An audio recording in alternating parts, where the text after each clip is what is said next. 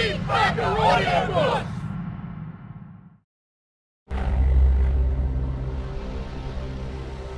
"1984" by George Orwell. Read by Steve Parker. Part 1. Chapter 1.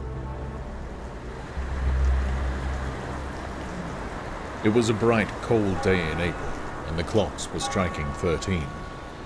Winston Smith, his chin nuzzled into his breast in an effort to escape the vile wind, slipped quickly through the glass doors of Victory Mansions, though not quickly enough to prevent a swirl of gritty dust from entering along with him.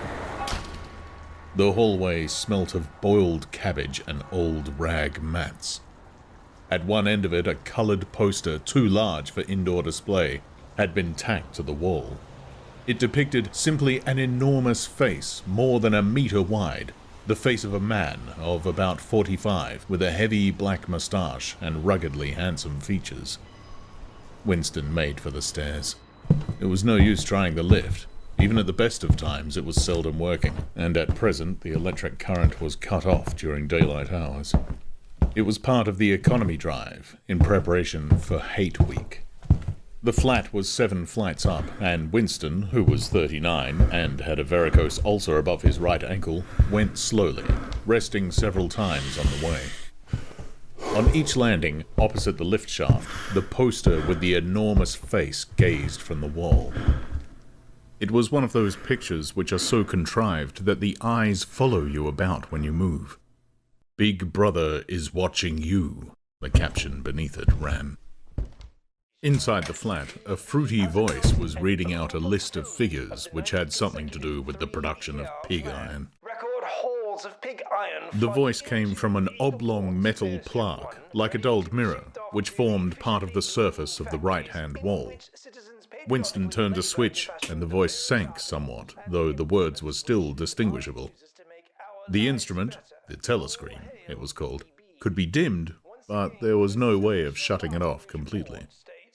He moved over to the window, a smallish, frail figure, the meagerness of his body merely emphasized by the blue overalls which were the uniform of the party. His hair was very fair, his face naturally sanguine, his skin roughened by coarse soap and blunt razor blades and the cold of the winter that had just ended. Outside, even through the shut window pane, the world looked cold. Down in the street, little eddies of wind were whirling dust and torn paper into spirals, and though the sun was shining and the sky a harsh blue, there seemed to be no colour in anything, except the posters that were plastered everywhere.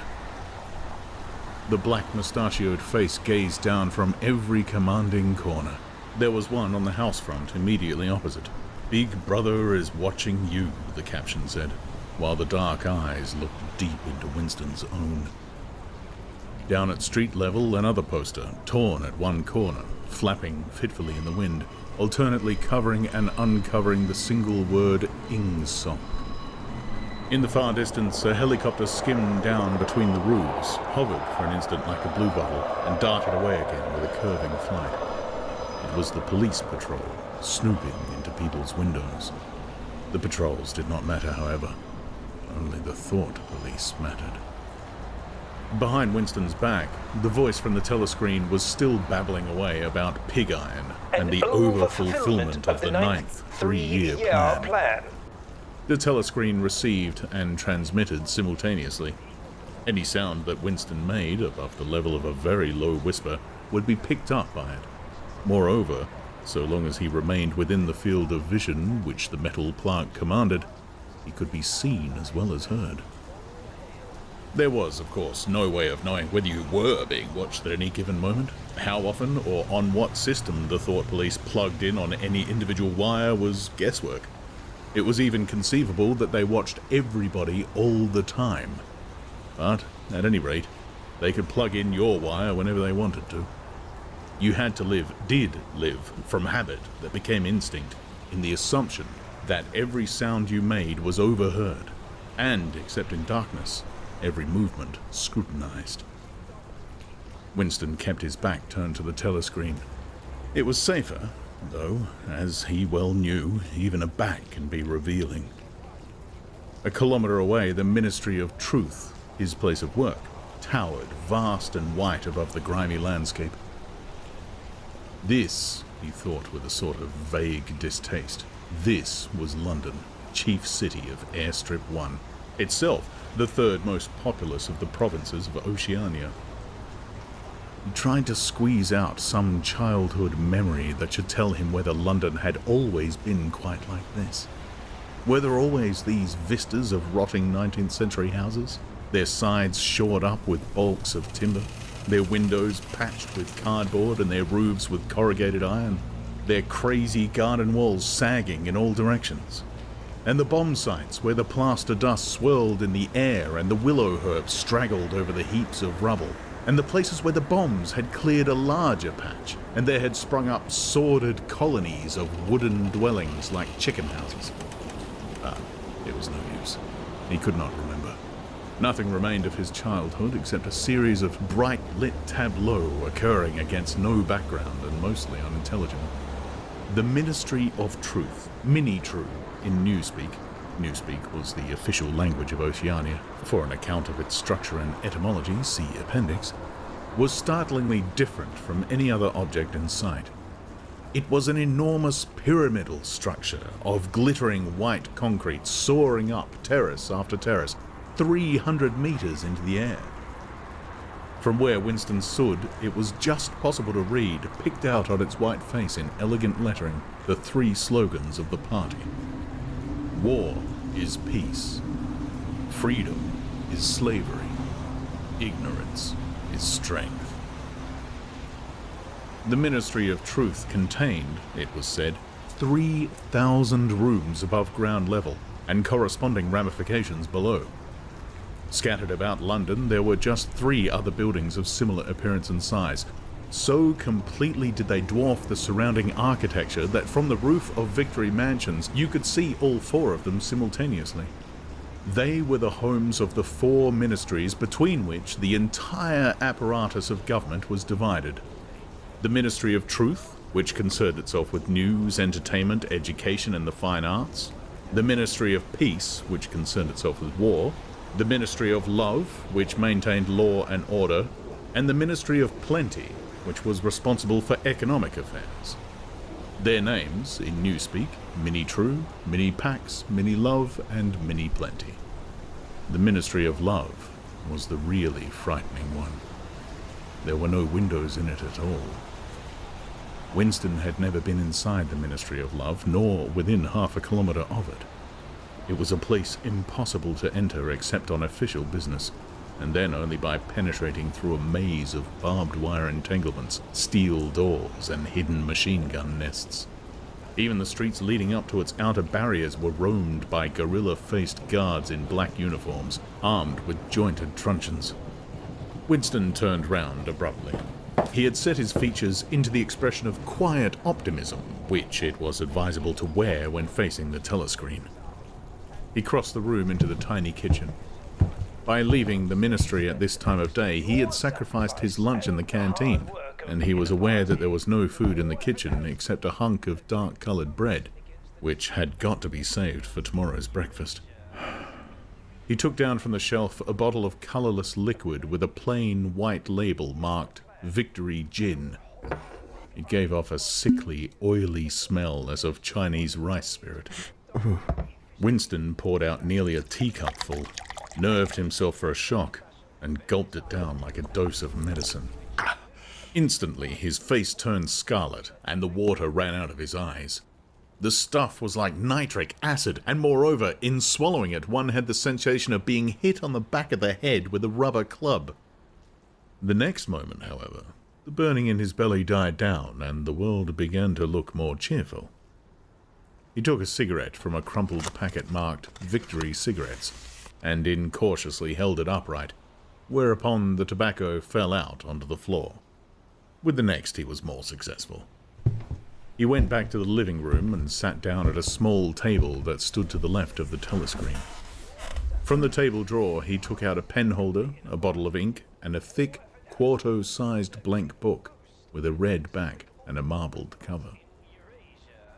For some reason, The telescreen in the living room was in an unusual position.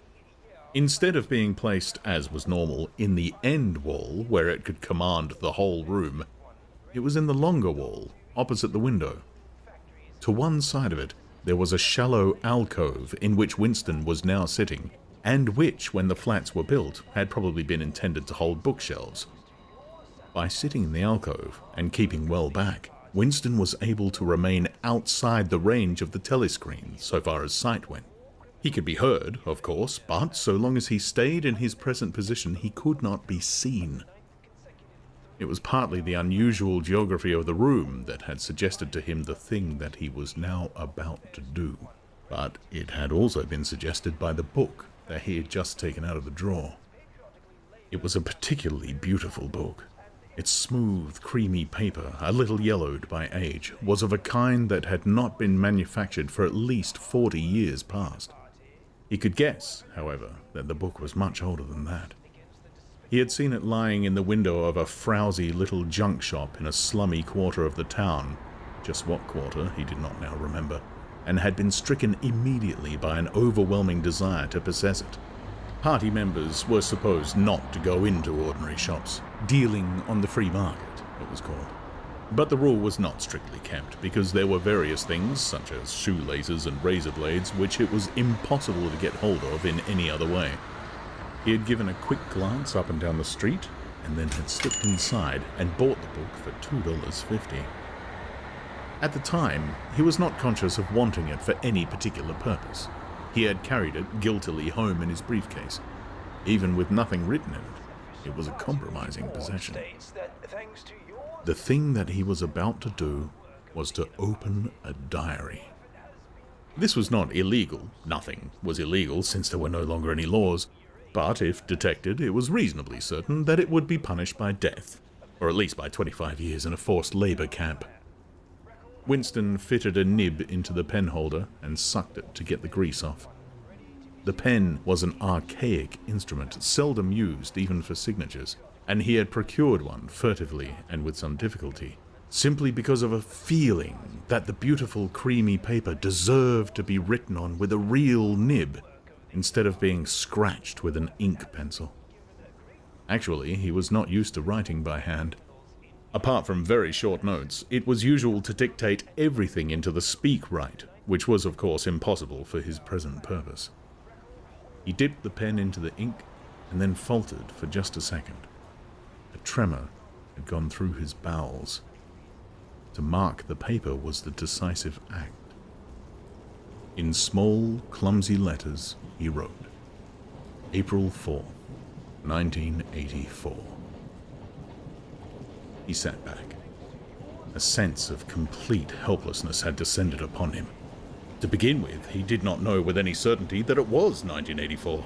It must be around about that date, since he was fairly sure that his age was 39, and he believed that he had been born in 1944 or 1945, but it was never possible nowadays to pin down any date within a year or two.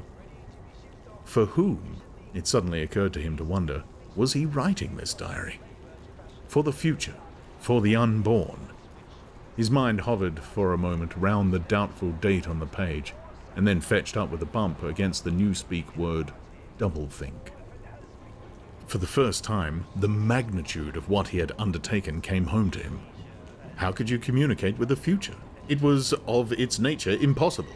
Either the future would resemble the present, in which case it would not listen to him, or it would be different from it, and his predicament would be meaningless. For some time he sat gazing stupidly at the paper. Telescreen had changed over to strident military music. It was curious that he seemed not merely to have lost the power of expressing himself, but even to have forgotten what it was that he had originally intended to say. For weeks past he had been making ready for this moment, and it had never crossed his mind that anything would be needed except courage. The actual writing would be easy. All he had to do was to transfer to paper the interminable restless monologue that had been running inside his head, literally for years. At this moment, however, even the monologue had dried up. Moreover, his varicose ulcer had begun itching unbearably. He dared not scratch it, because if he did so, it always became inflamed, The seconds were ticking by. He was conscious of nothing except the blankness of the page in front of him, the itching of the skin above his ankle, the blaring of the music, and a slight booziness caused by the gin. Suddenly, he began writing in sheer panic, only imperfectly aware of what he was setting down. His small but childish handwriting straggled up and down the page, shedding first its capital letters and finally even its full stops. April 4th, 1984. Last night to the flicks. All war films. One very good one of a ship full of refugees being bombed somewhere in the Mediterranean. Audience much amused by shots of a great huge fat man trying to swim away with the helicopter after him. First you saw him wallowing along in the water like a porpoise, then you saw him through the helicopter gun sights, then he was full of holes and the sea round him turned pink and he sank as suddenly as though the holes had let in the water. Audience shouting with laughter when he sank. Then you saw a lifeboat full of children with a helicopter hovering over it. There was a middle-aged woman, might have been a Jewess, sitting up in the bow with a little boy about 3 years old in her arms. Little boy screaming with fright and hiding his head between her breasts, as if he was trying to burrow right into her, and the woman putting her arms round him and comforting him although she was blue with fright herself, all the time covering him up as much as possible as if she thought her arms could keep the bullets off him. Then the helicopter planted a 20-kilo bomb in among them. Terrific flash and the bomb went all to matchwood. Then there was a wonderful shot of a child's arm going up, up, up, right into the air. A helicopter with a camera in its nose must have followed it up, and there was a lot of applause from the party seats. But a woman down in the prole part of the house suddenly started kicking up a fuss and shouting, "They didn't oughter have showed it, not in front of the kids. They didn't, it ain't right, not in front of the kids, it ain't."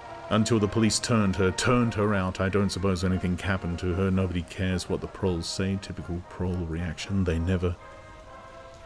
Winston stopped writing, partly because he was suffering from cramp.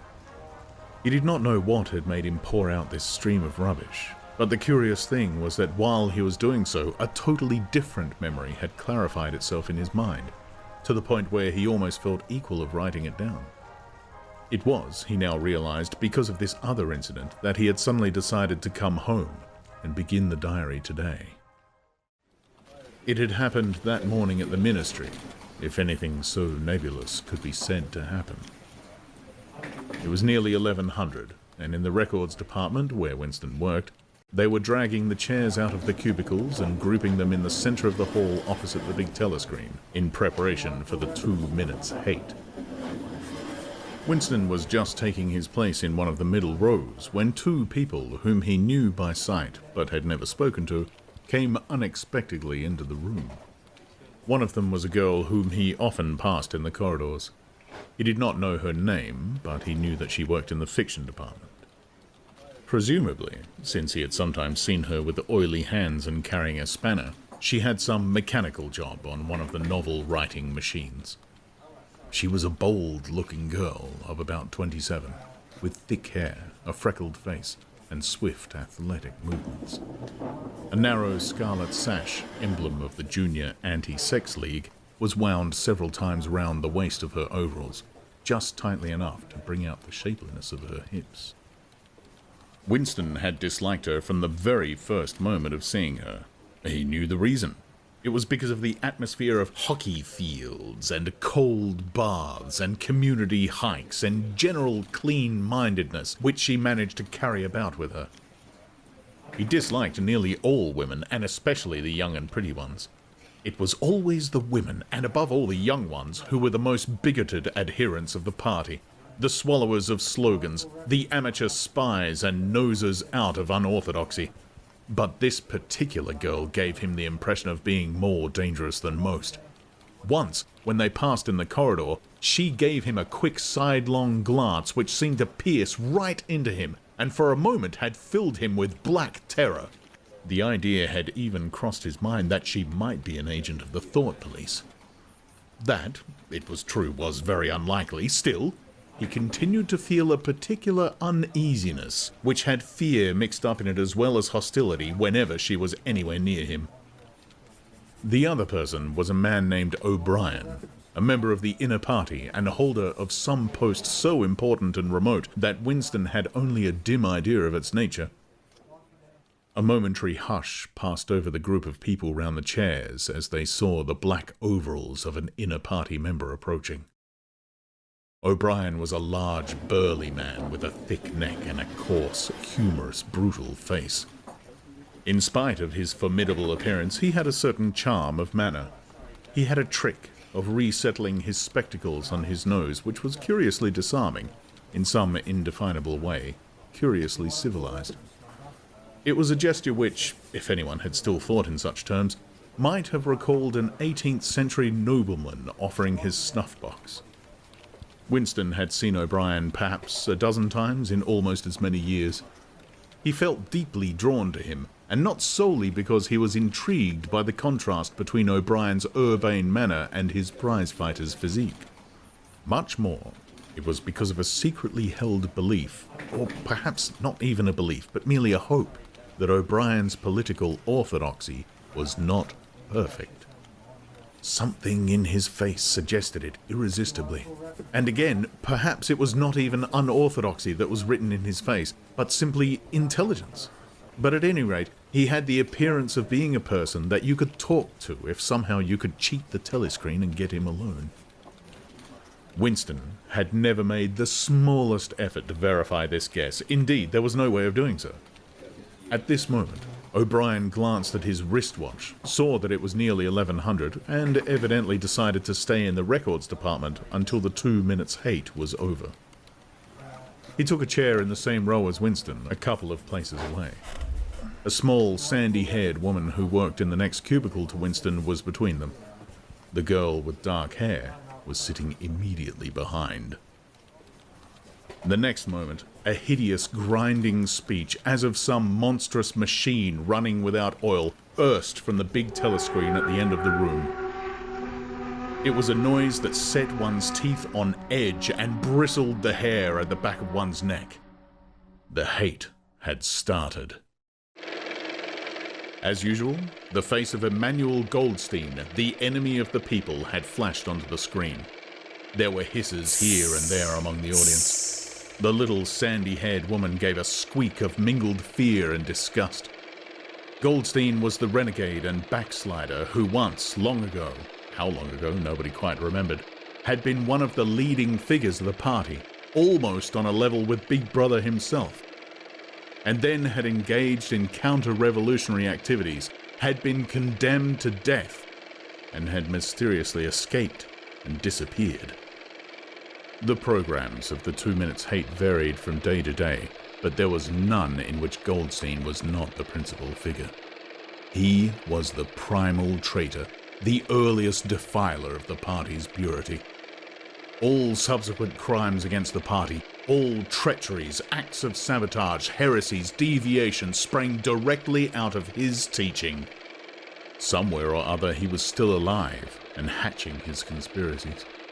Perhaps somewhere beyond the sea, under the protection of his foreign paymasters. Perhaps even, so it was occasionally rumored, in some hiding place in Oceania itself. Winston's diaphragm was constricted. He could never see the face of Goldstein without a painful mixture of emotions. It was a lean Jewish face with a great fuzzy aureole of white hair and a small goatee beard. A clever face, and yet somehow inherently despicable, with a kind of senile silliness in the long, thin nose, near the end of which a pair of spectacles was perched. It resembled the face of a sheep, and the voice, too, had a sheep-like quality. Goldstein was delivering his usual venomous attack upon the doctrines of the party, an attack so exaggerated and perverse that a child should have been able to see through it, and yet just plausible enough to fill one with an alarmed feeling that other people, less level-headed than oneself, might be taken in by it. He was abusing Big Brother. He was denouncing the dictatorship of the party. He was demanding the immediate conclusion of peace with Eurasia. He was advocating freedom of speech, freedom of the press, freedom of assembly, freedom of thought. He was crying hysterically that the revolution had been betrayed, and all this in rapid polysyllabic speech which was a sort of parody of the habitual style of the orators of the party, and even contained newspeak words, more newspeak words indeed than any party member would normally use in real life. And all the while, lest one should be in any doubt as to the reality which Goldstein's specious claptrap covered, behind his head on the telescreen there marched the endless columns of the Eurasian army. Row after row of solid-looking men with expressionless Asiatic faces who swam up to the surface of the screen and vanished to be replaced by others exactly similar. The dull, rhythmic tramp of the soldiers' boots formed the background to Goldstein's bleating voice. Before the hate had proceeded for 30 seconds, uncontrollable exclamations of rage were breaking out from half the people in the room. The self-satisfied, sheep-like face on the screen and the terrifying power of the Eurasian army behind it were too much to be borne. Besides, the sight or even the thought of Goldstein produced fear and anger automatically. He was an object of hatred more constant than either Eurasia or Eastasia, since when Oceania was at war with one of these powers, it was generally at peace with the other. But what was strange was that although Goldstein was hated and despised by everybody, although every day and 1,000 times a day his theories were refuted, smashed, ridiculed, held up to the general gaze for the pitiful rubbish that they were, in spite of all this, his influence never seemed to grow less. Always, there were fresh dupes waiting to be seduced by him. A day never passed when spies and saboteurs acting under his directions were not unmasked by the thought police. He was the commander of a vast, shadowy army, an underground network of conspirators dedicated to the overthrow of the state. The Brotherhood, its name was supposed to be. There were also whispered stories of a terrible book, a compendium of all the heresies of which Goldstein was the author, and which circulated clandestinely here and there. It was a book without a title.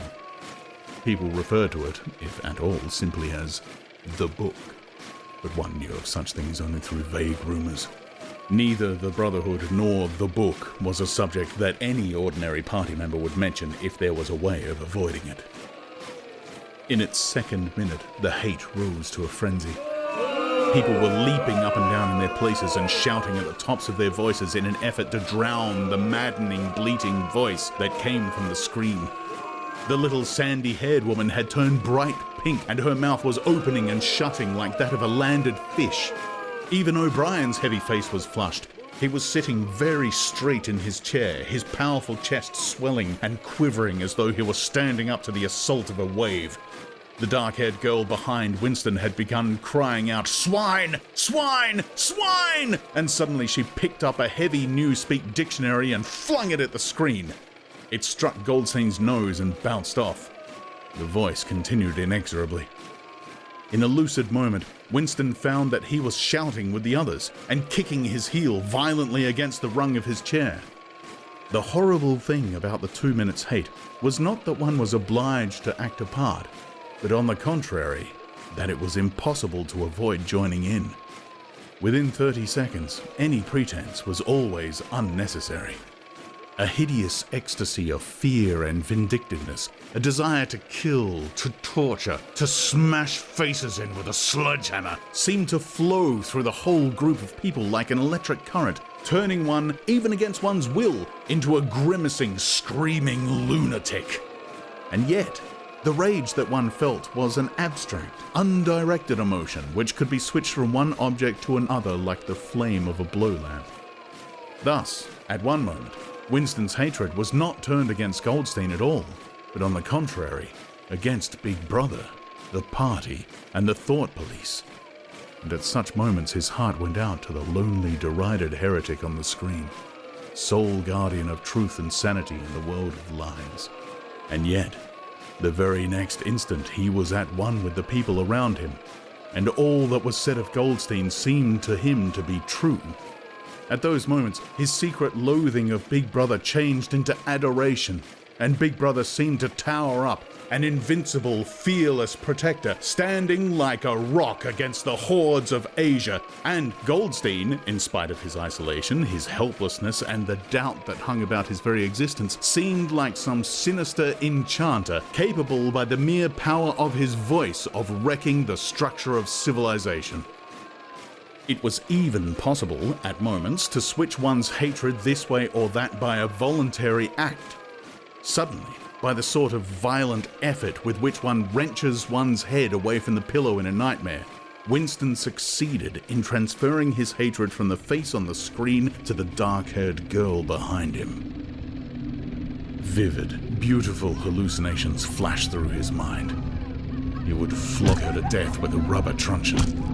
He would tie her naked to a stake and shoot her full of arrows like Saint Sebastian. He would ravish her and cut her throat at the moment of climax. Better than before, moreover, he realized why it was that he hated her. He hated her because she was young and pretty and sexless. Because he wanted to go to bed with her and would never do so, because round her sweet, supple waist, which seemed to ask you to encircle it with your arms, there was only the odious scarlet sash, aggressive symbol of chastity. The hate now rose to its climax. The voice of Goldstein had become an actual sheep's bleat, and for an instant the face changed into that of a sheep. Then the sheep face melted into the figure of a Eurasian soldier who seemed to be advancing, huge and terrible, his submachine gun roaring and seeming to spring out of the surface of the screen so that some of the people in the front row actually flinched backwards in their seats. But in the same moment, drawing a deep sigh of relief from everybody, the hostile figure melted into the face of Big Brother.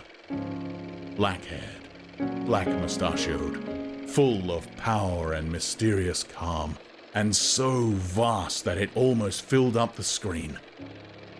Nobody heard what Big Brother was saying.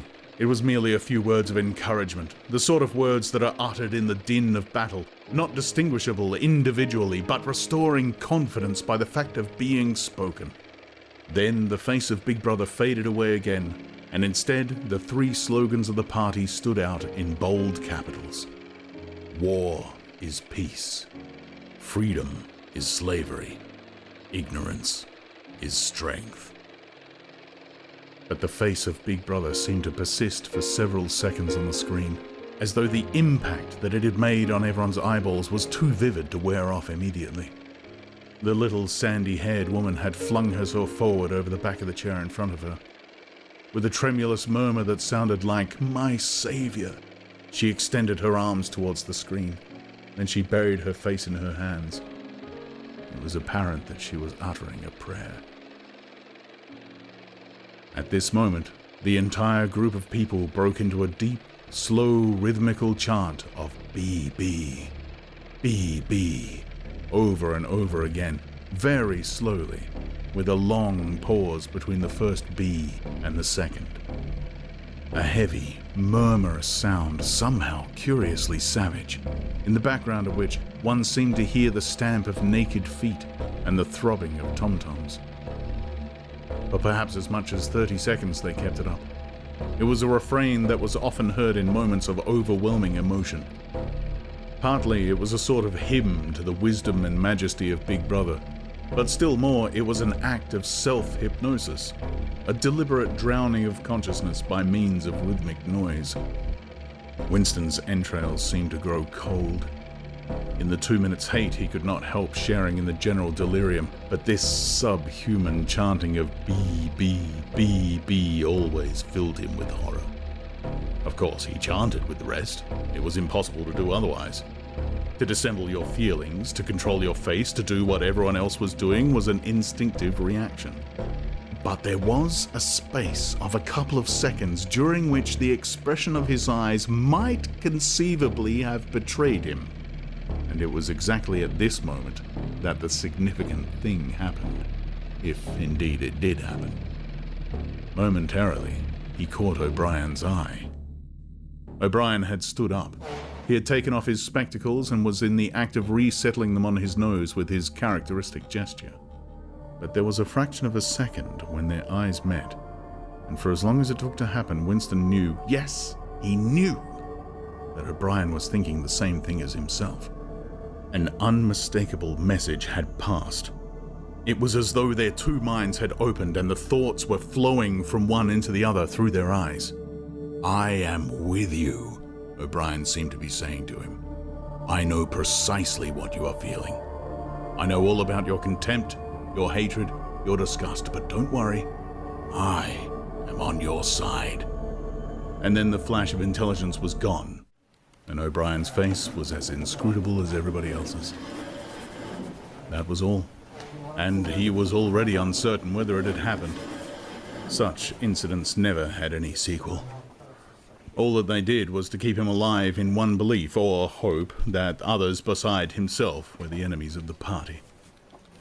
Perhaps the rumors of vast underground conspiracies were true after all. Perhaps the Brotherhood really existed.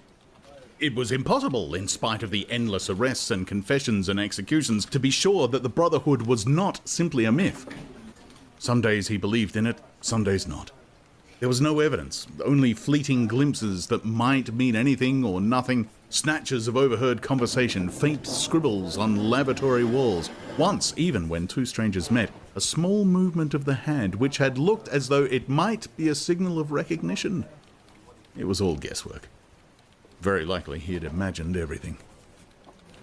He'd gone back to his cubicle without looking at O'Brien again. The idea of following up their momentary contact hardly crossed his mind. It would have been inconceivably dangerous, even if he had known how to set about doing it. For a second, 2 seconds, they had exchanged an equivocal glance, and that was the end of the story.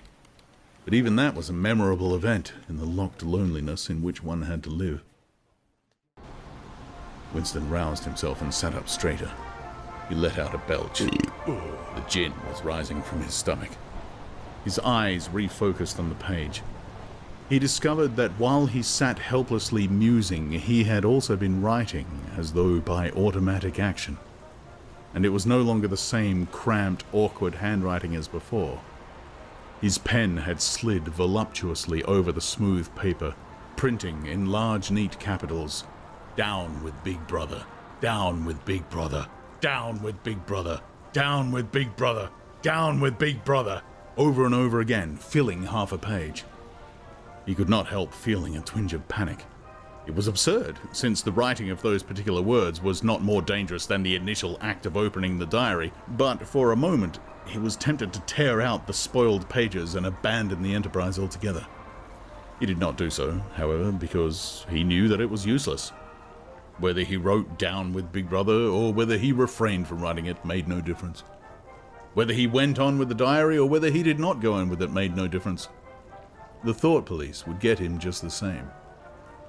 He had committed, would still have committed, even if he never set pen to paper, the essential crime that contained all others in itself. Thought crime, they called it.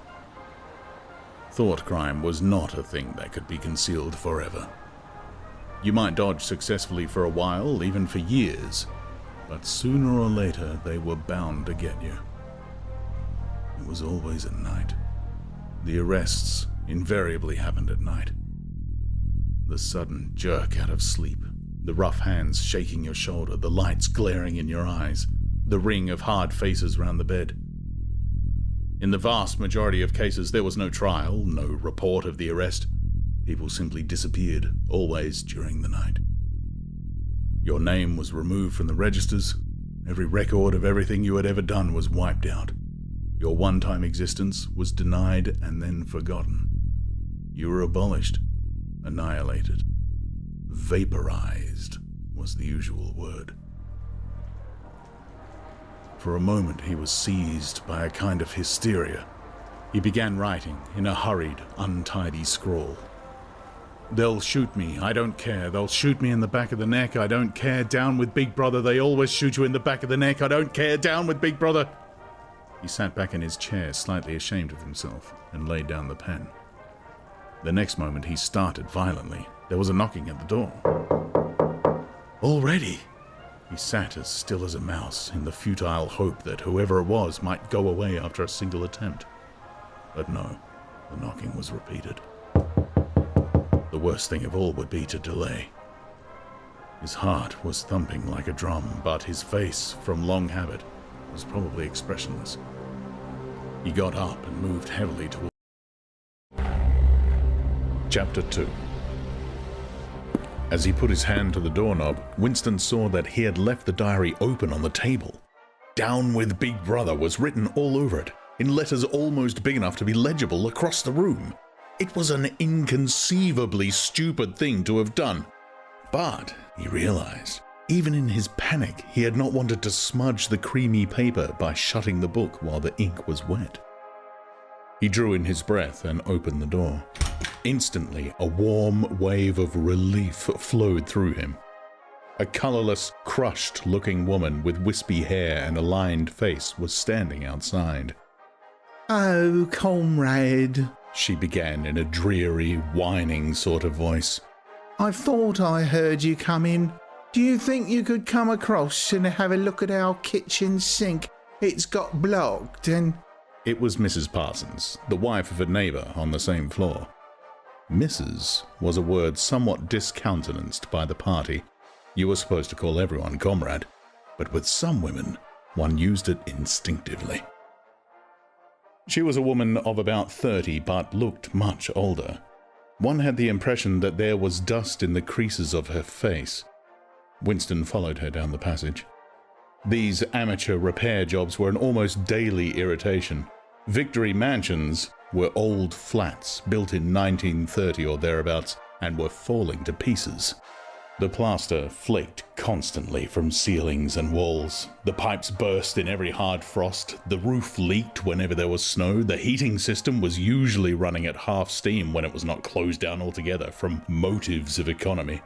Repairs, except what you could do for yourself, had to be sanctioned by remote committees which were liable to hold up even the mending of a window pane for 2 years. "Of course, it's only because Tom isn't home," said Mrs. Parsons vaguely. The Parsons flat was bigger than Winston's, and dingy in a different way. Everything had a battered, trampled-on look, as though the place had just been visited by some large, violent animal.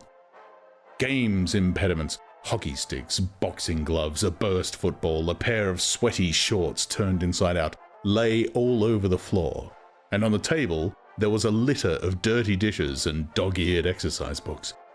On the walls were scarlet banners of the Youth League and the Spies, and a full-size poster of Big Brother. There was the usual boiled cabbage smell common to the whole building, but it was shot through by a sharper reek of sweat, which, one knew this at the first sniff, though it was hard to say how, was the sweat of some person not present at the moment. In another room, someone with a comb and a piece of toilet paper was trying to keep tune with the military music, which was still issuing from the telescreen. "It's the children," said Mrs. Parsons, casting a half-apprehensive glance at the door. "They haven't been out today. And, of course..." She had a habit of breaking off her sentences in the middle. The kitchen sink was full nearly to the brim with filthy greenish water which smelt worse than ever of cabbage. Winston knelt down and examined the angle joint of the pipe. He hated using his hands, and he hated bending down, which was always liable to start him coughing. Mrs. Parsons looked on helplessly. "Of course, if Tom was home, he'd put it right in a moment," she said. "He loves anything like that. He's ever so good with his hands, Tom is." Parsons was Winston's fellow employee at the Ministry of Truth. He was a fattish but active man of paralyzing stupidity, a mass of imbecile enthusiasms. One of those completely unquestioning, devoted drudges on whom, more even than on the thought police, the stability of the party depended. At 35, he had just been, unwillingly, evicted from the Youth League, and before graduating into the Youth League, he had managed to stay on in the Spies for a year beyond the statutory age. At the ministry, he was employed in some subordinate post for which intelligence was not required, but on the other hand, he was a leading figure on the sports committee, and all the other committees engaged in organizing community hikes, spontaneous demonstrations, savings campaigns, and voluntary activities generally. He would inform you with quiet pride between whiffs of his pipe that he had put in an appearance at the community centre every evening for the past 4 years. An overpowering smell of sweat, a sort of unconscious testimony to the strenuousness of his life, followed him about wherever he went, and even remained behind him after he had gone. "Have you got a spanner?" said Winston, fiddling with the nut on the angle joint. "A spanner?" said Mrs. Parsons, immediately becoming invertebrate. "Oh, I don't know, I'm sure. Perhaps the children—" There was a trampling of hoots and another blast on the comb as the children charged into the living room. Mrs. Parsons brought the spanner. Winston let out the water and disgustedly removed the clot of human hair that had blocked up the pipe. He cleansed his fingers as best he could in the cold water from the tap and went back into the other room. "Up with your hands!" yelled a savage voice. A handsome, tough-looking boy of 9 had popped up from behind the table and was menacing him with a toy automatic pistol, while his small sister, about 2 years younger, made the same gesture with a fragment of wood. Both of them were dressed in the blue shorts, grey shirts, and red neckerchiefs which were the uniform of the spies. Winston raised his hands above his head, but with an uneasy feeling, so vicious was the boy's demeanour, that it was not altogether a game. "You're a traitor!" yelled the boy. "You're a thought criminal! You're a Eurasian spy! I'll shoot you! I'll vaporize you! I'll send you to the salt mines!" Suddenly they were both leaping around him, shouting, "Traitor!" and "Thought criminal!" the little girl imitating her brother in every movement. It was somehow slightly frightening, like the gambling of tiger cubs which will soon grow up into man-eaters. There was a sort of calculating ferocity in the boy's eye, a quite evident desire to hit or kick Winston, and a consciousness of being very nearly big enough to do so. It was a good job it was not a real pistol he was holding, Winston thought. Mrs. Parsons' eyes flitted nervously from Winston to the children and back again. In the better light of the living room he noticed with interest that there actually was dust in the crease of her face. "They do get so noisy," she said. "They're disappointed because they couldn't go to see the hanging. That's what it is. I'm too busy to take them and Tom won't be back from work in time." "Why can't we go and see the hanging?" roared the boy in his huge voice. "Want to see the hanging! Want to see the hanging!"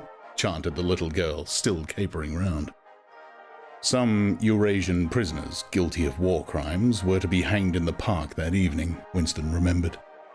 This happened about once a month and was a popular spectacle. Children always clamoured to be taken to see it. He took his leave of Mrs. Parsons and made for the door, but he had not gone 6 steps down the passage when something hit the back of his neck, an agonizingly painful blow. It was as though a red-hot wire had been jabbed into him. He spun round just in time to see Mrs. Parsons dragging her son back into the doorway while the boy pocketed a catapult. "Goldstein!" bellowed the boy as the door closed on him. But what most struck Winston was the look of helpless fright on the woman's greyish face. Back in the flat, he stepped quickly past the telescreen and sat down at the table again, still rubbing his neck. The music from the telescreen had stopped. Instead, a clipped military voice was reading out, with a sort of brutal relish, a description of the armaments of the new floating fortress, which had just been anchored between Iceland and the Faroe Islands. With those children, he thought, that wretched woman must lead a life of terror. Another year, 2 years, and they would be watching her night and day for symptoms of unorthodoxy. Nearly all children nowadays were horrible. What was worst of all was that by means of such organizations as the spies, they were systematically turned into ungovernable little savages, and yet this produced in them no tendency whatever to rebel against the discipline of the party. On the contrary, they adored the party and everything connected with it. The songs, the processions, the banners, the hiking, the drilling with dummy rifles, the yelling of slogans, the worship of Big Brother. It was all a sort of glorious game to them. All their ferocity was turned outwards against the enemies of the state, against foreigners, traitors, saboteurs, and thought criminals. It was almost normal for people over 30 to be frightened of their own children. And with good reason, for hardly a week went past in which the Times did not carry a paragraph describing how some eavesdropping little sneak, child hero was the phrase generally used, had overheard some compromising remark and denounced its parents to the thought police. The sting of the catapult bullet had worn off. He picked up his pen half-heartedly, wondering whether he could find something more to write in the diary. Suddenly, he began thinking of O'Brien again. Years ago, how long was it? 7 years it must be.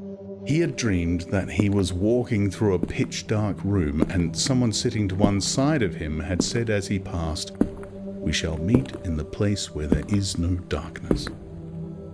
It was said very quietly, almost casually, a statement, not a command. He had walked on without pausing. What was curious was that at the time, in the dream, the words had not made much impression on him. It was only later, and by degrees, that they had seemed to take on significance. He could not now remember whether it was before or after having the dream that he had seen O'Brien for the first time. Nor could he remember when he had first identified the voice as O'Brien's. But, at any rate, the identification existed. It was O'Brien who had spoken to him out of the dark. Winston had never been able to feel sure. Even after this morning's flash of the eyes, it was still impossible to be sure whether O'Brien was a friend or an enemy. Nor did it even seem to matter greatly. There was a link of understanding between them, more important than affection or partisanship. "We shall meet in the place where there is no darkness," he had said. Winston did not know what it meant, only that in some way or another it would come true. The voice from the telescreen paused. A trumpet call, clear and beautiful, floated into the stagnant air. The voice continued raspingly. "Attention! Your attention, please. A news flash has this moment arrived from the Malabar front.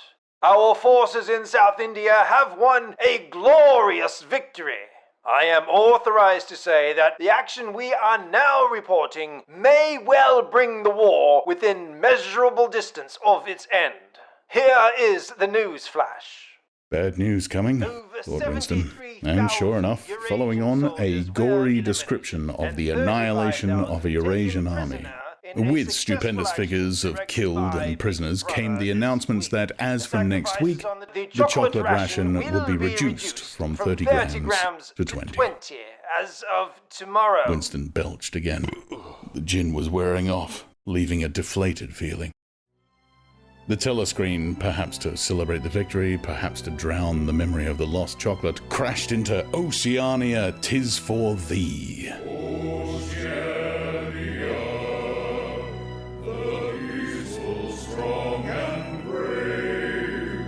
He was supposed to stand to attention.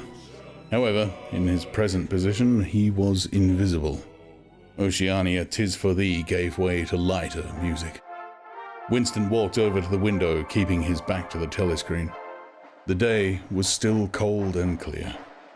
Somewhere far away, a rocket bomb exploded with a dull, reverberating roar. About 20 or 30 of them a week were falling on London at present. Down in the street, the wind flapped the torn poster to and fro, and the word Ingsoc fitfully appeared and vanished. Ingsoc. The sacred principles of Ingsoc. Newspeak, doublethink, the mutability of the past. He felt as though he were wandering in the forests of the sea bottom, lost in a monstrous world where he himself was the monster. He was alone. The past was dead. The future was unimaginable. What certainty had he that a single human creature now living was on his side? And what way of knowing that the dominion of the party would not endure forever? Like an answer, the three slogans on the white face of the Ministry of Truth came back to him. War is peace. Freedom is slavery. Ignorance is strength. He took a 25-cent piece out of his pocket. There, too, in tiny, clear lettering, the same slogans were inscribed, and on the other face of the coin, the head of Big Brother. Even from the coin, the eyes pursued you. On coins, on stamps, on the covers of books, on banners, on posters, and on the wrappings of a cigarette packet, everywhere. Always the eyes watching you, and the voice enveloping you. Asleep or awake, working or eating, indoors or out of doors, in the bath or in bed, no escape. Nothing was your own except the few cubic centimeters inside your skull. The sun had shifted round, and the myriad windows of the Ministry of Truth, with the light no longer shining on them, looked grim as the loopholes of a fortress. His heart quailed before the enormous pyramidal shape. It was too strong. It could not be stormed. 1,000 rocket bombs would not batter it down. He wondered again for whom he was writing the diary. For the future, for the past, for an age that might be imaginary. And in front of him there lay not death, but annihilation. The diary would be reduced to ashes and himself to vapor. Only the thought police would read what he had written before they wiped it out of existence and out of memory. How could you make appeal to the future when not a trace of you, not even an anonymous word scribbled on a piece of paper, could physically survive? The telescreen struck 14. He must leave in 10 minutes. He had to be back at work by 14:30. Curiously, the chiming of the hour seemed to have put new heart into him. He was a lonely ghost uttering a truth that nobody would ever hear, but so long as he uttered it, in some obscure way, the continuity was not broken.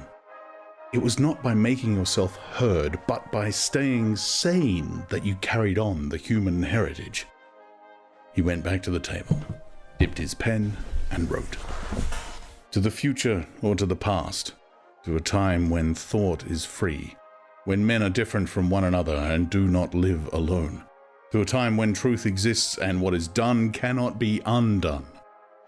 From the age of uniformity, from the age of solitude, from the age of Big Brother, from the age of doublethink. Greetings. He was already dead, he reflected. It seemed to him that it was only now, when he had begun to be able to formulate his thoughts, that he had taken the decisive step. The consequences of every act are included in the act itself.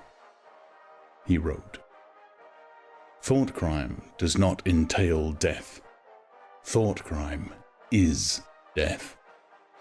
Now he had recognized himself as a dead man, it became important to stay alive as long as possible. 2 fingers of his right hand were ink-stained. It was exactly the kind of detail that might betray you. Some nosing zealot in the ministry, a woman, probably, someone like the little sandy-haired woman, or the dark-haired girl from the fiction department, might start wondering why he had been writing during the lunch interval, why he had used an old-fashioned pen, what had he been writing, and then drop a hint in the appropriate quarter. He went to the bathroom and carefully scrubbed the ink away with the gritty, dark brown soap which rasped your skin like sandpaper and was, therefore, well adapted for this purpose. He put the diary away in the dresser. It was quite useless to think of hiding it, but he could at least make sure whether or not its existence had been discovered. A hair laid across the page ends was too obvious. With the tip of his finger, he picked up an identifiable grain of whitish dust and deposited it on the corner of the cover where it was bound to be shaken off if the book was moved. Chapter 3. Winston was dreaming of his mother.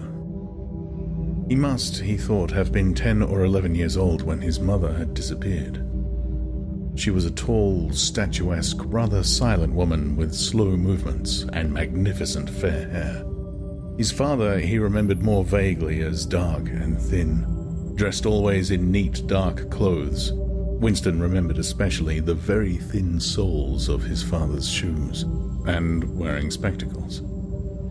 The 2 of them must, evidently, had been swallowed up in one of the first great purges of the 50s. At this moment, his mother was sitting in some place deep down beneath him, with his young sister in her arms. He did not remember his sister at all, except as a tiny, feeble baby, always silent, with large, watchful eyes. Both of them were looking up at him. They were down in some subterranean place, the bottom of a well, for instance, or a very deep grave. But it was a place which, already far below him, was itself moving downwards. They were in the saloon of a sinking ship, looking up at him through the darkening water. There was still air in the saloon, they could still see him, and he them, but all the while they were sinking down, down into the green waters, which in another moment must hide them from sight forever. He was out in the light and air, while they were being sucked down to death. And they were down there because he was up here. He knew it, and they knew it, and he could see the knowledge in their faces. There was no reproach either, in their faces or in their hearts. Only the knowledge that they must die in order that he might remain alive, and that this was part of the unavoidable order of things. He could not remember what had happened, but he knew in his dream that in some way the lives of his mother and his sister had been sacrificed to his own. It was one of those dreams which, while retaining the characteristic dream scenery, are a continuation of one's intellectual life, and in which one becomes aware of facts and ideas which still seem new and valuable after one is awake. The thing that now suddenly struck Winston was that his mother's death, nearly 30 years ago, had been tragic and sorrowful in a way that was no longer possible. Tragedy, he perceived, belonged to the ancient time, to a time when there was still privacy, love, and friendship, and when the members of a family stood by one another without needing to know the reason. His mother's memory tore at his heart because she had died loving him when he was too young and selfish to love her in return. And because somehow, he did not remember how, she had sacrificed herself to a conception of loyalty that was private and unalterable. Such things, he saw, could not happen today. Today there was fear, hatred, and pain, but no dignity of emotion, no deep or complex sorrows. All this he seemed to see in the large eyes of his mother and sister, looking up at him through the green water, hundreds of fathoms down, and still sinking. Suddenly, he was standing on short, springy turf on a summer evening when the slanting rays of the sun gilded the ground. The landscape that he was looking at recurred so often in his dreams that he was never fully certain whether or not he had seen it in the real world. In his waking thoughts, he called it the Golden Country. It was an old, rabbit-bitten pasture with a foot track wandering across it and a molehill here and there. In the ragged hedge on the opposite side of the field, the boughs of the elm tree were swaying very faintly in the breeze, their leaves just stirring in dense masses like women's hair. Somewhere near at hand, though out of sight, there was a clear, slow-moving stream where dace were swimming in the pools under the willow trees. The girl with the dark hair was coming towards them across the field. With what seemed a single movement, she tore off her clothes and flung them disdainfully aside. Her body was white and smooth, but it aroused no desire in him. Indeed, he barely looked at it. What overwhelmed him in that instant was admiration for the gesture with which she had thrown her clothes aside. With its grace and carelessness, it seemed to annihilate a whole culture, a whole system of thought, as though Big Brother and the party and the thought police could all be swept into nothingness by a single splendid movement of the arm. That, too, was a gesture belonging to the ancient time. Winston woke up with the word Shakespeare on his lips. The telescreen was giving forth an ear-splitting whistle, which continued on the same note for 30 seconds. It was 07:15, getting up time for office workers. Winston wrenched his body out of bed, naked, for a member of the outer party received only 3,000 clothing coupons annually, and a suit of pajamas was 600. and seized a dingy singlet and a pair of shorts that were lying across a chair. The physical jerks would begin in 3 minutes. The next moment, he was doubled up by a violent coughing fit, which nearly always attacked him soon after waking up. It emptied his lungs so completely that he could only begin breathing again by lying on his back and taking a series of deep gasps. His veins had swelled with the effort of the cough, and the varicose ulcer had started itching. 30 to 40 group. Yapped a piercing female voice. 30 to 40 group. Take your places, please. 30s to 40s. Winston sprang to attention in front of the telescreen, upon which the image of a youngish woman, scrawny but muscular, dressed in tunic and gym shoes, had already appeared. Arms bending and stretching. She rapped out. Take your time by me. 1, 2, 3, 4. 1, 2, 3, 4. Come on, comrades. Put a bit of life into it. 1, 2, 3, 4. 1, 2, 3, 4. The pain of the coughing fit had not quite driven out of Winston's mind the impression made by his dream, and the rhythmic movements of the exercise restored it somewhat. As he mechanically shot his arms back and forth, wearing on his face the look of grim enjoyment which was considered proper during the physical jerks, he was struggling to think his way backward into the dim period of his early childhood. It was extraordinarily difficult. Beyond the late 50s, everything faded. When there was no external records that you could refer to, even the outline of your own life lost its sharpness. You remembered huge events, which had quite probably not happened. You remembered the detail of incidents without being able to recapture their atmosphere. And there were long blank periods to which you could assign nothing. Everything had been different then. Even the names of countries and their shapes on the map had been different. Airstrip 1, for instance, had not been so called in those days. It had been called England or Britain, though London, he felt fairly certain, had always been called London. Winston could not definitely remember a time when his country had not been at war, but it was evident that there had been a fairly long interval of peace during his childhood, because one of his early memories was of an air raid, which appeared to take everyone by surprise. Perhaps it was the time when the atomic bomb had fallen on Colchester. He did not remember the raid itself, but he did remember his father's hand clutching his own as they hurried down, down, down into some place deep in the earth, round and round a spiral staircase which rang under his feet, and which finally so wearied his legs that he began whimpering, and they had to stop and rest. His mother, in her slow, dreamy way, was following a long way behind them. She was carrying his baby sister, or perhaps it was only a bundle of blankets that she was carrying. He was not certain whether his sister had been born then. Finally, they had emerged into a noisy, crowded place which he had realized to be a tube station. There were people sitting all over the stone-flagged floor, and other people packed tightly together were sitting on metal bunks one above the other. Winston and his mother and father found themselves a place on the floor, and near them an old man and an old woman were sitting side by side in a bunk. The old man had on a decent dark suit and a black cloth cap pushed back from very white hair. His face was scarlet, and his eyes were blue and full of tears. He reeked of gin, and seemed to breathe out of his skin in place of sweat. And one could have fancied that the tears welling from his eyes were pure gin. But though slightly drunk, he was also suffering under some grief that was genuine and unbearable. In his childish way, Winston grasped that some terrible thing, something that was beyond forgiveness and could never be remedied, had just happened. It also seemed to him that he knew what it was. Someone whom the old man loved, a little granddaughter perhaps, had been killed.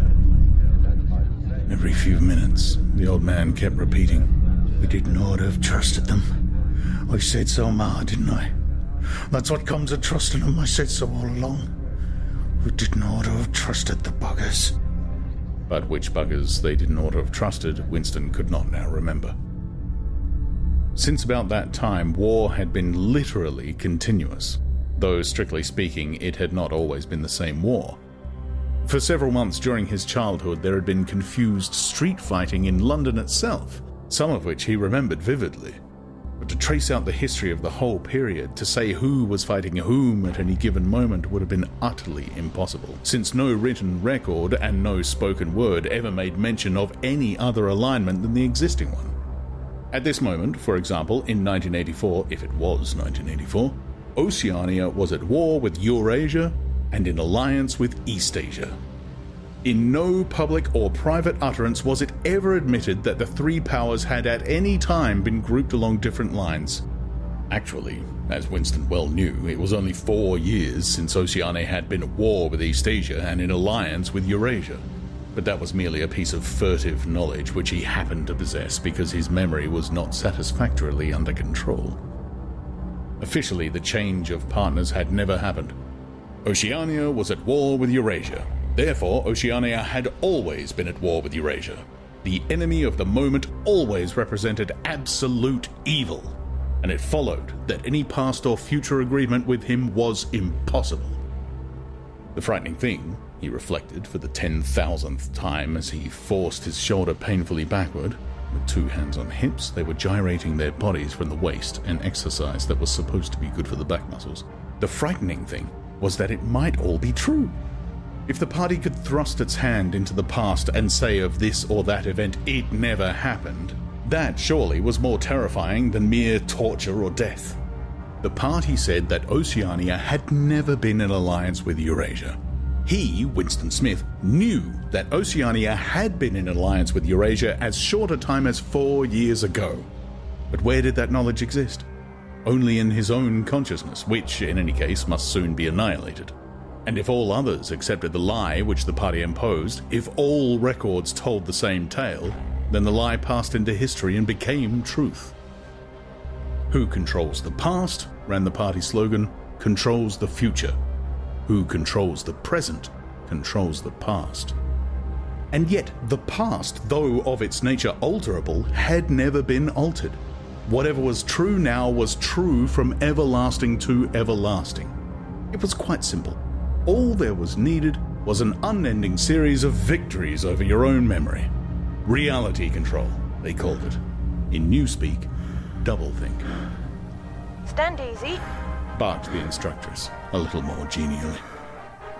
Winston sank his arms to his sides and slowly refilled his lungs with air. His mind slid away into the labyrinthine world of doublethink.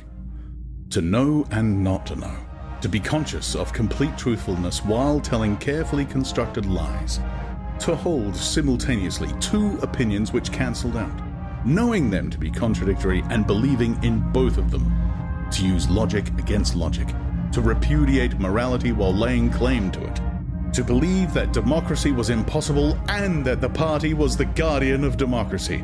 To forget whatever it was necessary to forget, then to draw it back into memory again at the moment when it was needed, and then promptly to forget it again, and above all, to apply the same process to the process itself. That was the ultimate subtlety, consciously to induce unconsciousness, and then, once again, to become unconscious of the act of hypnosis you had just performed. Even to understand the word doublethink involved the use of doublethink. The instructors had called them to attention again. And now, let's see which of us can touch our toes. She said enthusiastically. Right over from the hips, please, comrades. 1, 2, 1, 2. Winston loathed this exercise, which sent shooting pains all the way from his heels to his buttocks, and often ended by bringing on another coughing fit. The half-pleasant quality went out of his meditations.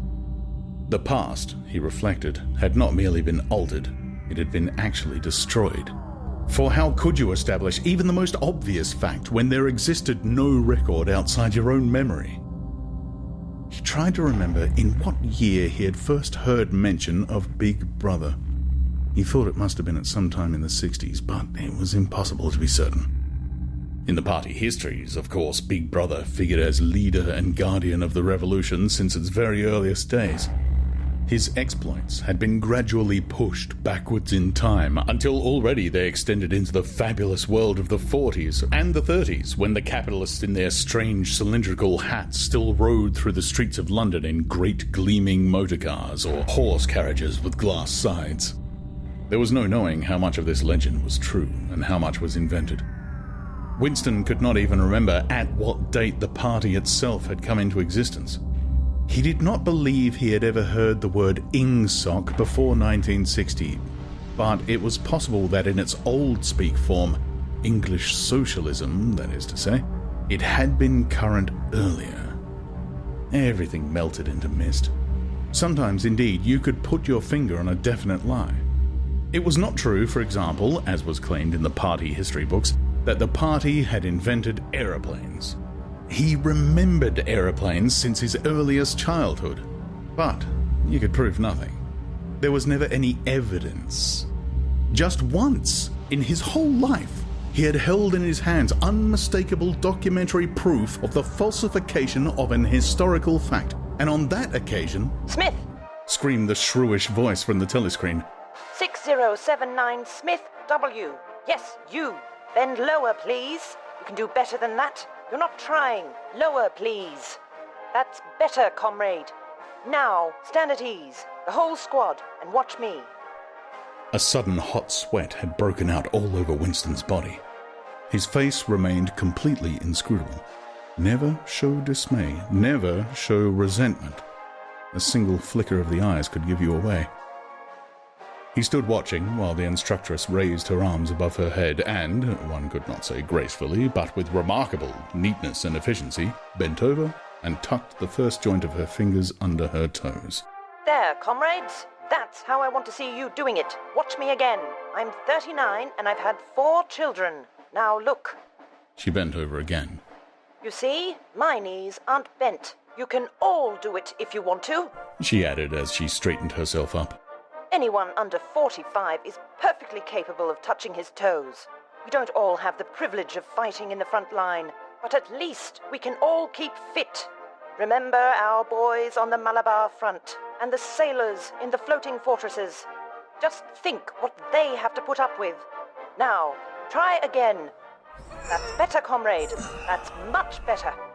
She added encouragingly, as Winston, with a violent lunge, succeeded in touching his toes with knees unbent for the first time in several years. Chapter 4. With the deep, unconscious sigh which not even the nearness of the telescreen could prevent him from uttering when his day's work started, Winston pulled the speakwrite towards him, blew the dust from its mouthpiece, and put on his spectacles.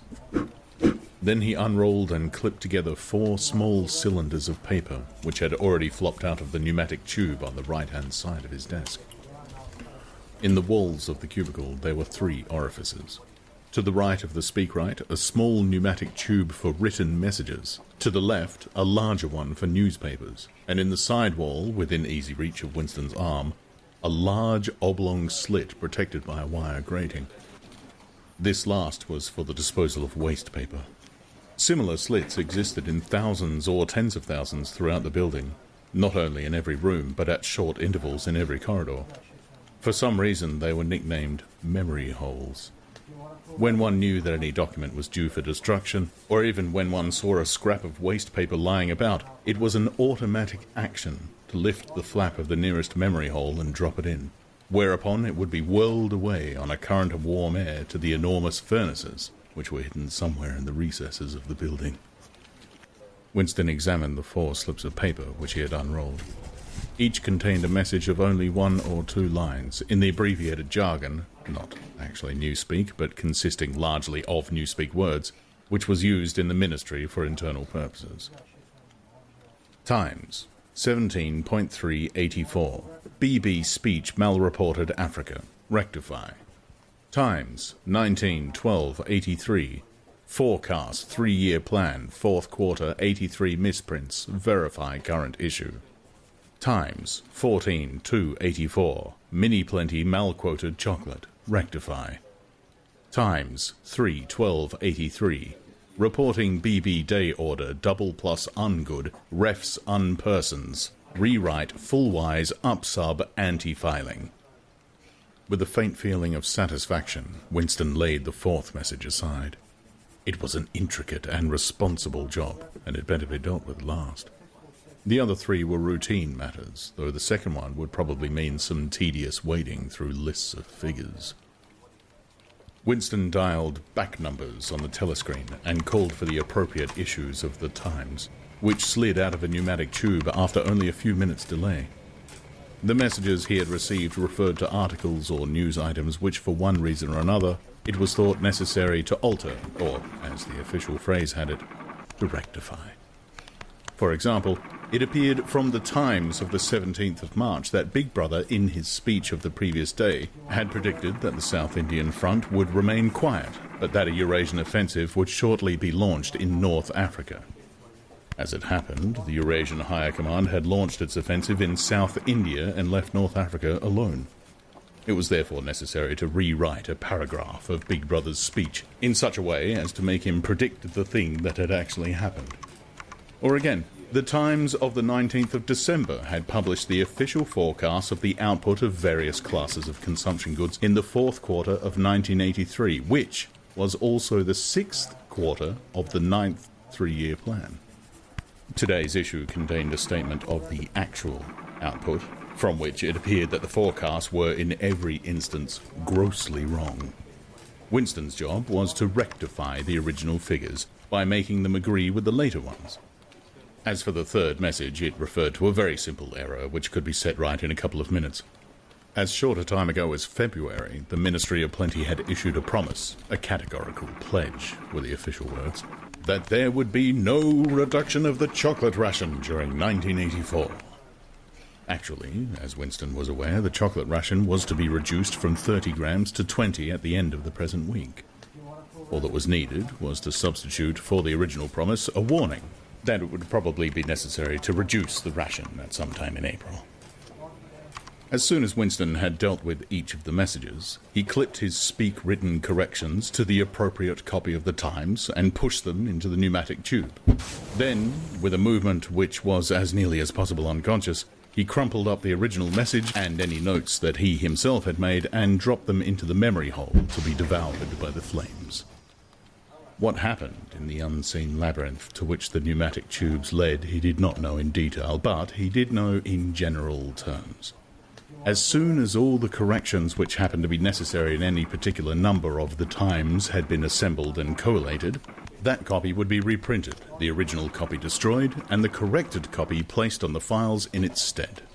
The process of continuous alteration was applied not only to newspapers, but to books, periodicals, pamphlets, posters, leaflets, films, soundtracks, cartoons, photographs, to every kind of literature or documentation which might conceivably hold any political or ideological significance. Day by day, and almost minute by minute, the past was brought up to date. In this way, every prediction made by the party could be shown by documentary evidence to have been correct. Nor was any item of news or any expression of opinion which conflicted with the needs of the moment ever allowed to remain on record. All history was a palimpsest, scraped clean and reinscribed exactly as often as was necessary. In no case would it have been possible, once the deed was done, to prove that any falsification had taken place. The largest section of the records department, far larger than the one on which Winston worked, consisted simply of persons whose duty it was to track down and collect all copies of books, newspapers, and other documents which had been superseded and which were due for destruction. A number of the Times which might, because of changes in political alignment or mistaken prophecies uttered by Big Brother, have been rewritten a dozen times, still stood on the files bearing its original date, and no other copy existed to contradict it. Books also were recalled and rewritten again and again, and were invariably reissued without any admission that any alteration had ever been made. Even the written instructions which Winston received, and which he invariably got rid of as soon as he had dealt with them, never stated or implied that an act of forgery was to be committed. Always the reference was to slips, errors, misprints, or misquotations, which it was necessary to put right in the interests of accuracy. But actually, he thought, as he readjusted the Ministry of Plenty's figures. It was not even forgery. It was merely the substitution of one piece of nonsense for another. Most of the material that you were dealing with had no connection with anything in the real world, not even the kind of connection that is contained in a direct lie. Statistics were just as much a fantasy in their original version as in their rectified version.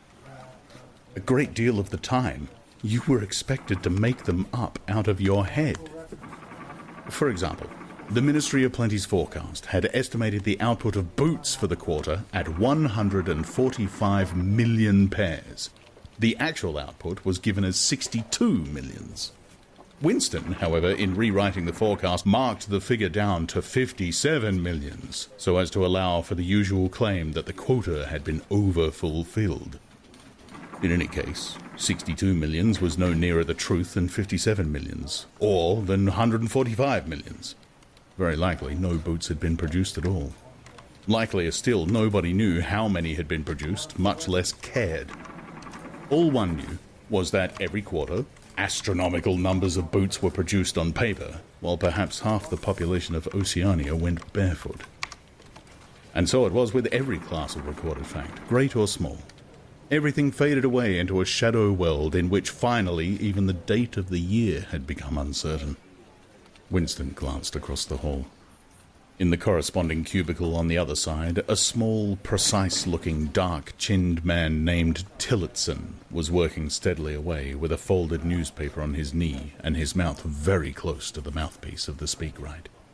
He had the air of trying to keep what he was saying a secret between him and the telescreen. He looked up, and his spectacles darted a hostile flash in Winston's direction. Winston hardly knew Tillotson, and had no idea what work he was employed on. People in the records department did not readily talk about their jobs. In the long windowless hall with its double row of cubicles and its endless rustle of papers and hum of voices murmuring into speakwrites, there were quite a dozen people whom Winston did not even know by name, though he daily saw them hurrying to and fro in the corridors or gesticulating in the 2 minutes' hate. He knew that in the cubicle next to him, the little woman with sandy hair toiled day in, day out, simply at tracking down and deleting from the press the names of people who had been vaporized and were therefore considered never to have existed. There was a certain fitness in this, since her own husband had been vaporized a couple of years earlier. And a few cubicles away, a mild, ineffectual, dreamy creature named Ampleforth, with very hairy ears and a surprising talent for juggling with rhymes and meters, was engaged in producing garbled versions, definitive texts, they were called, of poems which had become ideologically offensive, but which, for one reason or another, were to be retained in the anthologies. And this hall, with its 50 workers or thereabout, was only one subsection, a single cell, as it were, in the huge complexity of the records department.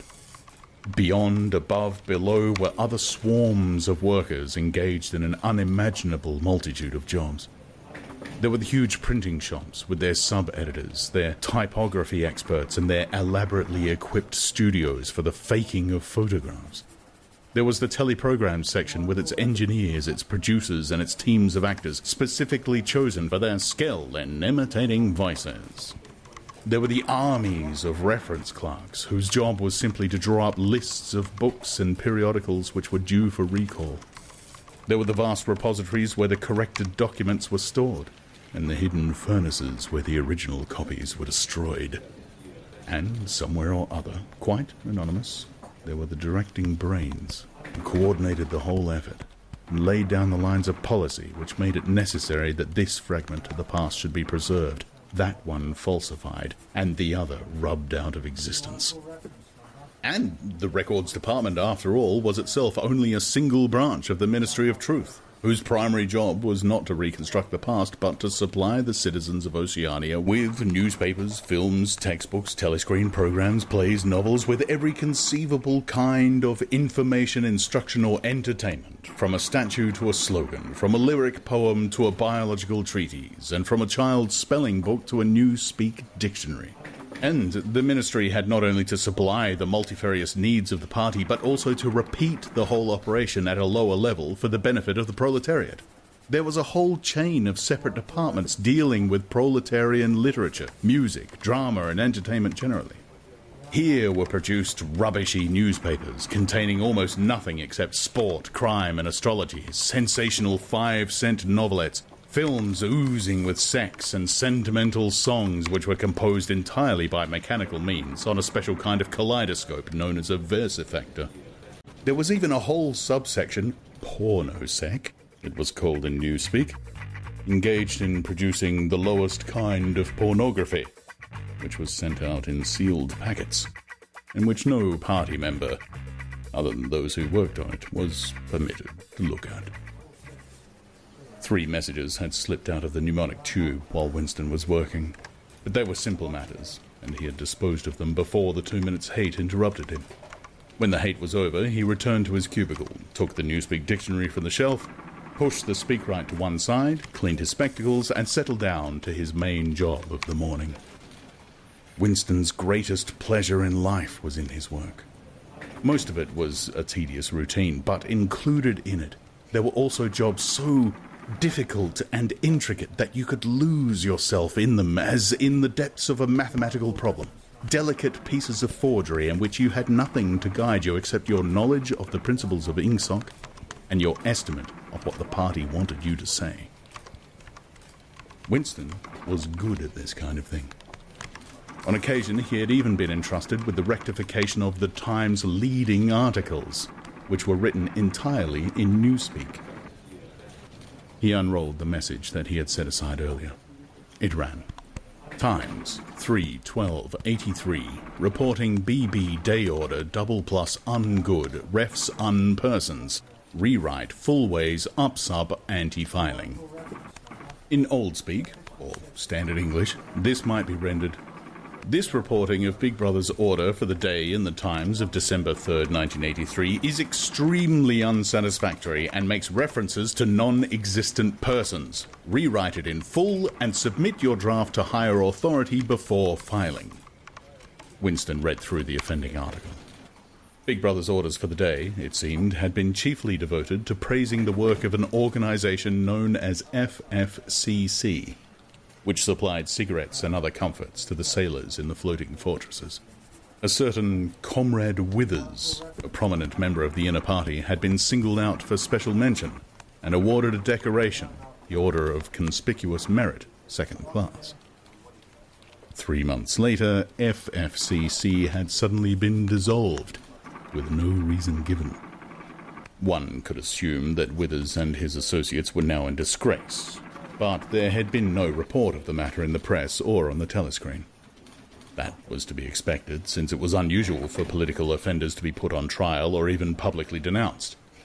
The great purges involving thousands of people, with public trials of traitors and thought criminals who made abject confession of their crimes and were afterwards executed, were special showpieces, not occurring oftener than once in a couple of years. More commonly, people who had incurred the displeasure of the party simply disappeared and were never heard of again. One never had the slightest clue as to what had happened to them. In some cases, they might not even be dead. Perhaps 30 people personally known to Winston, not counting his parents, had disappeared at one time or another. Winston stroked his nose gently with the paperclip. In the cubicle across the way, Comrade Tillotson was still crouching secretively over his speakwrite. He raised his head for a moment, again the hostile spectacle flash. Winston wondered whether Comrade Tillotson was engaged on the same job as himself. It was perfectly possible. So tricky a piece of work would never be entrusted to a single person.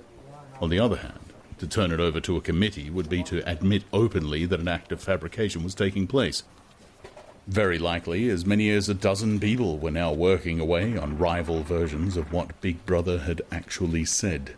And presently some master brain in the inner party would select this version or that, would re-edit it and set in motion the complex processes of cross-referencing that would be required, and then the chosen lie would pass into the permanent records and become truth. Winston did not know why Withers had been disgraced. Perhaps it was for corruption or incompetence. Perhaps Big Brother was merely getting rid of a too popular subordinate. Perhaps Withers or someone close to him had been suspected of heretical tendencies. Or perhaps, what was likeliest of all, the thing had simply happened because purges and vaporizations were a necessary part of the mechanics of government. The only real clue lay in the words, refs unpersons, which indicated that Withers was already dead. You could not invariably assume this to be the case when people were arrested. Sometimes they were released and allowed to remain at liberty for as much as a year or 2 years before being executed. Very occasionally, some person whom you had believed dead long since would make a ghostly reappearance at some public trial, where he would implicate hundreds of others by his testimony before vanishing, this time forever. Withers, however, was already an unperson. He did not exist. He had never existed. Winston decided that it would not be enough simply to reverse the tendency of Big Brother's speech. It was better to make it deal with something totally unconnected with its original subject. He might turn the speech into the usual denunciation of traitors and thought criminals, but that was a little too obvious. While to invent a victory at the front or some triumph over overproduction in the 9th three-year plan might complicate the records too much. What was needed was a piece of pure fantasy. Suddenly, there sprang into his mind, ready-made, as it were, the image of a certain Comrade Ogilvy, who had recently died in battle in heroic circumstances. There were occasions when Big Brother devoted his order for the day to commemorating some humble rank-and-file party member whose life and death he held up as an example worthy to be followed. Today he should commemorate Comrade Ogilvy. It was true that there was no such person as Comrade Ogilvy, but a few lines of print and a couple of faked photographs would soon bring him into existence. Winston thought for a moment, then pulled the speakwrite towards him and began dictating in Big Brother's familiar style. A style at once military and pedantic, and, because of a trick of asking questions and then promptly answering them, "What lesson do we learn from this fact, comrades? The lesson, which is also one of the fundamental principles of Ingsoc, that," etc., etc., easy to imitate. At the age of 3, Comrade Ogilvy had refused all toys, except a drum, a submachine gun, and a model helicopter. At 6, a year early by special relaxation of the rules, he had joined the spies. At 9, he had been troop leader. At 11, he had denounced his uncle to the thought police after overhearing a conversation which appeared to him to have criminal tendencies. At 17, he had been a district organizer of the Junior Anti-Sex League. At 19, he had designed a hand grenade which had been adopted by the Ministry of Peace and which, at his first trial, had killed 31 Eurasian prisoners in one burst. At 23, he had perished in action. Pursued by enemy jet planes while flying over the Indian Ocean with important dispatches, he had weighted his body with his machine gun and leapt out of the helicopter into deep water, dispatches and all. An end, said Big Brother, which it was impossible to contemplate without feelings of envy. Big Brother added a few remarks on the purity and single-mindedness of Comrade Ogilvy's life. He was a total abstainer and non-smoker. He had no recreations except the daily hour in the gymnasium, had taken a vow of celibacy, believing marriage and the care of a family to be incompatible with a 24-hour-a-day devotion to duty. He had no subjects of conversation except the principles of Ingsoc, and no aim in life except the defeat of the Eurasian enemy and the hunting down of spies, saboteurs, thought criminals, and traitors generally. Winston debated with himself whether to award Comrade Ogilvy the Order of Conspicuous Merit. In the end, he decided against it, because of the unnecessary cross-referencing that it would entail. Once again, he glanced at his rival in the opposite cubicle.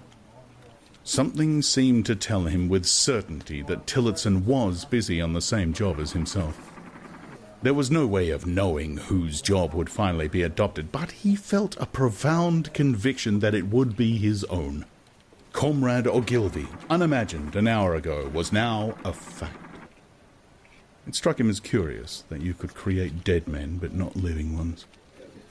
Comrade Ogilvy, who had never existed in the present, now existed in the past. And when, once the act of forgery was forgotten, he would exist just as authentically and upon the same evidence as Charlemagne or Julius Caesar. Chapter 5. In the low-ceilinged canteen deep underground, the lunch queue jerked slowly forward. The room was already very full and deafeningly noisy. From the grill at the counter, the steam of stew came pouring forth, with a sour, metallic smell which did not quite overcome the fumes of Victory gin. On the far side of the room there was a small bar, a mere hole in the wall, where gin could be bought at 10 cents the large nip. "Just the man I was looking for," said a voice at Winston's back. He turned round. It was his friend, Syme, who worked in the research department. Perhaps friend was not exactly the right word. You did not have friends nowadays. You had comrades. But there were some comrades whose society was pleasanter than that of others. Syme was a philologist, a specialist in newspeak. Indeed, he was one of the enormous team of experts now engaged in compiling the 11th edition of the Newspeak Dictionary. He was a tiny creature, smaller than Winston, with dark hair and large protuberant eyes, at once mournful and derisive, which seemed to search your face closely while he was speaking to you. "I wanted to ask you whether you'd got any razor blades," he said. "Not one," said Winston, with a sort of guilty haste. "I've tried all over the place. They don't exist any longer." Everyone kept asking you for razor blades. Actually, he had 2 unused ones which he was hoarding up. There had been a famine of them for months past. At any given moment there was some necessary article which the party shops were unable to supply. Sometimes it was buttons, sometimes it was darning wool, sometimes it was shoelaces. At present, it was razor blades. You could only get hold of them, if at all, by scrounging more or less furtively on the free market. "I've been using the same blade for 6 weeks, he added untruthfully. The queue gave another jerk forward. As they halted, he turned and faced Syme again. Each of them took a greasy metal tray from the pile at the end of the counter. "Did you go and see the prisoners hanged yesterday?" said Syme. "I was working," said Winston indifferently. "I shall see it on the flicks, I suppose." "A very inadequate substitute," said Syme. His mocking eyes roved over Winston's face. "I know you," the eyes seemed to say. "I see through you. I know very well why you didn't go to see those prisoners hanged." In an intellectual way, Syme was venomously orthodox. He would talk with a disagreeable, gloating satisfaction of helicopter raids on enemy villages, and trials and confessions of thought criminals, the executions in the cellars of the Ministry of Love. Talking to him was largely a matter of getting him away from such subjects and entangling him, if possible, in the technicalities of newspeak, on which he was authoritative and interesting. Winston turned his head a little aside to avoid the scrutiny of the large dark eyes. "It was a good hanging," said Syme reminiscently. "I think it spoils it when they tie their feet together. I like to see them kicking. And above all, at the end, the tongue sticking right out and blue, quite bright blue. That's the detail that appeals to me." "Next, please," yelled the white-aproned prole with the ladle. Winston and Syme pushed their trays beneath the grill. Onto each was dumped swiftly the regulation lunch, a metal pannikin of pinkish-grey stew, a hunk of bread, a cube of cheese, a mug of milkless Victory coffee, and 1 saccharin tablet. "There's a table over there, under the telescreen," said Syme. "Let's pick up a gin on the way." The gin was served out to them in handleless china mugs. They threaded their way across the crowded room and unpacked their trays onto the metal-top table, on one corner of which someone had left a pool of stew, a filthy liquid mess that had the appearance of vomit. Winston topped up his mug of gin, paused for an instant to collect his nerve, and gulped the oily-tasting stuff down. When he had winked the tears out of his eyes, he suddenly discovered that he was hungry. He began swallowing spoonfuls of the stew, which, in amongst its general sloppiness, had cubes of spongy, pinkish stuff which was probably a preparation of meat. Neither of them spoke again till they had emptied their pannikins. From the table at Winston's left, a little behind his back, someone was talking rapidly and continuously, a harsh gabble almost like the quacking of a duck, which pierced the general uproar of the room. "How's the dictionary getting on?" said Winston, raising his voice to overcome the noise. "Slowly," said Syme. "I'm on the adjectives. It's fascinating." He had brightened up immediately at the mention of Newspeak. He pushed his pannikin aside, took up his hunk of bread in one delicate hand and his cheese in the other, and leaned across the table so as to be able to speak without shouting. "The 11th edition is the definitive edition," he said. "We're getting the language into its final shape, the shape it's going to have when nobody speaks anything else. When we finish with it, people like you will have to learn it all over again. You think, I dare say, that our chief job is inventing new words, but not a bit of it.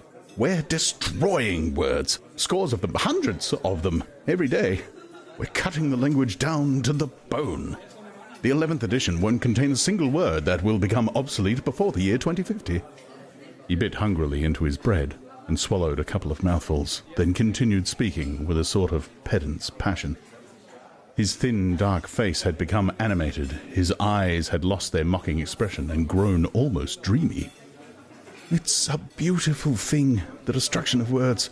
Of course, the great wastage is in the verbs and adjectives, but there are hundreds of nouns that can be gotten rid of as well. It isn't only the synonyms, there are also the antonyms. After all, what justification is there for a word which is simply the opposite of some other word? A word contains its opposite in itself. Take good, for instance. If you have a word like good, what need is there for a word like bad? Ungood will do just as well, but better, because it's an exact opposite, which the other is not. Or again, if you want a stronger version of good, what sense is there in having a whole string of vague, useless words like excellent and splendid and all the rest of them? Plus good covers the meaning, or double plus good if you want something stronger still. Of course, we use those forms already, but in the final version of Newspeak, there'll be nothing else. In the end, the whole notion of goodness and badness will be covered by only 6 words. In reality, only 1 word.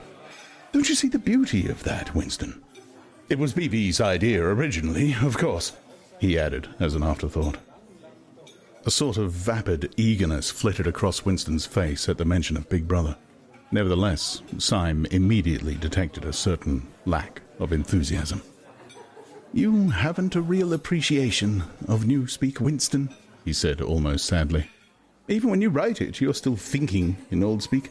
I've read some of the pieces you write in the Times occasionally. They're good enough, but they're translations. In your heart, you'd prefer to stick to Old Speak with all its vagueness and its useless shades of meaning. You don't grasp the beauty of the destruction of words. Do you know that Newspeak is the only language in the world whose vocabulary gets smaller every year?" Winston did know that, of course. He smiled, sympathetically, he hoped, not trusting himself to speak. Syme bit off another fragment of the dark-coloured bread, chewed it briefly, and went on. "But don't you see that the whole aim of Newspeak is to narrow the range of thought? In the end, we shall make thought crime literally impossible, because there will be no words in which to express it. Every concept that can ever be needed will be expressed by exactly 1 word, with its meaning rigidly defined, and all its subsidiary meanings rubbed out and forgotten. Already, in the 11th edition, we're not far from that point, but the process will still be continuing long after you and I are dead. Every year, fewer and fewer words, and the range of consciousness always a little smaller. Even now, of course, there's no reason or excuse for committing thought crime. It's merely a question of self-discipline, reality control. But in the end, there won't be any need even for that.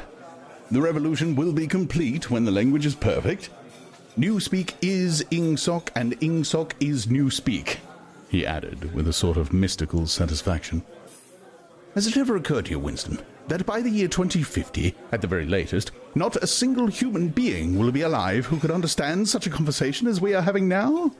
Except," began Winston doubtfully, and he stopped. It had been on the tip of his tongue to say, except the proles. But he checked himself, not feeling fully certain that this remark was not in some way unorthodox. Syme, however, had divined what he was about to say. "But the proles are not human beings," he said carelessly.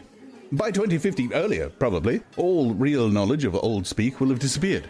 The whole literature of the past will have been destroyed. Chaucer, Shakespeare, Milton, Byron, they'll exist only in new speak versions. Not merely changed into something different, but actually changed into something contradictory of what they used to be. Even the literature of the party will change. Even the slogans will change. How could you have a slogan like 'freedom is slavery' when the concept of freedom has been abolished? Well, the whole climate of thought will be different. In fact, there will be no thought as we understand it now. Orthodoxy means not thinking, not needing to think. Orthodoxy is unconsciousness." One of these days, thought Winston with sudden deep conviction, Syme will be vaporized. He's too intelligent. He sees too clearly and speaks too plainly. The party does not like such people. One day he will disappear. It is written in his face. Winston had finished his bread and cheese. He turned a little sideways in his chair to drink his mug of coffee. At the table on his left, the man with the strident voice was still talking remorselessly away. A young woman who was perhaps his secretary, and who was sitting with her back to Winston, was listening to him, and seemed to be eagerly agreeing with everything that he said. From time to time, Winston caught some such remark as, "Oh, I think you're so right. I do so agree with you," uttered in a youthful and rather silly feminine voice. But the other voice never stopped for an instant, even when the girl was speaking. Winston knew the man by sight, though he knew no more about him than that he held some important post in the fiction department. He was a man of about 30, with a muscular throat and a large mobile mouth. His head was thrown back a little, and because of the angle at which he was sitting, his spectacles caught the light, and presented to Winston 2 blank discs instead of eyes. What was slightly horrible was that from the stream of sound that poured out of his mouth, it was almost impossible to distinguish a single word. Just once Winston caught a phrase, "complete and final elimination of Goldsteinism," jerked out very rapidly, and, as it seemed, all in one piece, like a line of type cast solid. For the rest, it was just a noise, a quack, quack, quacking. And yet, though you could not actually hear what the man was saying, you could not be in any doubt about its general nature. He might be denouncing Goldstein and demanding sterner measures against thought criminals and saboteurs. He might be fulminating against the atrocities of the Eurasian army. He might be praising Big Brother or the heroes on the Malabar front. It made no difference. Whatever it was, you could be certain that every word of it was pure orthodoxy, pure ingsoc. As he watched the eyeless face with the jaw moving rapidly up and down, Winston had a curious feeling that this was not a real human being, but some kind of dummy. It was not the man's brain that was speaking, it was his larynx.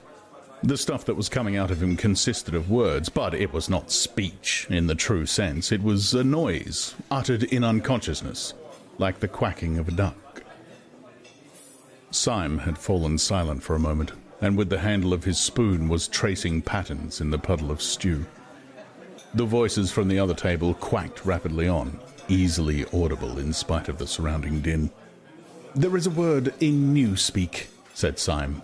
"I don't know whether you know it. Duck speak. To quack like a duck. It's one of those interesting words which have 2 contradictory meanings. Applied to an opponent, it is abuse. Applied to someone you agree with, it's praise." Unquestionably, Syme will be vaporized, Winston thought again. He thought it with a kind of sadness, although well knowing that Syme despised him and slightly disliked him, and was fully capable of denouncing him as a thought criminal if he saw any reason for doing so. There was something subtly wrong with Syme. There was something that he lacked. Discretion, aloofness, a sort of saving stupidity. You could not say that he was unorthodox.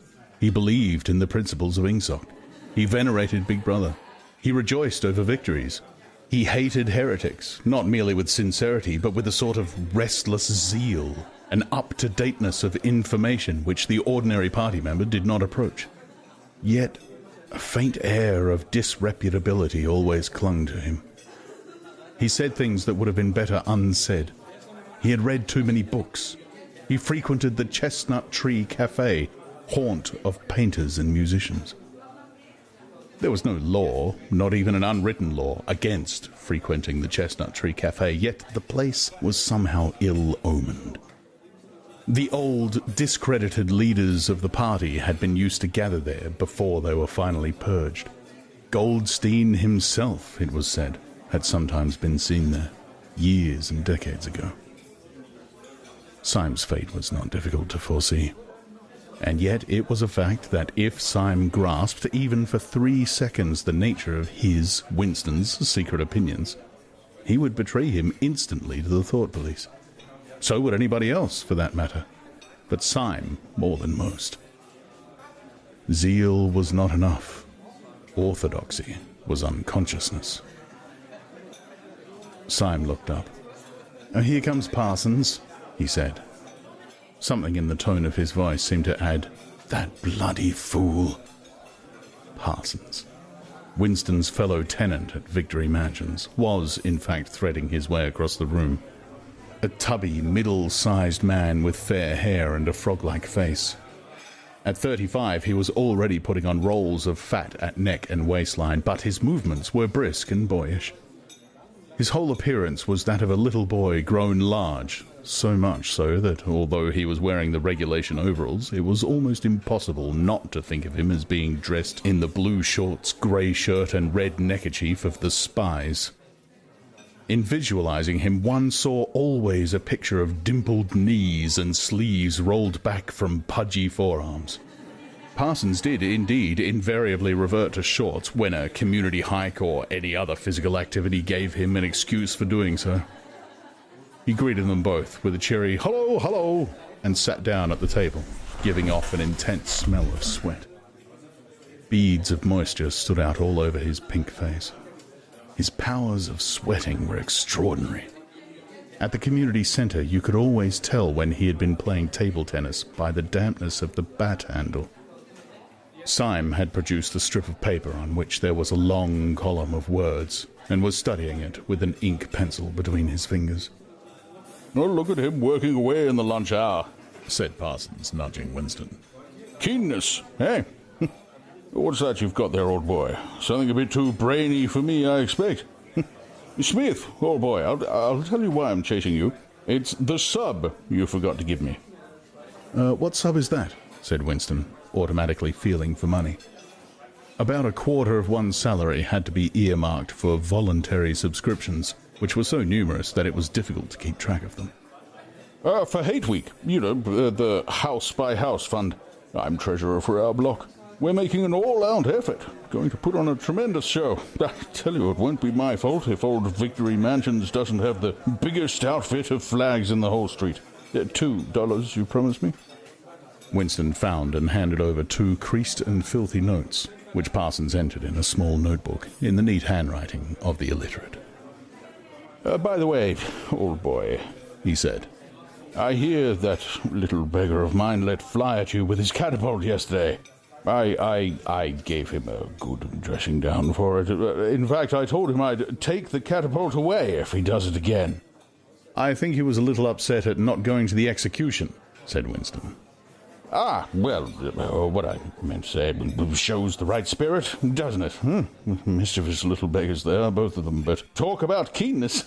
All they think about is the spies, and the war, of course. Do you know what that little girl of mine did last Saturday? When her troop was out on a hike out Berkhamsted way, she got 2 other girls to go with her, slipped off from the hike, and spent the whole afternoon following a strange man. They kept on his tail for 2 hours, right through the woods, and then, when they got to Amersham, handed him over to the patrols." "What did they do that for?" said Winston, somewhat taken aback. Parsons went on triumphantly. "Oh, my kid made sure he was some kind of enemy agent. You know, he might have been dropped by parachute, for instance. But here's the point, old boy. What do you think put her onto him in the first place? She spotted he was wearing a funny kind of shoes. Said she'd never seen anyone wearing shoes like that before. So the chances were he was a foreigner. Pretty smart for a nipper of 7, eh? What happened to the man? Said Winston. That I couldn't say, of course, but I wouldn't be altogether surprised if...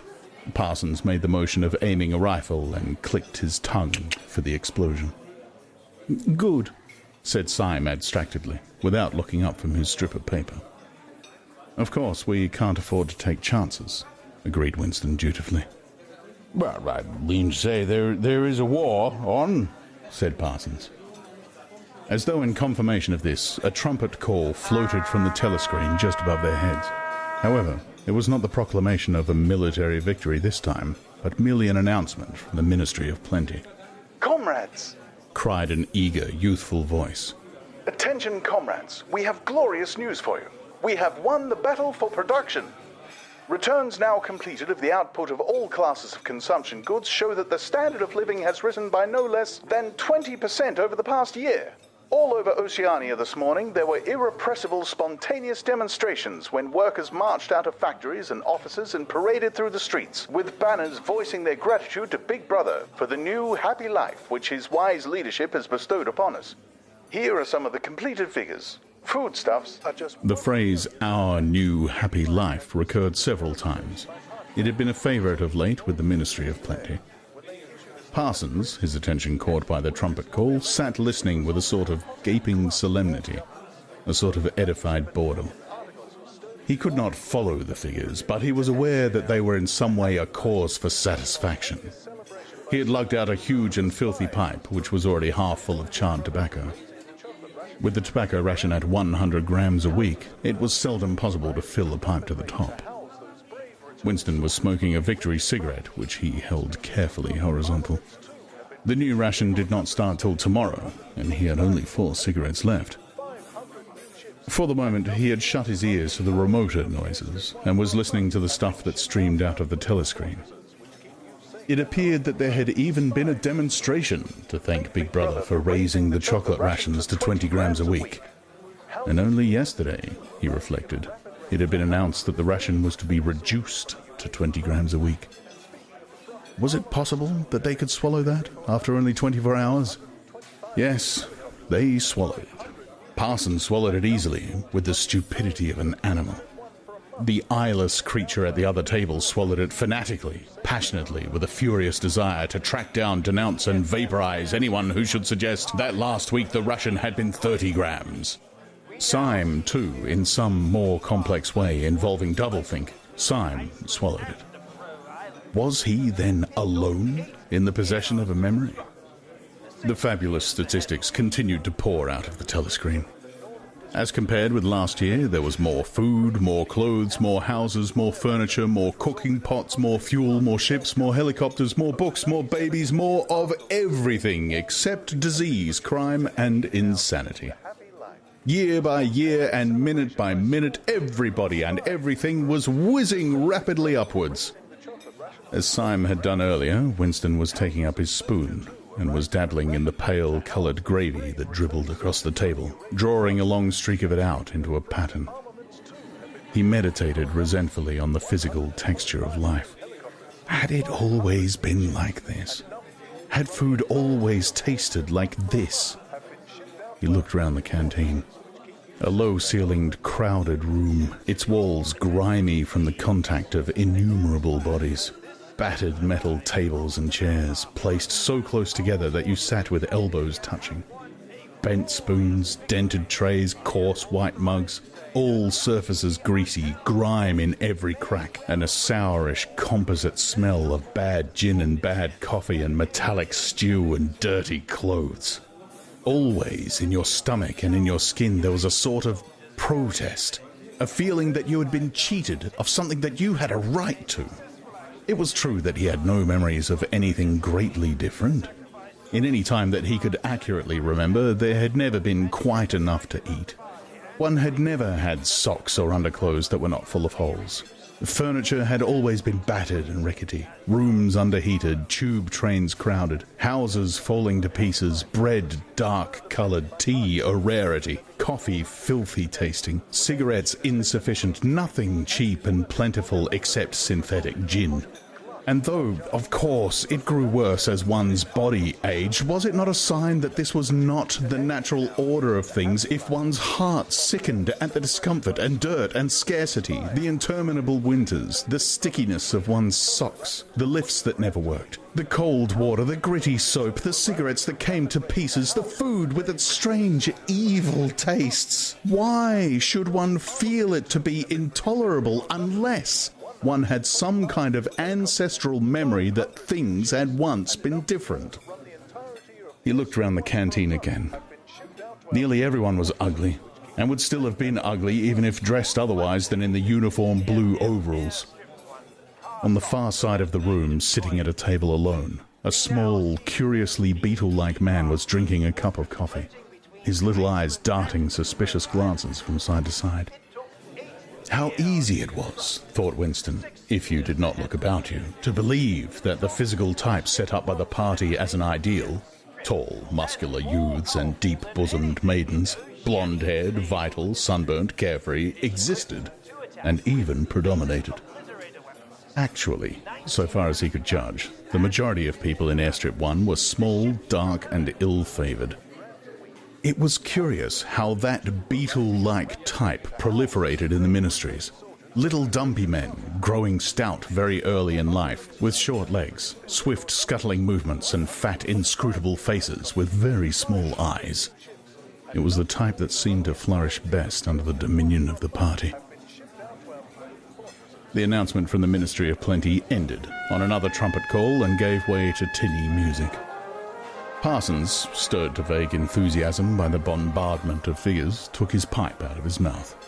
Ministry of Plenty has certainly done a good job this year, he said with a knowing shake of his head. By the way, Smith, old boy, I suppose you haven't got any razor blades you can let me have? Not one, said Winston. I've been using the same blade for 6 weeks myself. Ah, well, just thought I'd ask you, old boy. Sorry, said Winston. The quacking voice from the next table, temporarily silenced during the ministry's announcement, had started up again, as loud as ever.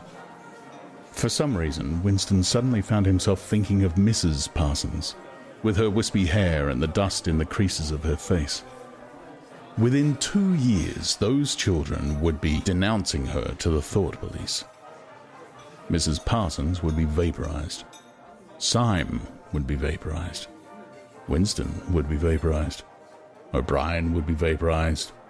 Parsons, on the other hand, would never be vaporized. The eyeless creature with the quacking voice would never be vaporized. The little beetle-like men who scuttle so nimbly through the labyrinthine corridors of the ministries, they, too, would never be vaporized. And the girl with dark hair, the girl from the fiction department, she would never be vaporized either. It seemed to him that he knew instinctively who would survive and who would perish, though just what it was that made for survival, it was not easy to say. At this moment, he was dragged out of his reverie with a violent jerk. The girl at the next table had turned partly round and was looking at him. It was the girl with the dark hair. She was looking at him in a sidelong way, but with curious intensity. The instant she caught his eye, she looked away again. The sweat started out on Winston's backbone. A horrible pang of terror went through him. It was gone almost at once, but it left a sort of nagging uneasiness behind. Why was she watching him? Why did she keep following him about? Unfortunately, he could not remember whether she had already been at the table when he arrived or had come there afterwards. But yesterday, at any rate, during 2 minutes' hate, she had sat immediately behind him when there was no apparent need to do so. Quite likely, her real objective had been to listen to him and make sure whether he was shouting loudly enough. His earlier thoughts returned to him. Probably she was not actually a member of the thought police, but then it was precisely the amateur spy who was the greatest danger of all. He did not know how long she had been looking at him, but perhaps for as much as 5 minutes, and it was possible that his features had not been perfectly under control. It was terribly dangerous to let your thoughts wander when you're in any public place or within range of a telescreen. The smallest thing could give you away. A nervous tick, an unconscious look of anxiety, a habit of muttering to yourself, anything that carried with it the suggestion of abnormality, of having something to hide. In any case, to wear an improper expression on your face, to look incredulous when a victory was announced, for example, was itself a punishable offence. There was even a word for it in newspeak. Face crime, it was called. The girl had turned her back on him again. Perhaps, after all, she was not really following him about. Perhaps it was coincidence that she had sat so close to him 2 days running. His cigarette had gone out, and he laid it carefully on the edge of the table. He would finish smoking it after work, if he could keep the tobacco in it. Quite likely the person at the next table was a spy of the thought police, and quite likely he would be in the cellars of the Ministry of Love within 3 days, but a cigarette end must not be wasted. Syme had folded up his strip of paper and stowed it away in his pocket. Parsons had begun talking again. Did I ever tell you, old boy, he said, chuckling round the stem of his pipe, about the time when those 2 nippers of mine set fire to the old market woman's skirt because they saw her wrapping up sausages in a poster of BB? Sneaked up behind her and set fire to it with a box of matches. Burnt her quite badly, I believe. Little beggars, eh? But keen as mustard. That's a first-rate training they give them in the spies nowadays. Better than in my day, even. What do you think's the latest thing they served them out with? Ear trumpets for listening through keyholes. My little girl brought one home the other night, tried it out on our sitting room door, and reckoned she could hear twice as much as with her ear to the hole. Of course, it's only a toy, mind you, still gives them the right idea, eh? At this moment, the telescreen let out a piercing whistle. It was the signal to return to work. All 3 men sprang to their feet to join in the struggle round the lifts, and the remaining tobacco fell out of Winston's cigarette.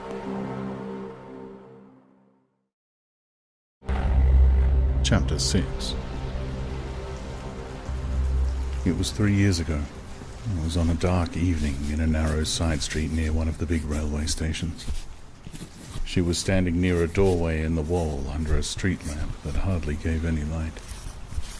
She had a young face, painted very thick. It was really the paint that appealed to me. The whiteness of it like a mask, and the bright red lips. Party women never paint their faces. There was nobody else in the street, and no telescreens. She said, $2. For the moment, it was too difficult to go on. He shut his eyes and pressed his fingers against them, trying to squeeze out the vision that kept recurring. He had an almost overwhelming temptation to shout a string of filthy words at the top of his voice, or to bang his head against the wall, to kick over the table and hurl the inkpot through the window, to do any violent or noisy or painful thing that might black out the memory that was tormenting him. Your worst enemy, he reflected, was your own nervous system. At any moment the tension inside you was liable to translate itself into some visible symptom. He thought of a man whom he had passed in the street a few weeks back. A quite ordinary-looking man, a party member, aged 35 to 40, tallish and thin, carrying a briefcase. They were a few meters apart when the left side of the man's face was suddenly contorted by a sort of spasm. It happened again just as they were passing one another. It was only a twitch, a quiver, rapid as the clicking of a camera shutter, but obviously habitual.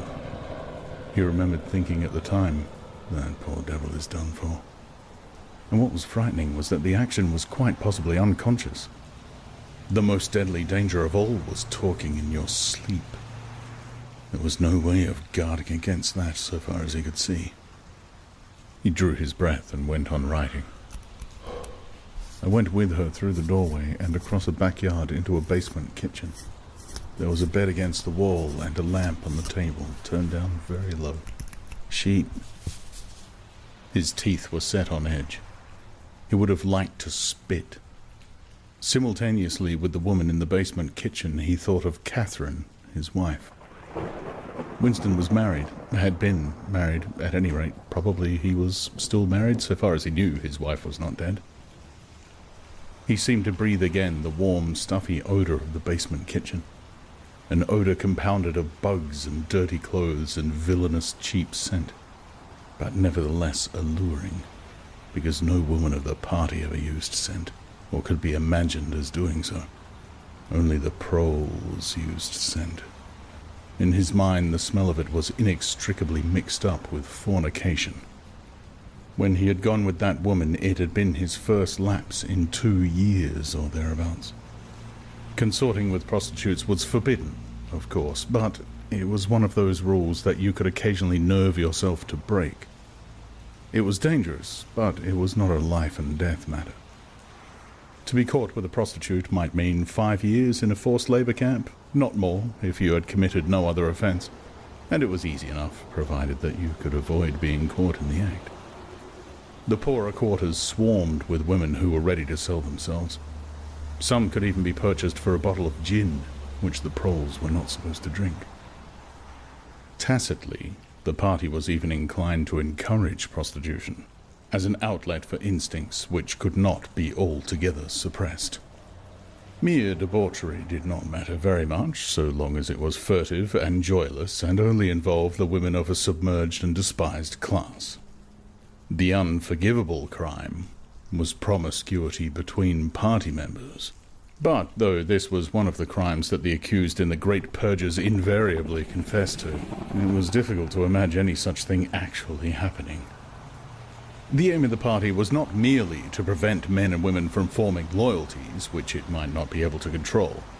Its real, undeclared purpose was to remove all pleasure from the sexual act. Not love so much as eroticism was the enemy, inside marriage as well as outside it. All marriages between party members had to be approved by a committee appointed for the purpose, and, though the principle was never clearly stated, permission was always refused if the couple concerned gave the impression of being physically attracted to one another.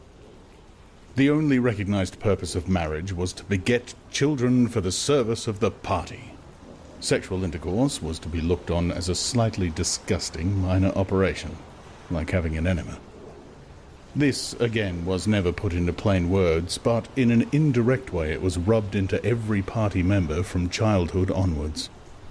There were even organizations such as the Junior Anti-Sex League, which advocated complete celibacy for both sexes.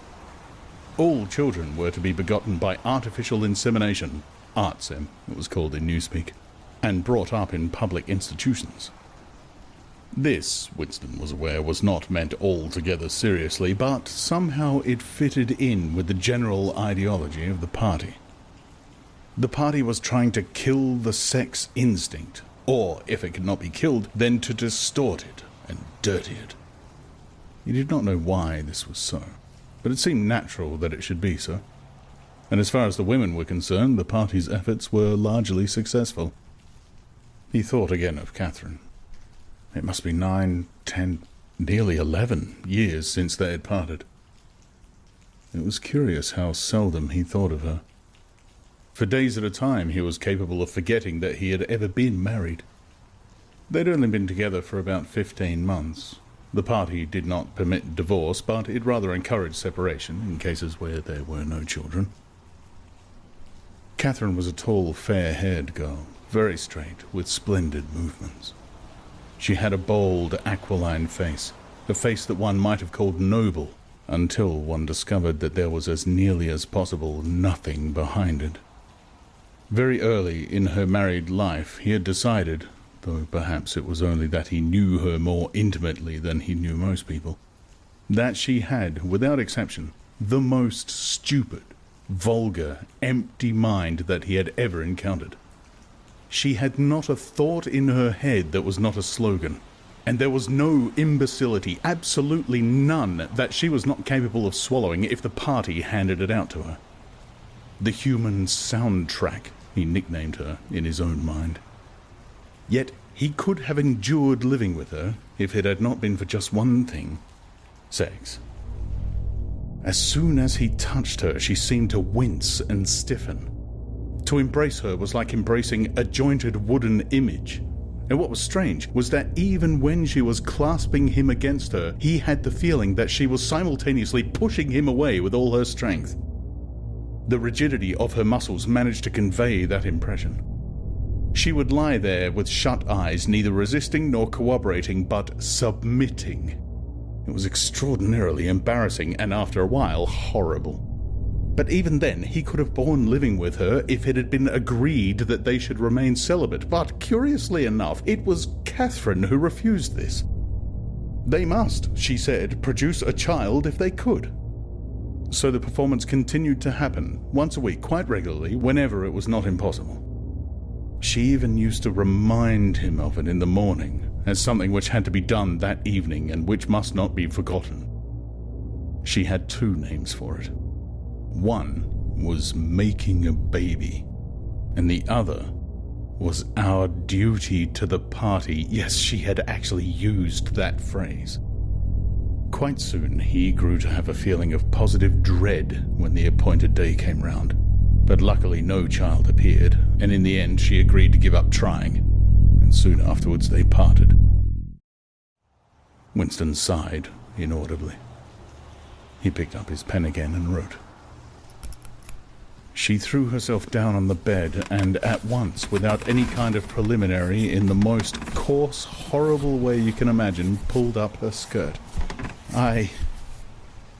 He saw himself standing there in the dim lamplight, with the smell of bugs and cheap scent in his nostrils, and in his heart a feeling of defeat and resentment, which even at that moment was mixed up with the thought of Catherine's white body, frozen forever by the hypnotic power of the party. Why did it always have to be like this? Why could he not have a woman of his own instead of these filthy scuffles at intervals of years? But a real love affair was an almost unthinkable event. The women of the party were all alike. Chastity was deep ingrained in them as party loyalty. By careful early conditioning, by games and cold water, by the rubbish that was dinned into them at school and in the spies and the youth league, by lectures, parades, songs, slogans, and martial music, the natural feeling had been driven out of them. His reason told him that there must be exceptions, but his heart did not believe it. They were all impregnable, as the party intended that they should be. And what he wanted, more even than to be loved, was to break down that wall of virtue, even if it were only once in his whole life. The sexual act, successfully performed, was rebellion. Desire was thought crime.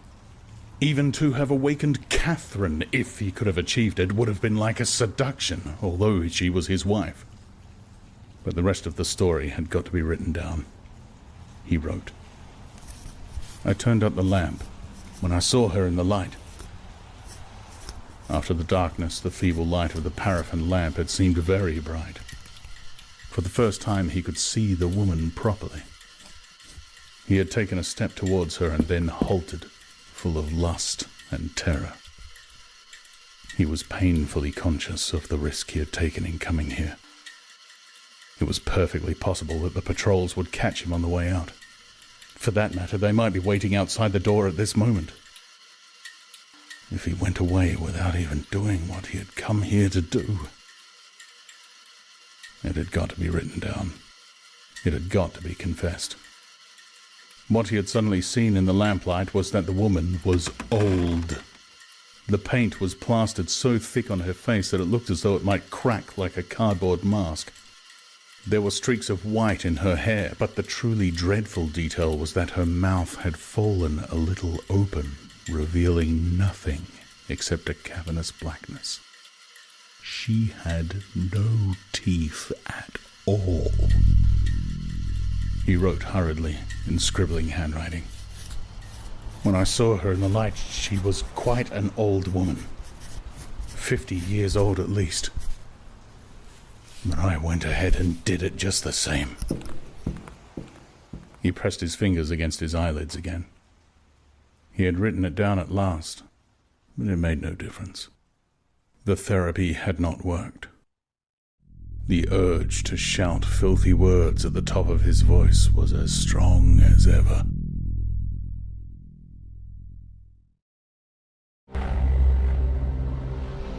Chapter 7. If there is hope, wrote Winston, it lies in the proles. If there was hope, it must lie in the proles, because only there, in those swarming, disregarded masses, 85% of the population of Oceania, could the force to destroy the party ever be generated. The party could not be overthrown from within. Its enemies, if it had any enemies, had no way of coming together, or even of identifying one another. Even if the legendary Brotherhood existed, as it just possibly might, it was inconceivable that its members could ever assemble in larger numbers than 2s and 3s. Rebellion meant a look in the eyes, an inflection of the voice, at the most an occasional whispered word. But the proles, if only they could somehow become conscious of their own strength, and they would have no need to conspire. They needed only to rise up and shake themselves like a horse shaking off flies. If they chose, they could blow the party to pieces tomorrow morning. Surely, sooner or later it must occur to them to do it. And yet... He remembered how once he had been walking down a crowded street when a tremendous shout of hundreds of voices, women's voices, had burst from a side street a little way ahead. It was a great, formidable cry of anger and despair, a deep, loud roar that went humming on like the reverberation of a bell. His heart had leapt. It started, he had thought, a riot! The proles are breaking loose at last! When he had reached the spot, it was to see a mob of 200 or 300 women crowding round the stalls of a street market, with faces as tragic as though they had been doomed passengers on a sinking ship. But at this moment the general despair broke down into a multitude of individual quarrels. It appeared that one of the stalls had been selling tin saucepans. They were wretched, flimsy things, but cooking pots of any kind were always difficult to get. Now the supply had unexpectedly given out. The successful women, bumped and jostled by the rest, were trying to make off with their saucepans, while dozens of others clamoured around the stall, accusing the stallkeeper of favoritism and of having more saucepans somewhere in reserve. There was a fresh outburst of yells. 2 bloated women, one of them with her hair coming down, had got hold of the same saucepan and were trying to tear it out of one another's hands. For a moment they were both tugging, and then the handle came off. Winston watched them disgustedly. And yet, just for a moment, what almost frightening power had sounded in that cry from only a few hundred throats. Why was it that they could never shout like that about anything that mattered?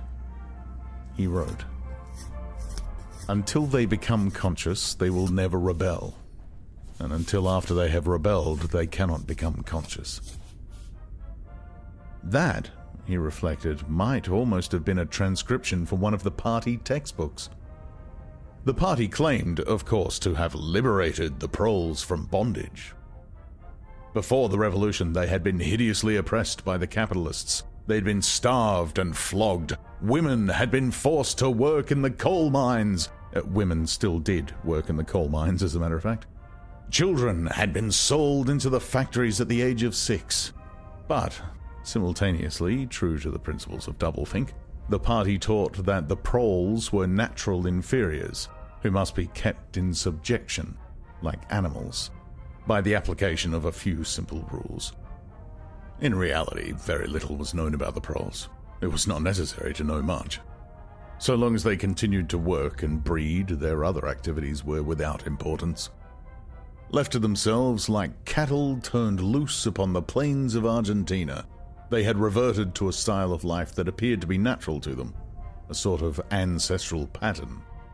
They were born, they grew up in the gutters, they went to work at 12, they passed through a brief blossoming period of beauty and sexual desire, they married at 20, they were middle-aged at 30, they died, for the most part, at 60. Heavy physical work, the care of home and children, petty quarrels with neighbors, films, football, beer, and above all gambling filled up the horizon of their minds. To keep them in control was not difficult. A few agents of the thought police moved always among them, spreading false rumors and marking down and eliminating the few individuals who were judged capable of becoming dangerous. But no attempt was made to indoctrinate them with the ideology of the party. It was not desirable that the proles should have strong political feelings. All that was required of them was a primitive patriotism, which could be appealed to whenever it was necessary to make them accept longer working hours or shorter rations. And even when they became discontented, as they sometimes did, their discontent led nowhere, because being without general ideas, they could only focus it on petty, specific grievances. The larger evils invariably escaped their notice. The great majority of proles did not even have telescreens in their homes. Even the civil police interfered with them very little. There was a vast amount of criminality in London, a whole world within a world of thieves, bandits, prostitutes, drug peddlers, and racketeers of every description. But since it all happened amongst the proles themselves, it was of no importance. In all questions of morals, they were allowed to follow their ancestral code. The sexual puritanism of the party was not imposed upon them. Promiscuity went unpunished. Divorce was permitted. For that matter, even religious worship would have been permitted if the proles had shown any sign of needing or wanting it. They were beneath suspicion. As the party slogan put it, proles and animals are free. Winston reached down and cautiously scratched his varicose ulcer. It had begun itching again. The thing you invariably came back to was the impossibility of knowing what life before the revolution had really been like. He took out of the drawer a copy of a children's history textbook, which he had borrowed from Mrs. Parsons, and began copying a passage into the diary. "In the old days," it ran, "before the glorious revolution, London was not the beautiful city that we know today. It was a dark, dirty, miserable place where hardly anybody had enough to eat, and where hundreds and thousands of poor people had no boots on their feet, and not even a roof to sleep under. Children no older than you had to work 12 hours a day for cruel masters who flogged them with whips if they worked too slowly, and fed them on nothing but stale bread crusts and water. But in among all this terrible poverty, there were just a few great, big, beautiful houses that were lived in by rich men who had as many as 30 servants to look after them. These rich men were called capitalists. They were fat, ugly men with wicked faces, like the one in the picture on the opposite page. You can see that he is dressed in a long black coat, which was called a frock coat, and a queer, shiny hat shaped like a stovepipe, which was called a top hat. This was the uniform of the capitalists, and no one else was allowed to wear it. The capitalists owned everything in the world, and everyone else was their slave. They owned all the land, all the houses, all the factories, and all the money. If anyone disobeyed them, they could throw them into prison, or they could take his job away and starve him to death. When any ordinary person spoke to a capitalist, he had to cringe and bow to him, and take off his cap and address him as Sir. The chief of all the capitalists was called the king, but he knew the rest of the catalogue. There would be mention of the bishops in their lawn sleeves, the judges in their ermine robes, the pillory, the stocks, the treadmill, the cat o' nine tails, the Lord Mayor's banquet, and the practice of kissing the Pope's toe.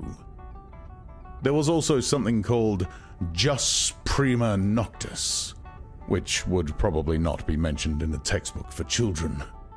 It was the law by which every capitalist had the right to sleep with any woman working in one of his factories.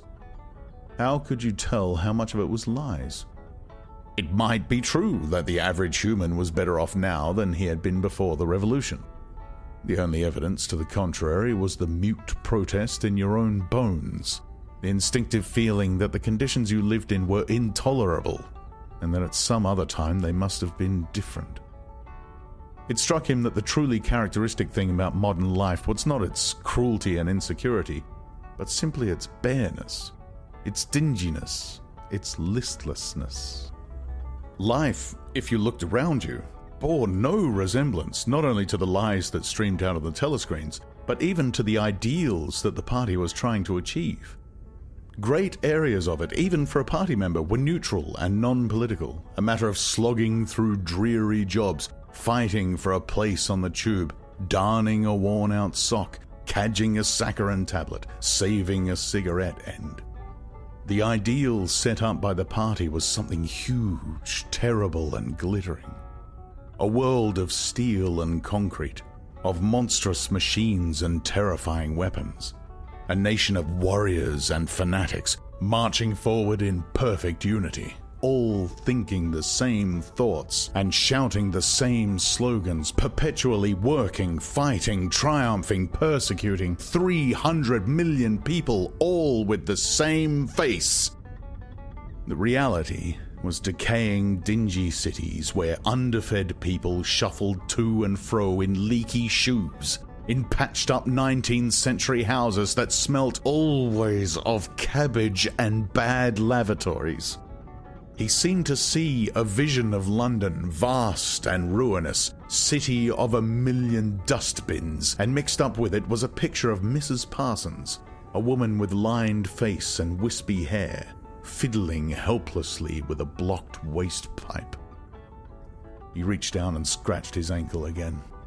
Day and night the telescreens bruised your ears with statistics proving that people today had more food, more clothes, better houses, better recreation, that they lived longer, worked shorter hours, were bigger, healthier, stronger, happier, more intelligent, better educated than people of 50 years ago. Not a word of it could ever be proved or disproved. The party claimed, for example, that today 40% of adult proles were literate. Before the revolution, it was said the number had only been 15%. The party claimed that the infant mortality rate was now only 160 per 1,000, whereas before the revolution it had been 300. And so it went on. It was like a single equation with two unknowns. It might very well be that literally every word in the history books, even the things that one accepted without question, was pure fantasy. For all he knew, there might never have been any such law as the jus prima noctis, or any such creature as a capitalist, or any such garment as a top hat. Everything faded into mist. The past was erased, the erasure was forgotten, the lie became truth.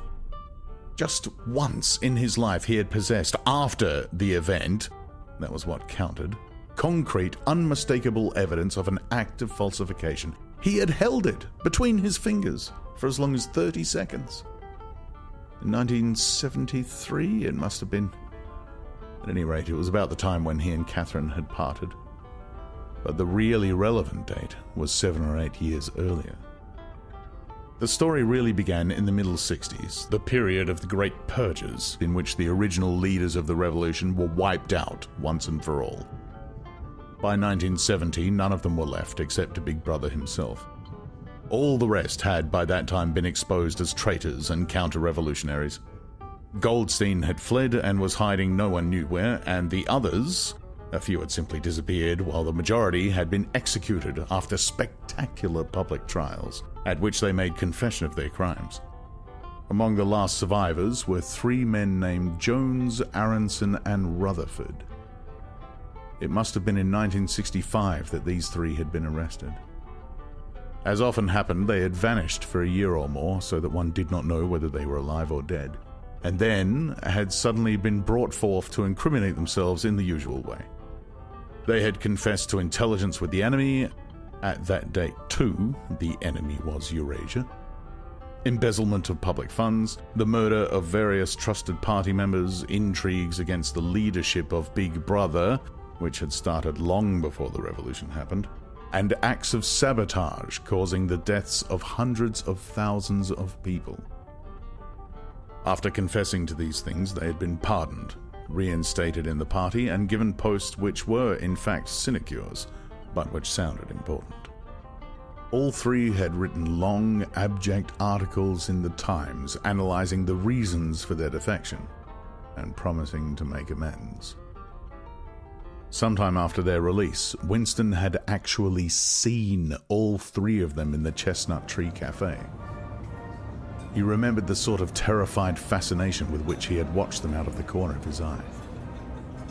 There were men far older than himself, relics of the ancient world, almost the last great figures left over from the heroic days of the party. The glamour of the underground struggle and the Civil War still faintly clung to them.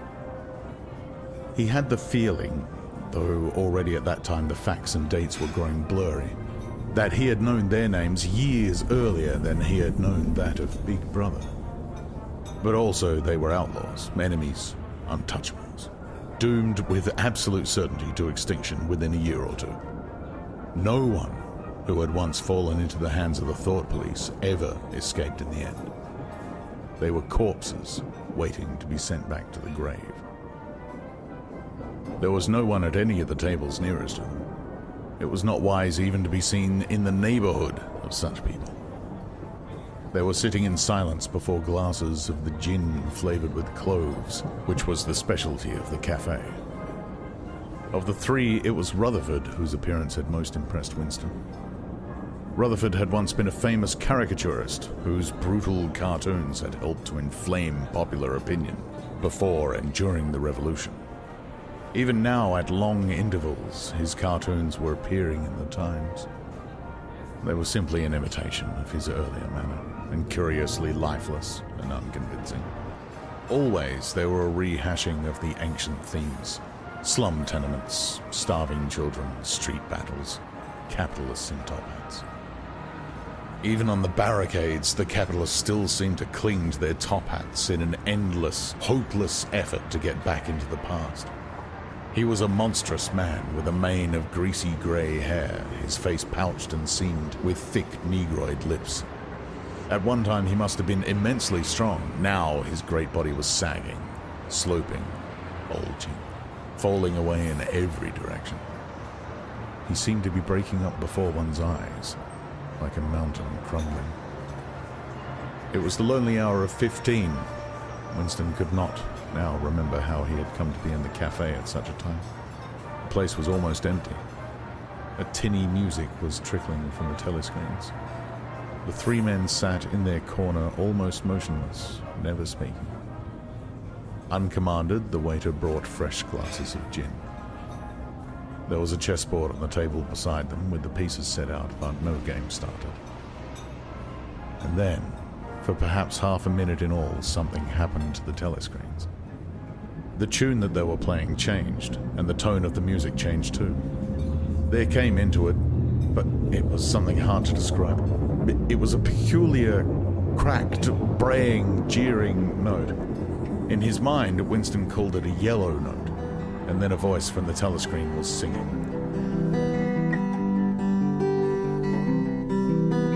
Under the spreading chestnut tree, I sold you and you sold me. There lie they, near lie we, under the spreading chestnut tree.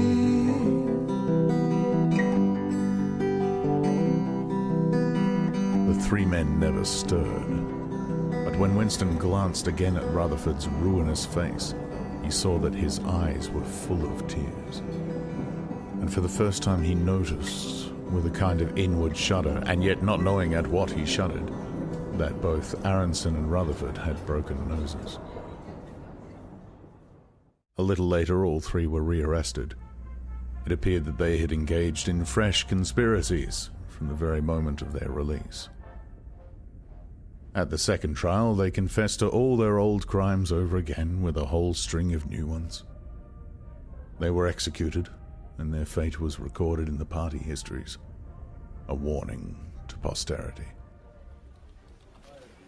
About 5 years after this, in 1973, Winston was unrolling a wad of documents which had just flopped out of the pneumatic tube onto his desk, when he came on a fragment of paper which had evidently been slipped in among the others and then forgotten.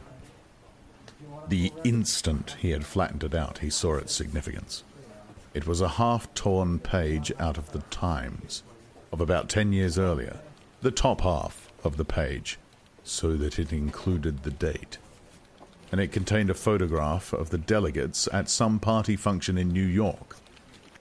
Prominent in the middle of the group were Jones, Aronson, and Rutherford. There was no mistaking them. In any case, their names were in the caption at the bottom. The point was that at both trials, all three men had confessed that on that date they had been on Eurasian soil. They had flown from a secret airfield in Canada to a rendezvous somewhere in Siberia and had conferred with members of the Eurasian General Staff, to whom they had betrayed important military secrets. The date had stuck in Winston's memory because it chanced to be Midsummer Day. But the whole story must be on record in countless other places as well. There was only one possible conclusion. The confessions were lies. Of course, this was not in itself a discovery. Even at that time, Winston had not imagined that the people who were wiped out in the purges had actually committed the crimes that they'd been accused of. But this was concrete evidence. It was a fragment of the abolished past, like a fossil bone which turns up in the wrong stratum and destroys a geological theory. It was enough to blow the party to atoms, if in some way it could have been published to the world, and its significance made known. He had gone straight on working. As soon as he saw what the photograph was and what it meant, he had covered it up with another sheet of paper.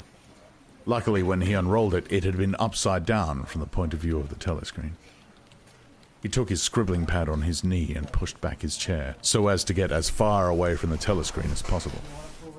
To keep your face expressionless was not difficult, and even your breathing could be controlled with an effort.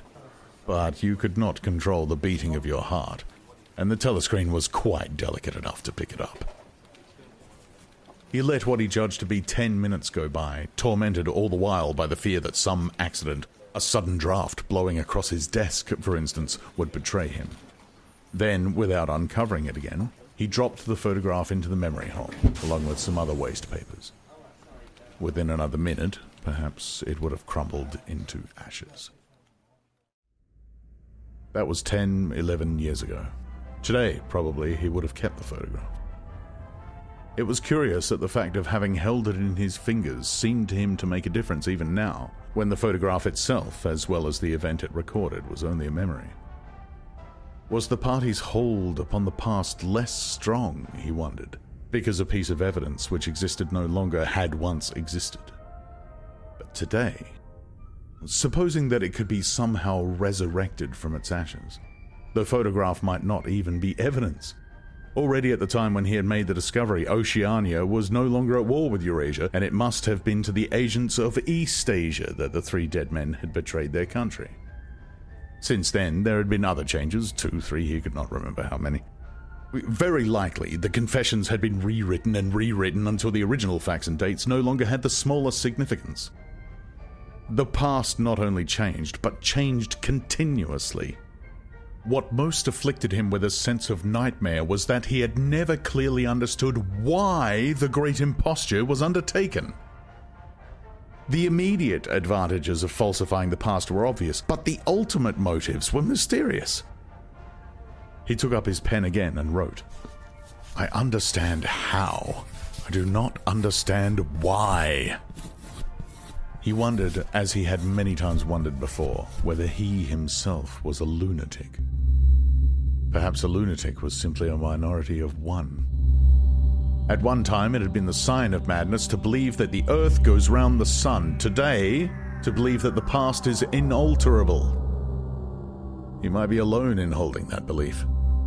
And if alone, then a lunatic. But the thought of being a lunatic did not greatly trouble him. The horror was that he might also be wrong. He picked up the children's history book and looked at the portrait of Big Brother, which formed its frontispiece. The hypnotic eyes gazed into his own. It was as though some huge force was pressing down upon you. Something that penetrated inside your skull, battered against your brain, frightened you out of your beliefs, persuaded you almost to deny the evidence of your senses. In the end, the party would announce that 2 and 2 made 5, and you would have to believe it. It was inevitable that they should make the claim sooner or later. The logic of their position demanded it. Not merely the validity of experience, but the very existence of external reality was tacitly denied by their philosophy. The heresy of heresies was common sense. And what was terrifying was not that they would kill you for thinking otherwise, but that they might be right. For after all, how do we know that 2 and 2 make 4? Or that the force of gravity works? Or that the past is unchangeable? If both the past and the external world exist only in the mind, and if the mind itself is controllable, what then? But no! His courage seemed suddenly to stiffen of its own accord. The face of O'Brien, not called up by any obvious association, had floated into his mind. He knew with more certainty than before that O'Brien was on his side. He was writing the diary for O'Brien, to O'Brien. It was like an interminable letter which no one would ever read, but which was addressed to a particular person and took its color from that fact. The party told you to reject the evidence of your eyes and ears. It was their final, most essential command. His heart sank as he thought of the enormous power arrayed against him, the ease with which any party intellectual would overthrow him in debate, the subtle arguments which he would not be able to understand, much less answer, and yet he was in the right. They were wrong and he was right. The obvious, the silly, and the true had got to be defended. Truisms are true. Hold on to that. The solid world exists. Its laws do not change. Stones are hard. Water is wet. Objects unsupported fall towards the Earth's center. With the feeling that he was speaking to O'Brien, and also that he was setting forth an important axiom, he wrote, "Freedom is the freedom to say that 2 + 2 makes 4. If that is granted, all else follows."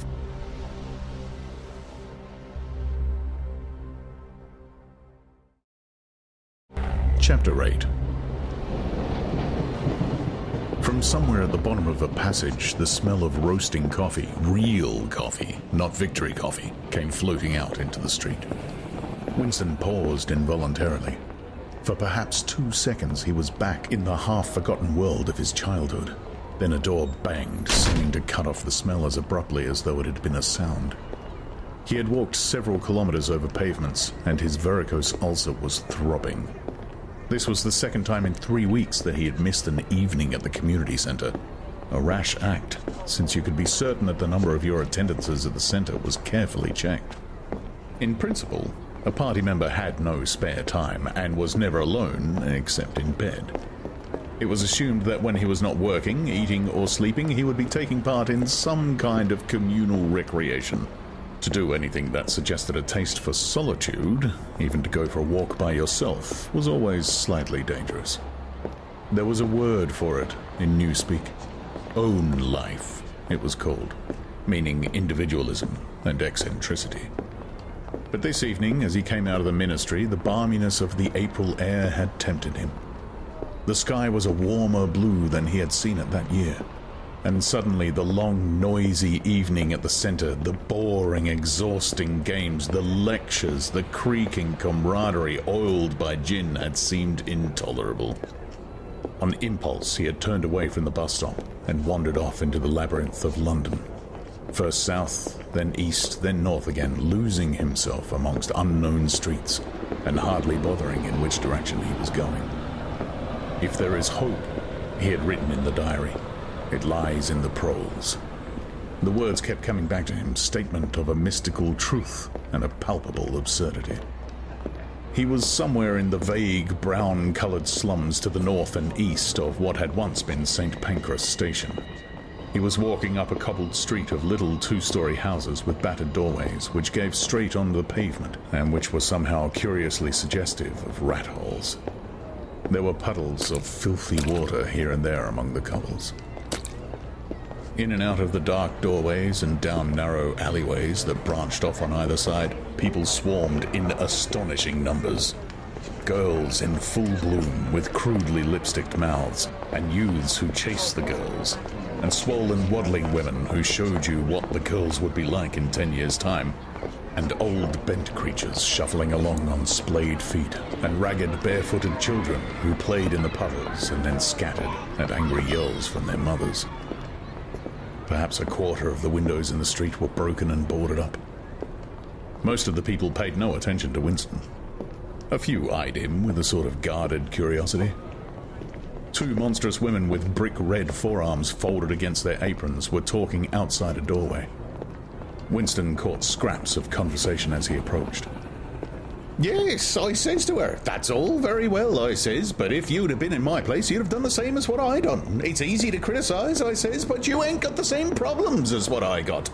"Oh," said the other, "that's just it, that's just where it is." The strident voices stopped abruptly. The women studied him in hostile silence as he went past, but it was not hostility exactly, merely a kind of wariness, a momentary stiffening as at the passing of some unfamiliar animal. The blue overalls of the party could not be a common sight in a street like this. Indeed, it was unwise to be seen in such places, unless you had definite business there. The patrols might stop you if you happened to run into them. "May I see your papers, comrade? What are you doing here? What time did you leave work? Is this your usual way home?" And so on and so forth. Not that there was any rule against walking home by an unusual route, but it was enough to draw attention to you if the thought police heard about it. Suddenly, the whole street was in commotion. There were yells of warning from all sides. People were shooting into the doorways like rabbits. A young woman leapt out of a doorway a little ahead of Winston, grabbed up a tiny child playing in a puddle, whipped her apron round it, and leapt back again, all in one movement. At the same instant, a man in a concertina-like black suit, who had emerged from a side alley, ran towards Winston, pointing excitedly to the sky. "Steamer! Look out, Governor! Bang overhead! Lay down, quick!" Steamer was a nickname which, for some reason, the proles applied to rocket bombs. Winston promptly flung himself on his face.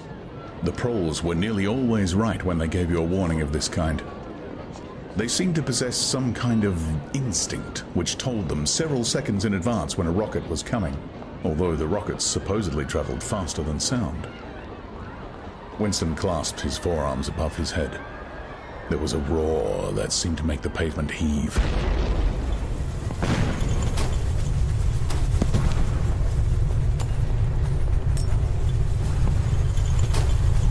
A shower of light objects pattered onto his back. When he stood up, he found that he was covered with fragments of glass from the nearest window.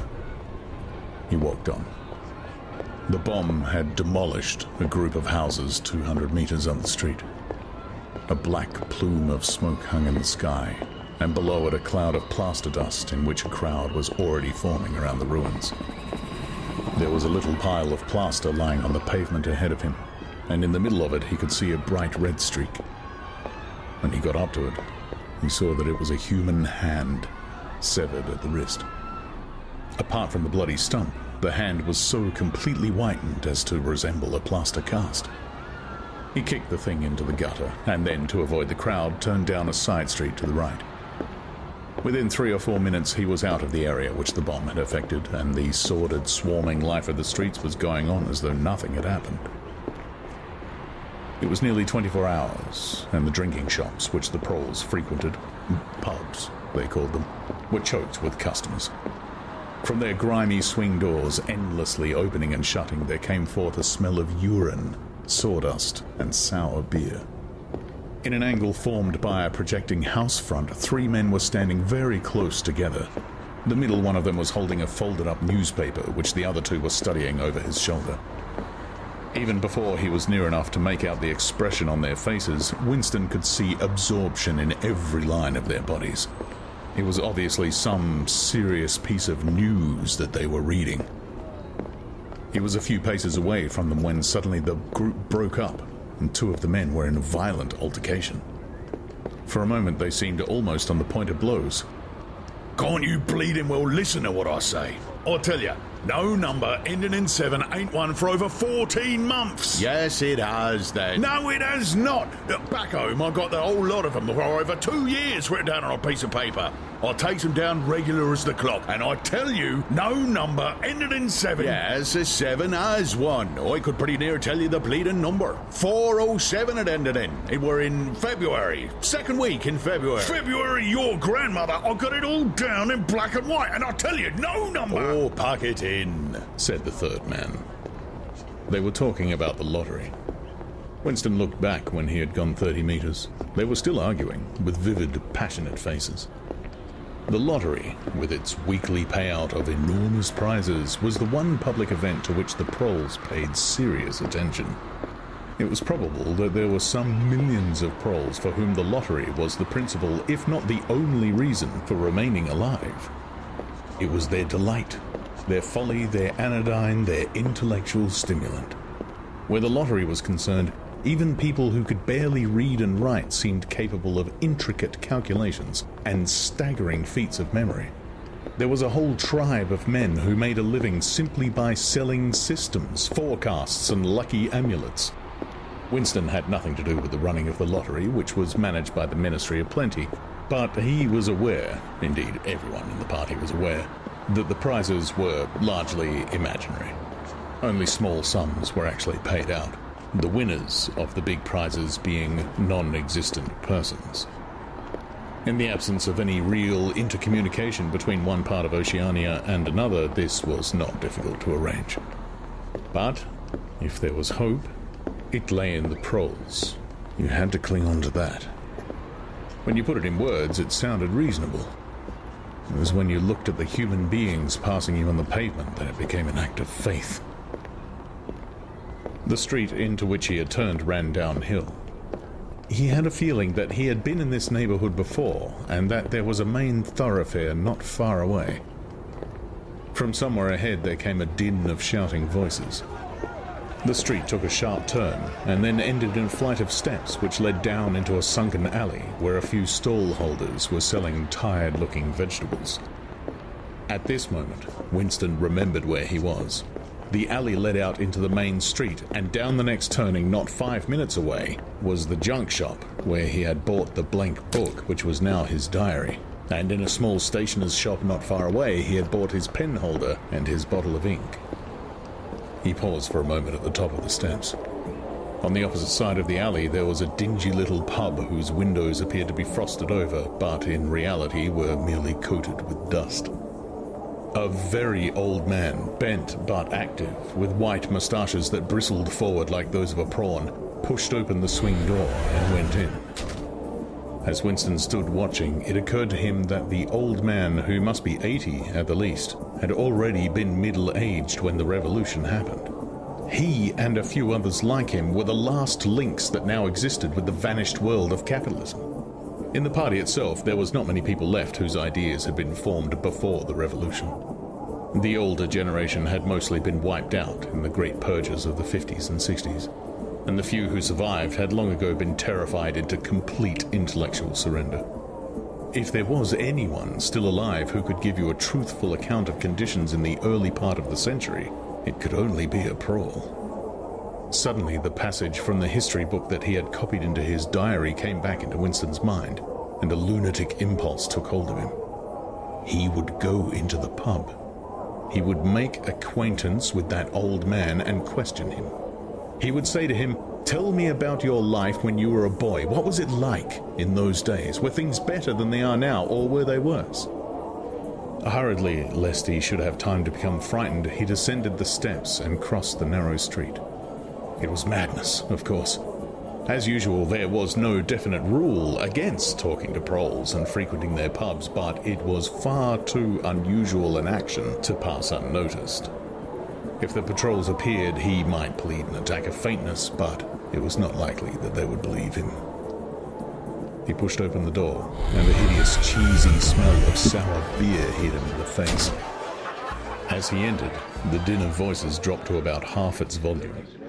Behind his back, he could feel everyone eyeing his blue overalls. A game of darts which was going on at the other end of the room interrupted itself for perhaps as much as 30 seconds. The old man whom he had followed was standing at the bar having some kind of altercation with the barman, a large, stout, hook-nosed young man with enormous forearms.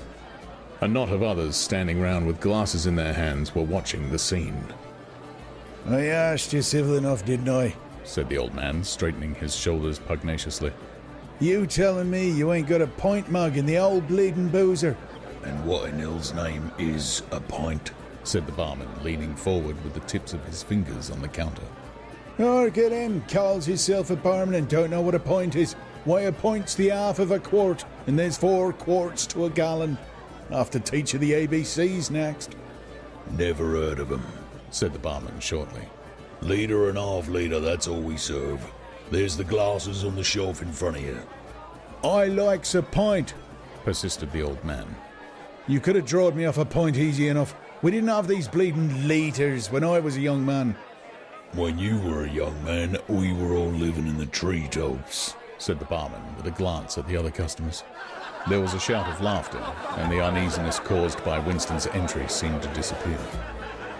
The old man's white stubbled face had flushed pink. He turned away, muttering to himself, and bumped into Winston. Winston caught him gently by the arm. "May I offer you a drink?" he said. "Ah, you're a gent," said the other, straightening his shoulders again. He appeared not to have noticed Winston's blue overalls. "Pint," he added aggressively to the barman. "Pint a wallop." The barman swished 2 half-litres of dark brown beer into thick glasses, which he had rinsed in a bucket under the counter. Beer was the only drink you could get in prole pubs. The proles were supposed not to drink gin, though in practice they could get hold of it easily enough. The game of darts was in full swing again, and the knot of men at the bar had begun talking about lottery tickets. Winston's presence was forgotten for a moment. There was a deal table under the window where he and the old man could talk without fear of being overheard. It was horribly dangerous, but at any rate there was no telescreen in the room, a point he had made sure of as soon as he came in. "He could have drawed me off a pint," grumbled the old man as he settled down behind a glass. "Half litre ain't enough. It don't satisfy. And an old litre's too much.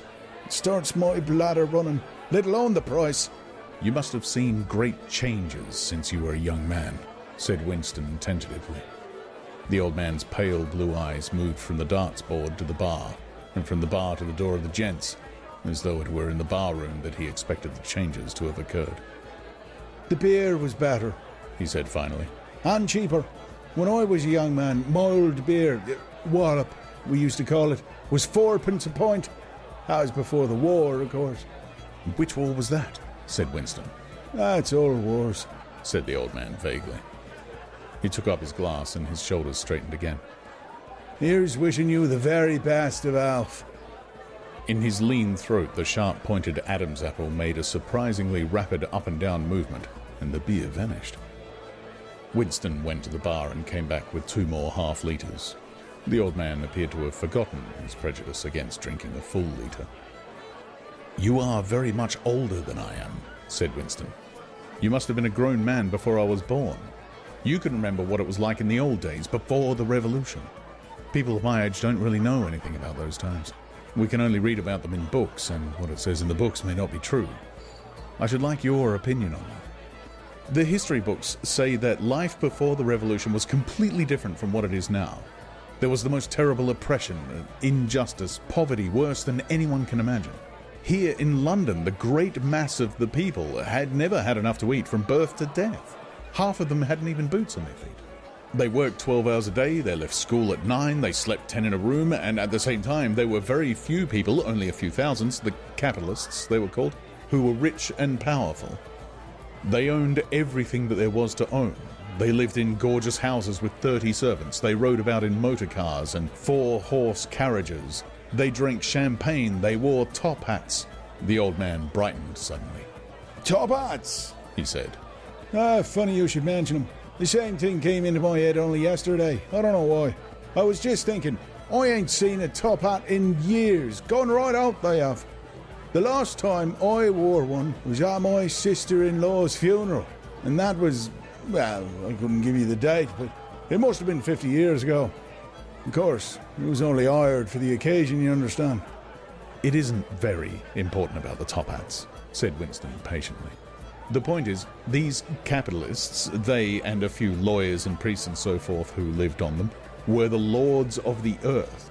Everything existed for their benefit. You, the ordinary people, the workers, were their slaves. They could do what they liked with you. They could ship you off to Canada like cattle. They could sleep with your daughters if they chose. They could order you to be flogged with something called a cat of nine tails. You had to take your cap off when you passed them. Every capitalist went about with a gang of lackeys who... The old man brightened again. Lackeys, he said. Oh, that regular takes me back, it does. I recollect, donkeys years ago. I used to sometimes go to Hyde Park on a Sunday afternoon to hear the blokes making speeches. Salvation Army, Roman Catholics, Jews, Indians, all sorts there was. And there was one bloke, I couldn't give you his name, but a real powerful speaker he was. He didn't half give it to him. Lackeys, he says. Lackeys of the bourgeoisie, flunkies of the ruling class. The parasites, that was another one of them. And hyenas, he definitely called them hyenas. Gosh, he was referring to the Labour Party, you understand. Winston had the feeling that they were talking at crossed purposes. What I really want to know was this, he said. Do you feel that you have more freedom now than you had in those days? Are you treated more like a human being? In the old days, the rich people, the people at the top... House of Lords, put in the old man reminiscently. The House of Lords, if you like. What I'm asking is, were these people able to treat you as an inferior simply because they were rich and you were poor? Is it a fact, for instance, that you had to call them sir and take off your cap when you passed them? The old man appeared to think deeply. He drank off about a quarter of his beer before answering. Yes, he said. Well, they liked you to touch your cap to them. It showed respect. I didn't agree with it myself, but I done it often enough. Had to, as you might say. And was it usual, I'm only quoting what I've read in the history books, was it usual for these people and their servants to push you off the pavement into the gutter? One of them pushed me once, said the old man. I recollect it as if it was yesterday. It was boat race night. Terribly rowdy they used to get on boat race night. And I bumps into a young bloke on Shaftesbury Avenue. Quite a gent he was. Dress shirt, top hat, black overcoat. He was kind of zigzagging across the pavement. And I bumps into him, accidental like. And he says, "Why can't you look where you're going?" he says. I say, "Do you think you bought the bleeding pavement?" He says, "I'll twist your bloody head off if you get fresh with me." I says, "You're drunk. I'll give you in charge in half a minute," I says. And if you believe me, he puts his hand on my chest. He gives me a shove as pretty near sent me under the wheels of a bus. Well, I was young in them days and I was going to fetch him one, only... A sense of helplessness took hold of Winston. The old man's memory was nothing but a rubbish heap of details. One could question him all day without getting any real information. The party histories might still be true after a fashion. They might even be completely true. He made a last attempt. Perhaps I have not made myself clear, he said. What I'm trying to say is this. You have been alive a very long time. You lived half your life before the revolution. In 1925, for instance, you were already grown up. Would you say, from what you can remember, that life in 1925 was better than it is now or worse? If you could choose, would you prefer to live then or now? The old man looked meditatively at the darts board. He finished up his beer more slowly than before. When he spoke, it was with a tolerant philosophical air, as though the beer had mellowed him. I know what you expect me to say, he said. You expect me to say I'd sooner be young again. Well, most people would say they'd sooner be young if you asked them. You got your health and strength when you're young. When you get to my time of life, you ain't never well. I suffer something wicked from my feet, and my bladder's just terrible. 6 and 7 times a night it has me out of bed. On the other hand, there's great advantages in being an old man. You ain't got the same worries. No truck with women, and that's a great thing. I ain't had a woman for near on 30 year, if you credit it. Or one or two, once more. Winston sat back against the windowsill. There was no use going on. He was about to buy some more beer when the old man suddenly got up and shuffled rapidly into the stinking urinal at the side of the room. The extra half-litre was already working on him. Winston sat for a minute or two gazing at his empty glass, and hardly noticed when his feet carried him out into the street again. Within 20 years at the most, he reflected. The huge and simple question, was life better before the revolution than it is now, would have ceased once and for all to be answerable.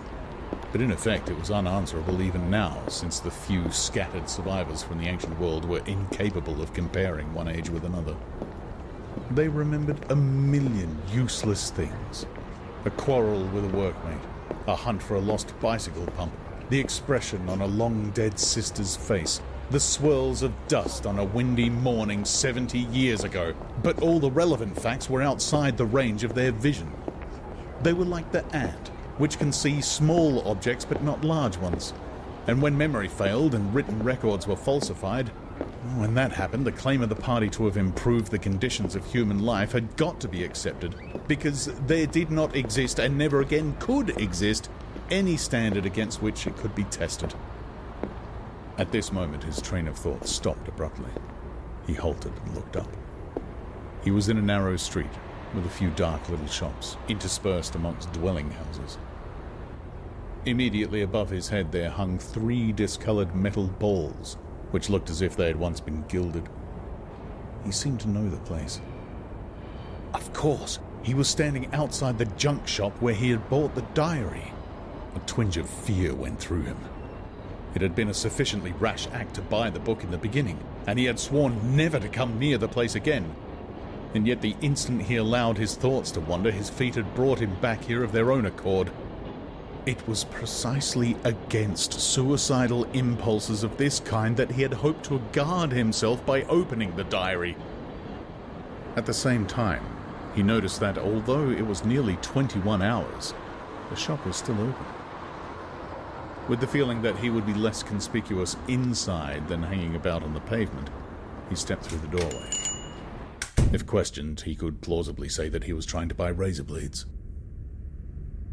The proprietor had just lighted a hanging oil lamp, which gave off an unclean but friendly smell. He was a man of perhaps 60, frail and bowed, with a long, benevolent nose, and mild eyes distorted by thick spectacles.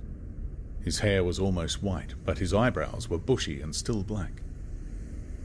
His spectacles, his gentle, fussy movements, and the fact that he was wearing an aged jacket of black velvet gave him a vague air of intellectuality, as though he had been some kind of literary man, or perhaps a musician.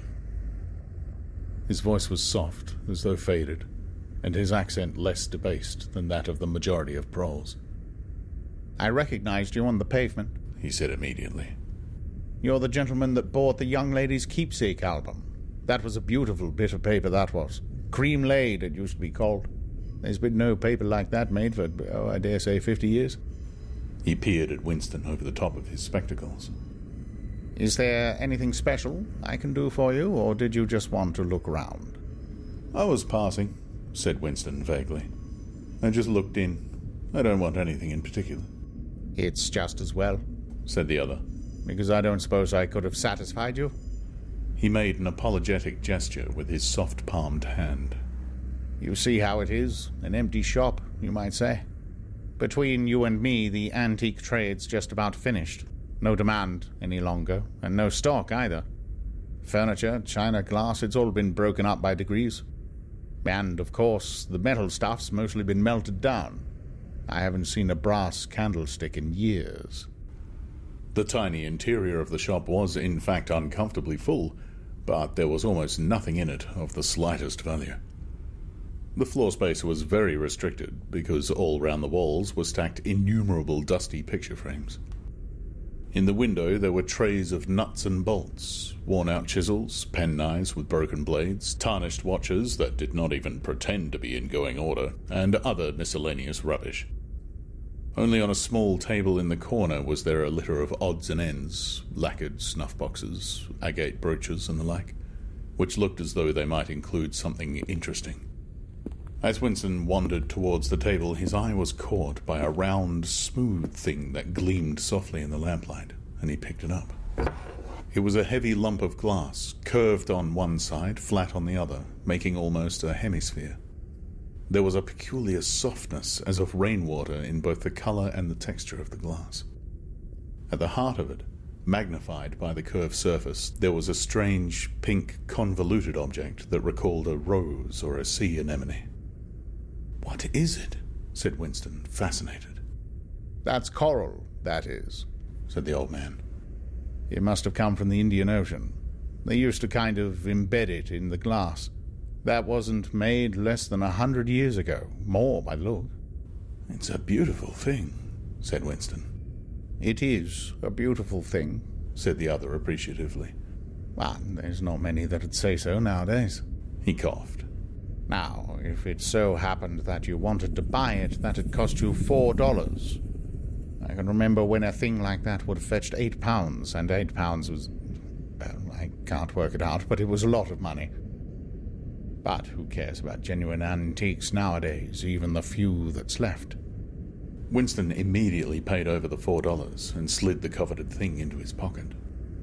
What appealed to him about it was not so much its beauty as the air it seemed to possess of belonging to an age quite different from the present one. The soft, rain-watery glass was not like any glass that he had ever seen. The thing was doubly attractive because of its apparent uselessness, although he could guess that it must once have been intended as a paperweight. It was very heavy in his pocket, but fortunately it did not make much of a bulge. It was a queer thing, even a compromising thing, for a party member to have in his possession. Anything old, and for that matter anything beautiful, was always vaguely suspect. The old man had grown noticeably more cheerful after receiving the $4. Winston realized that he would have accepted 3 or even 2. There's another room upstairs that you might care to take a look at, he said. There's not much in it, just a few pieces. We'll do with a light if we're going upstairs. He lit another lamp, and with bowed back, led the way slowly up the steep and worn stairs and along a tiny passage, into a room which did not give on the street, but looked out onto a cobbled yard and a forest of chimney pots. Winston noticed that the furniture was still arranged as though the room were meant to be lived in. There was a strip of carpet on the floor, a picture or two on the walls, and a deep, slatternly armchair drawn up to the fireplace. An old-fashioned glass clock with a 12-hour face was ticking away on the mantelpiece. Under the window, and occupying nearly a quarter of the room, was an enormous bed, with the mattress still on it. We lived here till my wife died, said the old man, half apologetically. I'm selling the furniture off by little and little. Now that's a beautiful mahogany bed, or at least it would be if you could get the bugs out of it. But I dare say you'd find it a little bit cumbersome. He was holding the lamp high up so as to illuminate the whole room, and in the warm, dim light the place looked curiously inviting. The thought flitted through Winston's mind that it would probably be quite easy to rent the room for a few dollars a week, if he dared to take the risk. It was a wild, impossible notion, to be abandoned as soon as thought of, but the room had awakened in him a sort of nostalgia, a sort of ancestral memory. It seemed to him that he knew exactly what it felt like to sit in a room like this, in an armchair beside an open fire, with your feet in the fender and a kettle on the hob, utterly alone, utterly secure, with nobody watching you, no voice pursuing you, no sound except the singing of the kettle and the friendly ticking of the clock. There's no telescreen, he couldn't help murmuring. Ah, said the other man. I never had one of those things, too expensive. I never seemed to feel the need of it somehow. Now that's a nice gate-leg table in the corner there, though of course you'd have to put new hinges on it if you wanted to use the flaps. There was a small bookshelf in the other corner, and Winston had already gravitated towards it. It contained nothing but rubbish. The hunting down and destruction of books had been done with the same thoroughness in the prole quarters as everywhere else, It was very unlikely that there existed anywhere in Oceania a copy of a book printed earlier than 1960.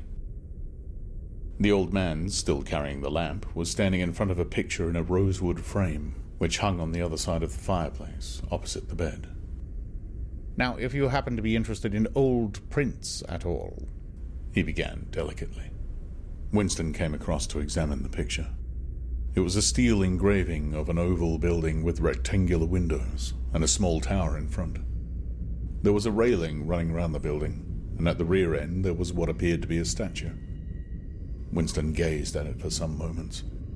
It seemed vaguely familiar, though he did not remember the statue. "The frame's fixed to the wall," said the old man. "but I could unscrew it for you, I dare say." "I know that building," said Winston finally. "It's a ruin now. It's in the middle of the street outside the Palace of Justice." "That's right, outside the law courts. It was bombed many years ago. It was a church at one time, St. Clement Danes, its name was." He smiled apologetically, as though conscious of saying something slightly ridiculous, and added, "Oranges and lemons say the bells of St. Clement's." "What's that?" said Winston. Oranges and lemons say the bells of St. Clement's. That was a rhyme we had when I was a little boy. How it goes on I don't remember, but I do know how it ended up. Here comes a candle to light you to bed. Here comes a chopper to chop off your head. It was a kind of dance. They held out their arms for you to pass under, and when they came to "Here comes a chopper to chop off your head," they brought their arms down and caught you. It was just the names of churches. All the London churches were in it. All the principal ones, that is. Winston wondered vaguely to what century the church belonged. It was always difficult to determine the age of a London building. Anything large and impressive, if it was reasonably new in appearance, was automatically claimed as having been built since the Revolution, while anything that was obviously of earlier date was ascribed to some dim period called the Middle Ages. The centuries of capitalism were held to have produced nothing of any value. One could not learn history from architecture any more than one could learn it from books. Statues, inscriptions, memorial stones, the names of streets, anything that might throw light upon the past had been systematically altered. "I never knew it had been a church," he said. "There's a lot of them left, really," said the old man, "though they've been put to other uses. Now, how did that rhyme go? I've got it. Oranges and lemons say the bells of St. Clement's. You owe me 3 farthings, say the bells of St. Martin's. There, now that's as far as I can get. A farthing, that was a small copper coin. Looked something like a cent." "Where was St. Martin's?" said Winston. "St. Martin's? That's still standing. It's in Victory Square, alongside the picture gallery. A building with a kind of triangular porch and pillars in front and a big flight of steps." Winston knew the place well. It was a museum used for propaganda displays of various kinds. Scale models of rocket bombs and floating fortresses. Waxwork tableaux illustrating enemy atrocities and the like. "St. Martin's in the Fields, it used to be called," supplemented the old man. "though I don't recollect any fields anywhere in those parts." Winston did not buy the picture. It would have been an even more incongruous possession than the glass paperweight, and impossible to carry home unless it were taken out of its frame. But he lingered for some minutes more, talking to the old man, whose name, he discovered, was not Weeks, as one might have gathered from the inscription over the shop front, but Charrington. Mr. Charrington, it seemed, was a widower, aged 63, and had inhabited this shop for 30 years. Throughout that time he had been intending to alter the name over the window, but had never quite gotten to the point of doing it. All the while that they were talking, the half-remembered rhyme kept running through Winston's head. "Oranges and lemons, say the bells of St. Clement's. You owe me 3 farthings, say the bells of St. Martin's." It was curious, but when you said it to yourself, you had the illusion of actually hearing bells. The bells of a lost London that still existed somewhere or other, disguised and forgotten. From one ghostly steeple after another, he seemed to hear them pealing forth. Yet so far as he could remember, he had never in real life heard church bells ringing. He got away from Mr. Charrington and went down the stairs alone, so as not to let the old man see him reconnoitering the street before stepping out of the door. He'd already made up his mind that after a suitable interval, a month, say, he would take the risk of visiting the shop again. It was perhaps not more dangerous than shirking an evening at the centre. The serious piece of folly had been to come back here in the first place, after buying the diary, and without knowing whether the proprietor of the shop could be trusted. However, yes, he thought again, he would come back. He would buy further scraps of beautiful rubbish. He would buy the engravings of St. Clement Danes, take it out of its frame and carry it home concealed under the jacket of his overalls. He would drag the rest of that poem out of Mr. Charrington's memory. Even the lunatic project of renting the room upstairs flashed momentarily through his mind again. For perhaps 5 seconds, exultation made him careless, and he stepped out onto the pavement without so much as a preliminary glance through the window. He had even started humming to an improvised tune. Oranges and lemons, say the bells of St. Clements, you owe me 3 farthings, say the... Suddenly, his heart seemed to turn to ice and his bowels to water. A figure in blue overalls was coming down the pavement, not 10 meters away.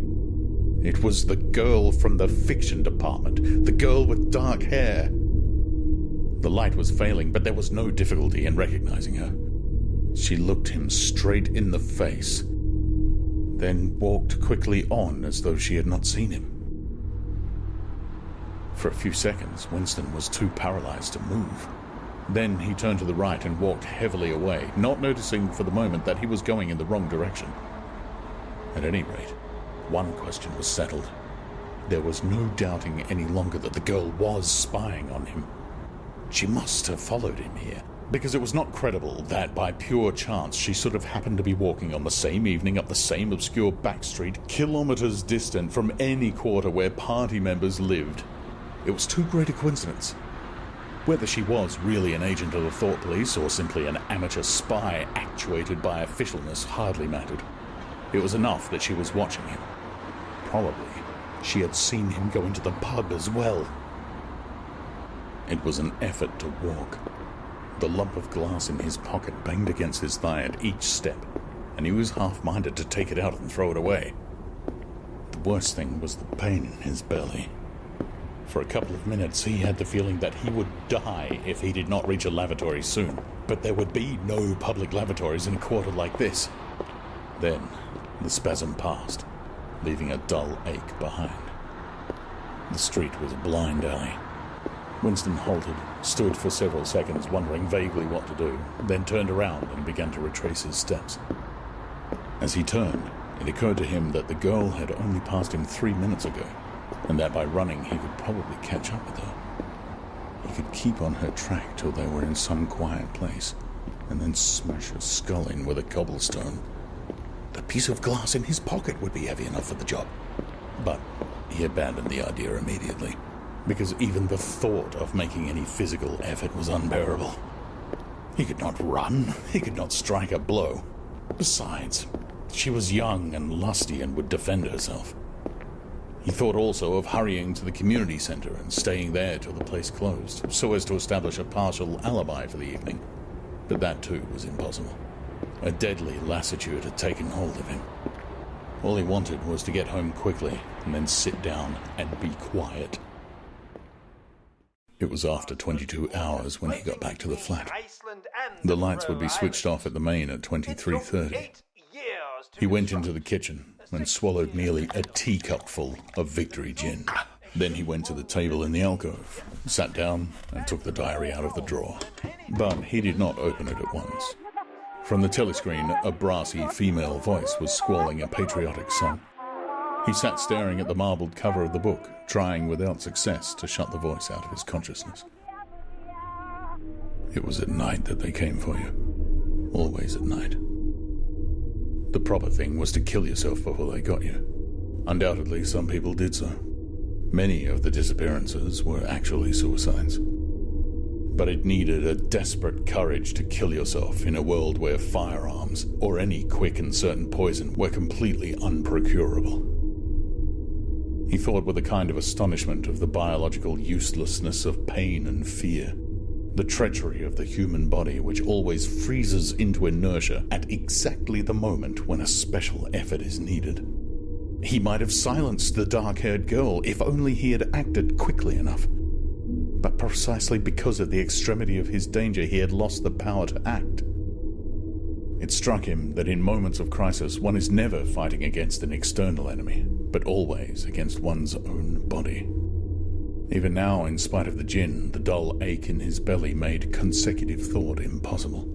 And it is the same, he perceived, in all seemingly heroic or tragic situations. On the battlefield, in the torture chamber, on a sinking ship, the issues that you are fighting for are always forgotten because the body swells up until it fills the universe. And even when you are not paralyzed by fright or screaming with pain, life is a moment-to-moment struggle against hunger or cold or sleeplessness, against a sour stomach or an aching tooth. He opened the diary. It was important to write something down. The woman on the telescreen had started a new song. Her voice seemed to stick into his brain like jagged splinters of glass. He tried to think of O'Brien, for whom, or to whom, the diary was written. But instead, he began thinking of the things that would happen to him after the thought police took him away. It would not matter if they killed you at once. To be killed was what you expected. But before death, nobody spoke of such things. Yet everybody knew of them. There was the routine of confession that had to be gone through. The groveling on the floor and the screaming for mercy. The crack of broken bones, the smashed teeth, and bloody clots of hair. Why did you have to endure it, since the end was always the same? Why was it not possible to cut a few days or weeks out of your life? Nobody ever escaped detection, and nobody ever failed to confess. When once you had succumbed to thought crime, it was certain that by a given date you would be dead.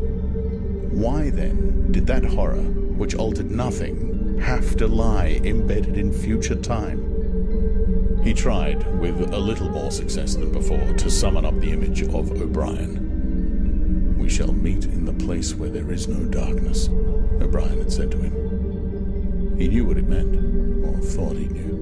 The place where there is no darkness was the imagined future, which one would never see, but which by foreknowledge one could mystically share in. But with the voice from the telescreen nagging at his ears, he could not follow the train of thought further. He put a cigarette into his mouth. Half the tobacco promptly fell out onto his tongue, a bitter dust which was difficult to spit out again. The face of Big Brother swam into his mind, displacing that of O'Brien. Just as he had done a few days earlier, he slid a coin out of his pocket and looked at it. The face gazed up at him, heavy, calm, protecting. But what kind of smile was hidden beneath the dark moustache? Like a leaden knell, the words came back at him. War is peace. Freedom is slavery. Ignorance is strength.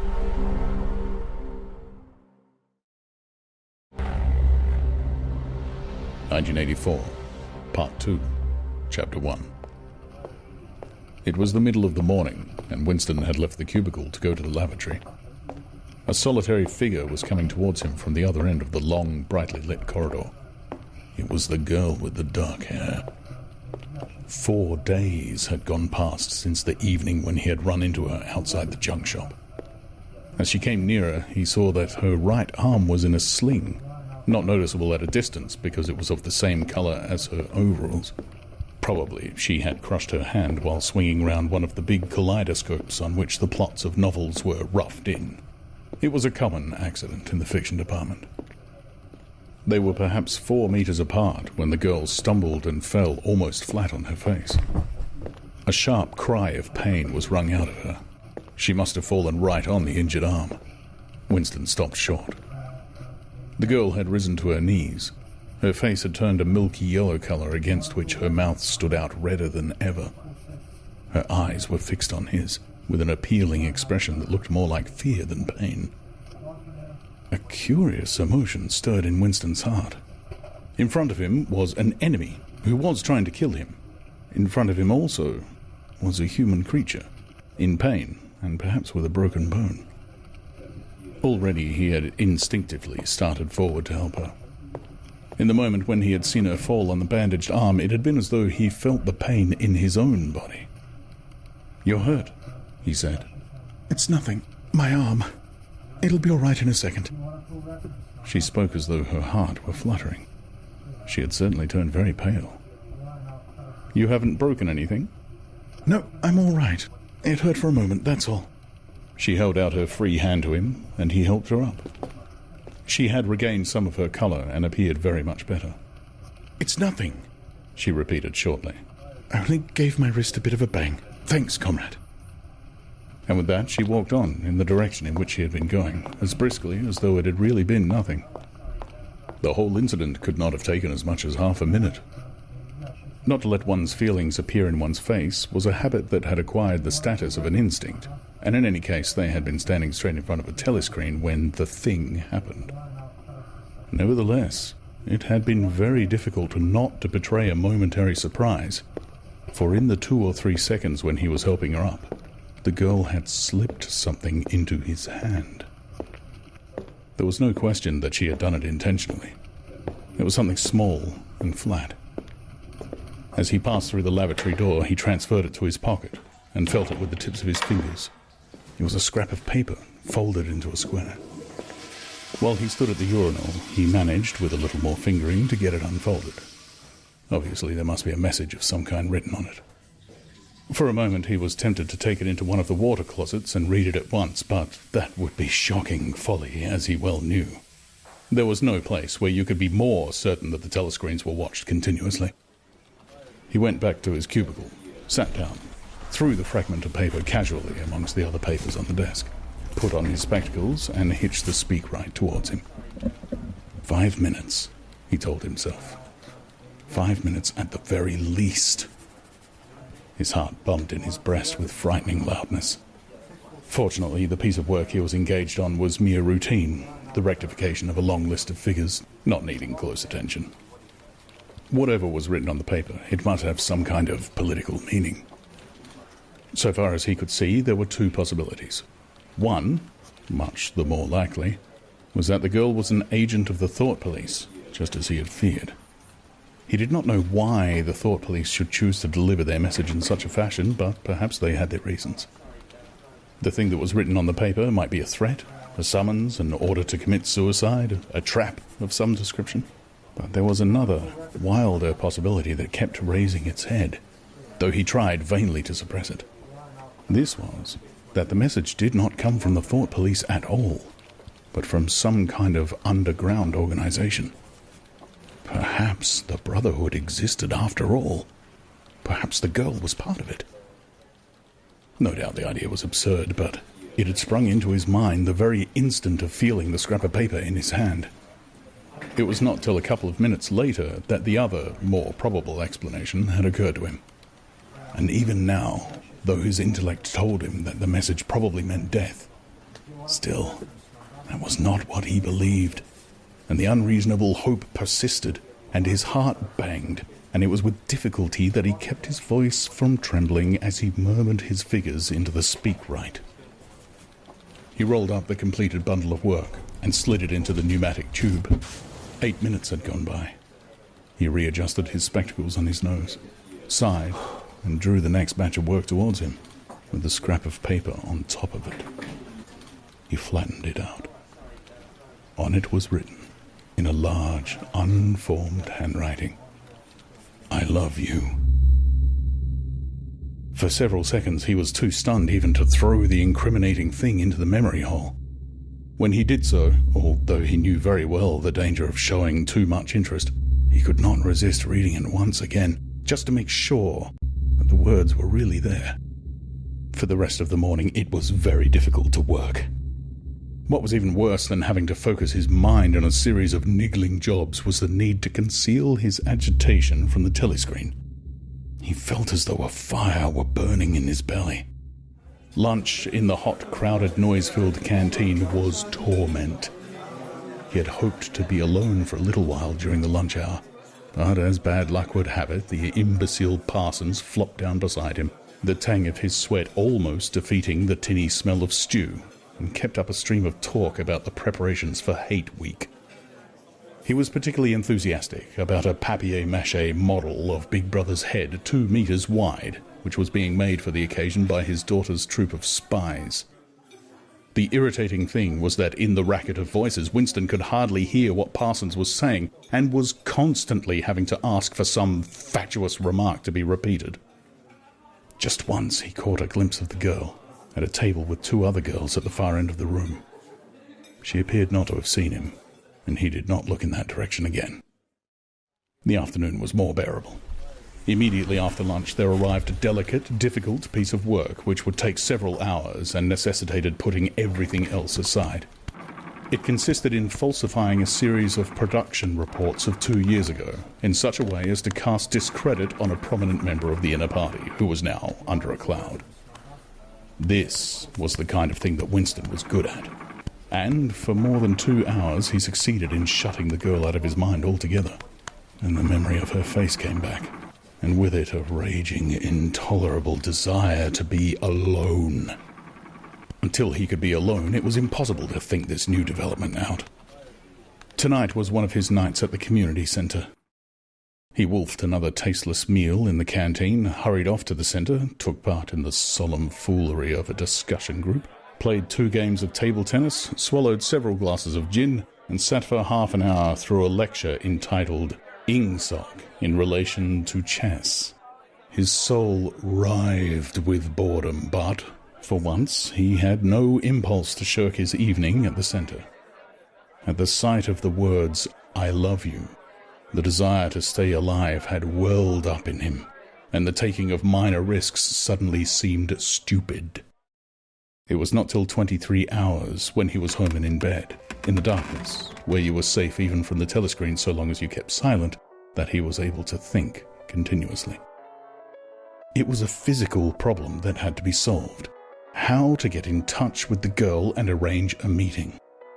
He did not consider any longer the possibility that she might be laying some kind of trap for him. He knew that it was not so because of her unmistakable agitation when she handed him the note. Obviously, she had been frightened out of her wits, as well she might be. Nor did the idea of refusing her advances even cross his mind. Only 5 nights ago he had contemplated smashing her skull in with a cobblestone, but that was of no importance. He thought of her naked, youthful body as he had seen it in his dream. He had imagined her a fool like all the rest of them, her head stuffed with lies and hatred, her belly full of ice. A kind of fever seized him at the thought that he might lose her. The white, youthful body might slip away from him. What he feared more than anything else was that she would simply change her mind if he did not get in touch with her quickly. But the physical difficulty of meeting was enormous. It was like trying to make a move in chess when you were already mated. Whichever way you turned, the telescreen faced you. Actually, all the possible ways of communicating with her had occurred to him within 5 minutes of reading the note. But now, with time to think, he went over them one by one, as though laying out a row of instruments on a table. Obviously, the kind of encounter that happened this morning could not be repeated. If she had worked in the records department, it might have been comparatively simple, but he had only a very dim idea whereabouts in the building the fiction department lay, and he had no pretext for going there. If he had known where she lived and at what time she left work, he could have contrived to meet her somewhere on the way home, but trying to follow her home was not safe, because it would mean loitering around outside the ministry, which was bound to be noticed. As for sending a letter through the mail, it was out of the question. By a routine that was not even secret, all letters were opened in transit. Actually, few people ever wrote letters. For the messages that it was occasionally necessary to send, there were printed postcards with long lists of phrases, and you struck out the ones that were inapplicable. In any case, he did not know the girl's name, let alone her address. Finally, he decided that the safest place was the canteen. If he could get her at a table by herself, somewhere in the middle of the room, not too near the telescreens, and with a sufficient buzz of conversation all around, if these conditions endured for, say, 30 seconds, it might be possible to exchange a few words. For a week after this, life was a restless dream. On the next day, she did not appear in the canteen until he was leaving it, the whistle having already been blown. Presumably, she had been changed onto a later shift. They passed each other without a glance. On the day after that, she was in the canteen at the usual time, but with 3 other girls, and immediately under a telescreen. Then, for 3 dreadful days, she did not appear at all. His whole mind and body seemed to be afflicted with an unbearable sensitivity, a sort of transparency which made every movement, every sound, every contact, every word that he had to speak or listen to an agony. Even in sleep, he could not altogether escape from her image. He did not touch the diary during those days. If there was any relief, it was in his work, in which he could sometimes forget himself for 10 minutes at a stretch. He had absolutely no clue as to what had happened to her. There was no inquiry he could make. She might have been vaporized. She might have committed suicide. She might have been transferred to the other end of Oceania. Worse and likeliest of all, she might simply have changed her mind and decided to avoid him. The next day, she reappeared. Her arm was out of the sling and she had a band of sticking plaster around her wrist. The relief of seeing her was so great that he could not resist staring directly at her for several seconds. On the following day, he very nearly succeeded in speaking to her. When he came into the canteen, she was sitting at a table well out from the wall and was quite alone. It was early, and the place was not very full. The queue edged forward till Winston was almost at the counter, then was held up for 2 minutes because someone in front was complaining that he had not received his tablet of saccharin. But the girl was still alone when Winston secured his tray and began to make for her table. He walked, casually, towards her, his eyes searching for a place at some table beyond her. She was perhaps 3 meters away from him. Another 2 seconds would do it. Then a voice behind him called, "Smith?" He pretended not to hear. "Smith!" Repeated the voice more loudly. It was no use. He turned round. A blonde-headed, silly-faced young man named Wilshire, whom he barely knew, was inviting him with a smile to a vacant place at his table. It was not safe to refuse. After having been recognized, he could not go and sit at a table with an unattended girl. It was too noticeable. He sat down with a friendly smile. The silly blonde face beamed into his. Winston had a hallucination of himself smashing a pickaxe right into the middle of it. The girl's table filled up a few minutes later. But she must have seen him coming towards her, and perhaps she would take the hint. Next day he took care to arrive early. Surely enough, she was at a table in about the same place, and again, alone. The person immediately ahead of him in the queue was a small, swiftly moving beetle-like man with a flat face and tiny, suspicious eyes. As Winston turned away from the counter with his tray, he saw that the little man was making straight for the girl's table. His hopes sank again. There was a vacant place at a table further away, but something in the little man's appearance suggested that he would be sufficiently attentive to his own comfort to choose the emptiest table. With ice at his heart, Winston followed. There was no use unless he could get the girl alone. At this moment, there was a tremendous crash. The little man was sprawling on all fours. His tray had gone flying. 2 streams of soup and coffee were flowing across the floor. He started to his feet with a malignant glance at Winston, whom he evidently suspected of having tripped him. But it was all right. 5 seconds later, with a thundering heart, Winston was sitting at the girl's table. He did not look at her. He unpacked his tray and promptly began eating. It was all important to speak at once before anyone else came, but now a terrible fear had taken possession of him. A week had gone by since she had first approached him. She would have changed her mind. She must have changed her mind. It was impossible that this affair should end successfully. Such things did not happen in real life. He might have flinched altogether from speaking if at this moment he had not seen Ampleforth, the hairy-eared poet, wandering limply round the room with a tray, looking for a place to sit down. In his vague way, Ampleforth was attached to Winston, and would certainly sit down at his table if he caught sight of him. There was perhaps a minute in which to act. Both Winston and the girl were eating steadily. The stuff they were eating was a thin stew, actually a soup, of haricot beans. In a low murmur, Winston began speaking. Neither of them looked up.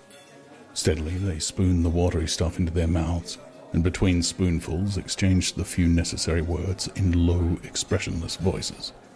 "What time do you leave work?" 18:30. "Where can we meet?" Victory Square near the monument. "It's full of telescreens." It doesn't matter if there's a crowd. "Any signal?" No. Don't come up to me until you see me among a lot of people. And don't look at me. Just keep somewhere near me. "What time?" 19 hours. "All right." Ampleforth failed to see Winston and sat down at another table. They did not speak again, and so far as it was possible for two people sitting on opposite sides of the same table, they did not look at one another. The girl finished her lunch quickly and made off, while Winston stayed to smoke a cigarette. Winston was in Victory Square before the appointed time. He wandered round the base of the enormous fluted column, at the top of which Big Brother's statue gazed southward towards the skies where he had vanquished the Eurasian aeroplanes, the East Asian aeroplanes it had been a few years ago, in the Battle of Airstrip 1. In the street in front of it there was a statue of a man on horseback which was supposed to represent Oliver Cromwell. At 5 minutes past the hour, the girl had still not appeared. Again the terrible fear seized upon Winston. She was not coming. She had changed her mind. He walked slowly up the north side of the square and got a sort of pale-coloured pleasure from identifying St. Martin's Church, whose bells, when it had bells, had chimed, "You owe me 3 farthings."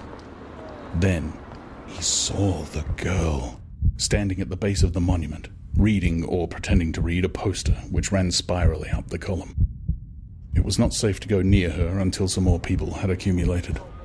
There were telescreens all round the pediment, but at this moment there was a din of shouting and a zoom of heavy vehicles from somewhere to the left. Suddenly everyone seemed to be running across the square. The girl nipped nimbly round the lines at the base of the monument and joined in the rush. Winston followed. As he ran, he gathered from some shouted remarks that a convoy of Eurasian prisoners was passing. Already a dense mass of people was blocking the south side of the square. Winston, at normal times, the kind of person who gravitates to the outer edge of any kind of scrimmage, shoved, butted, squirmed his way forward into the heart of the crowd. Soon he was within arm's length of the girl, but the way was blocked by an enormous prole and an almost equally enormous woman, presumably his wife, who seemed to form an impenetrable wall of flesh. Winston wriggled himself sideways and with a violent lunge managed to drive his shoulder between them. For a moment it felt as though his entrails were being ground to pulp between the two muscular hips. Then he had broken through, sweating a little. He was next to the girl. They were shoulder to shoulder, both staring fixedly in front of them. A long line of trucks with wooden-faced guards armed with submachine guns standing upright in each corner was passing slowly down the street. In the trucks, little yellow men in shabby greenish uniforms were squatting, jammed close together. Their sad Mongolian faces gazed out over the sides of the trucks, utterly incurious. Occasionally, when a truck jolted, there was a clank-clank of metal. All the prisoners were wearing leg irons. Truckload after truckload of the sad faces passed. Winston knew they were there, but he saw them only intermittently. The girl's shoulder and her arm right down to the elbow were pressed against his. Her cheek was almost near enough for him to feel its warmth. She had immediately taken charge of the situation, just as she had done in the canteen. She began speaking in the same expressionless voice as before, with lips barely moving, a mere murmur, easily drowned by the din of voices and the rumbling of the trucks. Can you hear me? Yes. Can you get Sunday afternoon off? Yes. Then listen carefully. You'll have to remember this. Go to Paddington Station. With a sort of military precision that astonished him, she outlined the route that he was to follow. A half-hour railway journey, turn left outside the station, 2 kilometres along the road, a gate with the top bar missing, a path across a field, a grass-grown lane, a track between bushes, a dead tree with moss on it. It was as though she had a map inside her head. Can you remember all that? She murmured finally. Yes. You turn left, then right, then left again, and the gate's got no top bar. Yes.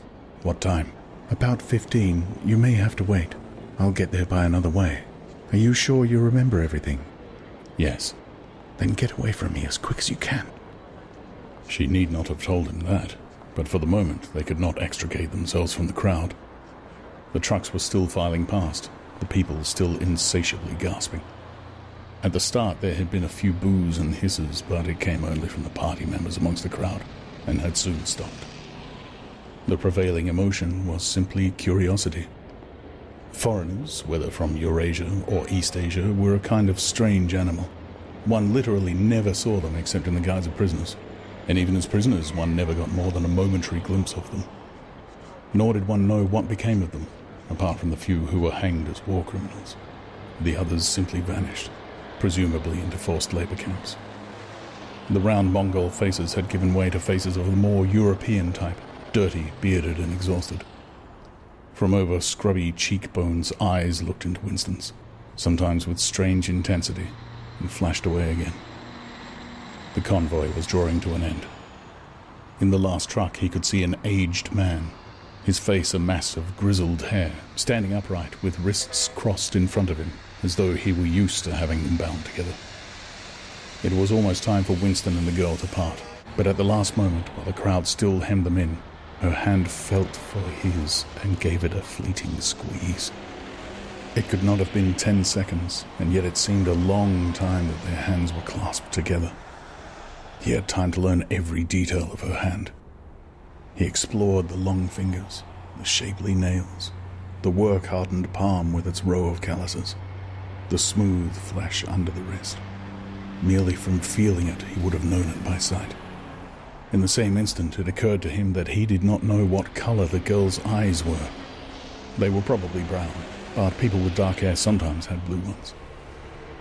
To turn his head and look at her would have been inconceivable folly. With hands locked together, invisible among the press of bodies, they stared steadily in front of them, and instead of the eyes of the girl, the eyes of the aged prisoner gazed mournfully at Winston out of nests of hair.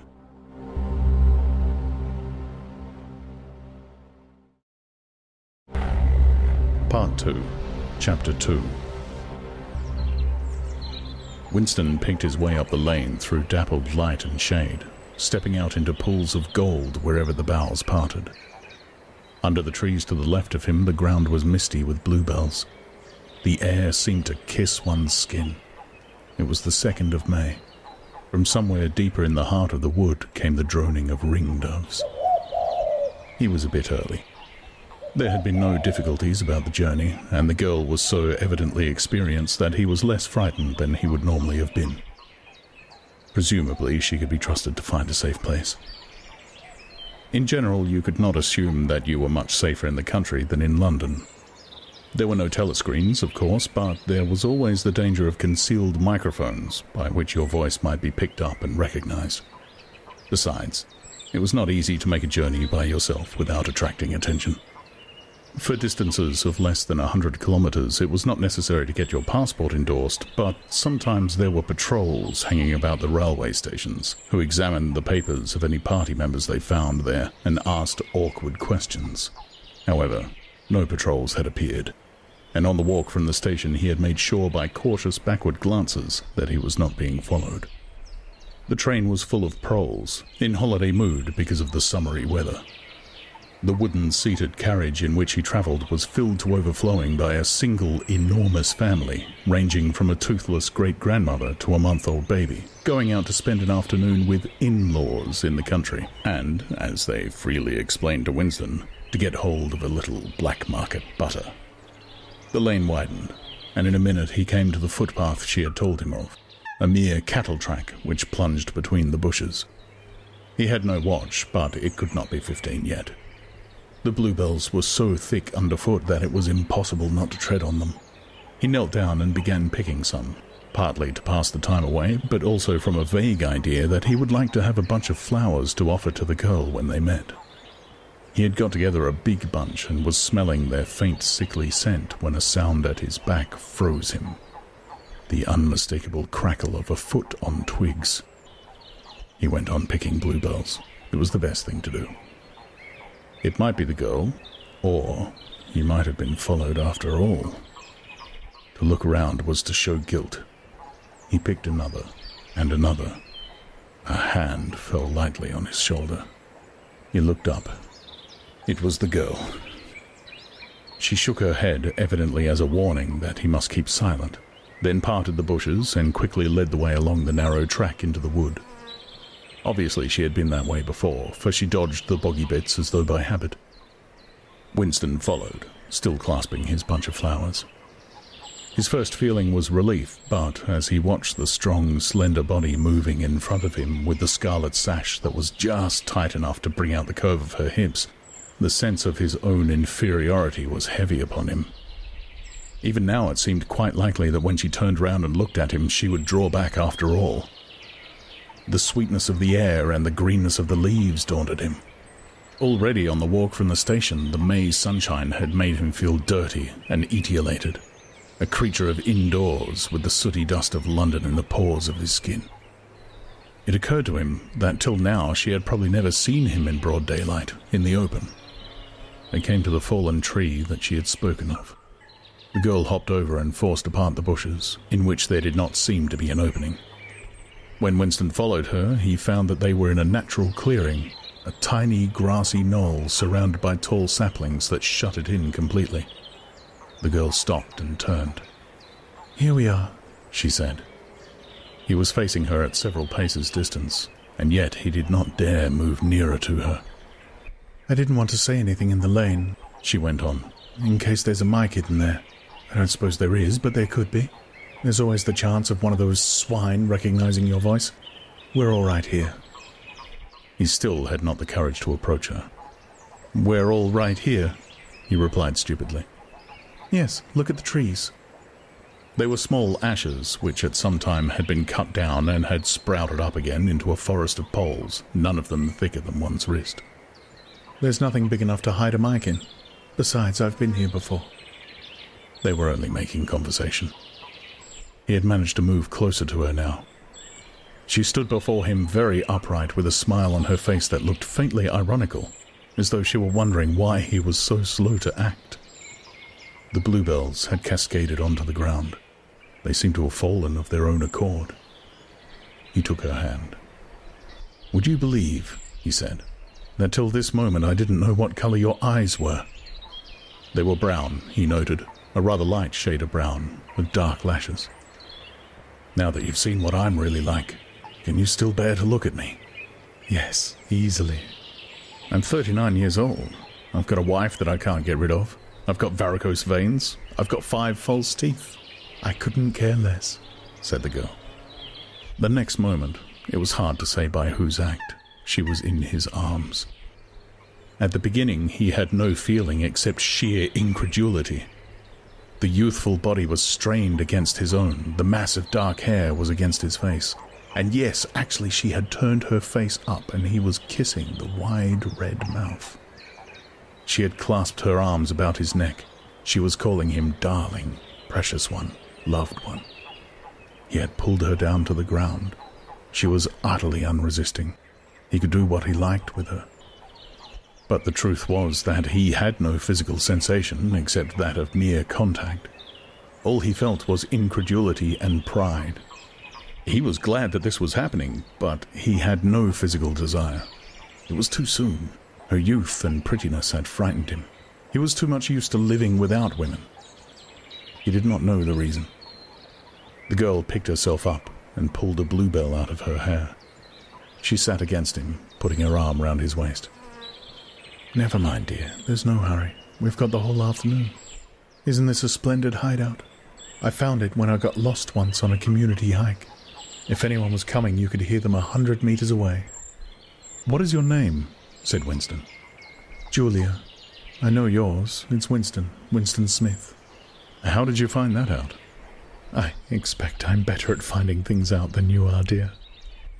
Tell me, what did you think of me before that day I gave you the note?" He did not feel any temptation to tell lies to her. It was even a sort of love offering to start off by telling the worst. "I hated the sight of you," he said. "I wanted to rape you and then murder you afterwards. 2 weeks ago, I thought seriously of smashing your head in with a cobblestone. If you really want to know, I imagined that you had something to do with the thought police." The girl laughed delightedly, evidently taking this as a tribute to the excellence of her disguise. "Not the thought police. You didn't honestly think that." "Well, perhaps not exactly that, but from your general appearance, merely because you're young and fresh and healthy, you understand, I thought that probably—" "You thought I was a good party member, pure in word and deed. Banners, processions, slogans, games, community hikes, all that stuff.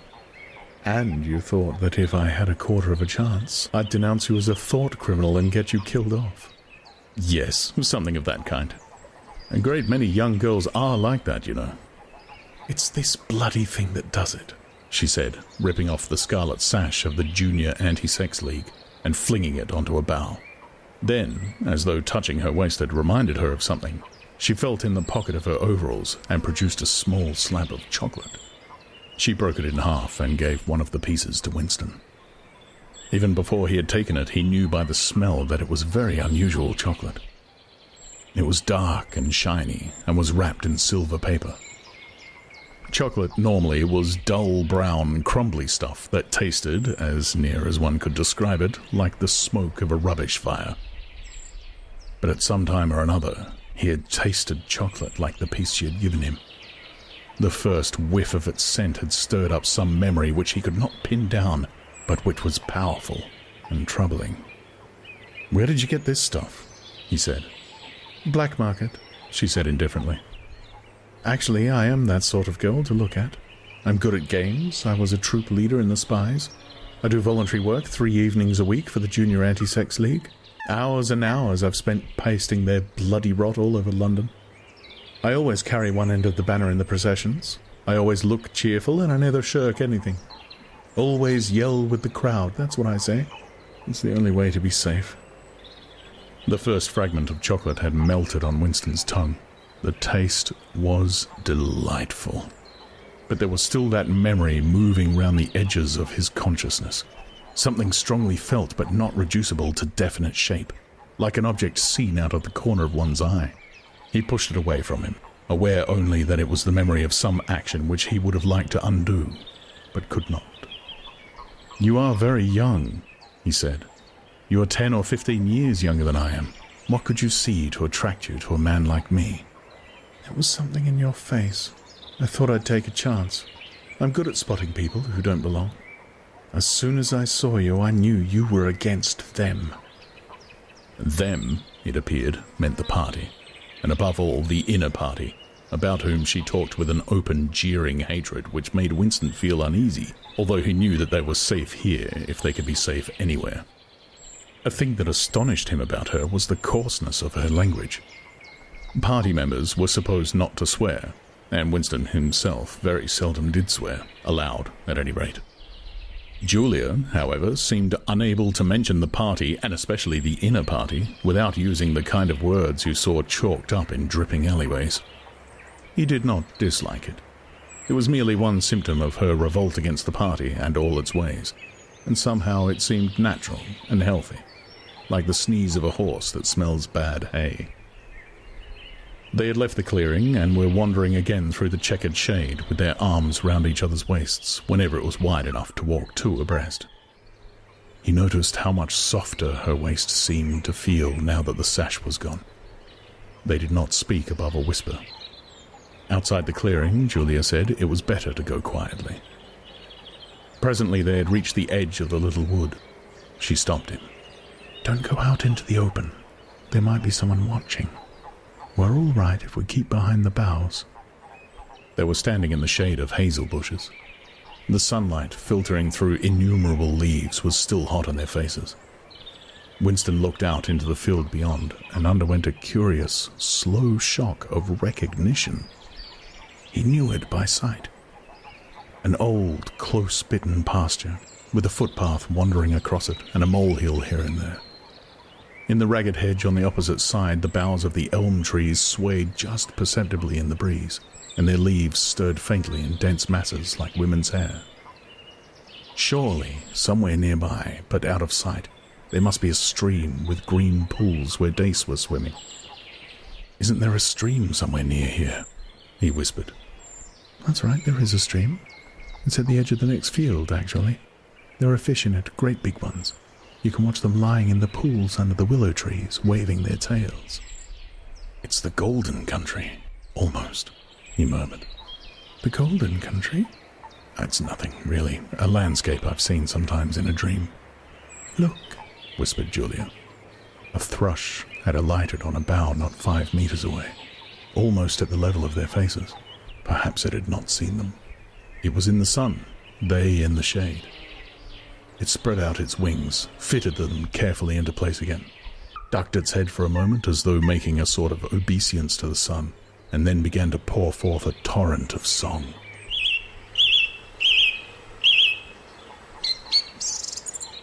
In the afternoon hush, the volume of sound was startling. Winston and Julia clung together, fascinated. The music went on and on, minute after minute, with astonishing variations, never once repeating itself, almost as though the bird were deliberately showing off its virtuosity. Sometimes it stopped for a few seconds, spread out and resettled its wings, then swelled its speckled breast and again burst into song. Winston watched with a sort of vague reverence. For whom, for what, was that bird singing? No mate, no rival was watching it. What made it sit at the edge of the lonely wood and pour its music into nothingness? He wondered whether, after all, there was a microphone hidden somewhere near. He and Julia had spoken only in low whispers, and it would not have picked up what they said, but it would pick up the thrush. Perhaps, at the other end of the instrument, some small, beetle-like man was listening intently, listening to that. But by degrees, the flood of music drove all speculations out of his mind. It was as though it were a kind of liquid stuff that poured all over him and got mixed up with the sunlight that filtered through the leaves. He stopped thinking and merely felt. The girl's waist and the bend of his arm was soft and warm. He pulled her round so that they were breast to breast. Her body seemed to melt into his. Wherever his hands moved, it was all as yielding as water. Their mouths clung together. It was quite different from the hard kisses they had exchanged earlier. When they moved their faces apart again, both of them sighed deeply. The bird took fright and fled with a clatter of wings. Winston put his lips against her ear. "Now," he whispered. "Not here," she whispered back. "Come back to the hideout. It's safer." Quickly, with an occasional crackle of twigs, they threaded their way back to the clearing. When they were once again inside the ring of saplings, she turned and faced him. They were both breathing fast, but the smile had reappeared round the corners of her mouth.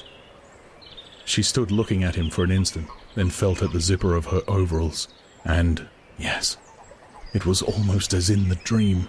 Almost as swiftly as he had imagined it, she had torn her clothes off, and when she flung them aside, it was with that same magnificent gesture by which a whole civilization seemed to be annihilated. Her body gleamed white in the sun, but for a moment he did not look at her body. His eyes were anchored by the freckled face with its faint, bold smile. He knelt down before her and took her hand in his. "Have you done this before?" "Of course. Hundreds of times. Well, scores of times, anyway." "With party members?" "Yes, always with party members." "With members of the inner party?" "Not with those swine, no. But there's plenty that would, if they got half the chance. They're not so holy as they make out." His heart leapt. Scores of times she had done it. He wished it had been hundreds, thousands. Anything that hinted at corruption always filled him with a wild hope. Who knew? Perhaps the party was rotten under the surface. Its cult of strenuousness and self-denial simply a sham concealing iniquity. If he could have infected the whole lot of them with leprosy or syphilis, how gladly he would have done so. Anything to rot, to weaken, to undermine. He pulled her down so they were kneeling face to face. "Listen, the more men you've had, the more I love you. Do you understand that?" "Yes, perfectly." "I hate purity. I hate goodness. I don't want any virtue to exist anywhere. I want everyone to be corrupt to the bones." Well then, I ought to suit you, dear. I'm corrupt to the bones. You like doing this? I don't mean simply me, I mean the thing in itself. I adore it.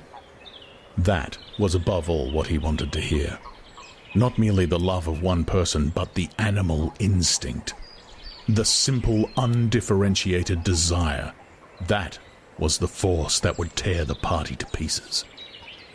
He pressed her down upon the grass, among the fallen bluebells. This time, there was no difficulty. Presently, the rising and falling of their breasts slowed to normal speed, and in a sort of pleasant helplessness they fell apart. The sun seemed to have grown hotter. They were both sleepy. He reached out for the discarded overalls and pulled them partly over her. Almost immediately they fell asleep, and slept for about half an hour. Winston woke first. He sat up and watched the freckled face, still peacefully asleep, pillowed on the palm of her hand. Except for her mouth, you could not call her beautiful. There was a line or two round the eyes if you looked closely. The short, dark hair was extraordinarily thick and soft. It occurred to him that he still did not know her surname or where she lived. The young, strong body, now helpless in sleep, awoke in him a pitying, protecting feeling. But the mindless tenderness that he had felt under the hazel tree while the thrush was singing had not quite come back. He pulled the overalls aside and studied her smooth white flank. In the old days, he thought, a man looked at a girl's body and saw that it was desirable, and that was the end of the story. But you could not have pure love or pure lust nowadays. No emotion was pure, because everything was mixed up with fear and hatred. Their embrace had been a battle, the climax of victory. It was a blow struck against the party. It was a political act.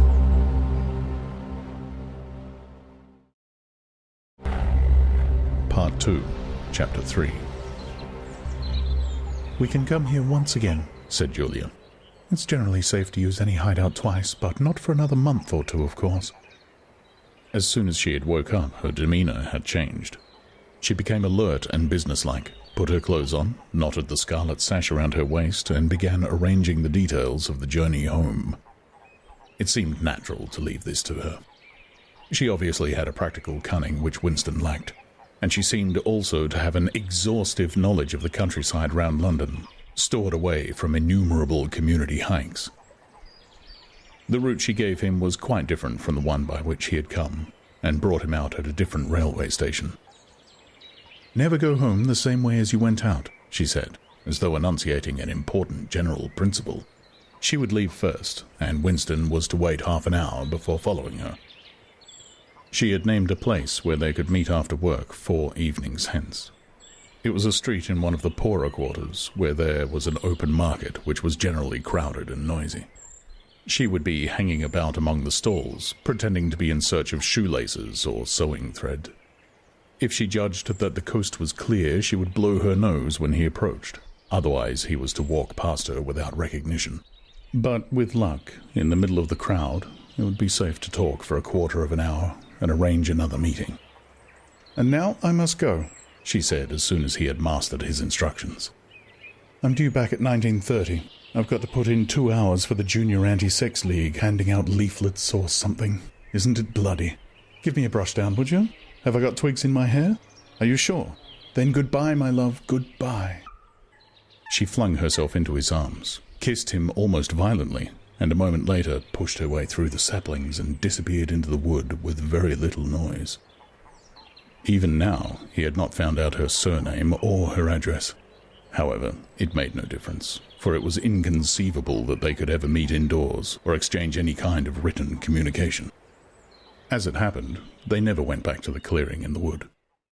During the month of May, there was only one further occasion on which they actually succeeded in making love. That was in another hiding place known to Julia, the belfry of a ruinous church in an almost deserted stretch of country where an atomic bomb had fallen 30 years earlier. It was a good hiding place when once you got there, but the getting there was very dangerous. For the rest, they could meet only in the streets, in a different place every evening, and never for more than half an hour at a time. In the street, it was usually possible to talk, after a fashion. As they drifted down the crowded pavements, not quite abreast, and never looking at one another, they carried on a curious, intermittent conversation which flicked on and off like the beams of a lighthouse, suddenly nipped into silence by the approach of a party uniform or the proximity of a telescreen, then taken up again minutes later in the middle of a sentence, then abruptly cut short as they parted at the agreed spot, then continued almost without introduction on the following day. Julia appeared to be quite used to this kind of conversation, which she called talking by installments. She was also surprisingly adept at speaking without moving her lips. Just once, in almost a month of nightly meetings, they managed to exchange a kiss. They were passing in silence down a side street. Julia would never speak when they were away from the main streets, when there was a deafening roar. The earth heaved and the air darkened, and Winston found himself lying on his side, bruised and terrified. A rocket bomb must have dropped, quite near at hand. Suddenly, he became aware of Julia's face a few centimeters from his own, deathly white as chalk. Even her lips were white. She was dead. He clasped her against him and found that he was kissing a live, warm face, but there was some powdery stuff that got in the way of his lips. Both of their faces were thickly coated with plaster. There were evenings when they reached their rendezvous and then had to walk past one another without a sign because a patrol had just come round the corner or a helicopter was hovering overhead. Even if it had been less dangerous, it would still have been difficult to find time to meet. Winston's working week was 60 hours. Julia's was even longer, and their free days varied according to the pressure of work and did not often coincide. Julia, in any case, seldom had an evening completely free. She spent an astonishing amount of time in attending lectures and demonstrations, distributing literature for the Junior Anti-Sex League, preparing banners for Hate Week, making collections for the Savings Campaign and such-like activities. It paid, she said. It was camouflage. If you kept the small rules, you could break the big ones. She even induced Winston to mortgage yet another of his evenings by enrolling himself for the part-time munition work, which was done voluntarily by zealous party members. So, one evening every week, Winston spent 4 hours of paralyzing boredom, screwing together small bits of metal, which were probably parts of bomb fuses, in a drafty, ill-lit workshop where the knocking of hammers mingled drearily with the music of the telescreens.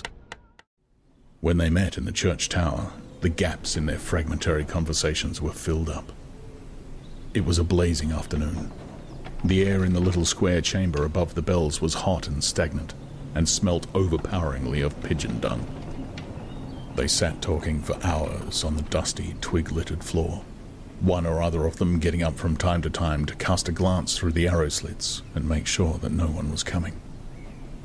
Julia was 26 years old. She lived in a hostel with 30 other girls.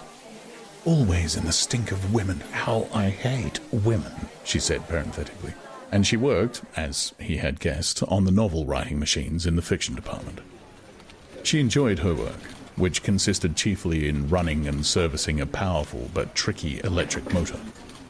She was not clever, but was fond of using her hands and felt at home with machinery. She could describe the whole process of composing a novel, from the general directive issued by the planning committee down to the final touching up by the rewrite squad. But she was not interested in the finished product.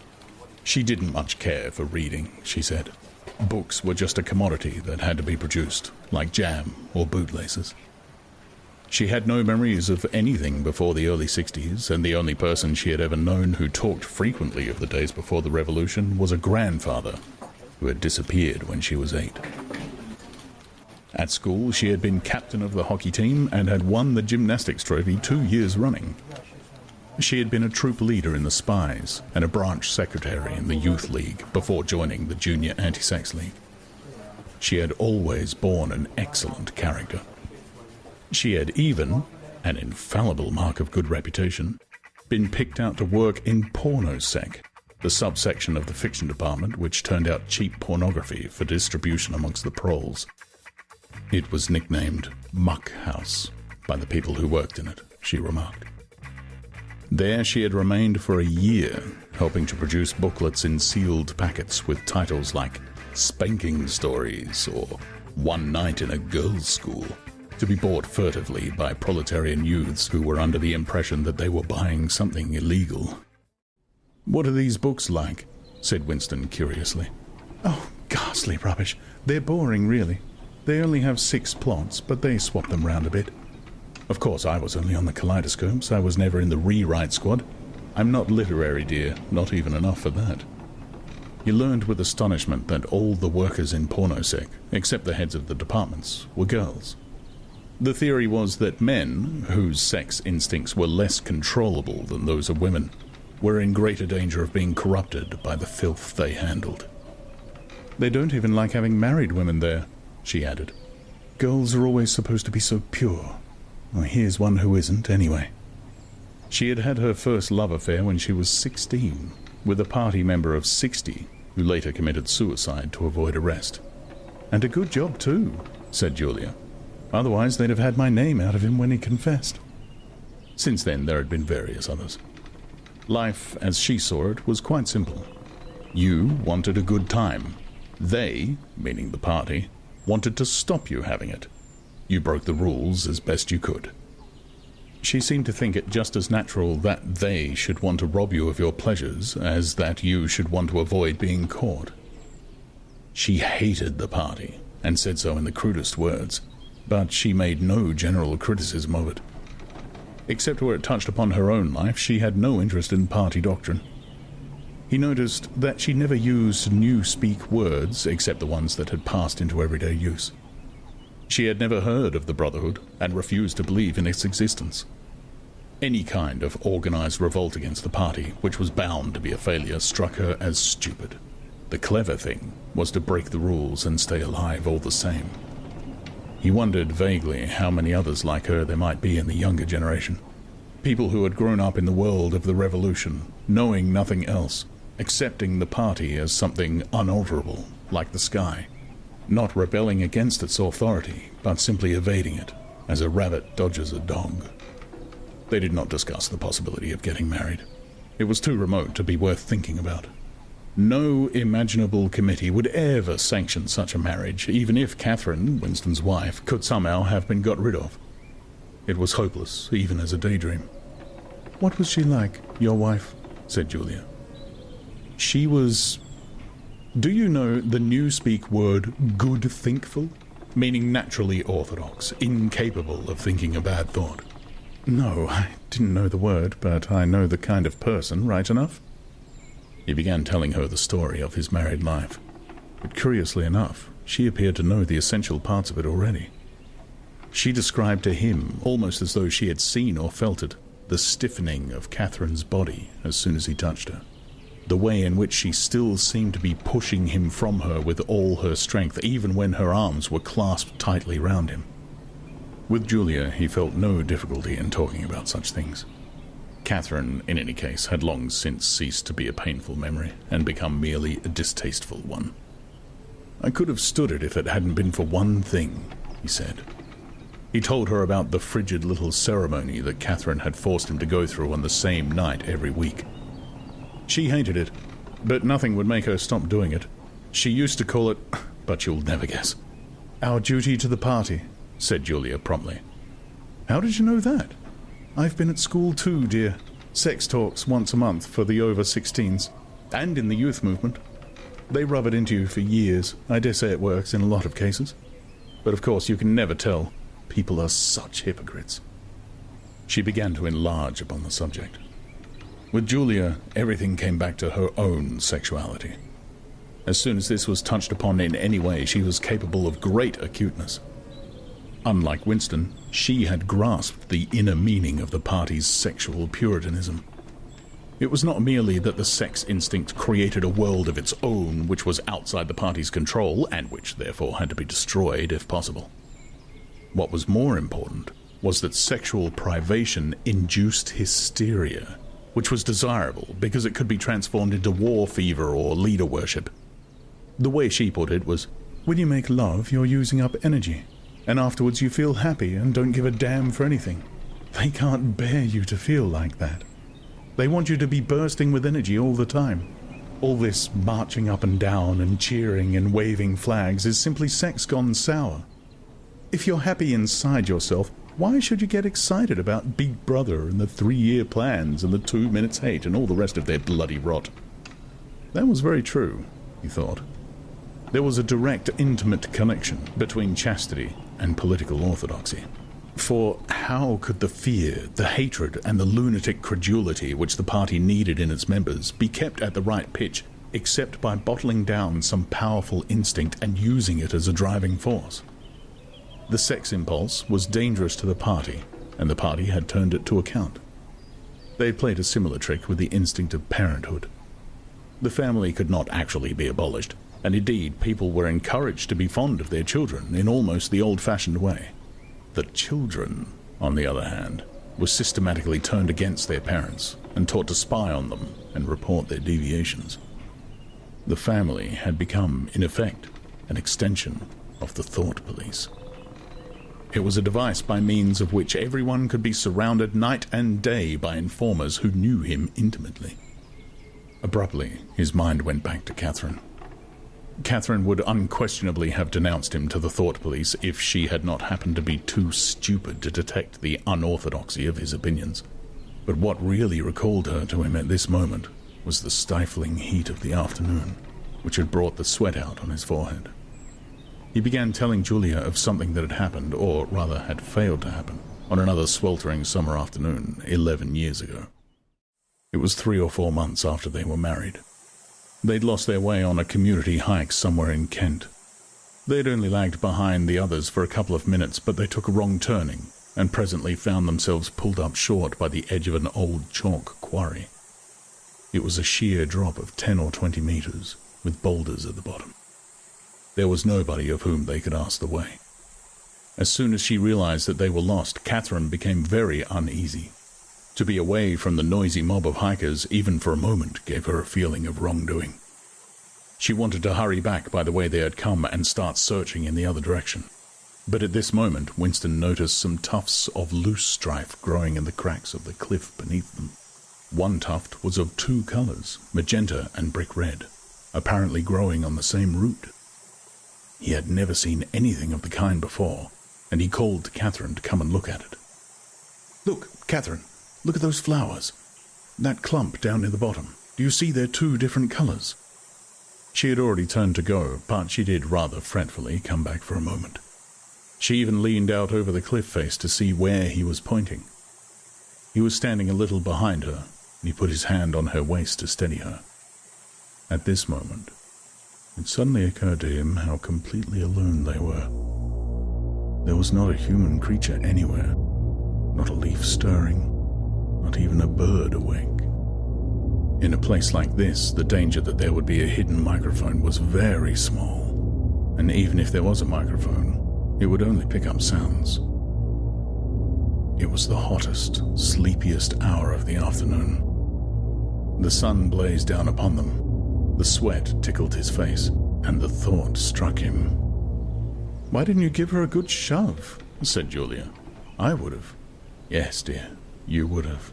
I would, if I'd been the same person then as I am now. Or perhaps I would. I'm not certain." "Are you sorry you didn't?" "Yes. On the whole, I'm sorry I didn't." They were sitting side by side on the dusty floor. He pulled her closer against him. Her head rested on his shoulder, the pleasant smell of her hair conquering the pigeon dung. She was very young, he thought. She still expected something from life. She did not understand that to push an inconvenient person over a cliff solves nothing. "Actually, it would have made no difference," he said. "Then why are you sorry you didn't do it?" "Only because I prefer a positive to a negative. In this game that we're playing, we can't win. Some kinds of failure are better than other kinds, that's all." He felt her shoulders give a wriggle of dissent. She always contradicted him when he said anything of this kind. She would not accept it as a law of nature that the individual is always defeated. In a way, she realized that she herself was doomed, that sooner or later the thought police would catch her and kill her, but with another part of her mind, she believed that it was somehow possible to construct a secret world in which you could live as you chose. All you needed was luck and cunning and boldness. She did not understand that there was no such thing as happiness, that the only victory lay in the far future, long after you were dead, that from the moment of declaring war on the party it was better to think of yourself as a corpse. "We are the dead," he said. "We're not dead yet," said Julia prosaically. "Not physically. 6 months, a year, 5 years, conceivably. I am afraid of death. You are young, so presumably you're more afraid of it than I am. Obviously we shall put it off as long as we can, but it makes very little difference. So long as human beings stay human, death and life are the same thing." "Oh, rubbish! Which would you rather sleep with, me or a skeleton? Don't you enjoy being alive? Don't you like feeling, this is me, this is my hand, this is my leg, I'm real, I'm solid, I'm alive. Don't you like this?" She twisted herself round and pressed her bosom against him. He could feel her breasts, ripe yet firm, through her overalls. Her body seemed to be pouring some of its youth and vigor into his. "Yes, I like that," he said. "Then stop talking about dying. And now, listen, dear. We've got to fix up about the next time we meet. We may as well go back to the place in the wood. We've given it a good long rest. But you must get there by a different way this time. I've got it all planned out. You take the train, but look, I'll draw it out for you." And in her practical way, she scraped together a small square of dust, and with a twig from a pigeon's nest, began drawing a map on the floor.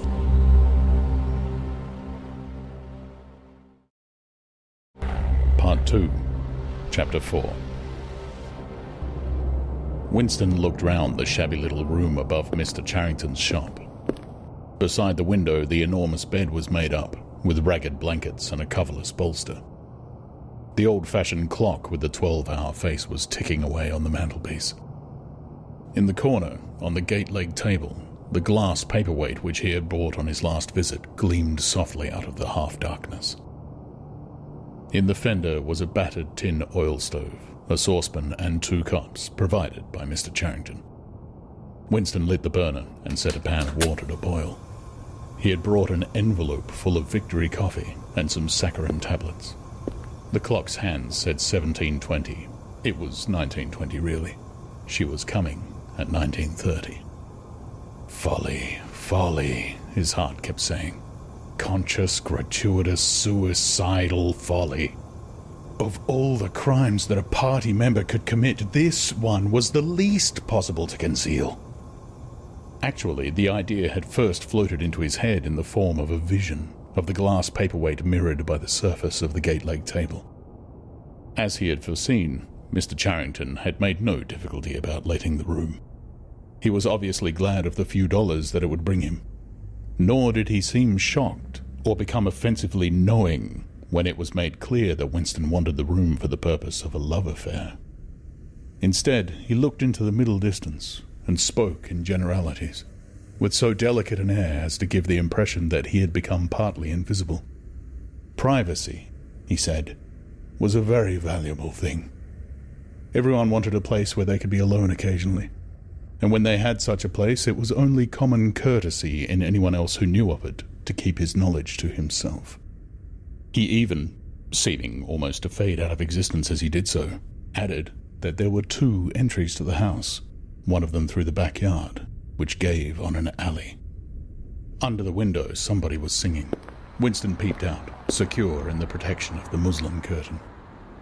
The June sun was still high in the sky, and in the sun-filled court below, a monstrous woman, solid as a Norman pillar, with brawny red forearms and a sacking apron strapped about her middle, was stumping to and fro between a washtub and a clothesline, pegging out a series of square white things which Winston recognized as babies' diapers. Whenever her mouth was not corked with the clothes pegs, she was singing in a powerful contralto. It was only an hopeless fancy. It passed like an April light, but a look and a word and the dreams they stirred, they have stolen my heart away. The tune had been haunting London for weeks past. It was one of the countless similar songs published for the benefits of the proles by a subsection of the music department. The words of these songs were composed without any human intervention whatever, on an instrument known as a versifactor. But the woman sang so tunefully as to turn the dreadful rubbish into an almost pleasant sound. He could hear the woman singing and the scrape of her shoes on the flagstones, and the cries of the children in the street, and somewhere in the far distance a faint roar of traffic. And yet the room seemed curiously silent, thanks to the absence of a telescreen. Folly, folly, folly, he thought again. It was inconceivable that they could frequent this place for more than a few weeks without being caught. But the temptation of having a hiding place that was truly their own, indoors and near at hand, had been too much for both of them. For some time after their visit to the church belfry, it had been impossible to arrange meetings. Working hours had been drastically increased in anticipation of Hate Week. It was more than a month distant, but the enormous, complex preparations that it entailed were throwing extra work onto everybody. Finally, both of them had managed to secure a free afternoon on the same day. They had agreed to go back to the clearing in the wood. On the evening beforehand, they had met briefly in the street. As usual, Winston hardly looked at Julia as they drifted towards one another in the crowd. But from the short glance he gave her, it seemed to him that she was paler than usual. "It's all off," she murmured, as soon as she judged it safe to speak. "Tomorrow, I mean." "What?" "Tomorrow afternoon. I can't come." "Why not?" "Oh, the usual reasons. It started early this time." For a moment he was violently angry. During the month that he had known her, the nature of his desire for her had changed. At the beginning there had been little true sensuality in it. Their first love-making had been simply an act of the will. But after the second time, it was different. The smell of her hair, the taste of her mouth, the feeling of her skin seemed to have got inside him, or into the air all round him. She had become a physical necessity, something that he had not only wanted, but felt that he had a right to. When she said that she could not come, he had the feeling that she was cheating him. But, just at this moment, the crowd pressed them together, and their hands accidentally met. She gave the tips of his fingers a quick squeeze that seemed to invite not desire, but affection. It struck him that when one lived with a woman, this particular disappointment must be a normal, reoccurring event, and a deep tenderness, such as he had not felt for her before, suddenly took hold of him. He wished that they were a married couple of 10 years standing. He wished that he were walking through the streets with her just as they were doing now, but openly and without fear, talking of trivialities, buying odds and ends for the household. He wished above all that they had some place where they could be alone together without feeling the obligation to make love every time they met. It was not actually at that moment, but at some time on the following day, that the idea of renting Mr. Charrington's room had occurred to him. When he suggested it to Julia, she had agreed with unexpected readiness. Both of them knew that it was lunacy. It was as though they were intentionally stepping nearer to their graves. As he sat waiting on the edge of the bed, he thought again of the cellars of the Ministry of Love. It was curious how that predestined horror moved in and out of one's consciousness. There it lay, fixed in future times, preceding death as surely as 99 precedes 100. One could not avoid it, but one could perhaps postpone it. And yet, instead, every now and again, by a conscious, willful act, one chose to shorten the interval before it happened. At this moment, there was a quick step on the stairs. Julia burst into the room. She was carrying a tool bag of coarse brown canvas, such as he had sometimes seen her carrying to and fro at the ministry. He started forward to take her in his arms, but she disengaged herself rather hurriedly, partly because she was still holding the tool bag. "Half a second," she said. "Just let me show you what I've brought. Did you bring some of that filthy Victory coffee? I thought you would. You can chug it away again, because we shan't be needing it. Look here." She fell on her knees, threw open the bag, and tumbled out some spanners and a screwdriver that filled the top part of it. Underneath were a number of neat paper packets. The first packet that she passed to Winston had a strange and yet vaguely familiar feeling. It was filled with some kind of heavy, sand-like stuff which yielded wherever you touched it. "Isn't it sugar?" he said. "Real sugar, not saccharin, sugar. And here's a loaf of bread, proper white bread, not our bloody stuff, and a little pot of jam. And here's a tin of milk, but look, this is the one I'm really proud of. I had to wrap a bit of sacking round it because—" But she did not need to tell him why she had wrapped it up. The smell was already filling the room, a rich, hot smell which seemed like an emanation from his early childhood, but which one did occasionally meet with even now, blowing down a passageway before a door slammed, or diffusing itself mysteriously in a crowded street, sniffed for an instant and then lost again. "It's coffee," he murmured. "Real coffee. It's inner-party coffee. There's a whole kilo here," she said. "How did you manage to get hold of all these things?" "It's all inner-party stuff. There's nothing those swine don't have, nothing. But of course waiters and servants and people pinch things, and look, I got a little packet of tea as well." Winston had squatted down beside her.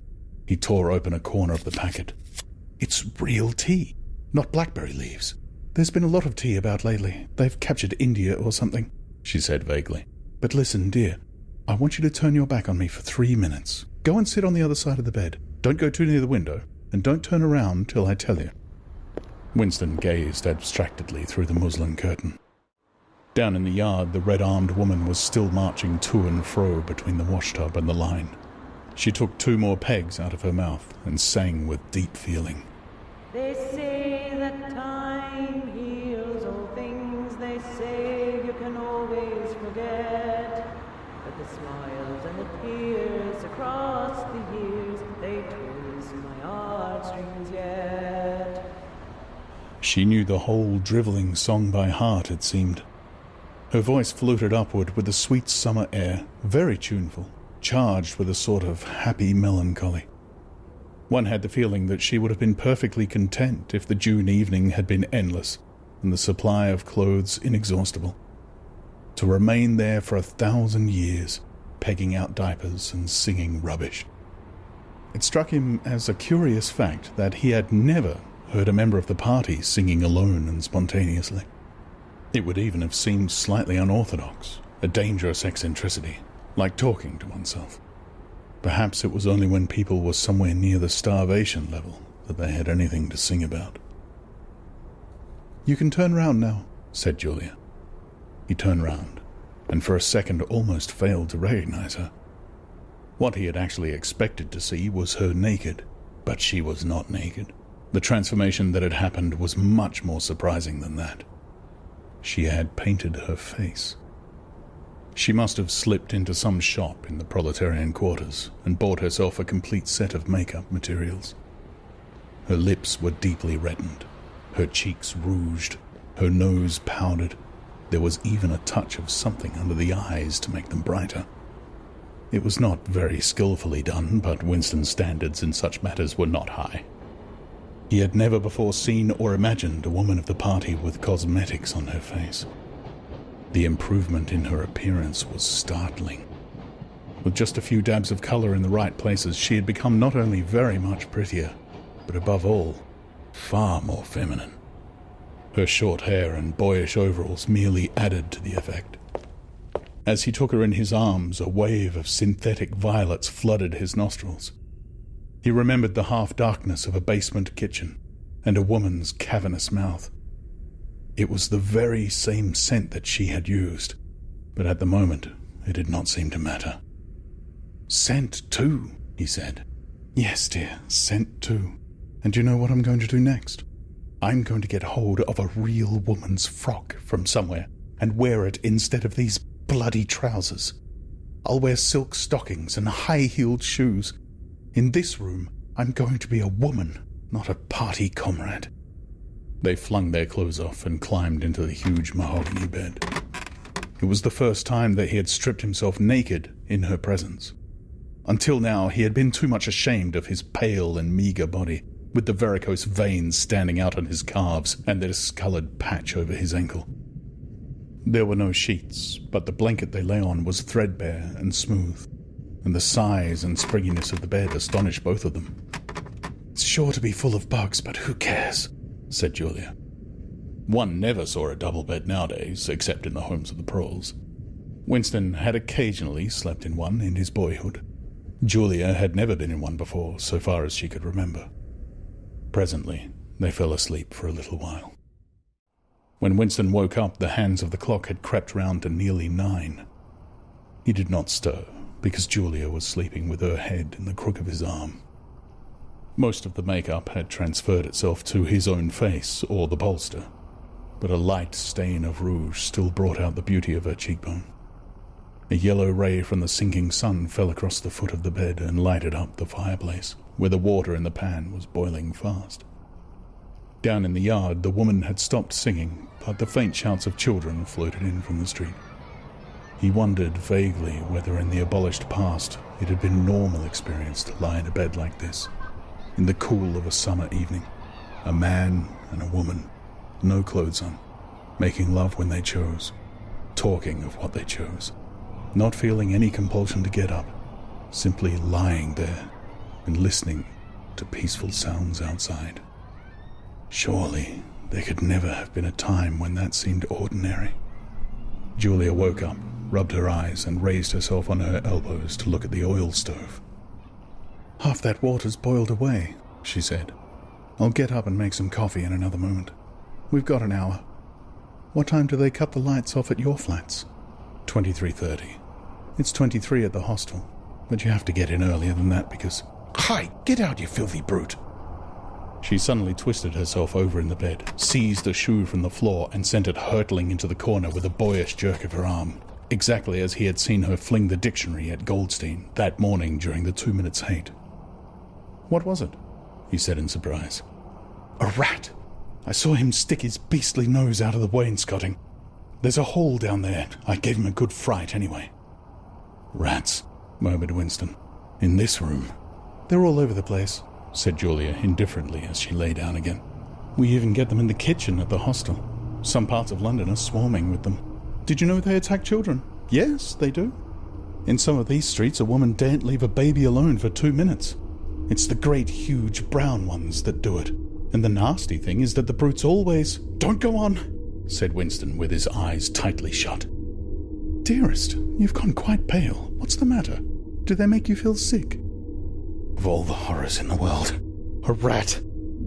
She pressed herself against him and wound her limbs round him, as though to reassure him with the warmth of her body. He did not reopen his eyes immediately. For several moments he had had the feeling of being back in a nightmare which had recurred from time to time throughout his life. It was always very much the same. He was standing in front of a wall of darkness, and on the other side of it there was something unendurable, something too dreadful to be faced. In the dream, his deepest feeling was always one of self-deception, because he did, in fact, know what was behind the wall of darkness. With a deadly effort, like wrenching a piece out of his own brain, he could even have dragged the thing into the open. He always woke up without discovering what it was, but somehow it was connected with what Julia had been saying when he cut her short. "I'm sorry," he said. "It's nothing. I don't like rats, that's all." "Don't worry, dear. We are not going to have the filthy brutes in here. I'll stuff the hole with a bit of sacking before we go. And next time we come here, I'll bring some plaster and bung it up properly." Already the black instant of panic was half forgotten. Feeling slightly ashamed of himself, he sat up against the bedhead. Julia got out of the bed, pulled on her overalls, and made the coffee. The smell that rose from the saucepan was so powerful and exciting that they shut the window lest anybody outside should notice it and become inquisitive. What was even better than the taste of the coffee was the silky texture given to it by the sugar, a thing Winston had almost forgotten after years of saccharin. With one hand in her pocket and a piece of bread and jam in the other, Julia wandered about the room, glancing indifferently at the bookcase, pointing out the best way of repairing the gate leg table, plumping herself down in the ragged armchair to see if it was comfortable, and examining the absurd 12-hour clock with a sort of tolerant amusement. She brought the glass paperweight over to the bed to have a look at it in the better light. She took it out of her hand, fascinated, as always, by the soft, rain-watery appearance of the glass. "What is it, do you think?" said Julia. "I don't think it's anything. I mean, I don't think it was ever put to any use. That's what I like about it. It's a little chunk of history that they've forgotten to alter. It's a message from 100 years ago, if one knew how to read it." "And that picture over there?" She nodded at the engraving on the opposite wall. "Would that be 100 years old?" "More. 200, I dare say. One can't tell.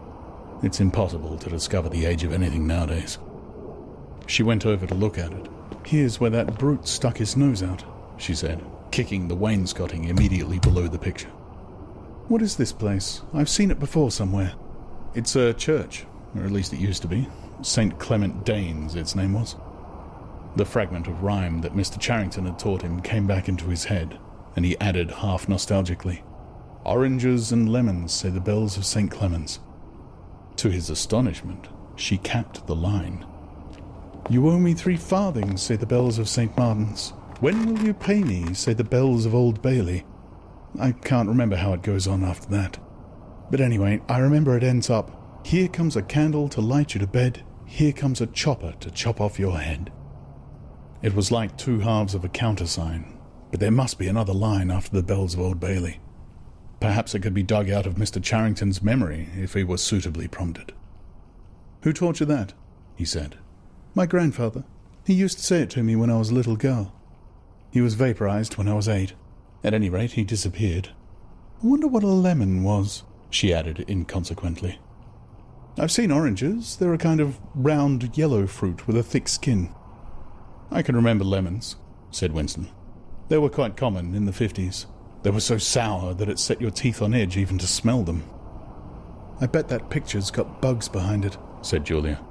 "I'll take it down and give it a good clean someday." "I suppose it's almost time we were leaving. I must start washing this paint off. What a bore. I'll get the lipstick off your face afterwards." Winston did not get up for a few minutes more. The room was darkening. He turned over towards the light and lay gazing into the glass paperweight. The inexhaustibly interesting thing was not the fragment of coral, but the interior of the glass itself. There was such a depth of it, and yet it was almost as transparent as air. It was as though the surface of the glass had been the arch of the sky, enclosing a tiny world with its atmosphere complete. He had the feeling that he could get inside it, and that in fact he was inside it, along with the mahogany bed and the gate-leg table, and the clock and the steel engraving and the paperweight itself. The paperweight was the room he was in, and the coral was Julia's life and his own, fixed in a sort of eternity at the heart of the crystal.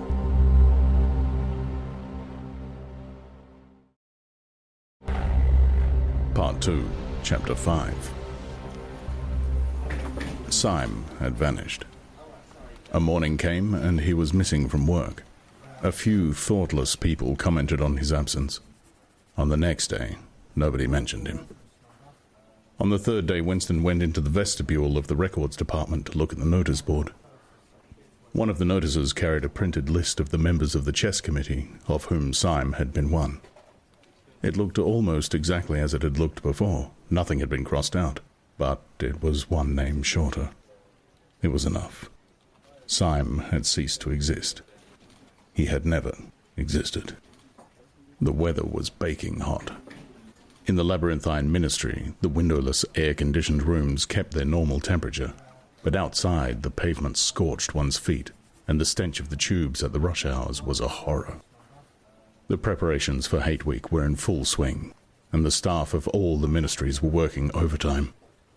Processions, meetings, military parades, lectures, waxworks, displays, film shows, telescreen programs, all had to be organized. Stands had to be erected, effigies built, slogans coined, songs written, rumors circulated, photographs faked.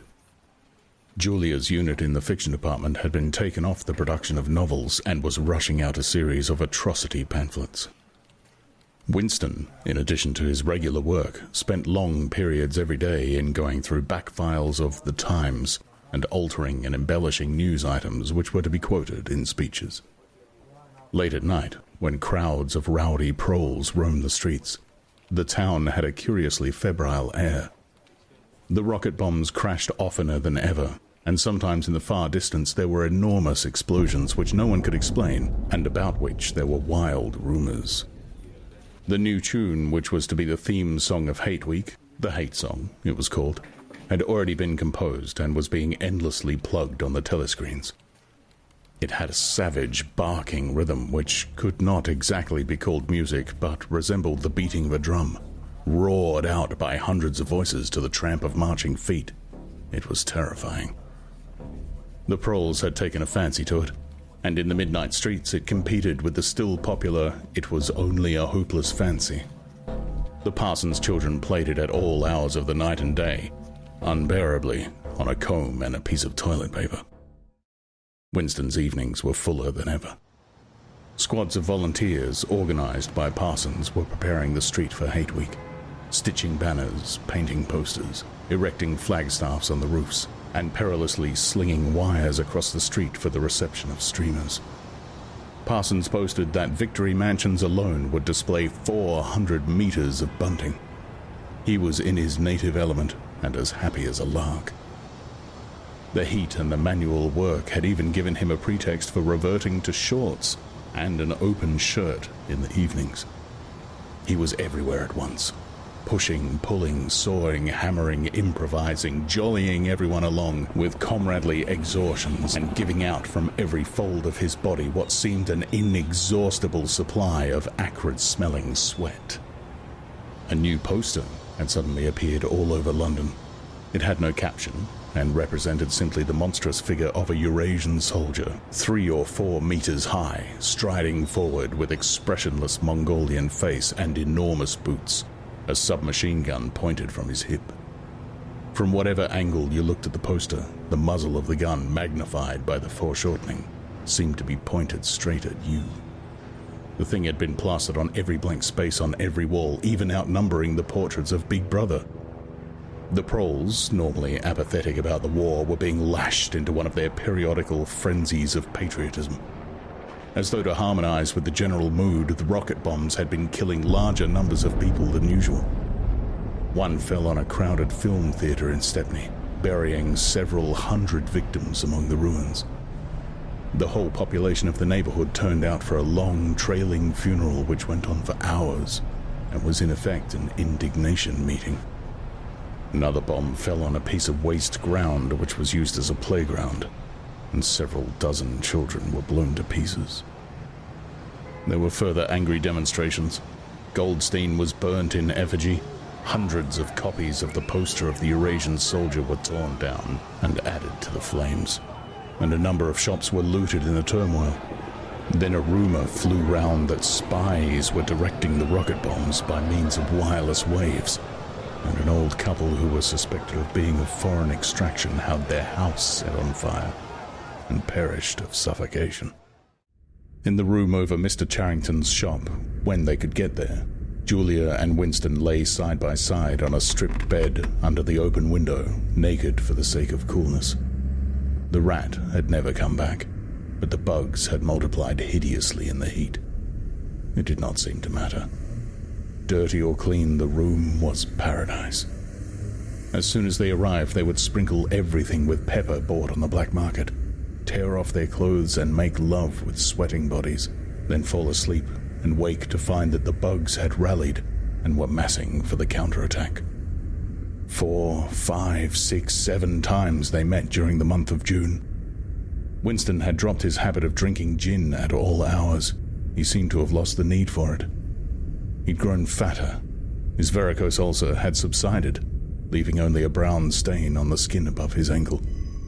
His fits of coughing in the early morning had stopped.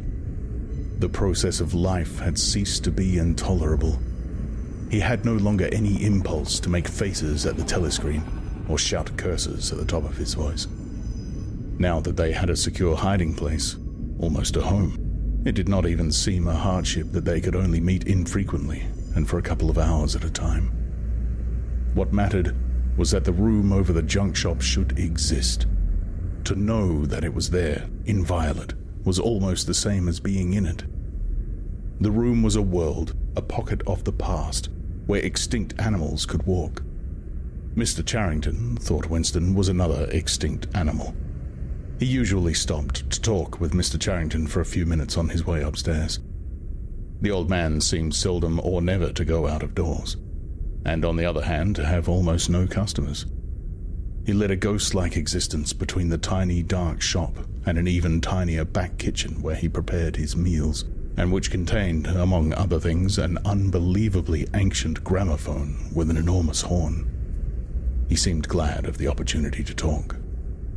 Wandering around among his worthless stock, with his long nose and thick spectacles and his bowed shoulders in the velvet jacket, he had always vaguely the air of being a collector rather than a tradesman. With a sort of faded enthusiasm, he would finger this scrap of rubbish or that, a china bottle stopper, the painted lid of a broken snuff box, a pinchbeck locket containing a strand of some long-dead baby's hair, never asking that Winston should buy it, merely that he should admire it. To talk to him was like listening to the tinkling of a worn-out musical box. He had dragged out from the corners of his memory some more fragments of forgotten rhymes. There was one about 24 blackbirds, and another about a cow with a crumpled horn, and another about the death of poor Cock Robin. "It just occurred to me you might be interested," he would say with a deprecating little laugh whenever he produced a new fragment. But he could never recall more than a few lines of any one rhyme.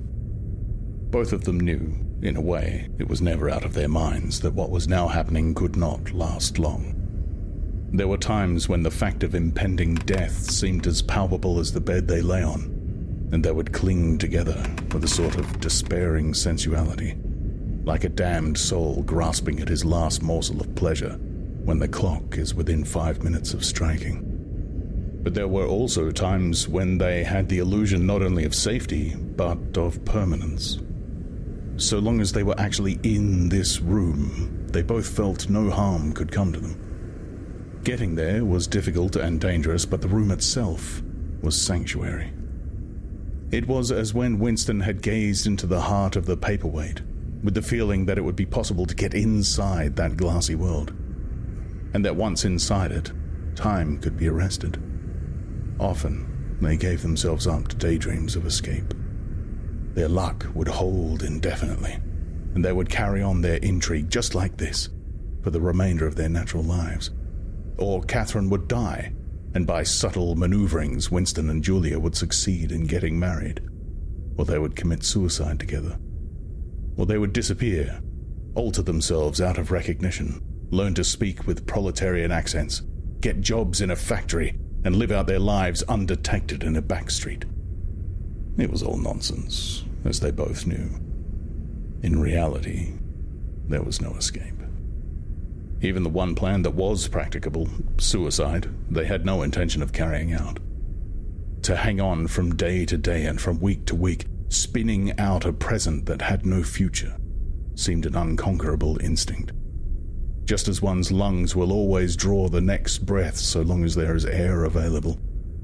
Sometimes, too, they talked of engaging in active rebellion against the party, but with no notion of how to take the first step. Even if the fabulous brotherhood was a reality, there still remained the difficulty of finding one's way into it. He told her of the strange intimacy that existed, or seemed to exist, between himself and O'Brien, and of the impulse he sometimes felt simply to walk into O'Brien's presence, announce that he was the enemy of the party, and demand his help. Curiously enough, this did not strike her as an impossibly rash thing to do. She was used to judging people by their faces, and it seemed natural to her that Winston should believe O'Brien to be trustworthy on the strength of a single flash of the eyes. Moreover, she took it for granted that everyone, or nearly everyone, secretly hated the party and would break the rules if he thought it safe to do so. but she refused to believe that widespread organized opposition existed or could exist. The tales about Goldstein and his underground army, she said, were simply a lot of rubbish, which the party had invented for its own purposes, and which you had to pretend to believe in. Times beyond number, at party rallies and spontaneous demonstrations, she had shouted at the top of her voice for the execution of people whose names she had never heard, and in whose supposed crimes she had not the faintest belief. When public trials were happening, she had taken her place in the detachments from the Youth League, who surrounded the courts from morning to night, chanting at intervals, "Death to the traitors!" During the 2 minutes hate, she had always excelled all others in shouting insults at Goldstein, yet she had only the dimmest idea of who Goldstein was, and what doctrines he was supposed to represent. She had grown up since the Revolution, and was too young to remember the ideological battles of the 50s and 60s. Such a thing as independent political movement was outside her imagination. And in any case, the party was invincible. It would always exist, and it would always be the same. You could only rebel against it by secret disobedience, or at most by isolated acts of violence, such as killing somebody or blowing something up. In some ways, she was far more acute than Winston, and far less susceptible to party propaganda. Once, when he happened in some connection to mention the war against Eurasia, she startled him by saying casually that in her opinion the war was not happening. The rocket bombs which fell daily on London were probably fired by the government of Oceania itself, just to keep people frightened. This was an idea that had literally never occurred to him. She also stirred a sort of envy in him by telling him that during the 2 minutes hate, her great difficulty was to avoid bursting out laughing. But she only questioned the teachings of the party when they in some way touched upon her own life. Often she was ready to accept the official mythology, simply because the difference between truth and falsehood did not seem important to her. She believed, for instance, having learned it at school, that the party had invented aeroplanes. In his own school days, Winston remembered, in the late 50s, it was only the helicopter that the party claimed to have invented. A dozen years later, when Julia was at school, it was already claiming the aeroplane. One generation more, and it would be claiming the steam engine. And when he told her that aeroplanes had been in existence before he was born and long before the Revolution, the fact struck her as totally uninteresting. After all, what did it matter who had invented aeroplanes? It was rather more of a shock to him when he discovered from some chance remark that she did not remember that Oceania, 4 years ago, had been at war with Eastasia and at peace with Eurasia. It was true that she regarded the whole war as a sham, but apparently she had not even noticed that the name of the enemy had changed. "I thought we'd always been at war with Eurasia," she said vaguely. It frightened him a little. The invention of aeroplanes dated from long before her birth, but the switchover in the war had happened only 4 years ago, well after she was grown up. He argued with her about it for perhaps a quarter of an hour. In the end, he succeeded in forcing her memory back until she did dimly recall that at one time Eastasia, and not Eurasia, had been the enemy. But the issue still struck her as unimportant. "Who cares?" she said impatiently. "It's always one bloody war after another, and one knows the news is all lies anyway." Sometimes he talked to her of the records department and the impudent forgeries that he committed there. Such things did not appear to horrify her. She did not feel the abyss opening beneath her feet at the thought of lies becoming truths. He told her the story of Jones, Aronson, and Rutherford, and the momentous slip of paper which he had once held between his fingers. It did not make much impression on her. At first, indeed, she failed to grasp the point of the story. "Were they friends of yours?" she said. "No, I never knew them. They were inner party members. Besides, they were far older men than I was. They belonged to the old days, before the Revolution. I barely knew them by sight." "Then what was there to worry about? People are being killed off all the time, aren't they?" He tried to make her understand. This was an exceptional case. It wasn't just a question of somebody being killed. Do you realize that the past, starting from yesterday, has been actually abolished? If it survives anywhere, it's in a few solid objects with no words attached to them, like that lump of glass there. Already we know almost literally nothing about the revolution and the years before the revolution. Every record has been destroyed or falsified. Every book has been rewritten, every picture has been repainted, every statue and street and building has been renamed, every date has been altered. And the process is continuing day by day and minute by minute. History has stopped. Nothing exists except an endless present in which the party is always right. I know, of course, that the past is falsified, but it would never be possible for me to prove it, even when I did the falsification myself. After the thing is done, no evidence ever remains. The only evidence is inside my own mind, and I don't know with any certainty that any other human being shares my memories. Just in that one instance in my whole life, I did possess actual concrete evidence after the event, years after it. And what good was that? It was no good, because I threw it away a few minutes later. But if the same thing happened today, I should keep it. Well, I wouldn't, said Julia. I'm quite ready to take risks, but only for something worthwhile, not for bits of old newspaper. What could you have done with it, even if you had kept it? Not much, perhaps, but it was evidence. I might have planted a few doubts here and there, supposing that I dared to show it to anybody. I don't imagine that we can alter anything in our own lifetime, but one can imagine little knots of resistance springing up here and there, small groups of people banding themselves together and gradually growing, and even leaving a few records behind so that the next generations can carry on where we left off. I'm not interested in the next generation, dear. I'm interested in us. You're only a rebel from the waist downwards, he told her. She thought this brilliantly witty and flung her arms round him in delight. In the ramifications of party doctrine, she had not the faintest interest.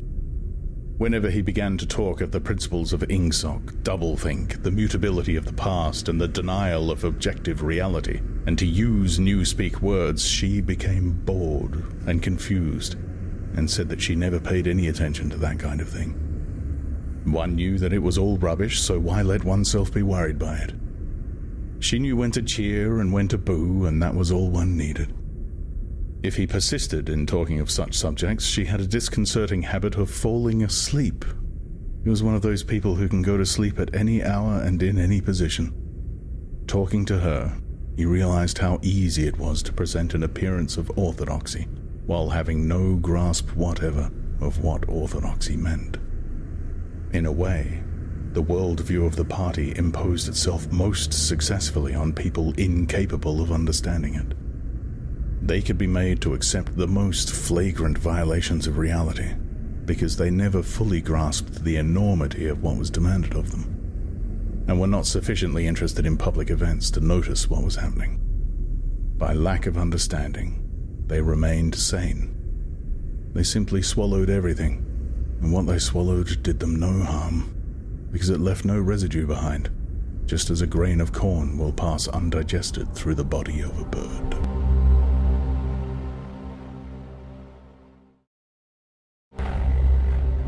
Part 2, Chapter 6. It had happened at last. The expected message had come. All his life, it seemed to him, he'd been waiting for this to happen. He was walking down the long corridor of the ministry, and he was almost at the spot where Julia had slipped the note into his hand, when he became aware that someone larger than himself was walking just behind him. The person, whoever it was, gave a small cough, evidently as a prelude to speaking. Winston stopped abruptly and turned. It was O'Brien. At last they were face to face, and it seemed that his only impulse was to run away. His heart bounded violently. He would have been incapable of speaking. O'Brien, however, had continued forward in the same movement, laying a friendly hand for a moment on Winston's arm, so that the two of them were walking side by side. He began speaking with the peculiar grave courtesy that differentiated him from the majority of inner party members. I had been hoping for an opportunity of talking to you, he said. I was reading one of your Newspeak articles in The Times the other day. You take a scholarly interest in Newspeak, I believe. Winston had recovered part of his self-possession. "Hardly scholarly," he said. "I'm only an amateur. It's not my subject. I've never had anything to do with the actual construction of the language." But you write it very elegantly, said O'Brien. That is not only my own opinion. I was talking recently to a friend of yours who is certainly an expert. His name has slipped my memory for the moment. Again, Winston's heart stirred painfully. It was inconceivable that this was anything other than a reference to Syme. But Syme was not only dead, he was abolished, an unperson. Any identifiable reference to him would have been mortally dangerous. O'Brien's remark must obviously have been intended as a signal, a code word. By sharing a small act of thought crime, he had turned the two of them into accomplices. They had continued to stroll slowly down the corridor, but now O'Brien halted. With the curious, disarming friendliness that he had always managed to put into the gesture, he resettled his spectacles on his nose. Then he went on. What I had really intended to say was that in your article I noticed you had used two words which have become obsolete, but they have only become so very recently. Have you seen the 10th edition of the Newspeak Dictionary? No, said Winston. I don't think it had been issued yet. We're still using the 9th in the records department. The 10th edition is not due to appear for some months, I believe, but a few advance copies have been circulated. I have one myself. It might interest you to look at it, perhaps. Very much so, said Winston, immediately seeing where this tended. Some of the new developments are most ingenious. The reduction in the number of verbs, that is the point that will appeal to you, I think. Let me see. Shall I send a messenger to you with the dictionary? Oh, but I am afraid I invariably forget anything of that kind. Perhaps you could pick it up at my flat at some time that suited you. Wait, let me give you my address. They were standing in front of a telescreen. Somewhat absent-mindedly, O'Brien felt two of his pockets and then produced a small leather-covered notebook and a gold ink pencil. Immediately beneath the telescreen, in such a position that anyone who was watching at the other end of the instrument could read what he was writing, he scribbled an address, tore out the page, and handed it to Winston. I am usually at home in the evenings, he said. If not, my servant will give you the dictionary. He was gone, leaving Winston holding the scrap of paper, which this time there was no need to conceal. Nevertheless, he carefully memorized what was written on it, and some hours later dropped it into the memory hole along with a mass of other papers. They had been talking to one another for a couple of minutes at the most. There was only one meaning that the episode could possibly have. It had been contrived as a way of letting Winston know O'Brien's address. This was necessary because, except by direct inquiry, it was never possible to discover where anyone lived. There were no directories of any kind. If you ever want to see me, this is where I can be found, was what O'Brien had been saying to him. Perhaps there would even be a message concealed somewhere in the dictionary. But, at any rate, one thing was certain. The conspiracy that he had dreamed of did exist, and he had reached the outer edges of it. He knew that sooner or later he would obey O'Brien's summons. Perhaps tomorrow, perhaps after a long delay, he was not certain. What was happening was only the working out of a process that had started years ago. The first step had been a secret, involuntary thought. The second had been the opening of the diary. He had moved from thoughts to words, and now from words to actions. The last step was something that would happen in the Ministry of Love. He had accepted it. The end was contained in the beginning. But it was frightening, or more exactly, it was like a foretaste of death, like being a little less alive. Even while he was speaking to O'Brien, when the meaning of the words had sunk in, a chilly, shuddering feeling had taken possession of his body. He had the sensation of stepping into the dampness of a grave, and it was not much better because he had always known that the grave was there and waiting for him.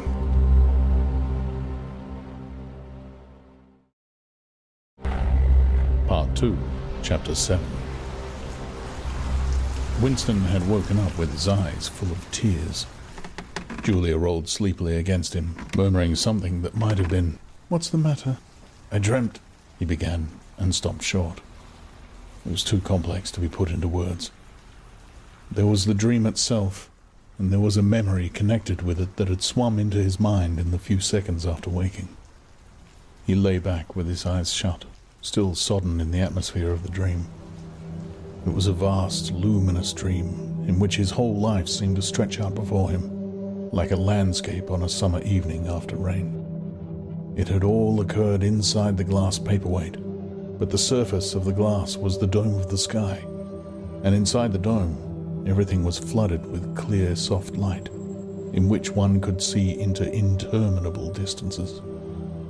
The dream had also been comprehended by, indeed, in some sense it had consisted in, a gesture of the arm made by his mother, and made again 30 years later by the Jewish woman he had seen on the news film, trying to shelter the small boy from the bullets before the helicopter blew them both to pieces.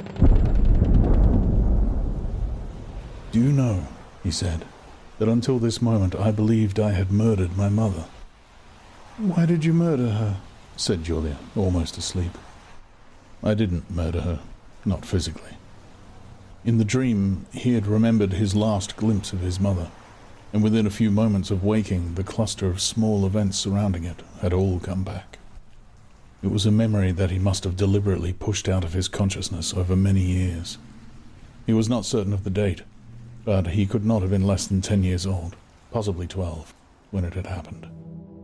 His father had disappeared some time earlier. How much earlier, he could not remember. He remembered better the rackety, uneasy circumstances of the time, the periodical panics about air raids and the sheltering in tube stations, the piles of rubble everywhere, the unintelligible proclamations posted at street corners, the gangs of youths in shirts all the same color, the enormous queues outside the bakeries, the intermittent machine gun fire in the distance.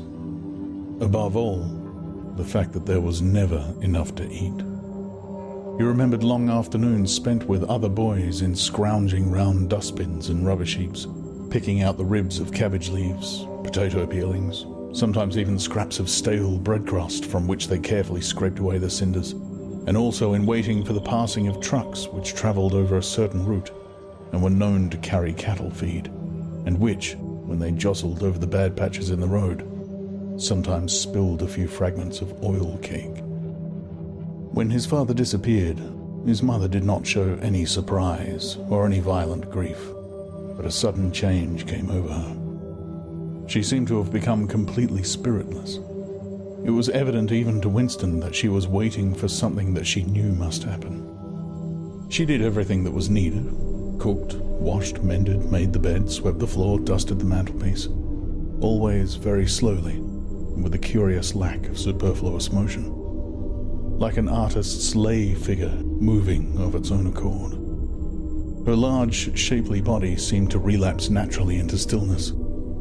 For hours at a time she would sit, almost immobile, on the bed, nursing his young sister, a tiny, ailing, very silent child of 2 or 3, with a face made simian by thinness. Very occasionally, she would take Winston in her arms and press him against her for a long time without saying anything. He was aware, in spite of his youthfulness and selfishness, that this was somehow connected with the never-mentioned thing that was about to happen. He remembered the room where they lived, a dark, close-smelling room that seemed half-filled by a bed with a white counterpane. There was a gas ring in the fender, and a shelf where the food was kept, and on the landing outside there was a brown earthenware sink common to several rooms. He remembered his mother's statuesque body bending over the gas ring to stir at something in a saucepan. Above all, he remembered his continuous hunger and the fierce, sordid battles at mealtimes. He would ask his mother naggingly over and over again why there was not more food. He would shout and storm at her. He even remembered the tones of his voice, which was beginning to break prematurely and sometimes boomed in a peculiar way. Or he would attempt a snivelling note of pathos in his efforts to get more than his share. His mother was quite ready to give him more than his share. She took it for granted that he, the boy, should have the biggest portions. But however much she gave him, he invariably demanded more. At every meal she would beseech him not to be selfish, and to remember that his little sister was sick and also needed food. But it was no use. He would cry out with rage when she stopped ladling. He would try to wrench the saucepan and spoon out of her hands. He would grab bits from his sister's plate. He knew that he was starving the other two, but he could not help it. He even felt that he had a right to do it. The clamorous hunger in his belly seemed to justify him. Between meals, if his mother did not stand guard, he was constantly pilfering at the wretched store of food on the shelf. One day, a chocolate ration was issued. There had been no such issue for weeks or months past. He remembered quite clearly that precious little morsel of chocolate. It was a 2-ounce slab. They still talked about ounces in those days. Between the three of them, it was obvious that it ought to be divided into 3 equal parts. Suddenly, as though he were listening to somebody else, Winston heard himself demanding in a loud, booming voice that he should be given the whole piece. His mother told him not to be greedy. There was a long, nagging argument that went round and round, with shouts, whines, tears, remonstrances, bargainings. His tiny sister, clinging to her mother with both hands, exactly like a baby monkey, sat looking over her shoulder at him with large, mournful eyes. In the end, his mother broke off 3/4 of the chocolate and gave it to Winston, giving the other quarter to his sister. The little girl took hold of it and looked at it dully, perhaps not knowing what it was. Winston stood watching her for a moment.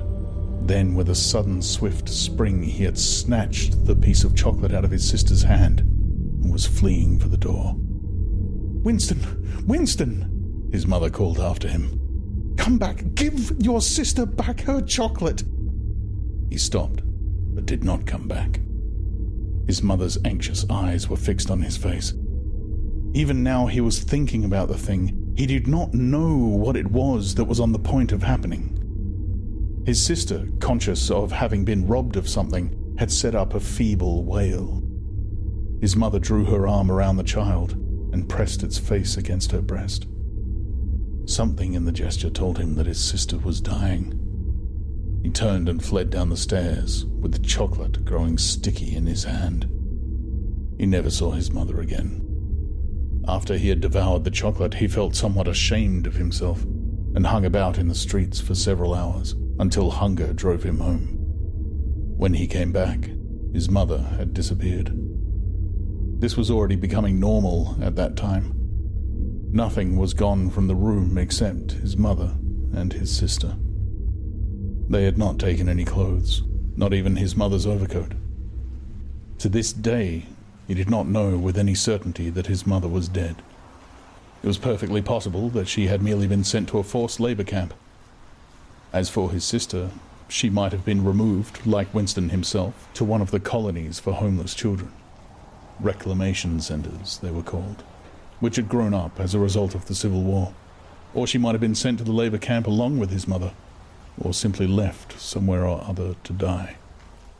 The dream was still vivid in his mind, especially the enveloping, protecting gesture of the arm in which its whole meaning seemed to be contained.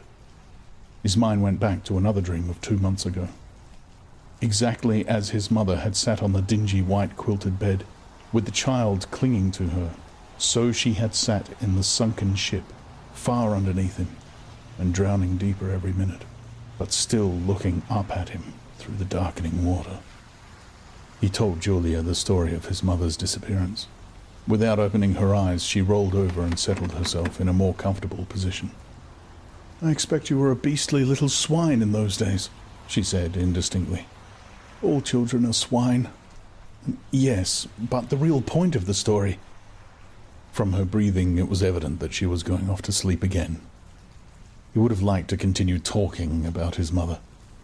He did not suppose, from what he could remember of her, that she had been an unusual woman, still less an intelligent one.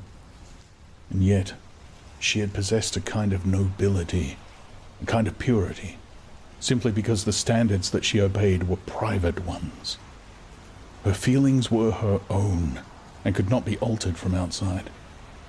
It would not have occurred to her that an action which is ineffectual thereby becomes meaningless. If you loved someone, you loved him, and when you had nothing else to give, you still gave him love. When the last of the chocolate was gone, his mother had clasped the child in her arms. It was no use. It changed nothing. It did not produce more chocolate. It did not avert the child's death or her own, but it seemed natural to her to do it. The refugee woman in the boat had also covered the little boy with her arm, which was no more use against the bullets than a sheet of paper. The terrible thing that the party had done was to persuade you that mere impulses, mere feelings, were of no account, while at the same time robbing you of all the power over the material world. When once you were in the grip of the party, what you felt or did not feel, what you did or refrained from doing, made literally no difference. Whatever happened, you vanished, and neither you nor your actions were ever heard of again. You were lifted clean out of the stream of history. And yet to the people of only 2 generations ago, this would not have seemed all important because they were not attempting to alter history. They were governed by private loyalties which they did not question.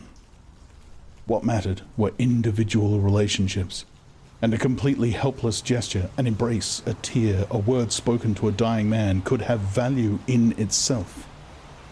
The proles, it suddenly occurred to him, had remained in this condition.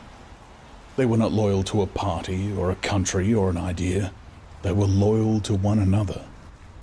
For the first time in his life, he did not despise the proles, or think of them merely as an inert force which would one day spring to life and regenerate the world. The proles had stayed human. They had not become hardened inside. They had held on to the primitive emotions which he himself had to relearn by conscious effort. And in thinking this, he remembered, without apparent relevance, how a few weeks ago he had seen a severed hand lying on the pavement and had kicked it into the gutter as though it had been a cabbage stalk. The proles are human beings, he said aloud. We are not human. Why not? Said Julia, who had woken up again. He thought for a little while. Has it ever occurred to you, he said, that the best thing for us to do would be simply to walk out of here before it's too late and never see each other again? Yes, dear, it has occurred to me several times, but I'm not going to do it all the same.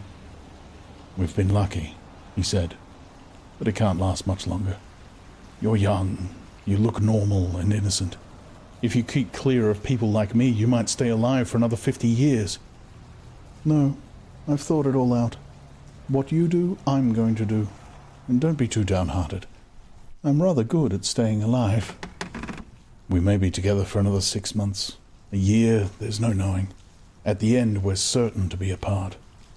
Do you realize how utterly alone we shall be? When once they get hold of us, there will be nothing, literally nothing, that either of us can do for the other. If I confess, they'll shoot you. And if I refuse to confess, they'll shoot you just the same. Nothing I can do or say or stop myself from saying will put off your death for as much as 5 minutes. Neither of us will even know whether the other is alive or dead. We shall be utterly without power of any kind. The one thing that matters is that we shouldn't betray one another, although even that can't make the slightest difference. If you mean confessing, she said, we shall do that right enough. Everybody always confesses, you can't help it. They torture you. I don't mean confessing. Confession is not betrayal. What you say or do doesn't matter, only feelings matter. If they could make me stop loving you, that would be the real betrayal. She thought it over. They can't do that, she said finally. It's the one thing they can't do. They can make you say anything, but they can't make you believe it. They can't get inside you. No, he said a little more hopefully. No, that's quite true. They can't get inside you. If you can feel that staying human is worthwhile, even when it can't have any result whatever, you've beaten them. He thought of the telescreen with its never-sleeping ear. They could spy upon you night and day, but if you kept your head, you could still outwit them. With all their cleverness, they had never mastered the secret of finding out what another human being was thinking. Perhaps that was less true when you were actually in their hands. One did not know what happened inside the Ministry of Love, but it was possible to guess. Tortures, drugs, delicate instruments that registered your nervous reactions, gradual wearing down by sleeplessness and solitude and persistent questioning. Facts, at any rate, could not be kept hidden. They could be tracked down by inquiry. They could be squeezed out of you by torture. But if the object was not to stay alive, but to stay human, what difference did it ultimately make? They could not alter your feelings. For that matter, you could not alter them yourself, even if you wanted to. They could lay bare in the utmost detail everything that you had done or said or thought, but the inner heart, whose workings were mysterious even to yourself, remained impregnable.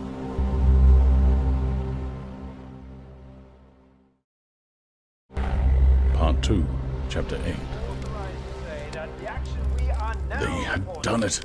They had done it at last. The room they were standing in was long-shaped and softly lit. The telescreen was dimmed to a low murmur. The richness of the dark blue carpet gave one the impression of treading on velvet. At the far end of the room, O'Brien was sitting at a table under a green-shaded lamp, with a mass of papers on either side of him. He had not bothered to look up when the servant showed Julia and Winston in. Winston's heart was thumping so hard that he doubted whether he would be able to speak. They had done it. They had done it at last, was all he could think. It had been a rash act to come here at all, and sheer folly to arrive together, though it was true that they had come by different routes and only met on O'Brien's doorstep. But merely to walk into such a place needed an effort of the nerve. It was only on very rare occasions that one saw inside the dwelling place of the inner party, or even penetrated into the quarter of the town where they lived. The whole atmosphere of the huge block of flats, the richness and spaciousness of everything, the unfamiliar smells of good food and good tobacco, the silent and incredibly rapid lifts sliding up and down, the white-jacketed servants hurrying to and fro, everything was intimidating. Although he had a good pretext for coming here, he was haunted at every step by the fear that a black-uniformed guard would suddenly appear from round the corner, demand his papers, and order him to get out. O'Brien's servant, however, had admitted the two of them without demur. He was a small, dark-haired man in a white jacket, with a diamond-shaped, completely expressionless face, which might have been that of a Chinese. The passage down which he led them was softly carpeted, with cream-papered walls and white wainscoting, all exquisitely clean. That, too, was intimidating. Winston could not remember ever to have seen a passageway whose walls were not grimy from the contact of human bodies. O'Brien had a slip of paper between his fingers and seemed to be studying it intently. His heavy face, bent down so that one could see the line of the nose, looked both formidable and intelligent. For perhaps 20 seconds he sat without stirring. Then he pulled the speakwrite towards him and rapped out a message in the hybrid jargon of the ministries. Items 1, 5, 7 approved, full-wise, stop, suggestion, contained item 6, double plus, ridiculous, verging crime think, cancel, stop, unproceed, construction-wise, anti-getting, plus full, estimates, machinery, overheads, stop, end message. He rose deliberately from his chair and came towards them across the soundless carpet. A little of the official atmosphere seemed to have fallen away from him with the newspeak words, but his expression was grimmer than usual, as though he were not pleased at being disturbed. The terror that Winston already felt was suddenly shot through by a streak of ordinary embarrassment. It seemed to him quite possible that he had simply made a stupid mistake. For what evidence had he, in reality, that O'Brien was any kind of political conspirator? Nothing but a flash of the eyes and a single equivocal remark. Beyond that, only his own secret imaginings, founded on a dream. He could not even fall back on the pretense that he had come to borrow the dictionary, because in that case Julia's presence was impossible to explain. As O'Brien passed the telescreen, a thought seemed to strike him. He stopped, turned aside, and pressed a switch on the wall. There was a sharp snap. The voice had stopped. Julia uttered a tiny sound, a sort of squeak of surprise. Even in the midst of his panic, Winston was too much taken aback to be able to hold his tongue. "You can turn it off," he said. Yes, said O'Brien. we can turn it off. We have that privilege. He was opposite them now.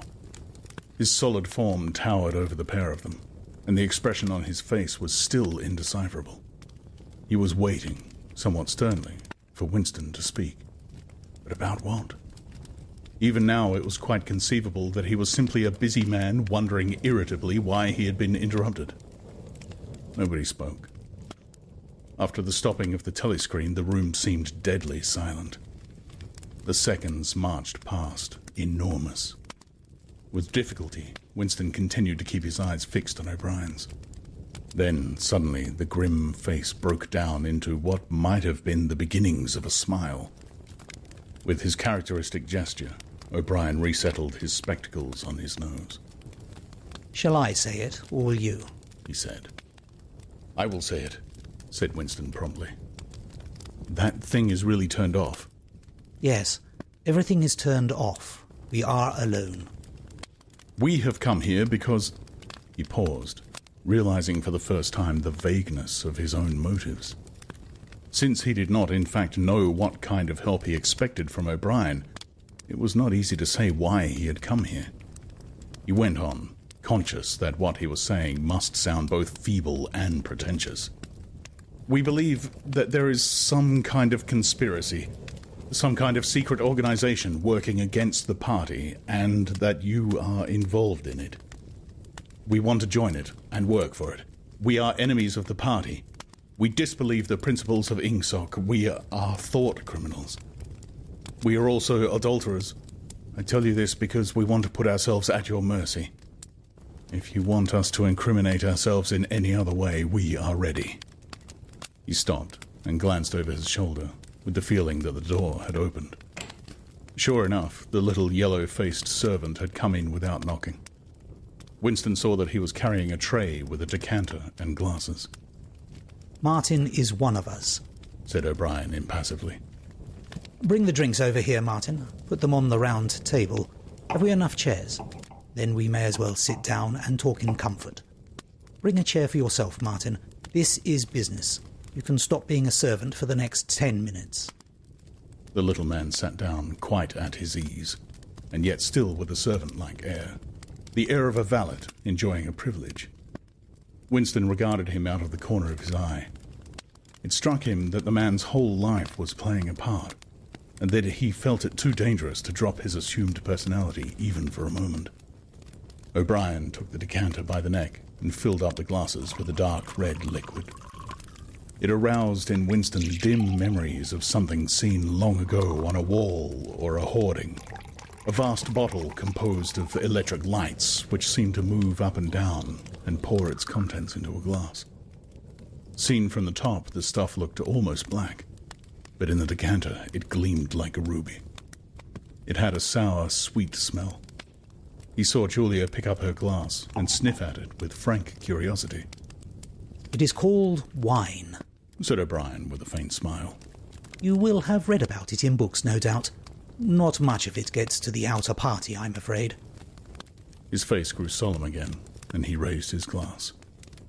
"I think it is fitting that we should begin by drinking a health. To our leader, to Emmanuel Goldstein." Winston took up his glass with a certain eagerness. Wine was a thing he had read and dreamed about.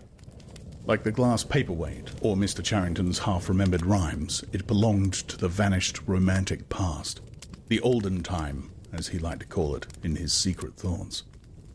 For some reason, he had always thought of wine as having an intensely sweet taste, like that of blackberry jam, and an immediate intoxicating effect. Actually, when he came to swallow it, the stuff was distinctly disappointing. The truth was that after years of gin drinking, he could barely taste it. He set down the empty glass. "Then there is such a person as Goldstein," he said. "Yes, there is such a person, and he is alive.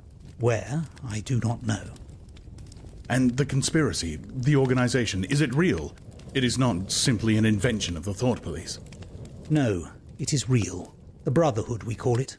You will never learn much more about the Brotherhood than that it exists, and that you belong to it. I will come back to that presently. He looked at his wristwatch. It is unwise even for members of the inner party to turn off the telescreen for more than half an hour. You ought not to have come here together, and you will have to leave separately. You, comrade? He bowed his head to Julia. Will leave first. We have about 20 minutes at our disposal. You will understand that I must start by asking you certain questions. In general terms, what are you prepared to do? Anything that we are capable of, said Winston. O'Brien had turned himself a little in his chair so that he was facing Winston. He almost ignored Julia, seeming to take it for granted that Winston could speak for her. For a moment, the lids flitted down over his eyes. He began asking his questions in a low, expressionless voice, as though this were a routine, a sort of catchism, most of whose answers were known to him already. You are prepared to give your lives? Yes. You are prepared to commit murder? Yes. To commit acts of sabotage which may cause the death of hundreds of innocent people? Yes. To betray your country to foreign powers? Yes. You are prepared to cheat, to forge, to blackmail, to corrupt the minds of children, to distribute habit-forming drugs, to encourage prostitution, to disseminate venereal diseases, to do anything which is likely to cause demoralization and weaken the power of the party. Yes. If, for example, it would somehow serve our interests to throw sulfuric acid in a child's face, are you prepared to do that? Yes. You are prepared to lose your identity and live out the rest of your life as a waiter or a dock worker? Yes. You are prepared to commit suicide if and when we order you to do so? Yes. You are prepared, the two of you, to separate and never see one another again? No, broke in Julia. It appeared to Winston that a long time passed before he answered. For a moment he seemed even to have been deprived of the power of speech. His tongue worked soundlessly, forming the opening syllables first of one word, then of the other, over and over again. Until he had said it, he did not know which word he was going to say. No, he said finally. You did well to tell me, said O'Brien. It is necessary for us to know everything. He turned himself towards Julia and added in a voice with somewhat more expression in it. Do you understand that even if he survives, it may be as a different person? We may be obliged to give him a new identity. His face, his movements, the shape of his hands, the colour of his hair, even his voice would be different. And you yourself might have become a different person. Our surgeons can alter people beyond recognition. Sometimes it is necessary. Sometimes we even amputate a limb. Winston could not help snatching another sidelong glance at Martin's Mongolian face. There were no scars that he could see. Julia had turned a shade paler so that her freckles were showing, but she faced O'Brien boldly. She murmured something that seemed to be assent. Good. Then that is settled. There was a silver box of cigarettes on the table. With a rather absent-minded air, O'Brien pushed them towards the others, took one himself, then stood up and began to pace slowly to and fro, as though he could think better standing. They were very good cigarettes, very thick and well-packed, with an unfamiliar silkiness in the paper. O'Brien looked at his wristwatch again. You had better go back to your pantry, Martin, he said. I shall switch on in a quarter of an hour. Take a good look at these comrades' faces before you go. You will be seeing them again. I may not. Exactly as he had done at the front door, the little man's dark eyes flickered over their faces. There was not a trace of friendliness in his manner. He was memorizing their appearance, but he felt no interest in them, or appeared to feel none. It occurred to Winston that a synthetic face was perhaps incapable of changing its expression. Without speaking or giving any kind of salutation, Martin went out, closing the door silently behind him. O'Brien was strolling up and down, one hand in the pocket of his black overalls, the other holding his cigarette. You understand, he said, that you will be fighting in the dark. You will always be in the dark. You will receive orders, and you will obey them without knowing why. Later, I shall send you a book from which you will learn the true nature of the society we live in, and the strategy by which we shall destroy it. When you have read the book, you will be full members of the Brotherhood. But between the general aims that we are fighting for and the immediate tasks of the moment, you will never know anything. I tell you that the Brotherhood exists, but I cannot tell you whether it numbers 100 members or 10 million. From your personal knowledge, you will never be able to say that it numbers even as many as a dozen. You will have 3 or 4 contacts who will be renewed from time to time as they disappear. As this was your first contact, it will be preserved. When you receive orders, they will come from me. If we find it necessary to communicate with you, it will be through Martin. When you are finally caught, you will confess. That is unavoidable, but you will have very little to confess other than your own actions. You will not be able to betray more than a handful of unimportant people. Probably you will not even betray me. By that time I may be dead, or I shall have become a different person with a different face. He continued to move to and fro over the soft carpet. In spite of the bulkiness of his body, there was a remarkable grace in his movements. It came out even in the gesture with which he thrust a hand into his pocket, or manipulated a cigarette. More even than of strength, he gave an impression of confidence, and of an understanding tinged by irony. However much in earnest he might be, he had nothing of the single-mindedness that belonged to a fanatic. When he spoke of murder, suicide, venereal disease, amputated limbs, and altered faces, it was with a faint air of persiflage. "This is unavoidable," his voice seemed to say. "This is what we have got to do, unflinchingly. But this is not what we shall be doing when life is worth living again." A wave of admiration, almost of worship, flowed out from Winston towards O'Brien. For the moment, he had forgotten the shadowy figure of Goldstein. When you looked at O'Brien's powerful shoulders and his blunt-featured face, so ugly and yet so civilized, it was impossible to believe that he could be defeated. There was no stratagem that he was not equal to, no danger that he could not foresee. Even Julia seemed to be impressed. She had let her cigarette go out and was listening intently. O'Brien went on. You will have heard rumours of the existence of the Brotherhood. No doubt you have formed your own picture of it. You have imagined, probably, a huge underworld of conspirators meeting secretly in cellars, scribbling messages on walls, recognizing one another by code words or by special movements of the hand. Nothing of the kind exists. The members of the Brotherhood have no way of recognizing one another, and it is impossible for any one member to be aware of the identity of more than a few others.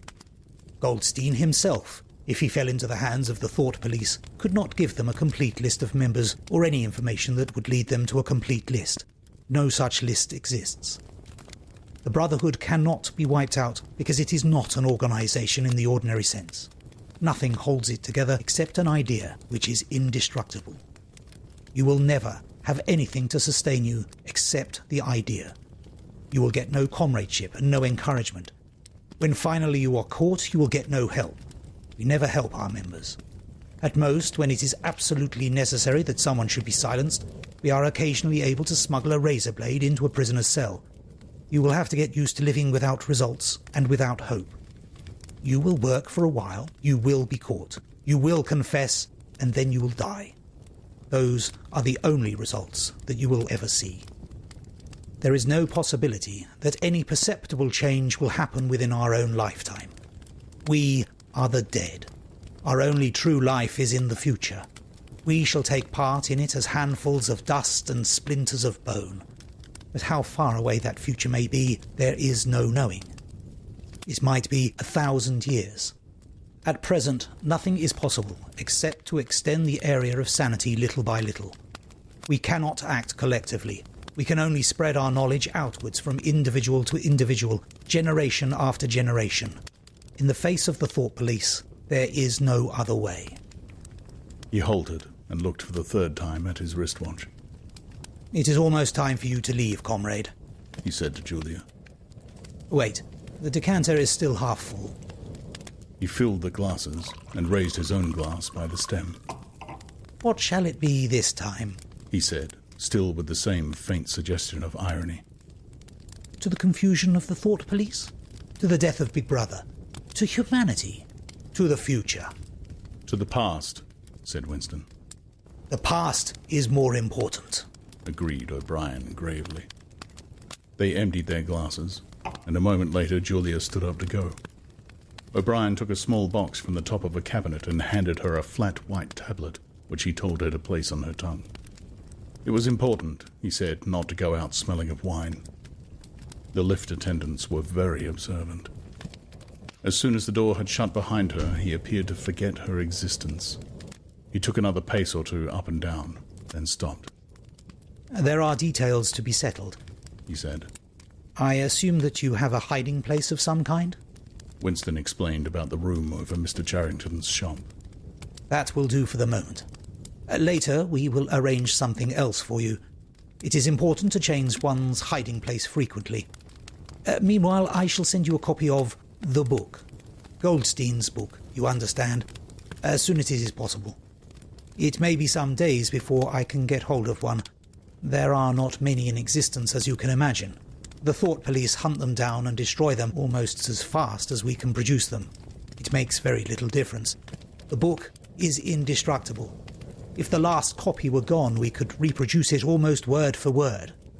Do you carry a briefcase to work with you? He added. As a rule, yes. What is it like? Black, very shabby, with 2 straps. Black. 2 straps, very shabby. Good. One day in the fairly near future, I cannot give a date, one of the messages among your morning's work will contain a misprinted word, and you will have to ask for a repeat. On the following day, you will go to work without your briefcase. At some time during the day, in the street, a man will touch you on the arm and say, I think you have dropped your briefcase. The one he gives you will contain a copy of Goldstein's book. You will return it within 14 days. They were silent for a moment. There are a couple of minutes before you need to go, said O'Brien. We shall meet again, if we do meet again. Winston looked up at him. In the place where there is no darkness, he said hesitantly. O'Brien nodded without appearance of surprise. In the place where there is no darkness, he said, as though he had recognized the allusion. And in the meantime, is there anything you wish to say before you leave? Any message? Any question? Winston thought. There did not seem to be any further question that he wanted to ask. Still less did he feel any impulse to utter high-sounding generalities.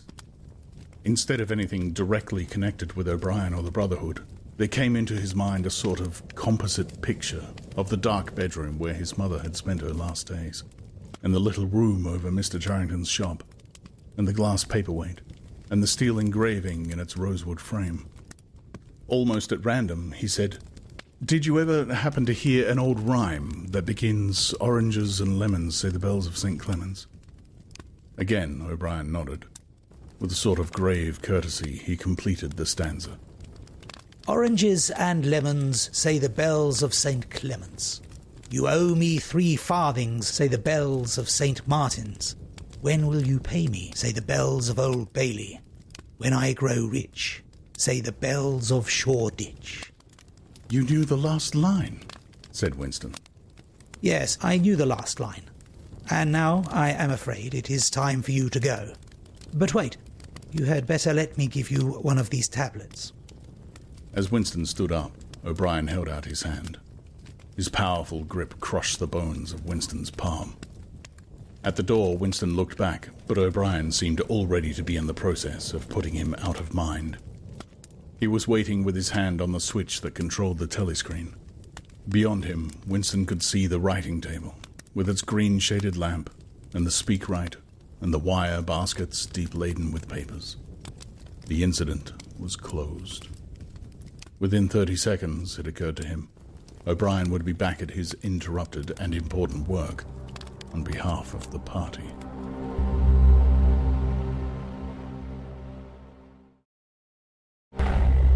Part 2, Chapter 9. Winston was gelatinous with fatigue. Gelatinous was the right word. It had come into his head spontaneously. His body seemed to have not only the weakness of a jelly, but its translucency. He felt that if he held up his hand, he would be able to see the light through it.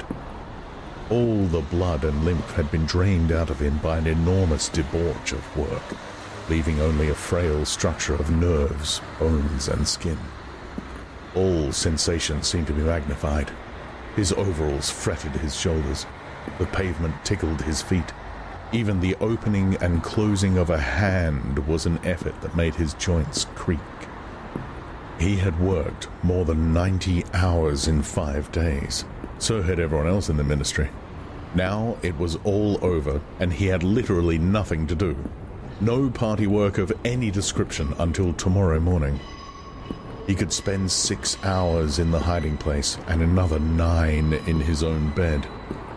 Slowly, in mild afternoon sunshine, he walked up a dingy street in the direction of Mr. Charrington's shop, keeping one eye open for the patrols, but irrationally convinced that this afternoon there was no danger of anyone interfering with him.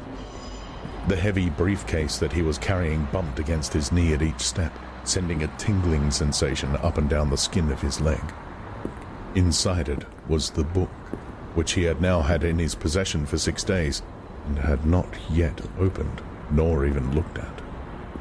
On the 6th day of Hate Week, after the processions, the speeches, the shouting, the singing, the banners, the posters, the films, the waxworks, the rolling of drums and squealing of trumpets, the tramp of marching feet, the grinding of the caterpillars of tanks, the roar of massed planes, the booming of guns, after 6 days of this, when the great orgasm was quivering to its climax and the general hatred of Eurasia had boiled up into such delirium that if the crowd could have got their hands on the 2,000 Eurasian war criminals who were to be publicly hanged on the last day of the proceedings, they would unquestionably have torn them to pieces. At just this moment, it had been announced that Oceania was not, after all, at war with Eurasia.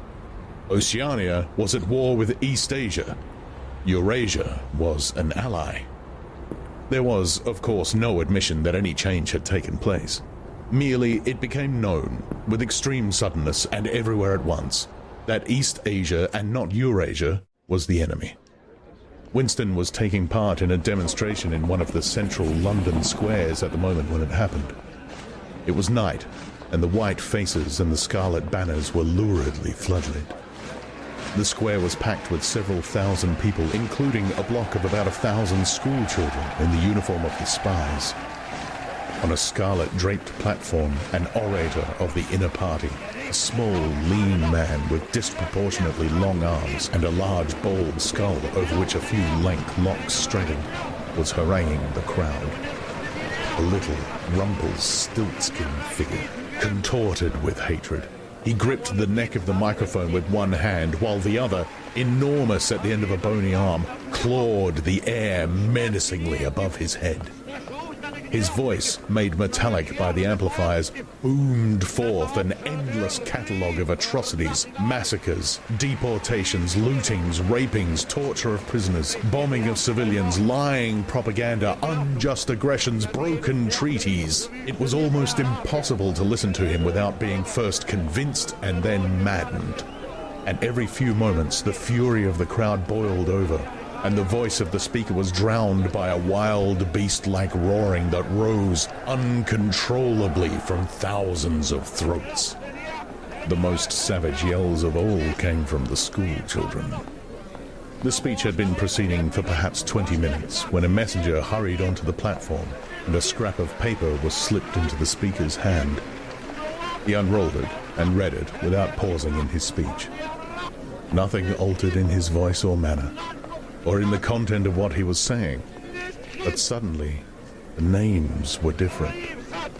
Without words said, a wave of understanding rippled through the crowd. Oceania was at war with East Asia. The next moment there was a tremendous commotion. The banners and posters with which the square was decorated were all wrong. Quite half of them had the wrong faces on them. It was sabotage. The agents of Goldstein had been at work. There was a riotous interlude while posters were ripped from the walls, banners torn to shreds and trampled underfoot. The spies performed prodigies of activity in clambering over the rooftops and cutting the streamers that fluttered from the chimneys. But within 2 or 3 minutes, it was all over. The orator, still gripping the neck of the microphone, his shoulders hunched forward, his free hand clawing at the air, had gone straight on with his speech. 1 minute more, and the feral roars of rage were again bursting from the crowd. The hate continued exactly as before, except that the target had been changed. The thing that impressed Winston in looking back was that the speaker had switched from one line to the other actually in mid-sentence, not only without pause, but without even breaking the syntax. But at the moment, he had other things to preoccupy him. It was during the moment of disorder, while the posters were being torn down, that a man whose face he did not see had tapped him on the shoulder and said, "Excuse me, I think you've dropped your briefcase." He took the briefcase abstractedly, without speaking. He knew it would be days before he had an opportunity to look inside it. The instant that the demonstration was over, he went straight to the Ministry of Truth, though the time was now nearly 23 hours. The entire staff of the ministry had done likewise. The orders already issuing from the telescreen, recalling them to their posts, were hardly necessary. Oceania was at war with Eastasia. Oceania had always been at war with Eastasia. A large part of the political literature of 5 years was now completely obsolete. Reports and records of all kinds, newspapers, books, pamphlets, films, soundtracks, photographs, all had to be rectified at lightning speed. Although no directive was ever issued, it was known that the chiefs of the department intended that within 1 week no reference to the war with Eurasia or the alliance with Eastasia should remain in existence anywhere. The work was overwhelming. All the more so because the process that it involved could not be called by their true names. Everyone in the records department worked 18 hours in the 24, with 2 3-hour snatches of sleep. Mattresses were brought up from the cellars and pitched all over the corridors. Meals consisted of sandwiches and Victory coffee wheeled round on trolleys by attendants from the canteen. Each time that Winston broke off for one of his spells of sleep, he tried to leave his desk clear of work, and each time that he crawled back, sticky-eyed and aching, it was to find that another shower of paper cylinders had covered the desk like a snowdrift, half burying the speakwrite and overflowing onto the floor, so that the first job was always to stack them into a neat enough pile to give him room to work. What was worst of all was that the work was by no means purely mechanical. Often it was enough merely to substitute one name for another, but any detailed report of events demanded care and imagination. Even the geographical knowledge that one needed in transferring the war from one part of the world to another was considerable. By the 3rd day, his eyes ached unbearably, and his spectacles needed wiping every few minutes. It was like struggling with some crushing physical task, something which one had the right to refuse and which one was nevertheless neurotically anxious to accomplish. Insofar as he had time to remember it, he was not troubled by the fact that every word he murmured into the speakwrite, every stroke of his ink pencil, was a deliberate lie. He was as anxious as anyone else in the department that the forgery should be perfect. On the morning of the 6th day, the dribble of cylinders slowed down. For as much as half an hour, nothing came out of the tube. Then one more cylinder, then nothing. Everywhere, at about the same time, the work was easing off. A deep and, as it were, secret sigh went through the department. A mighty deed, which could never be mentioned, had been achieved. It was now impossible for any human being to prove by documentary evidence that the war with Eurasia had ever happened. At 1200, it was unexpectedly announced that all workers in the ministry were free till tomorrow morning. Winston, still carrying the briefcase containing the book, which had remained between his feet while he worked and under his body while he slept, went home, shaved himself, and almost fell asleep in the bath, although the water was barely more than tepid. With a sort of voluptuous creaking in his joints, he climbed the stair above Mr. Charrington's shop. He was tired, but not sleepy any longer. He opened the window, lit the dirty little oil stove, and put on a pan of water for coffee. Julia would arrive presently. Meanwhile, there was the book. He sat down in the sluttish armchair and undid the straps of the briefcase. A heavy black volume, amateurishly bound, with no name or title on the cover. The print also looked slightly irregular. The pages were worn at the edges and fell apart easily, as though the book had passed through many hands. The inscription on the title page ran, "The Theory and Practice of Oligarchical Collectivism" by Emmanuel Goldstein. Winston began reading. Chapter 1. Ignorance is Strength. Throughout recorded time, and probably since the end of the Neolithic Age, there have been three kinds of people in the world: the high, the middle, and the low. They have been subdivided in many ways. They have borne countless different names, and their relative numbers, as well as their attitude towards one another, have varied from age to age. But the essential structure of society has never altered. Even after enormous upheavals and seemingly irrevocable changes, the same pattern has always reasserted itself, just as a gyroscope will always return to equilibrium, however far it is pushed one way or the other. The aims of these groups are entirely irreconcilable. Winston stopped reading, chiefly in order to appreciate the fact that he was reading in comfort and safety. He was alone. No telescreen, no ear at the keyhole, no nervous impulse to glance over his shoulder or cover the page with his hand. The sweet summer air played against his cheek. From somewhere far away there floated the faint shouts of children. In the room itself there was no sound except the insect voice of the clock. He settled deeper into the armchair and put his feet up on the fender. It was bliss. It was eternity. Suddenly, as one sometimes does with a book of which one knows that one will ultimately read and reread every word, he opened it at a different place and found himself at Chapter 3. He went on reading. Chapter 3. War is Peace. The splitting up of the world into three great superstates was an event which could be, and indeed was, foreseen before the middle of the 20th century. With the absorption of Europe by Russia and of the British Empire by the United States, two of the three existing powers, Eurasia and Oceania, were already effectively in being. The third, Eastasia, only emerged as a distinct unit after another decade of confused fighting. The frontiers between the three superstates are in some places arbitrary, and in others they fluctuate according to the fortunes of war. But, in general, they follow geographical lines. Eurasia comprises the whole of the northern part of the European and Asiatic landmass from Portugal to the Bering Strait. Oceania comprises the Americas, the Atlantic Islands, including the British Isles, Australasia, and the southern portion of Africa. Eastasia, smaller than the others and with a less definite western frontier, comprises China and the countries to the south of it, the Japanese islands, and a large but fluctuating portion of Manchuria, Mongolia, and Tibet. In one combination or another, these three super-states are permanently at war, and have been so for the past 25 years.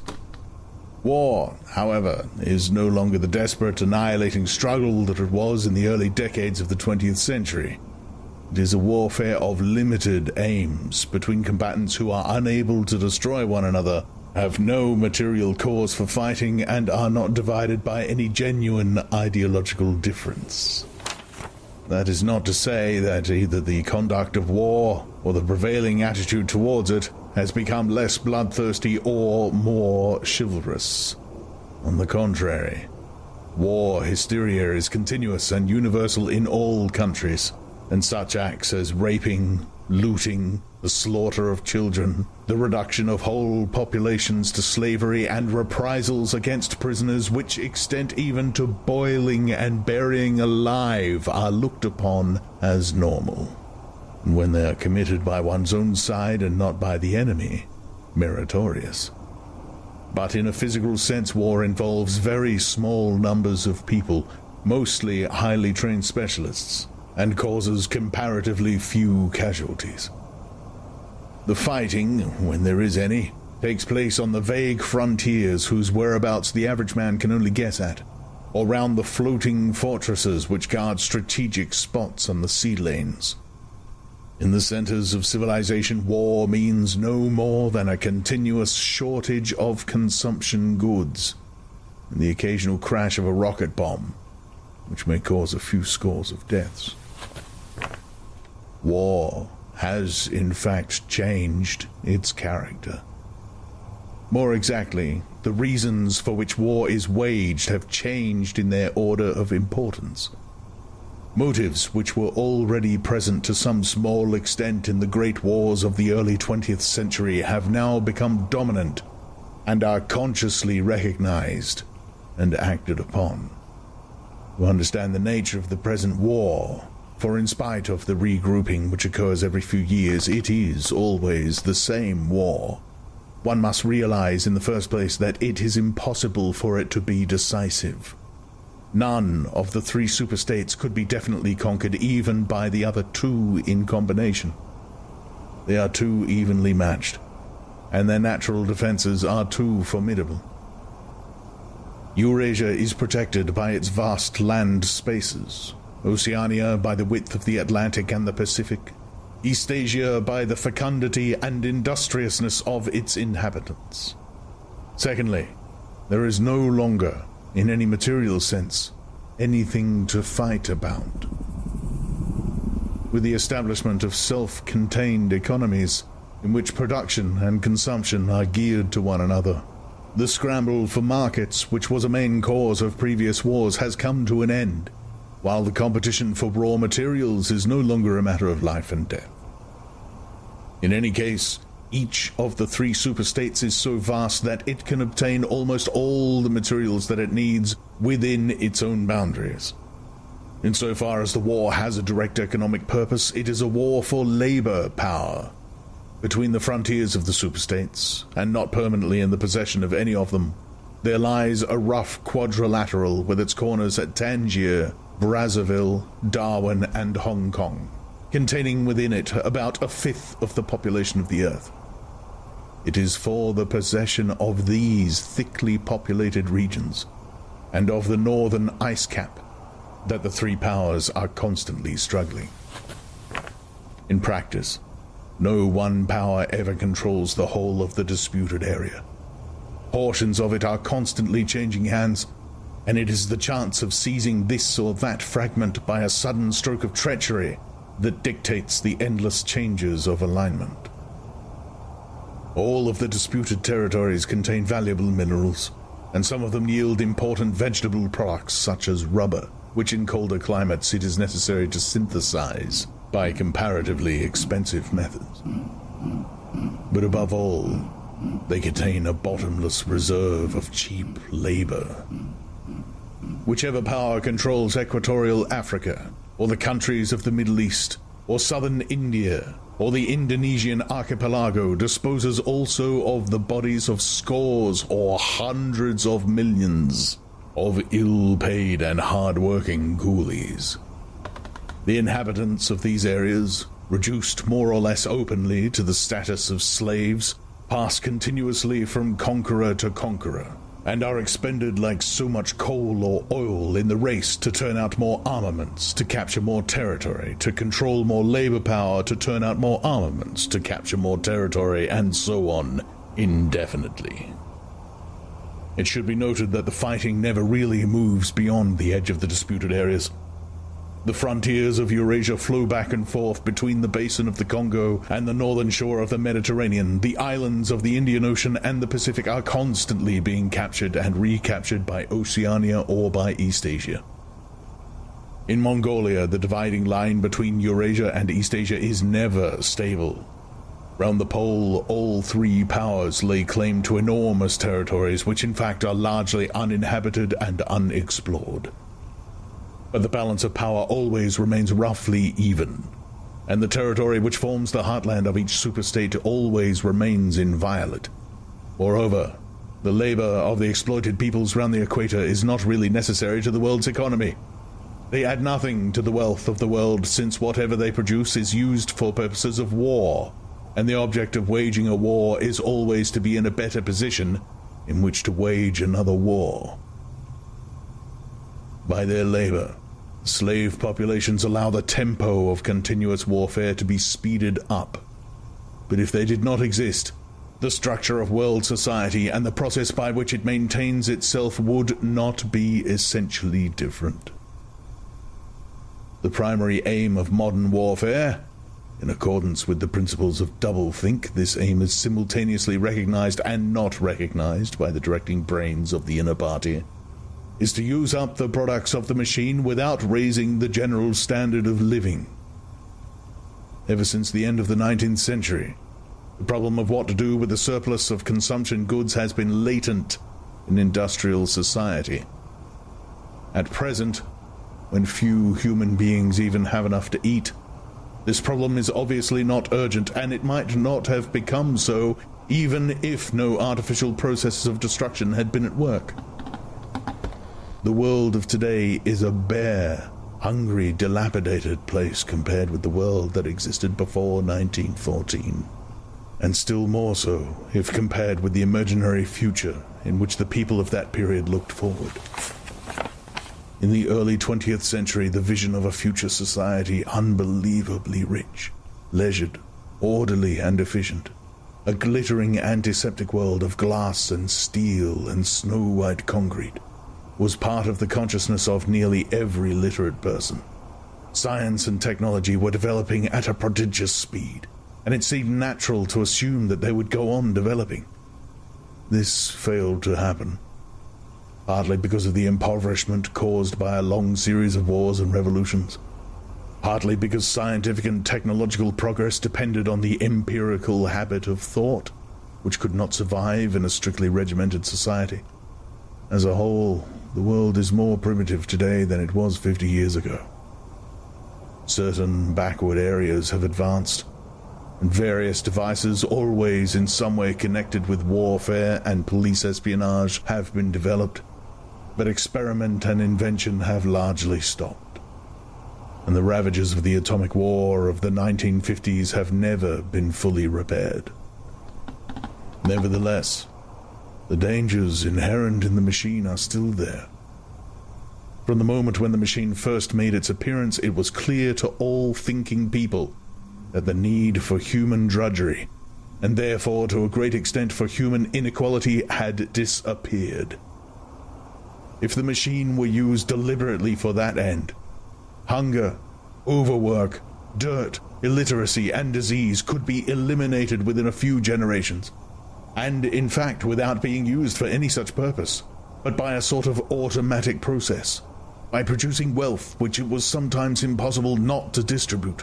The machine did raise the living standards of the average human being very greatly over a period of about 50 years, at the end of the 19th and the beginning of the 20th centuries. But it was also clear that an all-round increase in wealth threatened the destruction, indeed in some sense was the destruction, of a hierarchical society.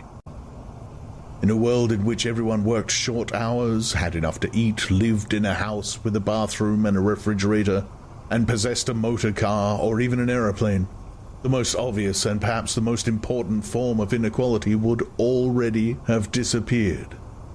If it once became general, wealth would confer no distinction. It was possible, no doubt, to imagine a society in which wealth, in the sense of personal possessions and luxuries, should be evenly distributed, whilst power remained in the hands of a small privileged caste. But in practice, such a society could not remain stable.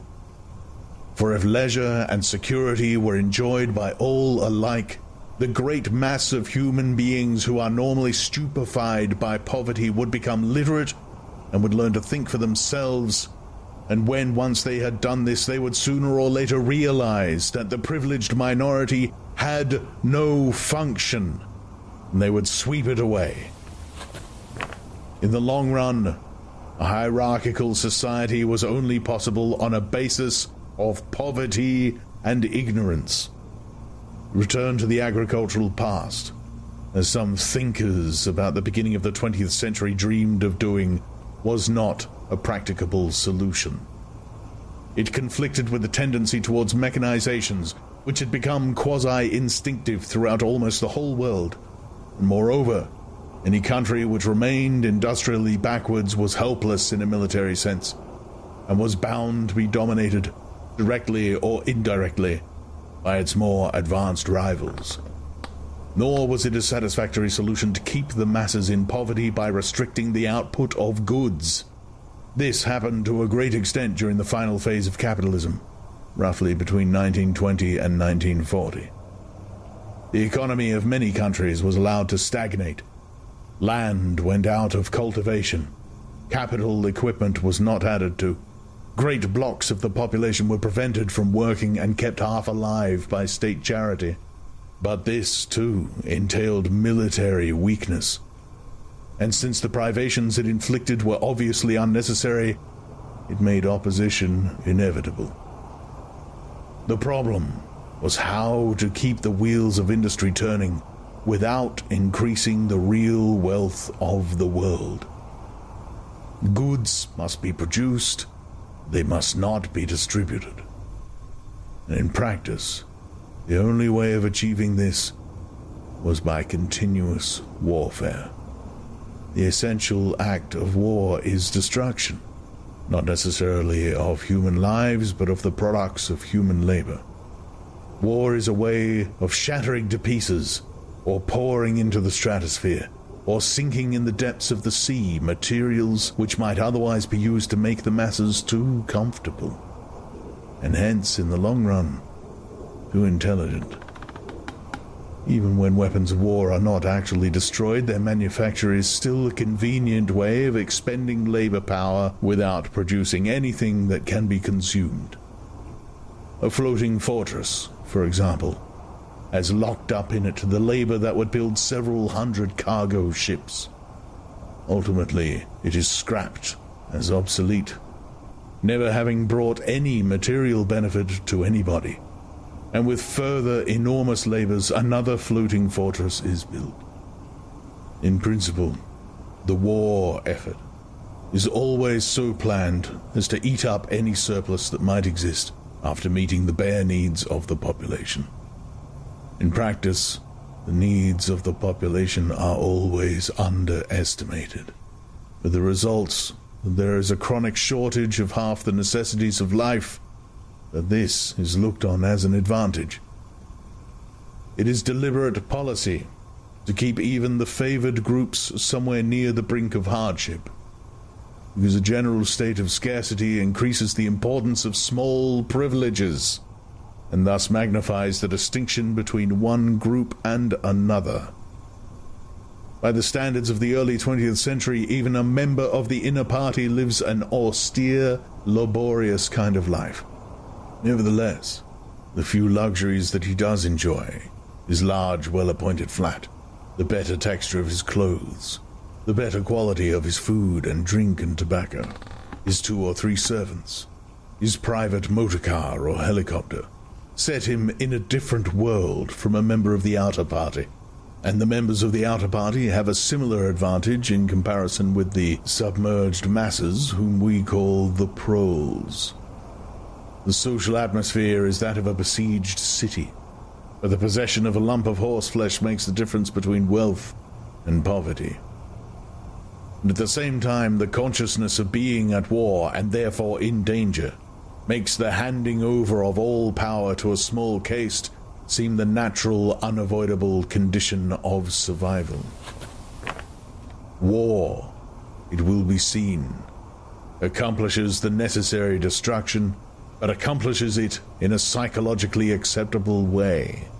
In principle, It would be quite simple to waste the surplus labor of the world by building temples and pyramids, by digging holes and filling them up again, or even by reproducing vast quantities of goods and then setting fire to them.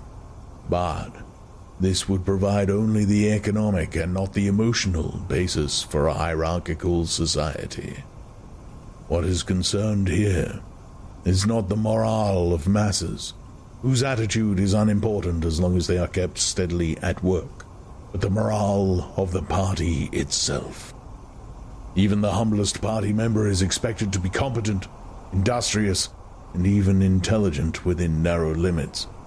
But it is also necessary that he should be a credulous and ignorant fanatic whose prevailing moods are fear, hatred, adulation, and orgiastic triumph. In other words, it is necessary that he should have the mentality appropriate to a state of war. It does not matter whether the war is actually happening. And since no decisive victory is possible, it does not matter whether the war is going well or badly. All that is needed is that a state of war should exist. The splitting of the intelligence which the party requires of its members, and which is more easily achieved in an atmosphere of war, is now almost universal. The higher up the ranks one goes, the more marked it becomes. It is precisely in the inner party that war hysteria and hatred of the enemy are strongest. In his capacity as an administrator, it is often necessary for a member of the inner party to know that this or that item of war news is untruthful, and he may often be aware that the entire war is spurious and is either not happening or is being waged for purposes quite other than the declared ones. But such knowledge is easily neutralized by the technique of doublethink. Meanwhile, no inner party member wavers for an instant in his mystical belief that the war is real, and that it is bound to end victoriously, with Oceania the undisputed master of the entire world. All members of the inner party believe in this coming conquest as an article of faith. It is to be achieved either by gradually acquiring more and more territory and so building up an overwhelming preponderance of power, or by the discovery of some new and unanswerable weapon. The search for new weapons continues unceasingly, and is one of the very few remaining activities in which the inventive or speculative type of mind can find any outlet. In Oceania, in the present day, science, in the old sense, has almost ceased to exist. In Newspeak, there is no word for science. The empirical method of thought on which all the scientific achievements of the past were founded is opposed to the most fundamental principles of Ingsoc, and even technological progress only happens when its products can in some way be used for the diminution of human liberty. In all the useful arts, the world is either standing still or going backwards. The fields are cultivated with horse plows, while books are written by machinery. But in matters of vital importance, meaning, in effect, war and police espionage, the empirical approach is still encouraged, or at least tolerated. The two aims of the party are to conquer the whole surface of the earth, and to extinguish once and for all the possibility of independent thought. There are, therefore, two great problems which the party is concerned to solve. One is how to discover, against his will, what another human being is thinking, and the other is how to kill several 100 million people in a few seconds without giving warning beforehand. Insofar as scientific research still continues, this is its subject matter. The scientist of today is either a mixture of psychologist and inquisitor, studying with real ordinary minuteness the meaning of facial expressions, gestures, and tones of voice, and testing the truth-producing effects of drugs, shock therapy, hypnosis, and physical torture. Or he is a chemist, physicist or biologist, concerned only with such branches of his special subject as are relevant to the taking of life. In the vast laboratories of the Ministry of Peace, and in the experimental stations hidden in the Brazilian forests or in the Australian desert, or on lost islands of the Antarctic, the teams of experts are indefatigably at work. Some are concerned simply with planning the logistics of future wars. Others devise larger and larger rocket bombs, more and more powerful explosives, and more impenetrable armor plating. Others search for new and deadlier gases, or for soluble poisons capable of being produced in such quantities as to destroy the vegetation of whole continents, or for breeds of disease germs immunized against all possible antibodies. Others strive to produce a vehicle that shall bore its way under the soil like a submarine under the water, or an aeroplane as independent of its base as a sailing ship. Others explore even remoter possibilities, such as focusing the sun's rays through lenses suspended thousands of kilometers away in space, or producing artificial earthquakes and tidal waves by tapping the heat at the Earth's center. But none of these projects ever comes anywhere near realization, and none of the three superstates ever gains a significant lead on the others. What is more remarkable is that all three powers already possess, in the atomic bomb, a weapon far more powerful than any that their present researchers are likely to discover. Although the party, according to its habit, claims the invention for itself, atomic bombs first appeared as early as the 1940s, and were first used on a large scale about 10 years later.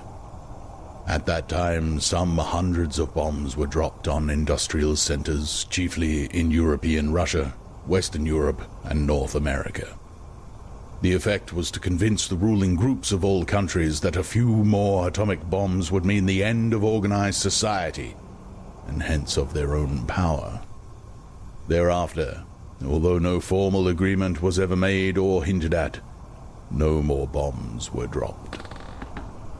All three powers merely continue to produce atom bombs and store them up against the decisive opportunity which they all believe will come sooner or later.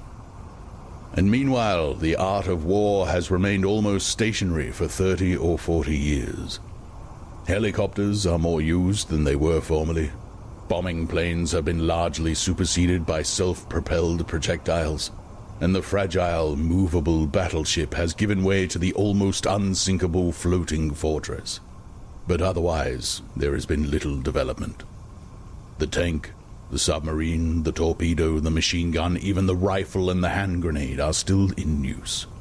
And in spite of the endless slaughters reported in the press and on the telescreens, the desperate battles of earlier wars, in which hundreds of thousands or even millions of men were often killed in a few weeks, have never been repeated.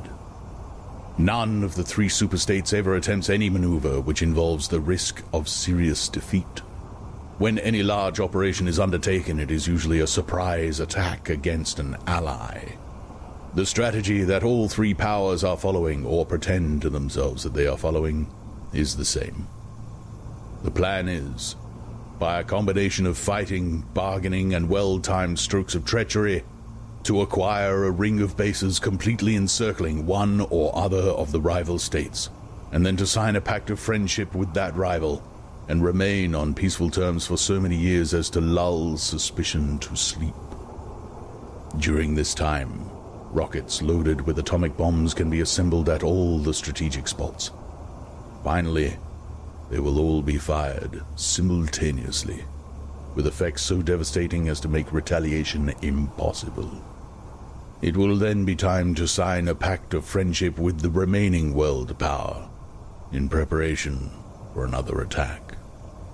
This scheme, it is hardly necessary to say, is a mere daydream, impossible of realization. Moreover, no fighting ever occurs except in the disputed areas round the equator and the pole. No invasion of enemy territory is ever undertaken. This explains the fact that in some places the frontiers between the superstates are arbitrary, Eurasia, for example, could easily conquer the British Isles, which are geographically part of Europe, or on the other hand it would be possible for Oceania to push its frontiers to the Rhine, or even to the Vistula. But this would violate the principle, followed on all sides, though never formulated, of cultural integrity. If Oceania were to conquer the areas that once used to be known as France and Germany, it would be necessary either to exterminate the inhabitants, a task of great physical difficulty, or to assimilate a population of about 100 million people, who, so far as technical development goes, are roughly on the oceanic level. The problem is the same for all three superstates. It is absolutely necessary to their structure that there should be no contact with foreigners, except, to a limited extent, with war prisoners and colored slaves. Even the official ally of the moment is always regarded with the darkest suspicion. War prisoners apart, the average citizen of Oceania never sets eyes on a citizen of either Eurasia or Eastasia, and he is forbidden the knowledge of foreign languages. If he were allowed contact with foreigners, he would discover that they are creatures similar to himself, and that most of what he has been told about them is lies. The sealed world in which he lives would be broken, and the fear, hatred, and self-righteousness on which his morale depends might evaporate. It is therefore realized on all sides that however often Persia or Egypt or Java or Ceylon may change hands, the main frontiers must never be crossed by anything except bombs. Under this lies a fact never mentioned aloud, but tacitly understood and acted upon, namely, that the conditions of life in all three superstates are very much the same. In Oceania, the prevailing philosophy is called Ingsoc. In Eurasia, it is called Neo-Bolshevism. And in Eastasia, it is called by a Chinese name usually translated as death worship, but perhaps better rendered as obliteration of the self. The citizen of Oceania is not allowed to know anything of the tenets of the other two philosophies, but he is taught to execrate them as barbarous outrages upon morality and common sense.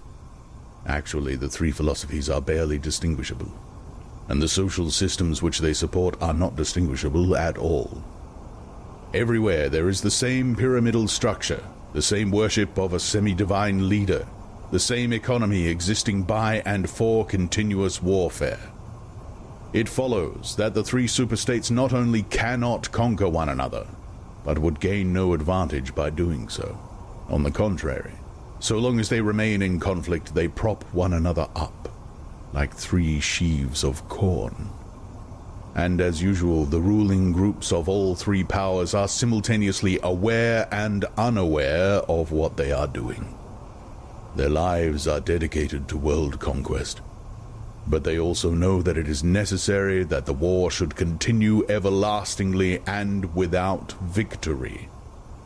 Meanwhile, the fact that there is no danger of conquest makes possible the denial of reality, which is the special feature of Ingsoc and its rival systems of thought. Here, it is necessary to repeat what has been said earlier, that by becoming continuous, war has fundamentally changed its character. In past ages, a war, almost by definition, was something that sooner or later came to an end, usually in unmistakable victory or defeat. In the past, also, war was one of the main instruments by which human societies were kept in touch with physical reality. All rulers in all ages have tried to impose a false view of the world upon their followers, but they could not afford to encourage any illusion that tended to impair military efficiency. So long as defeat meant the loss of independence, or some other result generally held to be undesirable, the precautions against defeat had to be serious. Physical facts could not be ignored. In philosophy, or religion, or ethics, or politics, 2 and 2 might make 5. But when one was designing a gun or an aeroplane, they had to make 4. Inefficient nations were always conquered sooner or later, and the struggle for efficiency was inimical to illusions. Moreover, to be efficient, it was necessary to be able to learn from the past, which meant having a fairly accurate idea of what had happened in the past. Newspapers and history books were, of course, always colored and biased, but falsification of the kind that is practiced today would have been impossible. War was a sure safeguard of sanity, and so far as the ruling classes were concerned, it was probably the most important of all safeguards. While wars could be won or lost, no ruling class could be completely irresponsible. But when war becomes literally continuous, it also ceases to be dangerous. When a war is continuous, there is no such thing as military necessity. Technical progress can cease, and the most palpable facts can be denied or disregarded. As we have seen, researches that could be called scientific are still carried out for the purposes of war, but they are essentially a kind of daydreaming, and their failure to show results is not important. Efficiency, even military efficiency, is no longer needed. Nothing is efficient in Oceania except the thought police. Since each of the three superstates is unconquerable, each is in effect a separate universe within which almost any perversion of thought can be safely practiced. Reality only exerts its pressure through the needs of everyday life, the need to eat and drink, to get shelter and clothing, to avoid swallowing poison or stepping out of top-story windows and the like. Between life and death, and between physical pleasure and physical pain, there is still a distinction, but that is all. Cut off from contact with the outer world and with the past, the citizen of Oceania is like a man in interstellar space, who has no way of knowing which direction is up and which is down. The rulers of such a state are absolute, as the pharaohs or the Caesars could not be. They are obliged to prevent their followers from starving to death in numbers large enough to be inconvenient, and they are obliged to remain at the same low level of military technique as their rivals. But once that minimum is achieved, they can twist reality into whatever shape they choose. The war, therefore, if we judge it by the standards of previous wars, is merely an imposture. It is like the battles between certain ruminant animals whose horns are set at such an angle that they are incapable of hurting one another. But though it is unreal, it is not meaningless. It eats up the surplus of consumable goods, and it helps to preserve the special mental atmosphere that a hierarchical society needs. War, it will be seen, is now a purely internal affair. In the past, the ruling groups of all countries, although they might recognize their common interest and therefore limit the destructiveness of war, did fight against one another, and the victor always plundered the vanquished. In our own day, they are not fighting against one another at all. The war is waged by each ruling group against its own subjects, and the object of the war is not to make or prevent conquests of territory, but to keep the structure of society intact. The very word war, therefore, has become misleading. It would probably be accurate to say that by becoming continuous, war has ceased to exist. The peculiar pressure that it exerted on human beings between the Neolithic age and the early 20th century has disappeared and been replaced by something quite different. The effect would be much the same if the three superstates, instead of fighting one another, should agree to live in perpetual peace, each inviolate within its own boundaries. For in that case, each would still be a self-contained universe, freed forever from the sobering influence of external danger. A peace that was truly permanent would be the same as a permanent war. This, although the vast majority of party members understand it only in a shallower sense, is the inner meaning of the party slogan, "War is peace." Winston stopped reading for a moment. Somewhere in remote distance, a rocket bomb thundered. The blissful feeling of being alone with the forbidden book in a room with no telescreen had not worn off. Solitude and safety were physical sensations, mixed up somehow with the tiredness of his body, the softness of his chair, the touch of the faint breeze from the window that played upon his cheek. The book fascinated him, or more exactly, it reassured him. In a sense, it told him nothing that was new, but that was part of the attraction. It said what he would have said if it had been possible for him to set his scattered thoughts in order. It was the product of a mind similar to his own, but enormously more powerful, more systematic, less fear-ridden. The best books, he perceived, are those that tell you what you know already. He had just turned back to chapter 1 when he heard Julia's footsteps on the stair and started out of his chair to meet her. She dumped her brown tool bag on the floor and flung herself into his arms. It was more than a week since they had seen one another. "I've got the book," he said as they disentangled themselves. "Oh, you got it. Good," she said without much interest, and almost immediately knelt beside the oil stove to make the coffee. They did not return to the subject until they had been in bed for half an hour. The evening was just cool enough to make it worthwhile to pull up the counterpane. From below came the familiar sound of singing and the scrape of boots on the flagstones. The brawny, red-armed woman whom Winston had seen there on his first visit was almost a fixture in the yard. There seemed to be no hour of daylight when she was not marching to and fro between the washtub and the line, alternately gagging herself with clothes pegs and breaking forth into lusty song. Julia had settled down on her side and seemed to be already on the point of falling asleep. He reached out for the book, which was lying on the floor, and sat up against the bedhead. "We must read it," he said. "You too. All members of the Brotherhood have to read it." "You read it," she said with her eyes shut. "Read it aloud. That's the best way. Then you can explain it to me as you go." The clock's hands said 6, meaning 18. They had 3 or 4 hours ahead of them. He propped the book against his knees and began reading. Chapter 1. Ignorance is Strength. Throughout recorded time, and probably since the end of the Neolithic Age, there have been 3 kinds of people in the world: the high, the middle, and the low. They've been subdivided in many ways. They have borne countless different names, and their relative numbers, as well as their attitude towards one another, have varied from age to age, but the essential structure of society has never altered.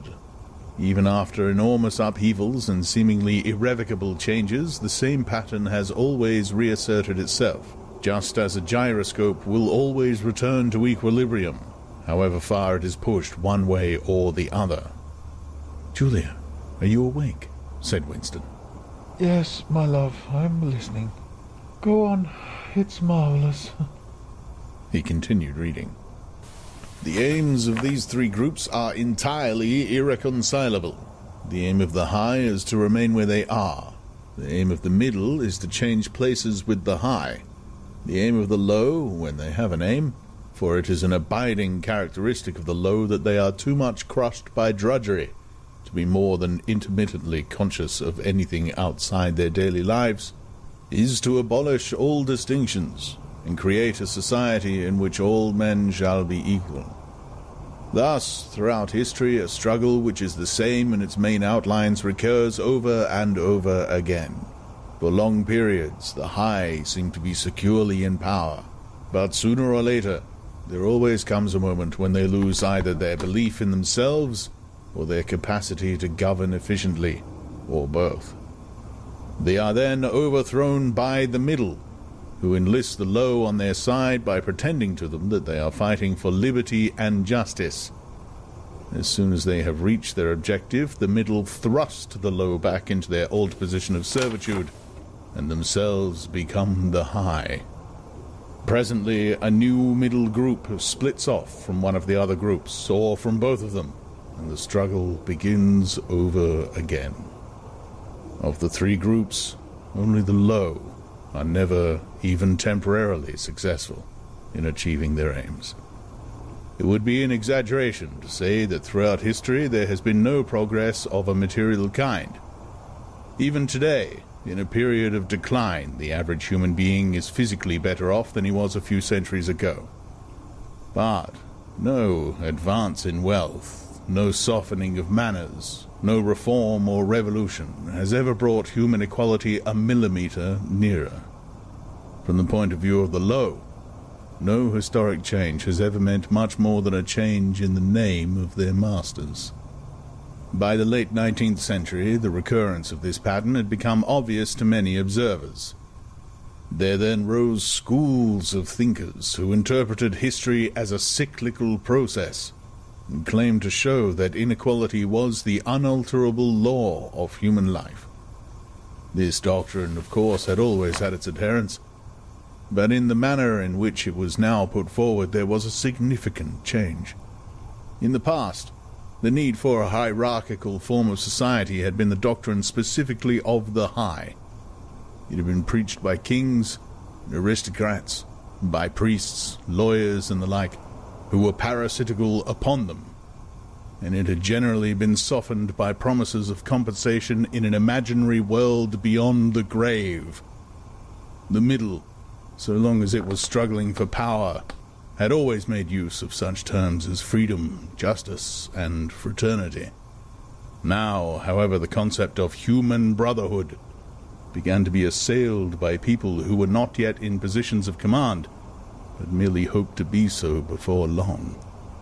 In the past, the middle had made revolutions under the banner of equality, and then had established a fresh tyranny as soon as the old one was overthrown. The new middle groups, in effect, proclaimed their tyranny beforehand. Socialism, a theory which appeared in the early 19th century and was the last link in a chain of thought stretching back to the slave rebellions of antiquity, was still deeply infected by the utopianism of past ages. But in each variant of socialism that appeared from about 1900 onwards, the aim of establishing liberty and equality was more and more openly abandoned. The new movements which appeared in the middle years of the century, Ingsoc in Oceania, Neo-Bolshevism in Eurasia, death worship, as it is commonly called, in East Asia, had the conscious aim of perpetuating unfreedom and inequality. These new movements, of course, grew out of the old ones and tended to keep their names and pay lip service to their ideology. But the purpose of all of them was to arrest progress and freeze history at a chosen moment. The familiar pendulum swing was to happen once more, and then stop. As usual, the high were to be turned out by the middle, who would then become the high, but this time, by conscious strategy, the high would be able to maintain their position permanently. The new doctrines arose partly because of the accumulation of historical knowledge, the growth of the historical sense which had hardly existed before the 19th century. The cyclical movement of history was now intelligible, or appeared to be so, and if it was intelligible, then it was alterable. But the principal, underlying cause was that, as early as the beginning of the 20th century, human equality had become technically possible. It was still true that men were not equal in their native talents, and that functions had to be specialized in ways that favored some individuals against others, but there was no longer any real need for class distinctions, or for large differences of wealth. In earlier ages, class distinctions had been not only inevitable but desirable. Inequality was the price of civilization. With the development of machine production, however, the case was altered. Even if it was still necessary for human beings to do different kinds of work, it was no longer necessary for them to live at different social or economic levels. Therefore, from the point of view of the new groups who were on the point of seizing power, human equality was no longer an ideal to be striven after, but a danger to be averted. In more primitive ages, when a just and peaceful society was in fact not possible, it had been fairly easy to believe it. The idea of an earthly paradise, in which men should live together in a state of brotherhood, without laws and without brute labor, had haunted the human imagination for thousands of years. And this vision had had a certain hold even on the groups who actually profited by each historical change. the heirs of the French, English, and American revolutions, had partly believed in their own phrases about the rights of man, freedom of speech, equality before the law, and the like, and had even allowed their conduct to be influenced by them to some extent. But by the fourth decade of the 20th century, all the main currents of political thought were authoritarian. The earthly paradise had been discredited at exactly the moment when it became realizable. Every new political theory, by whatever name it called itself, led back to hierarchy and regimentation. And in the general hardening of outlook that set in round about the 1930s, practices which had long been abandoned, in some cases for hundreds of years, imprisonment without trial, the use of war prisoners as slaves, public executions, torture to extract confessions, the use of hostages, and the deportation of whole populations, not only became common again, but were tolerated and even defended by people who considered themselves enlightened and progressive. It was only after a decade of national wars, civil wars, revolutions, and counter-revolutions in all parts of the world that Ingsoc and its rivals emerged as fully worked-out political theories. But they had been foreshadowed by the various systems, generally called totalitarian, which had appeared earlier in the century. The main outlines of the world which would emerge from the prevailing chaos had long been obvious. What kind of people would control this world had been equally obvious. The new aristocracy was made up for the most part of bureaucrats, scientists, technicians, trade union organizers, publicity experts, sociologists, teachers, journalists, and professional politicians. These people, whose origins lay in the salaried middle class and the upper grades of the working class, had been shaped and brought together by the barren world of monopoly, industry, and centralized government.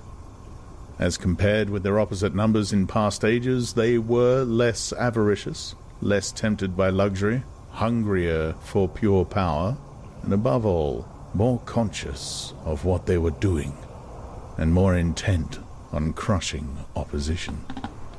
This last difference was cardinal.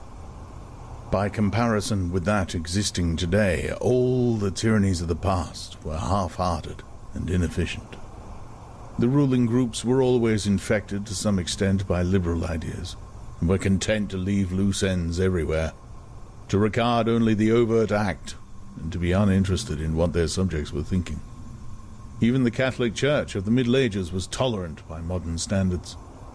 Part of the reason for this was that in the past no government had the power to keep its citizens under constant surveillance. The invention of print, however, made it easier to manipulate public opinion, and the film and the radio carried the process further.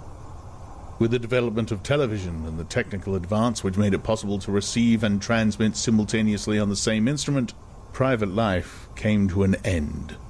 Every citizen, or at least every citizen important enough to be worth watching, could be kept for 24 hours a day under the eyes of the police and in the sound of official propaganda, with all other channels of communication closed. The possibility of enforcing not only complete obedience to the will of the state, but complete uniformity of opinion on all subjects, now existed for the first time. After the revolutionary period of the 50s and 60s, society regrouped itself as usual into high, middle, and low. But the new high group, unlike all its forerunners, did not act upon instinct, but knew what was needed to safeguard its position. It had long been realized that the only secure basis for oligarchy is collectivism. Wealth and privilege are most easily defended when they are possessed jointly. The so-called abolition of private property, which took place in the middle years of the century, meant, in effect, the concentration of property in far fewer hands than before, but with this difference, that the new owners were a group instead of a mass of individuals. Individually, no member of the party owns anything except petty personal belongings. Collectively, the party owns everything in Oceania, because it controls everything and disposes of the products as it thinks fit. In the years following the revolution, it was able to step into this commanding position almost unopposed, because the whole process was represented as an act of collectivization. It had always been assumed that if the capitalist class were expropriated, socialism must follow. And unquestionably, the capitalists had been expropriated. Factories, mines, land, houses, transport, everything had been taken away from them. And since these things were no longer private property, it followed that they must be public property. Ingsoc, which grew out of the earlier socialist movement and inherited its phraseology, has in fact carried out the main item in the socialist program, with a result, foreseen and intended beforehand, that economic inequality has been made permanent. But the problems of perpetuating a hierarchical society go deeper than this. There are only 4 ways in which a ruling group can fall from power. Either it is conquered from without, or it governs so inefficiently that the masses are stirred to revolt, or it allows a strong and discontented middle group to come into being, or it loses its own self-confidence and willingness to govern. These causes do not operate singly, and as a rule, all 4 of them are present in some degree. A ruling class which could guard against all of them would remain in power permanently. Ultimately, the determining factor is the mental attitude of the ruling class itself. After the middle of the present century, the first danger had, in reality, disappeared. Each of the 3 powers which now divide the world is, in fact, unconquerable, and can only become conquerable through slow demographic changes which a government with wide powers can easily avert. The second danger, also, is only a theoretical one. The masses never revolt of their own accord, and they never revolt merely because they are oppressed. Indeed, so long as they are not permitted to have standards of comparison, they never even become aware that they are oppressed. The recurrent economic crises of past times were totally unnecessary, and are not now permitted to happen. But other and equally large dislocations can and do happen without having political results, because there is no way in which discontent can become articulate. As for the problem of overproduction, which has been latent in our society since the development of machine technique, it is solved by the device of continuous warfare, see Chapter 3, which is also useful in keying up public morale to the necessary pitch. From the point of view of our present rulers, therefore, the only genuine dangers are the splitting off of a new group of able, underemployed, power-hungry people, and the growth of liberalism and skepticism in their own ranks. The problem, that is to say, is educational. It is a problem of continuously molding the consciousness both of the directing group and of the larger executive group that lies immediately below it. The consciousness of the masses needs only to be influenced in a negative way. Given this background, one could infer, if one did not know it already, the general structure of oceanic society. At the apex of the pyramid comes Big Brother. Big Brother is infallible and all-powerful. Every success, every achievement, every victory, every scientific discovery, all knowledge, all wisdom, all happiness, all virtue are held to issue directly from his leadership and inspiration. Nobody has ever seen Big Brother. He is a face on the hoardings, a voice on the telescreen. We may be reasonably sure that he will never die, and there is already considerable uncertainty as to when he was born. Big Brother is the guise in which the party chooses to exhibit itself to the world. His function is to act as a focusing point for love, fear, and reverence, emotions which are more easily felt towards an individual than towards an organization. Below Big Brother comes the inner party, its numbers limited to 6 millions, or something less than 2% of the population of Oceania. Below the inner party comes the outer party, which, if the inner party is described as the brain of the state, may be justly likened to the hands. Below that comes the dumb masses, whom we habitually refer to as the proles, numbering perhaps 85% of the population. In the terms of our earlier classification, the proles are the low, For the slave population of the equatorial lands, who pass constantly from conqueror to conqueror, are not a permanent or necessary part of the structure. In principle, membership of these three groups is not hereditary. The child of inner party parents is in theory not born into the inner party. Admission to either branch of the party is by examination, taken at the age of 16. Nor is there any racial discrimination, or any marked domination of one province by another. Jews, Negroes, South Americans of pure Indian blood are to be found in the highest ranks of the party, and the administration of any area are always drawn from the inhabitants of that area. In no part of Oceania do the inhabitants have the feeling that they are a colonial population ruled from a distant capital. Oceania has no capital, and its titular head is a person whose whereabouts nobody knows.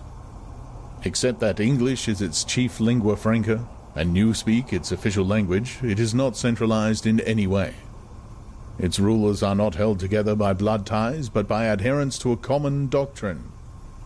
It's true that our society is stratified, and very rigidly stratified, on what at first sight appears to be hereditary lines. There is far less to and fro movement between the different groups that happened under capitalism, or even in the pre-industrial age. Between the two branches of the party there is a certain amount of interchange, but only so much as will ensure that weaklings are excluded from the inner party, and that ambitious members of the outer party are made harmless by allowing them to rise. Proletarians, in practice, are not allowed to graduate into the party. The most gifted among them, who might possibly become nuclei of discontent, are simply marked down by the thought police and eliminated. This state of affairs is not necessarily permanent, nor is it a matter of principle. The party is not a class in the old sense of the word. It does not aim at transmitting power to its own children as such, and if there were no other way of keeping the ablest people at the top, it would be perfectly prepared to recruit an entire new generation from the ranks of the proletariat. In the crucial years, the fact that the party was not a hereditary body did a great deal to neutralize opposition. The older kind of socialist, who had been trained to fight against something called class privilege, assumed that what is not hereditary cannot be permanent. He did not see that the continuity of an oligarchy need not be physical, nor did he pause to reflect that hereditary aristocracies have always been short-lived, whereas adoptive organizations such as the Catholic Church have sometimes lasted for hundreds or thousands of years. The essence of oligarchical rule is not father-to-son inheritance, but the persistence of a certain worldview and a certain way of life, imposed by the dead upon the living. A ruling group is a ruling group so long as it can nominate its successors. The party is not concerned with perpetuating its blood, but with perpetuating itself. Who wields power is not important, provide that the hierarchical structure remains always the same. All the beliefs, habits, tastes, emotions, mental attitudes that characterize our time are really designed to sustain the mystique of the party and prevent the true nature of present-day society from being perceived.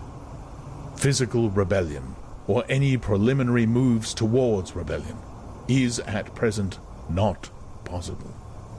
From the proletarians, nothing is to be feared.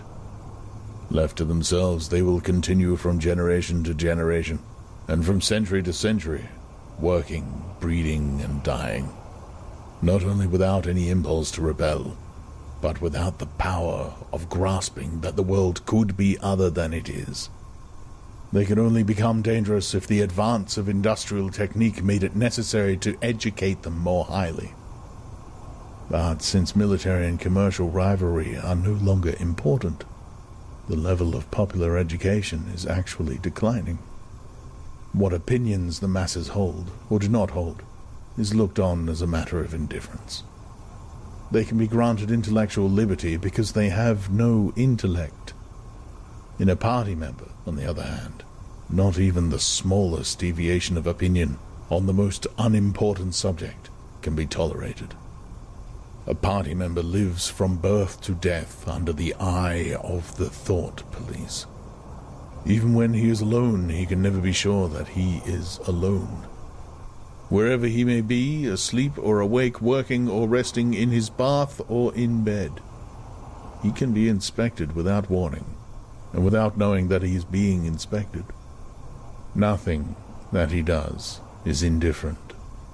His friendships, his relaxations, his behavior towards his wife and children, the expression on his face when he is alone, the words he mutters in sleep, even the characteristic movements of his body are all jealously scrutinized. Not only any actual misdemeanor, but any eccentricity, however small, any change of habit, any nervous mannerism that could possibly be the symptom of an inner struggle is certain to be detected. He has no freedom of choice in any direction whatever. On the other hand, his actions are not regulated by law or by any clearly formulated code of behavior. In Oceania, there is no law. Thoughts and actions which, when detected, mean certain death, are not formally forbidden. And the endless purges, arrests, tortures, imprisonments, and vaporizations are not inflicted as punishment for crimes which have actually been committed, but are merely the wiping out of persons who might perhaps commit a crime at some time in the future. A party member is required to have not only the right opinions, but the right instincts. Many of the beliefs and attitudes demanded of him are never plainly stated, and could not be stated without laying bare the contradictions inherent in Ingsoc. If he is a person naturally orthodox, in Newspeak a good thinker, he will in all circumstances know, without taking thought, what is the true belief or the desirable emotion. But in any case, an elaborate mental training undergone in childhood and grouping itself round the Newspeak words crime stop, black-white, and double think makes him unwilling and unable to think too deeply on any subject whatever. A party member is expected to have no private emotions and no respites from enthusiasm.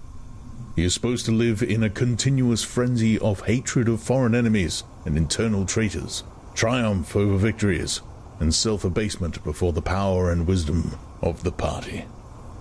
The discontents produced by his bare, unsatisfying life are deliberately turned outwards and dissipated by such devices as the 2 minutes hate, and the speculations which might possibly induce a skeptical or rebellious attitude are killed in advance by his early acquired inner discipline. The first and simplest stage in the discipline which can be taught even to young children is called, in Newspeak, crime stop. Crime stop means the faculty of stopping short, as though by instinct, at the threshold of any dangerous thought.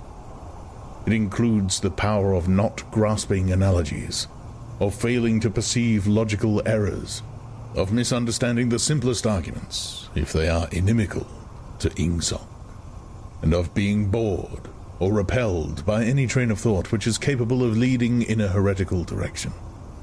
Crime stop, in short, means protective stupidity.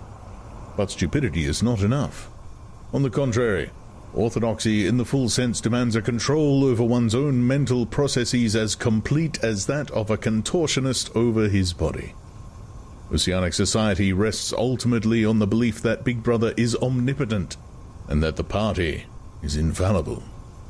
But since in reality Big Brother is not omnipotent, the party is not infallible, there is need for an unwearying, moment-to-moment flexibility in the treatment of facts. The keyword here is black-white. Like so many Newspeak words, this word has 2 mutually contradictory meanings. Applied to an opponent, it means the habit of impudently claiming that black is white in contradiction of the plain facts. Applied to a party member, it means a loyal willingness to say that black is white when party discipline demands this. But it means also the ability to believe that black is white, and more, to know that black is white, and to forget that one has ever believed the contrary. This demands a continuous alteration of the past, made possible by the system of thought which really embraces all the rest, and which is known in Newspeak as double think. The alteration of the past is necessary for 2 reasons. one of which is subsidiary and, so to speak, precautionary.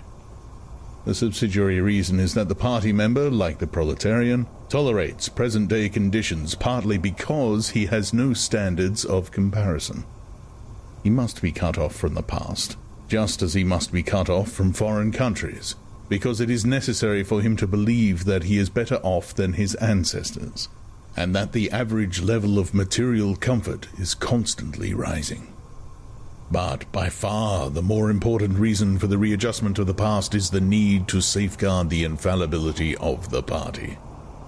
It is not merely that speeches, statistics, and records of every kind must be constantly brought up to date in order to show that the predictions of the party were in all cases right.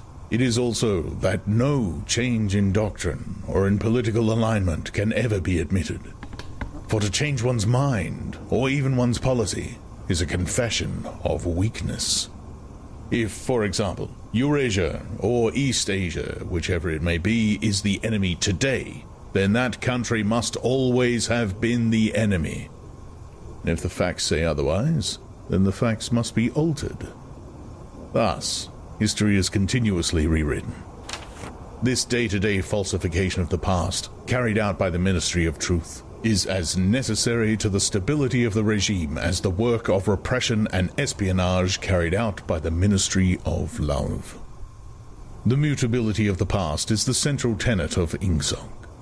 Past events, it is argued, have no objective existence, but survive only in written records and in human memories. The past is whatever the records and the memories agree upon. And since the party is in full control of all records and in equally full control of the minds of its members, it follows that the past is whatever the party chooses to make it.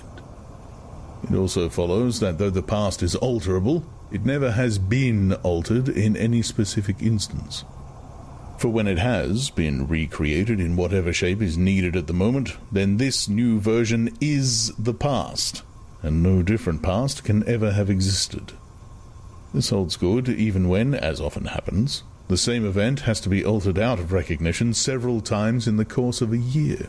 At all times, the party is in possession of absolute truth, and clearly the absolute can never have been different from what it is now. It will be seen that the control of the past depends above all on the training of memory. To make sure that all written records agree with the orthodoxy of the moment is merely a mechanical act. But it is also necessary to remember that events happened in the desired manner. And if it is necessary to rearrange one's memories or to tamper with the written records, then it is necessary to forget that one has done so. The trick of doing this can be learned like any other mental technique. It is learned by the majority of party members, and certainly by all who are intelligent as well as orthodox.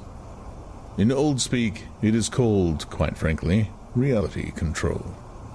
In new speak, it is called doublethink, though doublethink comprises much else as well. Doublethink means the power of holding two contradictory beliefs in one's mind simultaneously, and accepting both of them. The party intellectual knows in which direction his memories must be altered. He therefore knows that he is playing tricks with reality. But by the exercise of doublethink, he also satisfies himself that reality is not violated. The process has to be conscious, or it would not be carried out with sufficient precision. But it also has to be unconscious, or it would bring with it a feeling of falsity, and hence of guilt. Doublethink lies at the very heart of Ingsoc, since the essential act of the party is to use conscious deception while retaining the firmness of purpose that goes with complete honesty, to tell deliberate lies while genuinely believing in them, to forget any fact that has become inconvenient, and then, when it becomes necessary again, for just so long as it is needed, to deny the existence of objective reality, and all the while to take account of the reality which one denies. All this is indispensably necessary. Even in using the word doublethink, it is necessary to exercise doublethink. For by using the word, one admits that one is tampering with reality. By a fresh act of doublethink, one erases this knowledge, and so on, indefinitely, with the lie always one leap ahead of the truth. Ultimately, it is by means of doublethink that the party has been able, and may, for all we know, continue to be able for thousands of years, to arrest the course of history. All past oligarchies have fallen from power either because they ossified or because they grew soft. Either they became stupid and arrogant, failed to adjust themselves to changing circumstances and were overthrown, or they became liberal and cowardly, made concessions where they should have used force, and once again were overthrown. They fell, that is to say, either through consciousness or through unconsciousness. It is the achievement of the party to have produced a system of thought in which both conditions can exist simultaneously. And upon no other intellectual basis could the dominion of the party be made permanent. If one is to rule and to continue ruling, one must be able to dislocate the sense of reality. For the secret of rulership is to combine a belief in one's own infallibility with the power to learn from past mistakes. It need hardly be said that the subtlest practitioners of doublethink are those who invented doublethink, and know that it is a vast system of mental cheating. In our society, those who have the best knowledge of what is happening are also those who are furthest from seeing the world as it is. In general, the greater the understanding, the greater the delusion. The more intelligent, the less sane. One clear illustration of this is the fact that war hysteria increases in intensity as one rises in the social scale. Those whose attitude towards war is the most nearly rational are the subject peoples of the disputed territories.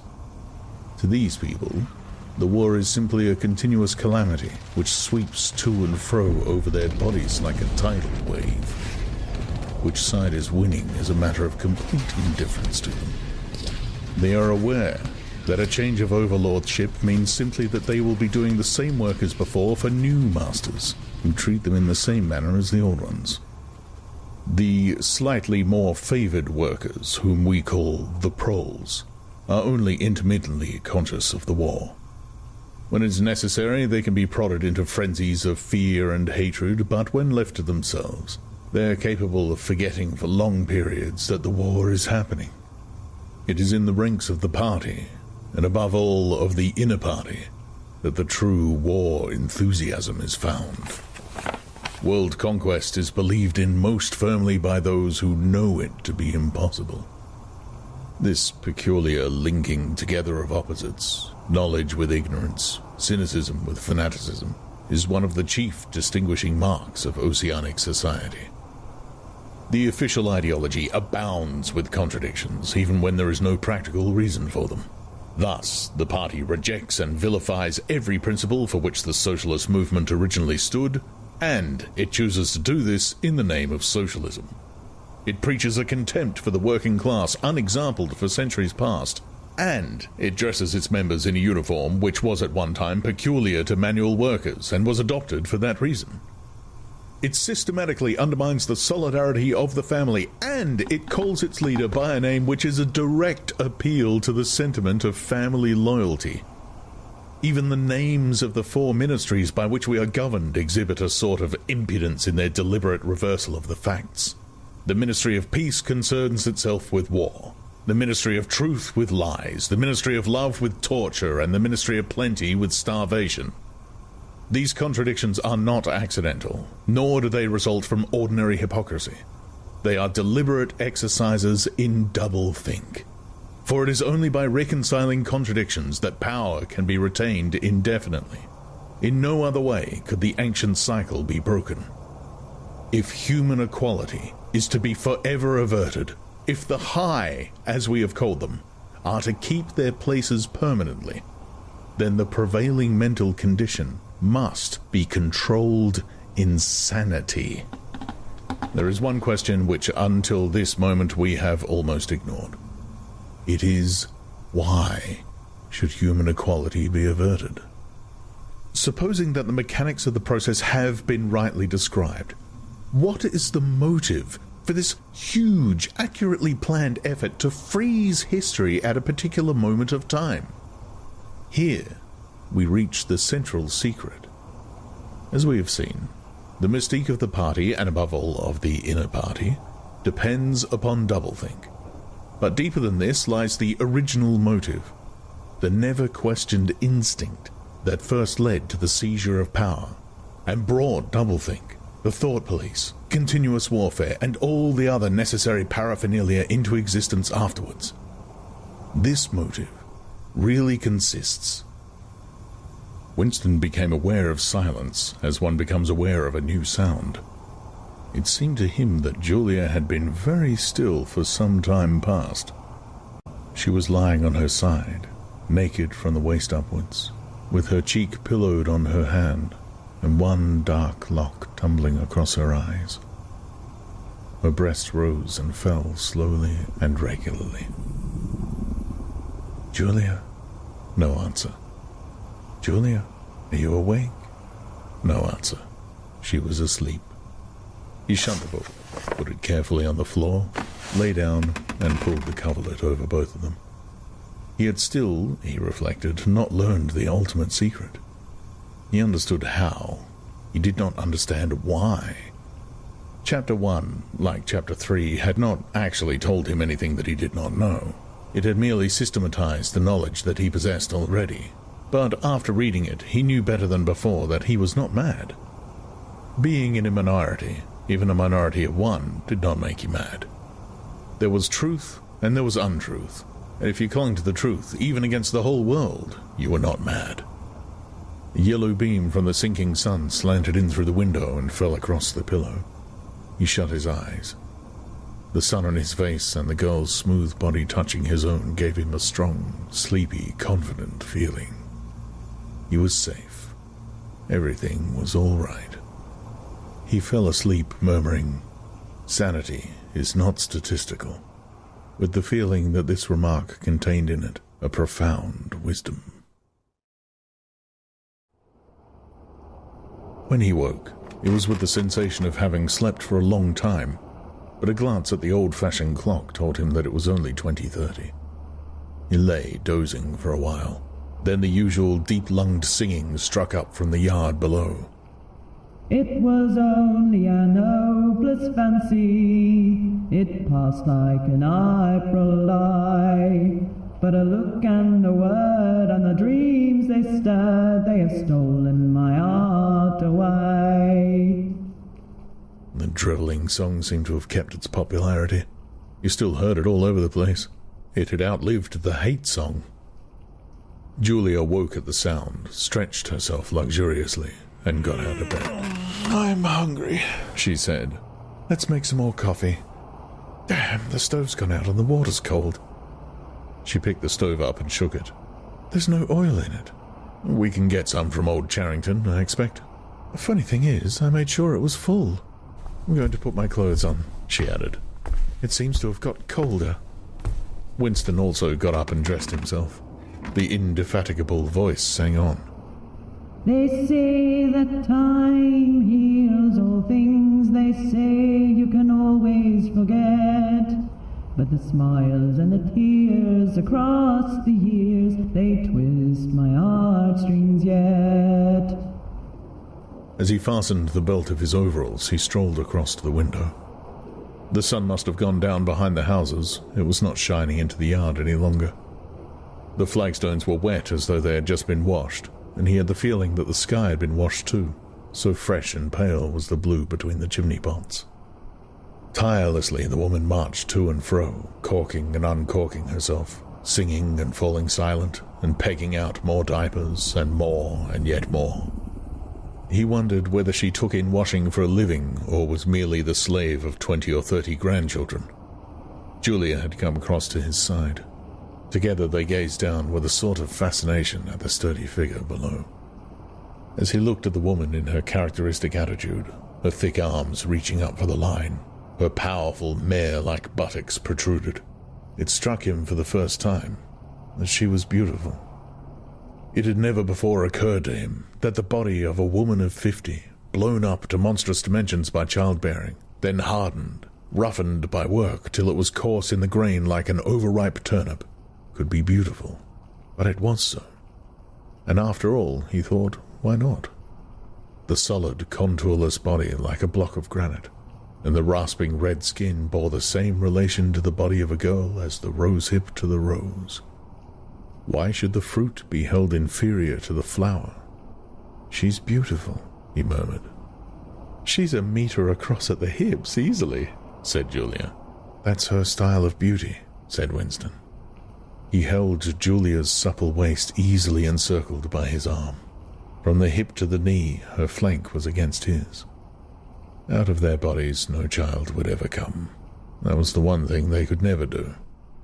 Only by word of mouth, from mind to mind, could they pass on their secret. The woman down there had no mind. She was only strong arms, a warm heart, and a fertile belly.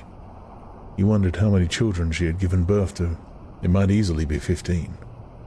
She had had her momentary flowering, a year perhaps of wild rose beauty, and then she had suddenly swollen like a fertilized fruit, and grown hard and red and coarse.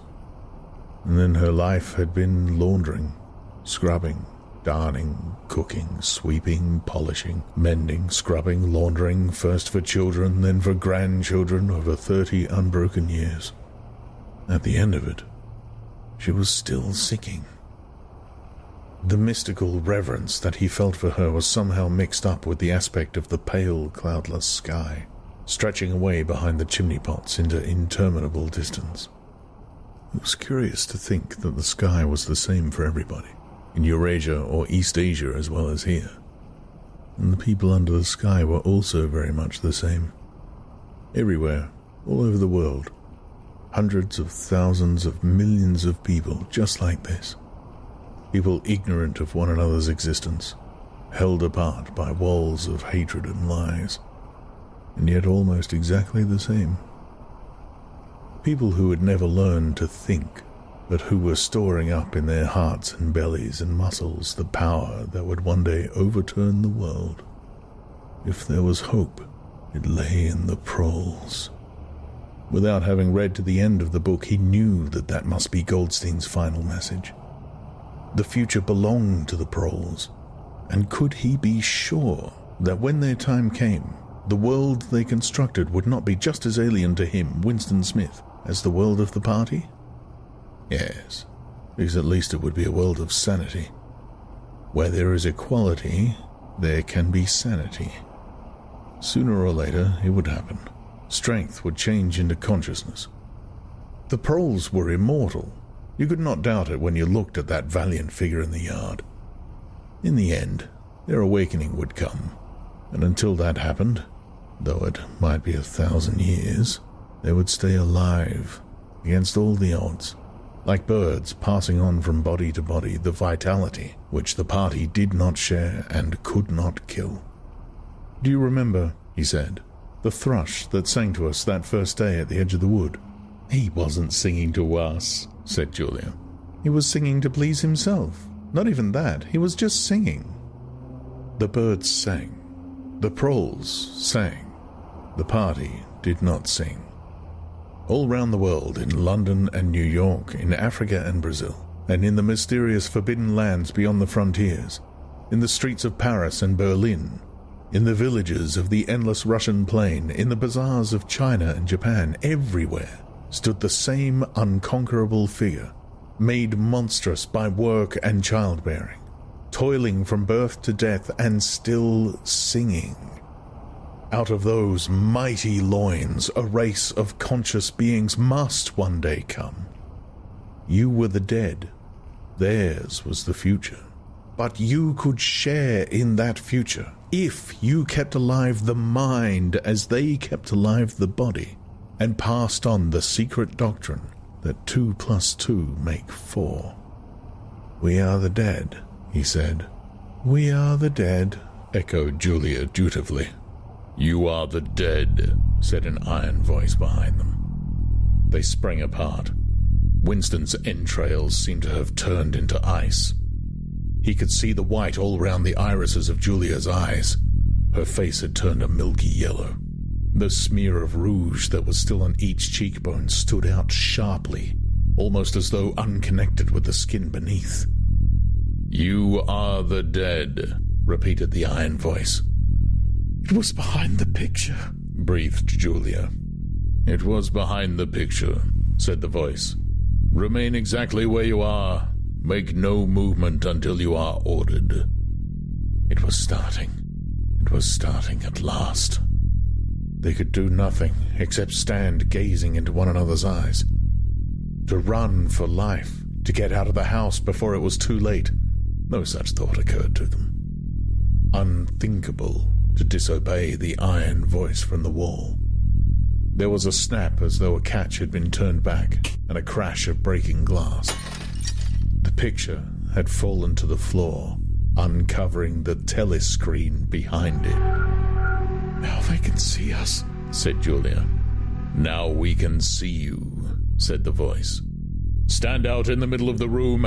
Stand back to back. Clasp your hands behind your heads. Do not touch one another." They were not touching, but it seemed to him that he could feel Julia's body shaking, or perhaps it was merely the shaking of his own. He could just stop his teeth from chattering, but his knees were beyond his control. There was a sound of trampling boots below, inside the house and outside. The yard seemed to be full of men. Something was being dragged across the stones. The woman's singing had stopped abruptly. There was a long, rolling clang as though the wash tub had been flung across the yard, and then a confusion of angry shouts which ended in a yell of pain.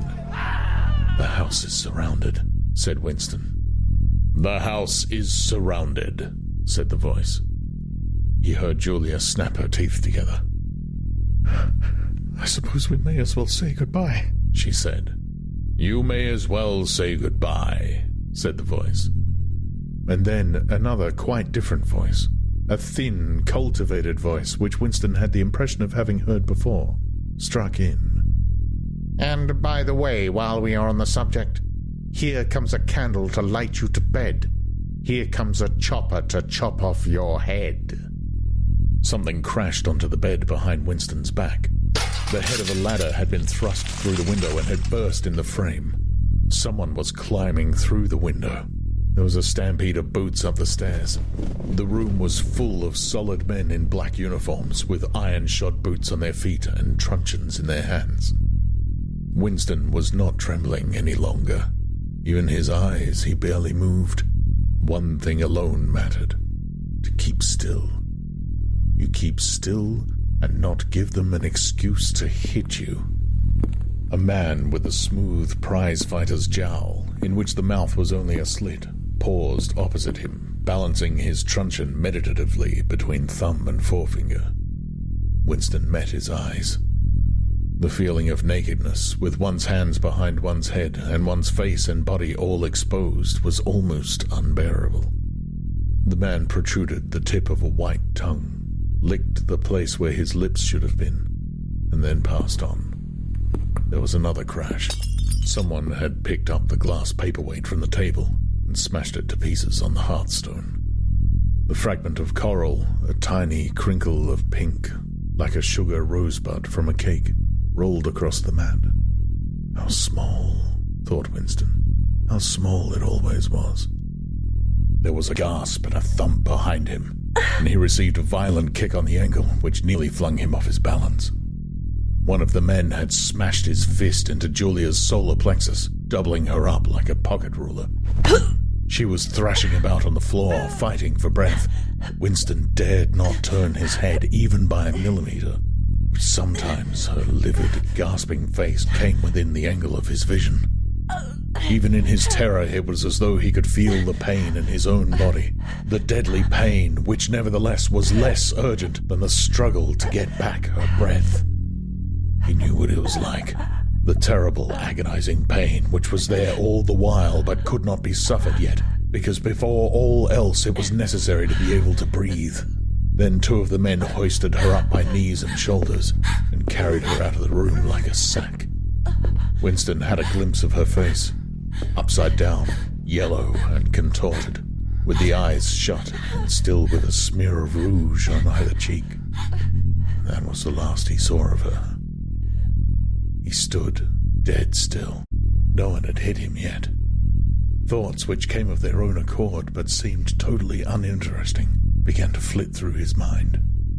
He wondered whether they had got Mr. Charrington. He wondered what they had done to the woman in the yard. He noticed that he badly wanted to urinate and felt a faint surprise because he had only done so 2 or 3 hours ago. He noticed that the clock on the mantelpiece said 9, meaning 21, but the light seemed too strong. Would not the light be fading at 21 hours on an August evening? He wondered whether after all he and Julia had mistaken the time, had slept the clock round and thought it was 20:30 when really it was 08:30 on the following morning. But he did not pursue the thought further. It was not interesting. There was another lighter step in the passage. Mr. Charrington came into the room. The demeanor of the black uniformed men suddenly became more subdued. Something had also changed in Mr. Charrington's appearance. His eyes fell on the fragments of the glass paperweight. "Pick up those pieces," he said sharply. A man stooped to obey. The Cockney accent had disappeared. Winston suddenly realized whose voice it was that he had heard a few moments ago on the telescreen. Mr. Charrington was still wearing his old velvet jacket, but his hair, which had been almost white, had turned black. Also, he was not wearing his spectacles. He gave Winston a single sharp glance as though verifying his identity, and then paid no more attention to him. He was still recognizable, but he was not the same person any longer. His body had straightened and seemed to have grown bigger. His face had undergone only tiny changes that had nevertheless worked a complete transformation. The black eyebrows were less bushy. The wrinkles were gone. The whole lines of the face seemed to have altered. Even the nose seemed shorter. It was the alert, cold face of a man of about 35. It occurred to Winston that for the first time in his life he was looking with knowledge at a member of the thought police.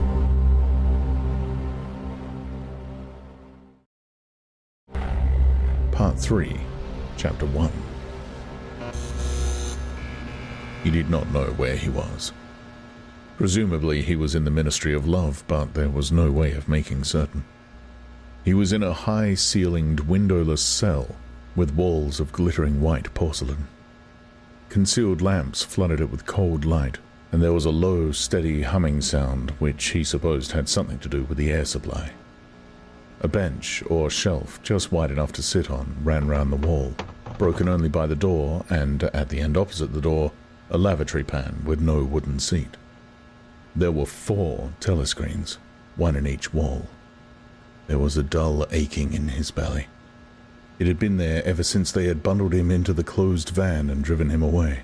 But he was also hungry, with a gnawing, unwholesome kind of hunger. It might be 24 hours since he had eaten. It might be 36. He still did not know, probably would never know, whether it had been morning or evening when they arrested him. Since he was arrested, he had not been fed. He sat as still as he could on the narrow bench with his hands crossed on his knee. He had already learned to sit still. If you made unexpected movements, they yelled at you from the telescreen. But the craving for food was growing upon him. What he longed for above all was a piece of bread. He had an idea that there were a few breadcrumbs in the pocket of his overalls. It was even possible, he thought this because from time to time something seemed to tickle his leg, that there might be a sizable bit of crust there. In the end, the temptation to find out overcame his fear. He slipped a hand into his pocket. "Smith!" yelled a voice from the telescreen. 6079 Smith W. Hands out of pockets in the cells. He sat still again, his hands crossed on his knee. Before being brought here, he had been taken to another place, which must have been an ordinary prison or a temporary lockup used by the patrols. He did not know how long he had been there, some hours at any rate. With no clocks and no daylight, it was hard to gauge the time. It was a noisy, evil-smelling place. They had put him into a cell similar to the one he was now in, but filthily dirty, and at all times crowded by 10 or 15 people. The majority of them were common criminals, but there were a few political prisoners among them. He had sat silent against the wall, jostled by dirty bodies, too preoccupied by fear and the pain in his belly to take much interest in his surroundings, but still noticing the astonishing difference in demeanour between the party prisoners and the others. The party prisoners were always silent and terrified, but the ordinary criminals seemed to care nothing for anybody. They yelled insults at the guards, fought back fiercely when their belongings were impounded, wrote obscene words on the floor, ate smuggled food which they produced from mysterious hiding places in their clothes, and even shouted down the telescreen when it tried to restore order. On the other hand, some of them seemed to be on good terms with the guards, called them by nicknames and tried to wheedle cigarettes through the spy hole in the door. The guards, too, treated the common criminals with a certain forbearance, even when they had to handle them roughly. There was much talk about the forced labour camps to which most of the prisoners expected to be sent. It was all right in the camps, he gathered, so long as you had good contacts and knew the ropes. There was bribery, favouritism, and racketeering of every kind. There was homosexuality and prostitution. There was even illicit alcohol distilled from potatoes. The positions of trust were given only to the common criminals, especially the gangsters and the murderers, who formed a sort of aristocracy. All the dirty jobs were done by the politicals. There was a constant come and go of prisoners of every description: drug peddlers, thieves, bandits, black marketeers, drunks, prostitutes. Some of the drunks were so violent that the other prisoners had to combine to suppress them. An enormous wreck of a woman, aged about 60, with great tumbling breasts and thick coils of white hair, which had come down in her struggles, was carried in, kicking and shouting, by 4 guards, who had hold of her, one at each corner. They wrenched off the boots with which she had been trying to kick them, and dumped her down across Winston's lap, almost breaking his thigh bones. The woman hoisted herself upright and followed them out with a yell of "F***ing bastards!" Then, noticing she was sitting on something uneven, she slid off Winston's knee onto the bench. "Beg pardon, dearie," she said. "I wouldn't have sat on you, only the buggers put me there. They don't know how to treat a lady, do they?" She paused, patted her breast, and belched. "Pardon?" she said. "I ain't myself, quite." She leaned forward and vomited copiously on the floor.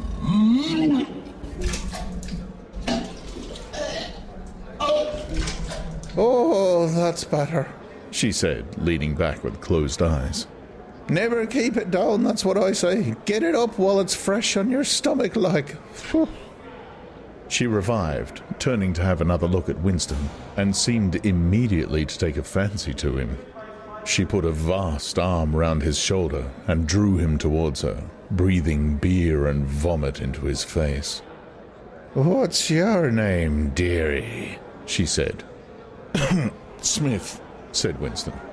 "Smith," said the woman. "That's funny. My name's Smith, too. Why," she added sentimentally, "I might be your mother." She might, thought Winston, be his mother. She was about the right age and physique, and it was probable that people changed somewhat after 20 years in a forced labour camp. No one else had spoken to him. To a surprising extent, the ordinary criminals ignored the party prisoners. The polits, they called them, with a sort of uninterested contempt. The party prisoners seemed terrified of speaking to anybody, and above all, of speaking to one another.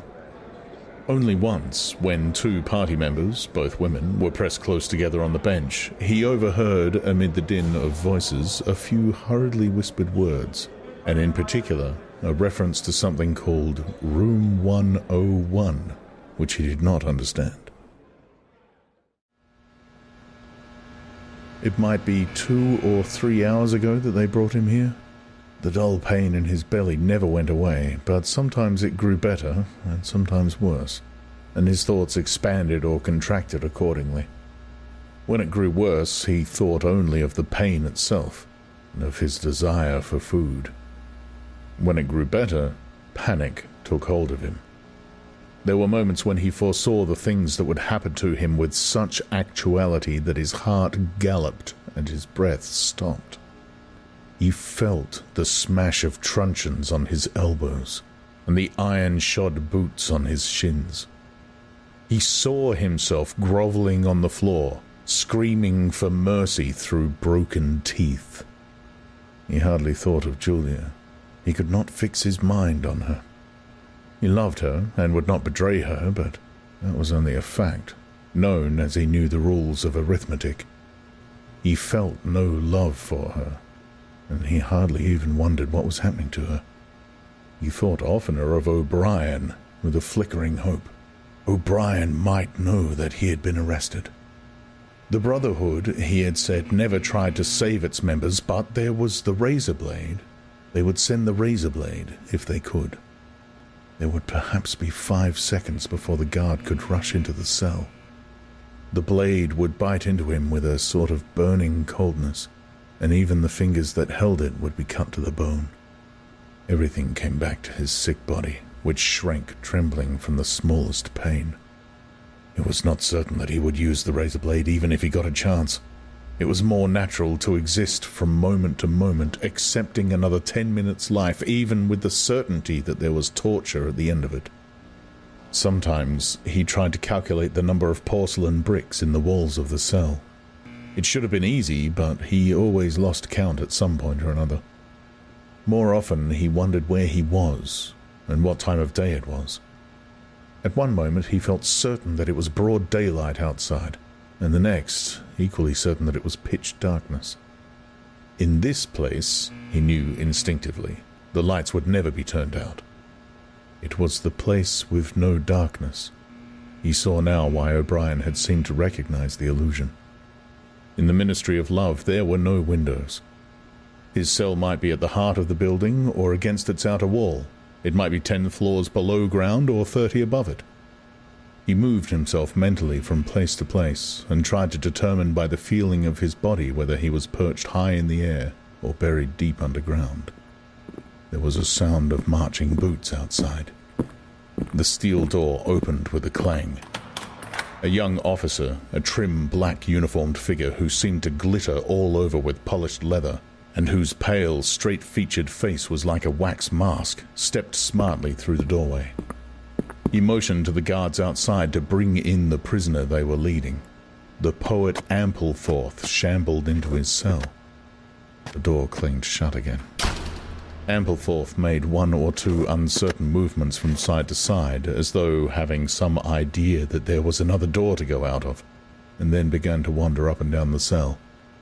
He had not yet noticed Winston's presence. His troubled eyes were gazing at the wall about a meter above the level of Winston's head. He was shoeless. Large, dirty toes were sticking out of the holes in his socks. He was also several days away from a shave. A scrubby beard covered his face to the cheekbones, giving him an air of ruffianism that went oddly with his large, weak frame and nervous movements. Winston roused himself a little from his lethargy. He must speak to Ampleforth and risk the yell from the telescreen. It was even conceivable that Ampleforth was the bearer of the razor blade. "Ampleforth," he said. There was no yell from the telescreen. Ampleforth paused, mildly startled. His eyes focused themselves slowly on Winston. "Smith," he said. "You too. What are you in for?" "To tell you the truth," he sat down awkwardly on the bench opposite Winston. "There is only one offense, is there not?" he said. "And you have committed it." "Apparently I have." He put a hand to his forehead and pressed his temples for a moment, as though trying to remember something. "These things happen," he began vaguely. "I have been able to recall one instance, a possible instance. It was an indiscretion, undoubtedly. We were producing a definitive edition of the poems of Kipling. I allowed the word God to remain at the end of a line. I could not help it," he added, almost indignantly, raising his face to look at Winston. "It was impossible to change the line. The rhyme was rod. Do you realize that there are only 12 rhymes to rod in the entire language? For days I had racked my brains. There was no other rhyme." The expression on his face changed. The annoyance passed out of it, and for a moment he looked almost pleased, a sort of intellectual warmth. The joy of the pedant who has found out some useless fact shone through the dirt and scrubby hair. "Has it ever occurred to you," he said, "that the whole history of English poetry has been determined by the fact that the English language lacks rhymes?" No, that particular thought had never occurred to Winston, nor, in the circumstances, did it strike him as very important or interesting. "Do you know what time of day it is?" he said. Ampleforth looked startled again. "I had hardly thought about it. They arrested me, it could be 2 days ago, perhaps 3. His eyes flitted round the walls, as though he half expected to find a window somewhere. "There is no difference between night and day in this place. I do not see how one can calculate the time."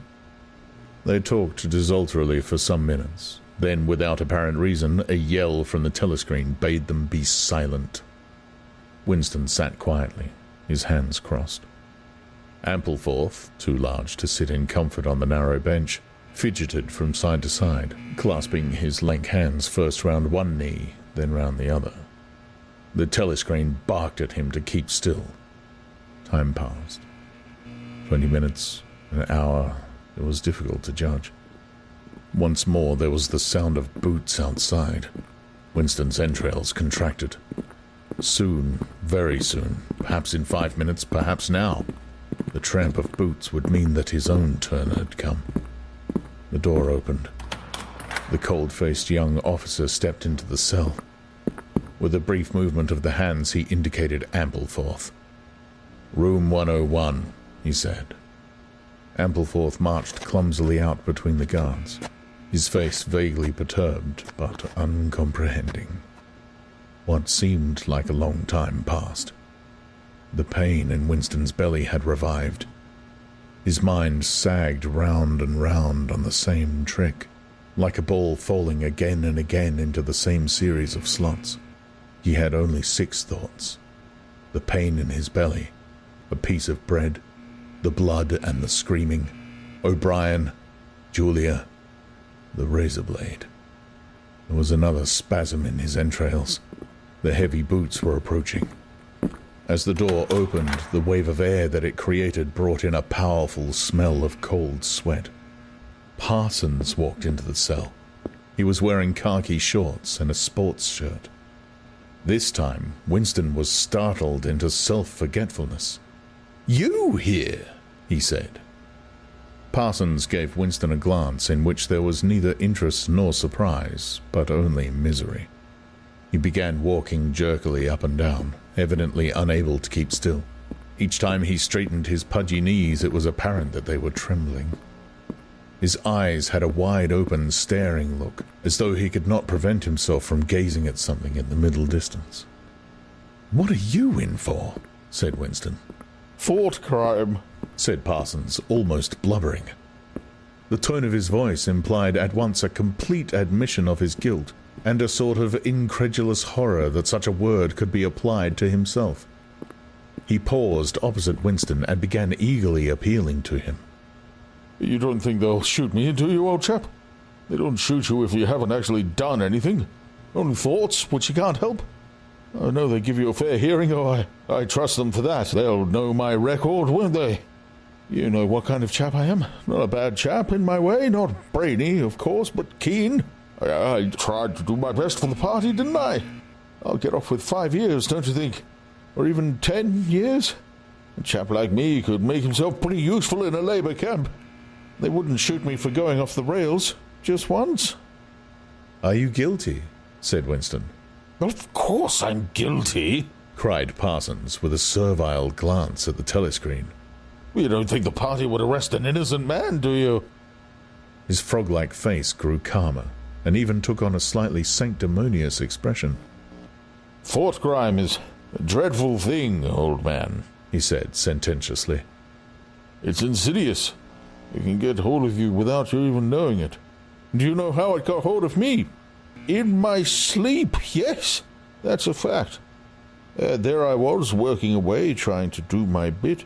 Never knew I had any bad stuff in my mind at all, and then I start talking in my sleep. Do you know what they heard me saying? He sank his voice, like someone who is obliged for medical reasons to utter an obscenity. Down with Big Brother. Yes, I said that. Said it over and over again, it seems. Between you and me, old man, I'm glad they got me before it went any further. You know what I'm going to say to them when I go up before the tribunal? Thank you, I'm going to say. Thank you for saving me before it was too late. Who denounced you? Said Winston. It was my little daughter, said Parsons with a sort of doleful pride. She listened at the keyhole, heard what I was saying, and nipped off to the patrols the very next day. Pretty smart for a nipper of 7, eh? Oh, I don't bear her any grudge for it. In fact, I'm proud of her. It shows that I brought her up in the right spirit, anyway.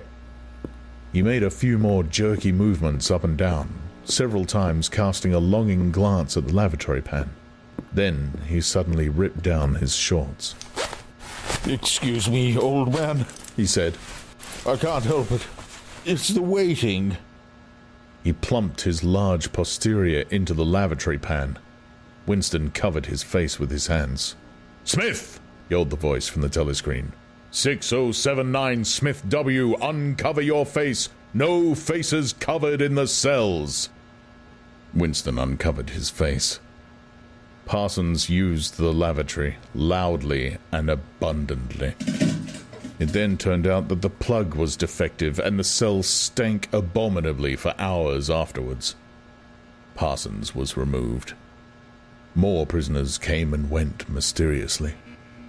One, a woman, was consigned to room 101 and, Winston noticed, seemed to shrivel and turn a different color when she heard the words.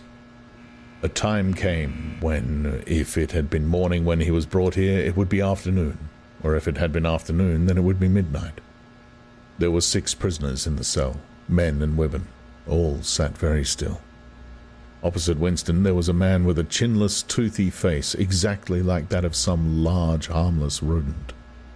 His fat, mottled cheeks were so pouched at the bottom that it was difficult not to believe that he had little stores of food tucked away there.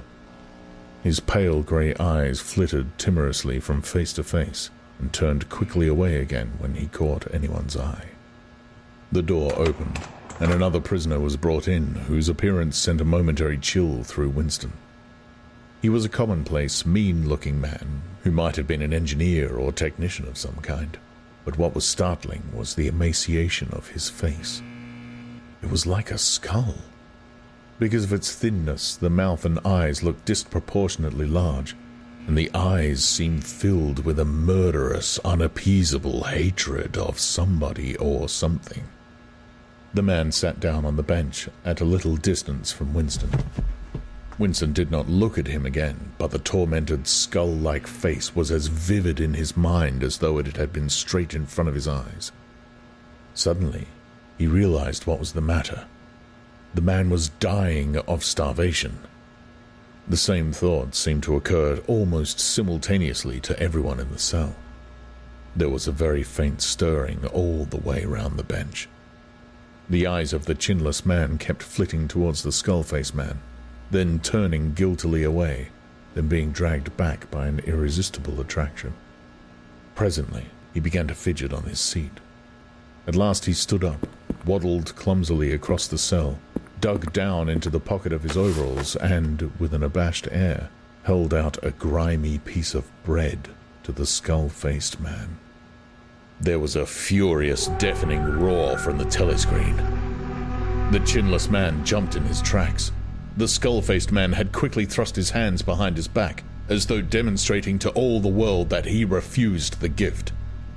"Bumstead!" roared the voice. 2713 Bumstead J. Let fall that piece of bread. The chinless man dropped the piece of bread on the floor. "Remain standing where you are," said the voice. "Face the door. Make no movement." The chinless man obeyed. His large, pouchy cheeks were quivering uncontrollably. The door clanged open. As the young officer entered and stepped aside, there emerged from behind him a short, stumpy guard with enormous arms and shoulders. He took his stand opposite the chinless man, and then, at a signal from the officer, let free a frightful blow, with all the weight of his body behind it, full into the chinless man's mouth. The force of it seemed almost to knock him clear of the floor. His body was flung across the cell and fetched up against the base of the lavatory seat. For a moment he lay as though stunned, with dark blood oozing from his mouth and nose. A very faint whimpering or squeaking, which seemed unconscious, came out of him. Then he rolled over and raised himself unsteadily on hands and knees. Amid a stream of blood and saliva, the two halves of a dental plate fell out of his mouth. The prisoners sat very still, their hands crossed on their knees. The chinless man climbed back into his place. Down one side of his face, the flesh was darkening. His mouth had swollen into a shapeless cherry-colored mass with a black hole in the middle of it. From time to time, a little blood dripped onto the breast of his overalls. His grey eyes still flitted from face to face, more guiltily than ever, as though he were trying to discover how much the others despised him for his humiliation. The door opened. With a small gesture, the officer indicated the skull-faced man. "Room 101, he said. There was a gasp and a flurry at Winston's side. The man had actually flung himself onto his knees on the floor with his hands clasped together. "Comrade officer," he cried, "you don't have to take me to that place. Haven't I told you everything already? What else is it you want to know? There's nothing I wouldn't confess, nothing. Just tell me what it is and I'll confess straight off. Write it down and I'll sign it. Anything not room 101. "Room 101, said the officer. The man's face, already very pale, turned a color Winston would not have believed possible. It was definitely, unmistakably, a shade of green. "Do anything to me," he yelled. "You've been starving me for weeks. Finish it off and let me die. Shoot me, hang me, sentence me to 25 years. Is there somebody else you want me to give away? Just say who it is and I'll tell you anything you want. I don't care who it is or what you do to them. I've got a wife and 3 children. The biggest of them isn't 6 years old. You could take the whole lot of them and cut their throats in front of my eyes, and I'll stand by and watch it, but not room 101. "Room 101, said the officer. The man looked frantically round at the other prisoners, as though with some idea that he could put another victim in his own place. His eyes settled on the smashed face of the chinless man. He flung out a lean arm. "That's the one you ought to be taking, not me," he shouted. "You didn't hear what he was saying after they bashed his face. Give me a chance and I'll tell you every word of it. He's the one that's against the party, not me." The guard stepped forward. The man's voice rose to a shriek. "You didn't hear him," he repeated.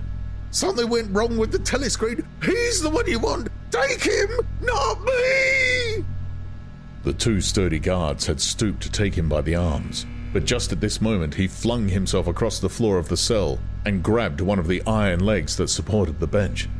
He had set up a wordless howling like an animal. The guards took hold of him to wrench him loose, but he clung on with astonishing strength. For perhaps 20 seconds they were hauling at him. The prisoners sat quiet, their hands crossed on their knees, looking straight in front of them. The howling stopped. The man had no breath left for anything except hanging on. Then there was a different kind of cry.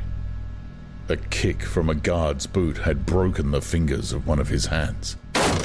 They dragged him to his feet. "Room 101, said the officer. The man was led out, walking unsteadily, with head sunken, nursing his crushed hand. All the fight had gone out of him.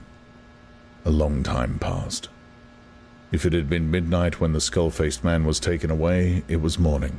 If morning, it was afternoon. Winston was alone, and had been alone for hours. The pain of sitting on the narrow bench was such that often he got up and walked about, unreproved by the telescreen. The piece of bread still lay where the chinless man had dropped it.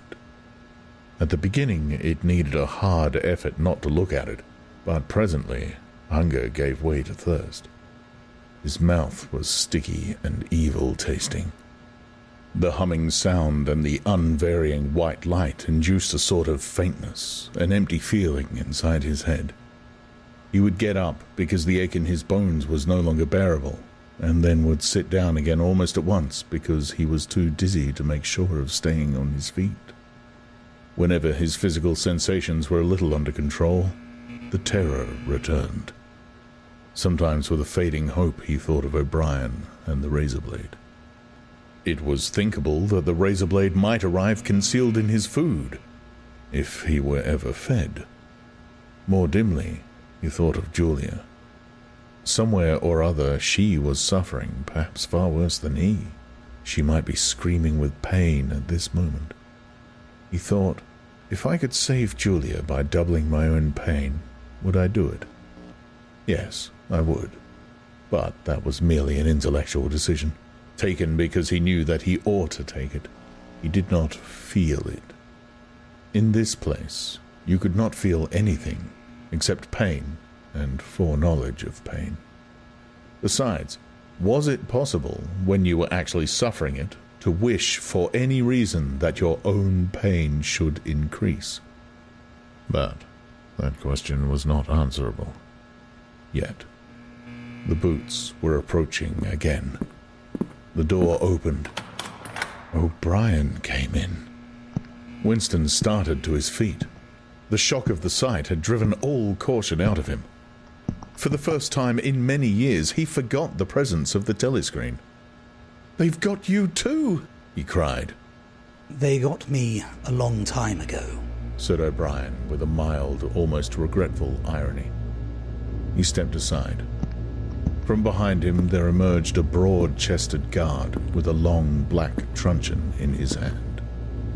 "You know this, Winston," said O'Brien. "Don't deceive yourself. You did know it. You have always known it." Yes. He saw now. He had always known it. But there was no time to think of that. All he had eyes for was the truncheon in the guard's hand. It might fall anywhere. On the crown, on the tip of the ear, on the upper arm, on the elbow. The elbow! He had slumped to his knees, almost paralyzed, clasping the stricken elbow with his other hand. Everything had exploded into yellow light. Inconceivable, inconceivable that one blow could cause such pain. The light cleared, and he could see the other two looking down at him. The guard was laughing at his contortions.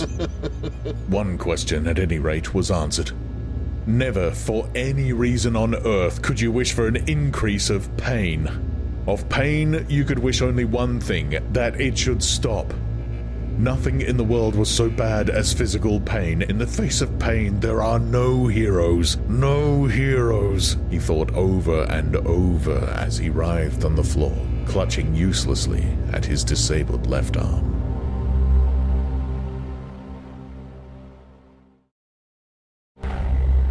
Book 3, Chapter 2. He was lying on something that felt like a camp bed, except that it was higher off the ground, and that he was fixed down in some way so that he could not move. Light that seemed stronger than usual was falling on his face. O'Brien was standing at his side, looking down at him intently. At the other side of him stood a man in a white coat, holding a hypodermic syringe. Even after his eyes were open, he took in his surroundings only gradually. He had the impression of swimming up into his room from some quite different world, a sort of underwater world far beneath it. How long he had been down there, he did not know. Since the moment when they arrested him, he had not seen darkness or daylight. Besides, his memories were not continuous. There had been times when consciousness, even the sort of consciousness that one has in sleep, had stopped dead and started again after a blank interval. But whether the intervals were of days or weeks or only seconds, there was no way of knowing. With that first blow on the elbow, the nightmare had started. Later, he was to realize that all that then happened was merely a preliminary, a routine interrogation to which nearly all prisoners were subjected. There was a long range of crimes, espionage, sabotage, and the like, to which everyone had to confess as a matter of course. The confession was a formality, but the torture was real. How many times he had been beaten, how long the beatings had continued, he could not remember. Always there were 5 or 6 men in black uniforms at him simultaneously. Sometimes it was fists, sometimes it was truncheons, sometimes it was steel rods, sometimes it was boots. There were times when he rolled about on the floor, as shameless as an animal, writhing his body this way and that, in an endless, hopeless effort to dodge the kicks, and simply inviting more and yet more kicks, in his ribs, in his belly, on his elbows, on his shins, in his groin, in his testicles, on the bone at the base of his spine. There were times when it went on until the cruel, wicked, unforgivable thing seemed to him not that the guards continued to beat him, but that he could not force himself into losing consciousness. There were times when his nerves so forsook him that he began shouting for mercy even before the beating began, when the mere sight of a fist drawn back for a blow was enough to make him pour forth a confession of real and imaginary crimes. There were other times when he started out with the resolve of confessing nothing, when every word had to be forced out of him between gasps of pain. And there were times when he feebly tried to compromise, when he said to himself, "I will confess, but not yet. I must hold out till the pain becomes unbearable. 3 more kicks, 2 more kicks, and then I will tell them what they want." Sometimes he was beaten till he could hardly stand, then flung like a sack of potatoes onto the stone floor of a cell, left to recuperate for a few hours, and then taken out and beaten again. There were also longer periods of recovery. He remembered them dimly because they were spent chiefly in sleep or stupor. He remembered a cell with a plank bed, a sort of shelf sticking out from the wall, and a tin wash basin, and meals of hot soup and bread, and sometimes coffee. He remembered a surly barber arriving to scrape his chin and crop his hair, and businesslike, unsympathetic men in white coats feeling his pulse, tapping his reflexes, turning up his eyelids, running harsh fingers over him in search for broken bones, and shooting needles into his arm to make him sleep. The beatings grew less frequent, and became mainly a threat, a horror to which he could be sent back at any moment when his answers were unsatisfactory. His questioners now were not ruffians in black uniforms, but party intellectuals, little rotund men with quick movements and flashing spectacles, who worked on him in relays over periods which lasted, he thought, he could not be sure, 10 or 12 hours at a stretch. These other questioners saw to it that he was in constant slight pain, but it was not chiefly pain that they relied on.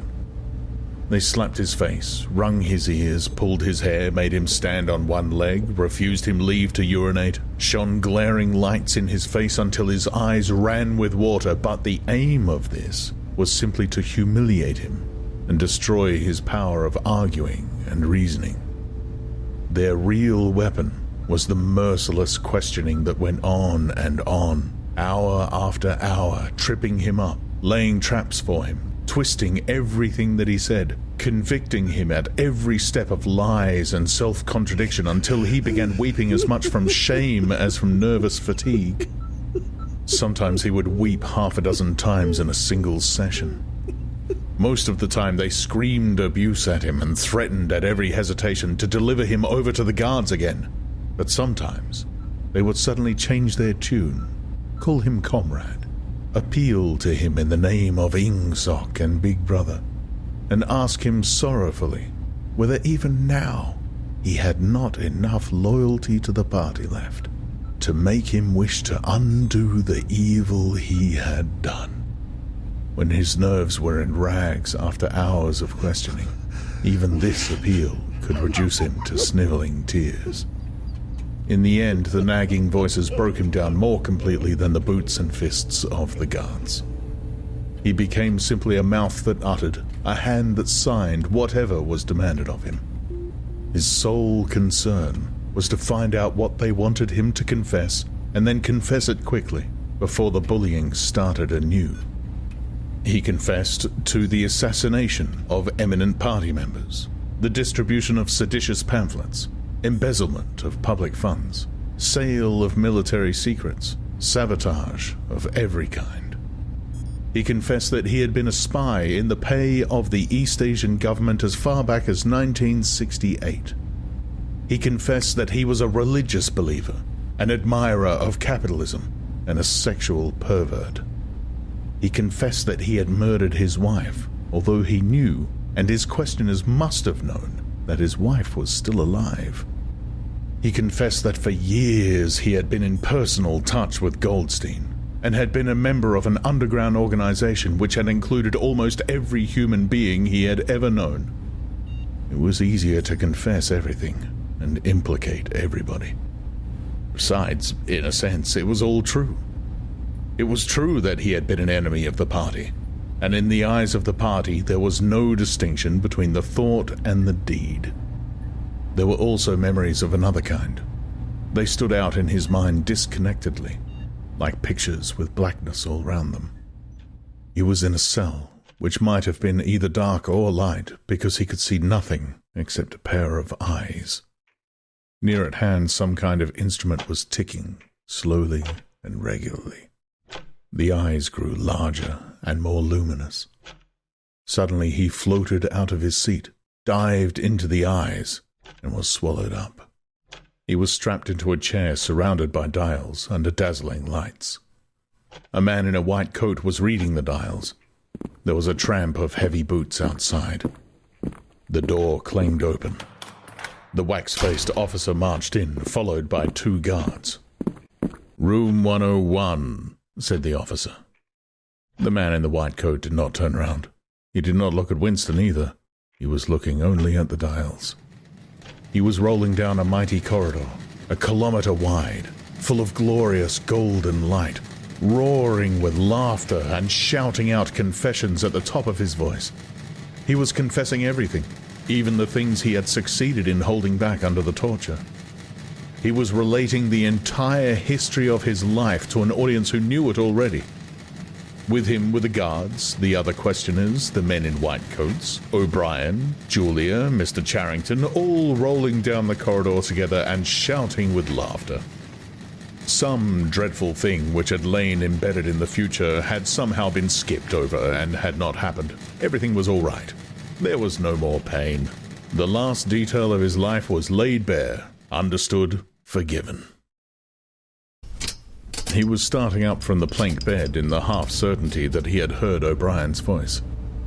All through his interrogation, although he had never seen him, he had had the feeling that O'Brien was at his elbow, just out of sight. It was O'Brien who was directing everything. It was he who set the guards onto Winston, and who prevented them from killing him. It was he who decided when Winston should scream with pain, when he should have a respite, when he should be fed, when he should sleep, when the drugs should be pumped into his arm. It was he who asked the questions and suggested the answers. He was the tormentor. He was the protector. He was the inquisitor. He was the friend. And once, Winston could not remember whether it was in drugged sleep or in normal sleep or even in a moment of wakefulness, a voice murmured in his ear. Don't worry, Winston. You are in my keeping. For 7 years I have watched over you. Now the turning point has come. I shall save you. I shall make you perfect. He was not sure whether it was O'Brien's voice, but it was the same voice that had said to him, "We shall meet in the place where there is no darkness," in that other dream 7 years ago. He did not remember any ending to his interrogation. There was a period of blackness, and then the cell, or room, in which he now was, had gradually materialized round him. He was almost flat on his back and unable to move. His body was held down at every essential point. Even the back of his head was gripped in some manner. O'Brien was looking down at him, gravely and rather sadly. His face, seen from below, looked coarse and worn, with pouches under the eyes and tired lines from nose to chin. He was older than Winston had thought him. He was perhaps 48 or 50. Under his hand there was a dial with a lever on top, and fingers running round the face. I told you, said O'Brien, that if we met again, it would be here. Yes, said Winston. Without any warning, except a slight movement of O'Brien's hand, a wave of pain flooded his body. It was a frightening pain, because he could not see what was happening, and he had the feeling that some mortal injury was being done to him. He did not know whether the thing was really happening or whether the effect was electrically produced, but his body was being wrenched out of shape. The joints were being slowly torn apart. Although the pain had brought the sweat out on his forehead, the worst of all was the fear that his backbone was about to snap. He set his teeth and breathed hard through his nose, trying to keep silent as long as possible. You are afraid, said O'Brien, watching his face, that in another moment something is going to break. Your especial fear is that it will be your backbone. You have a vivid mental picture of the vertebrae snapping apart and the spinal fluid dripping out of them. That is what you are thinking, is it not, Winston? Winston did not answer.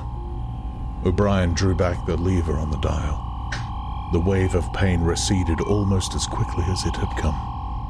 That was 40, said O'Brien. You can see that the numbers on this dial run up to 100. Will you please remember, throughout our conversation, that I have it in my power to inflict pain on you at any moment, and to whatever degree I choose. If you tell me any lies, or attempt to prevaricate in any way, or even fall below your usual level of intelligence, you will cry out with pain instantly. Do you understand that? Yes, said Winston. O'Brien's manner became less severe. He resettled his spectacles thoughtfully and took a pace or two up and down.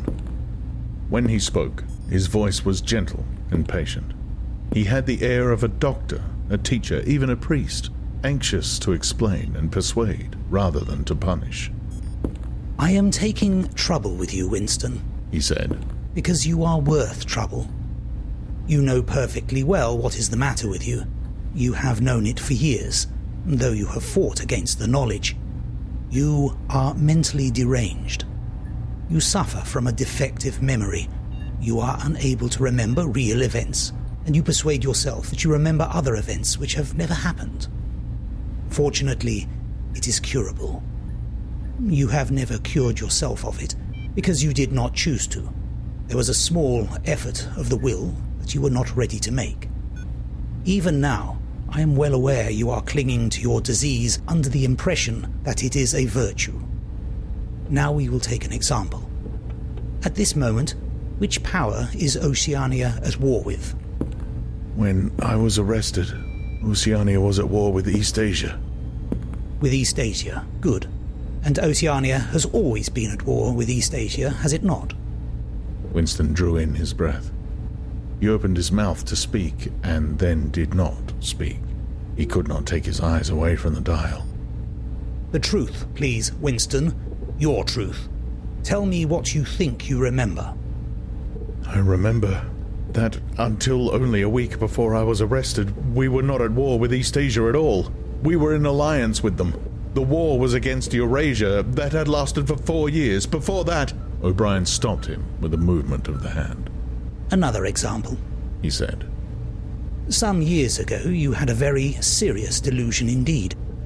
You believed that 3 men, 3 one-time party members named Jones, Aronson, and Rutherford, men who were executed for treachery and sabotage after making the fullest possible confession, were not guilty of the crimes they were charged with. You believed that you had seen unmistakable documentary evidence proving that their confessions were false. There was a certain photograph about which you had a hallucination. You believed that you had actually held it in your hands. It was a photograph, something like this. An oblong slip of newspaper had appeared between O'Brien's fingers. For perhaps 5 seconds it was within the angle of Winston's vision. It was a photograph, and there was no question of its identity. It was the photograph. It was another copy of the photograph of Jones, Aronson, and Rutherford at the party function in New York, which he had chanced upon 11 years ago and promptly destroyed. For only an instant it was before his eyes, then it was out of sight again. But he had seen it. Unquestionably, he had seen it. He made a desperate, agonizing effort to wrench the top half of his body free. It was impossible to move so much as a centimeter in any direction. For the moment, he had even forgotten the dial. All he wanted was to hold the photograph in his fingers again, or at least to see it. "It exists!" he cried. "No," said O'Brien. He stepped across the room. There was a memory hole in the opposite wall. O'Brien lifted the grating. Unseen, the frail slip of paper was whirling away on the current of warm air. It was vanishing in a flash of flame. O'Brien turned away from the wall. "Ashes," he said. "Not even identifiable ashes. Dust. It does not exist. It never existed." "But it did exist. It does exist. It exists in memory. I remember it. You remember it." "I do not remember it," said O'Brien. Winston's heart sank. That was doublethink. He had a feeling of deadly helplessness. If he could have been certain that O'Brien was lying, it would not have seemed to matter. But it was perfectly possible that O'Brien had really forgotten the photograph, and if so, then already he would have forgotten his denial of remembering it, and forgotten the act of forgetting. How could one be sure that it was simple trickery? Perhaps that lunatic dislocation in the mind could really happen. That was the thought that defeated him. O'Brien was looking down at him speculatively. More than ever, he had the air of a teacher taking pains with a wayward but promising child. "There is a party slogan dealing with the control of the past," he said. "Repeat it, if you please." "Who controls the past controls the future. Controls the present controls the past," repeated Winston obediently. "Who controls the present controls the past," said O'Brien, nodding his head with slow approval. "Is it your opinion, Winston, that the past has real existence?" Again, the feeling of helplessness descended upon Winston. His eyes flitted towards the dial. He not only did not know whether yes or no was the answer that would save him from pain, he did not even know which answer he believed to be the true one. O'Brien smiled faintly. "You are no metaphysician, Winston," he said. "Until this moment, you had never considered what is meant by existence. I will put it more precisely. Does the past exist concretely in space? Is there somewhere or other a place, a world of solid objects, where the past is still happening?" "No." "Then where does the past exist, if at all?" "In records. It is written down." "In records and—" "In the mind, in human memories." "In memory. Very well, then. We, the party, control all records, and we control all memories. Then we control the past, do we not?" "But how can you stop people remembering things?" cried Winston, again momentarily forgetting the dial. "It is involuntary. It is outside oneself. How can you control memory? You have not controlled mine." O'Brien's manner grew stern again. He laid his hand on the dial. "On the contrary," he said, "you have not controlled it. That is what has brought you here. You are here because you have failed in humility, in self-discipline. You would not make the act of submission which is the price of sanity. You preferred to be a lunatic, a minority of one. Only the disciplined mind can see reality, Winston. You believe that reality is something objective, external, existing in its own right. You also believe the nature of reality is self-evident. When you delude yourself into thinking that you see something, you assume that everyone else sees the same thing as you. But I tell you, Winston, that reality is not external. Reality exists in the human mind and nowhere else. Not in the individual mind, which can make mistakes, and in any case soon perishes. Only in the mind of the party, which is collective and immortal. Whatever the party holds to be the truth is truth. It is impossible to see reality except by looking through the eyes of the party. That is the fact that you have got to relearn, Winston. It needs an act of self-destruction, an effort of the will. You must humble yourself before you can become sane. He paused for a few moments as though to allow what he had been saying to sink in. Do you remember, he went on, writing in your diary, freedom is the freedom to say that 2 + 2 make 4? Yes, said Winston. O'Brien held up his left hand, its back towards Winston, the thumb hidden and the 4 fingers extended. How many fingers am I holding up, Winston? 4.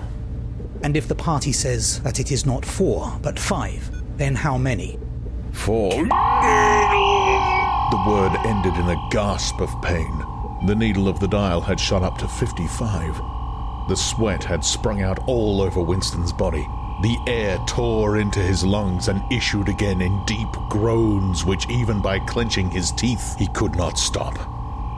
O'Brien watched him, the 4 fingers still extended. He drew back the lever. This time the pain was only slightly eased. How many fingers, Winston? 4. The needle went up to 60.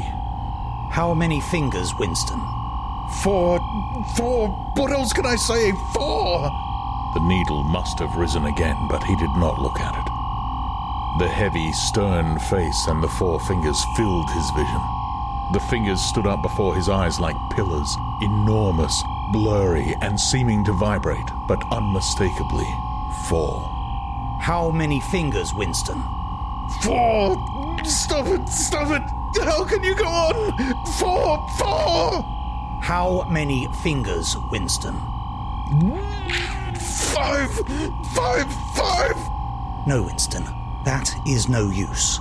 You are lying. You still think there are 4. How many fingers, please? 4! 4! Anything you like! Only stop it! Stop the pain! Abruptly, he was sitting up, with O'Brien's arm round his shoulders. He had perhaps lost consciousness for a few seconds. The bonds that had held his body down were loosened. He felt very cold. He was shaking uncontrollably. His teeth were chattering. The tears were rolling down his cheeks. For a moment he clung to O'Brien like a baby, curiously comforted by the heavy arm round his shoulders. He had the feeling that O'Brien was his protector, that the pain was something that came from outside, from some other source, and that it was O'Brien who would save him from it. You are a slow learner, Winston, said O'Brien gently. How can I help it? He blubbered. How can I help seeing what is in front of my eyes? 2 and 2 are 4. Sometimes, Winston. Sometimes they are 5. Sometimes they are 3. Sometimes they are all of them at once. You must try harder. It is not easy to become sane. He lay Winston down on the bed. The grip of his limbs tightened again, but the pain had ebbed away, and the trembling had stopped, leaving him merely weak and cold. O'Brien motioned with his head to the man in the white coat, who had stood immobile throughout the proceedings. The man in the white coat bent down and looked closely into Winston's eyes, felt his pulse, laid an ear against his chest, tapped here and there. Then he nodded to O'Brien. Again, said O'Brien. The pain flowed into Winston's body. The needle must be at 70, 75. He had shut his eyes this time. He knew that the fingers were still there, and still 4. All that mattered was somehow to stay alive until the spasm was over. He had ceased to notice whether he was crying out or not. The pain lessened again. He opened his eyes. O'Brien had drawn back the lever. How many fingers, Winston? 4. I suppose there are 4. I would see 5 if I could. I'm trying to see 5. Which do you wish? To persuade me that you see 5, or really to see them? Really to see them. Again, said O'Brien. Perhaps the needle was 80, 90. Winston could not, intermittently, remember why the pain was happening. Behind his screwed-up eyelids, a forest of fingers seemed to be moving in a sort of dance, weaving in and out, disappearing behind one another and reappearing again. He was trying to count them. He could not remember why.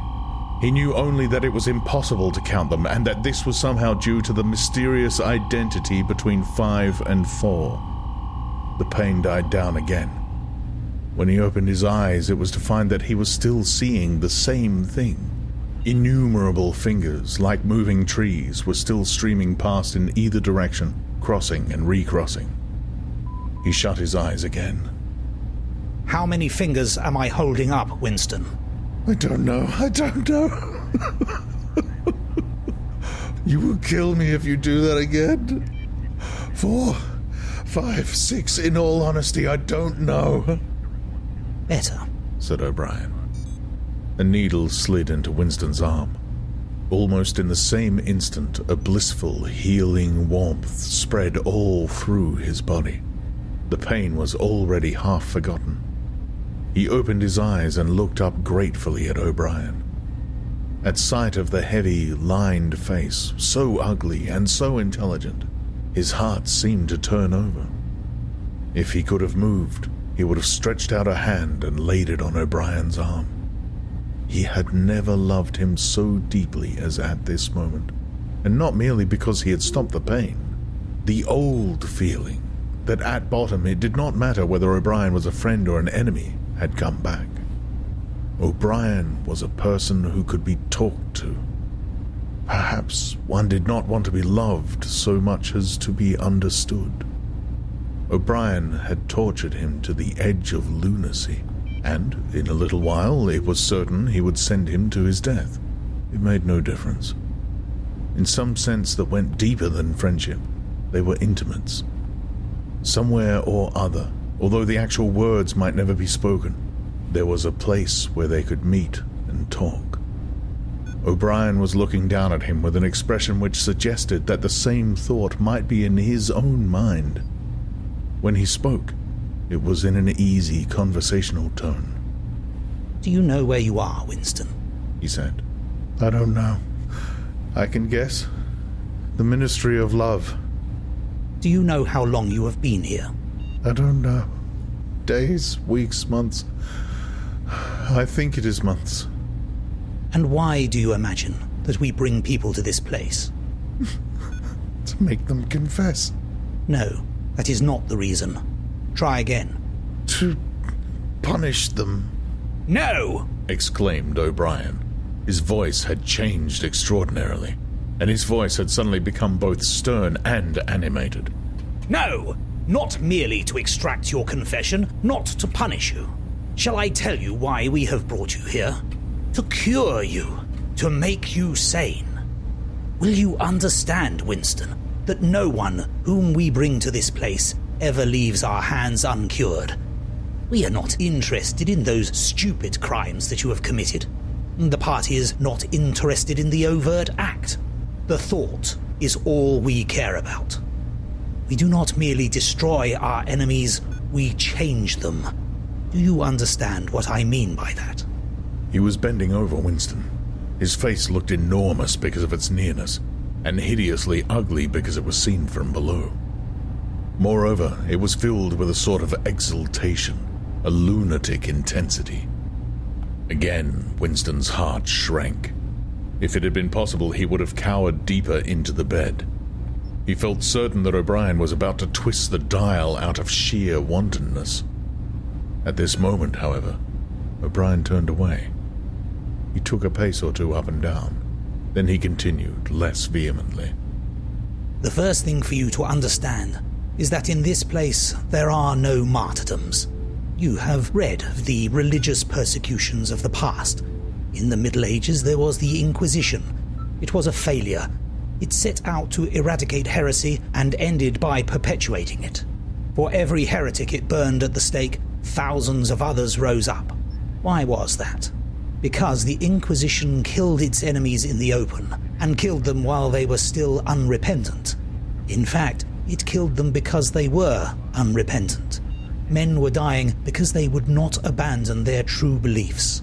Naturally, all the glory belonged to the victim, and all the shame to the inquisitor who burned him. Later, in the 20th century, There were the totalitarians, as they were called. There were the German Nazis, the Russian communists. The Russians persecuted heresy more cruelly than the Inquisition had done, and they imagined that they had learned from the mistakes of the past.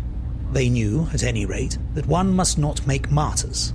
Before they exposed their victims to public trial, they deliberately set themselves to destroy their dignity. They wore them down by torture and solitude until they were despicable, cringing wretches confessing whatever was put into their mouths, covering themselves with abuse, accusing and sheltering behind one another, whimpering for mercy. And yet, after only a few years, the same thing had happened over again. The dead men had become martyrs, and their degradation was forgotten. Once again, why was it? In the first place, because the confessions that they had made were obviously extorted and untrue. We do not make mistakes of that kind. All the confessions that are uttered here are true. We make them true. And above all, we do not allow the dead to rise up against us. You must stop imagining that posterity will vindicate you, Winston. Posterity will never hear of you. You will be lifted clean out from the stream of history. We shall turn you into gas and pour you into the stratosphere. Nothing will remain of you, not a name in a register, not a memory in a living brain. You will be annihilated in the past as well as in the future. You will never have existed. Then why bother to torture me? Thought Winston, with a momentary bitterness. O'Brien checked his step as though Winston had uttered the thought aloud. His large, ugly face came nearer, with the eyes a little narrowed. You are thinking, he said, that since we intend to destroy you utterly so that nothing that you say or do can make the smallest difference, in that case, why do we go to the trouble of interrogating you first? That is what you were thinking, was it not? Yes, said Winston. O'Brien smiled slightly. You are a flaw in the pattern, Winston. You are a stain that must be wiped out. Did I not tell you just now that we are different from the persecutors of the past? We are not content with negative obedience, nor even with the most abject submission. When finally you surrender to us, it must be of your own free will. We do not destroy the heretic because he resists us. So long as he resists us, we never destroy him. We convert him. We capture his inner mind. We reshape him. We burn all evil and all illusion out of him. We bring him over to our side. Not in appearance, but genuinely, heart and soul. We make him one of ourselves before we kill him. It is intolerable to us that an erroneous thought should exist anywhere in the world, however secret and powerless it may be. Even in the instant of death, we cannot permit any deviation. In the old days, the heretic walked to the stake still a heretic, proclaiming his heresy, exulting in it. Even the victim of the Russian purges could carry rebellion locked up in his skull as he walked down the passage waiting for the bullet.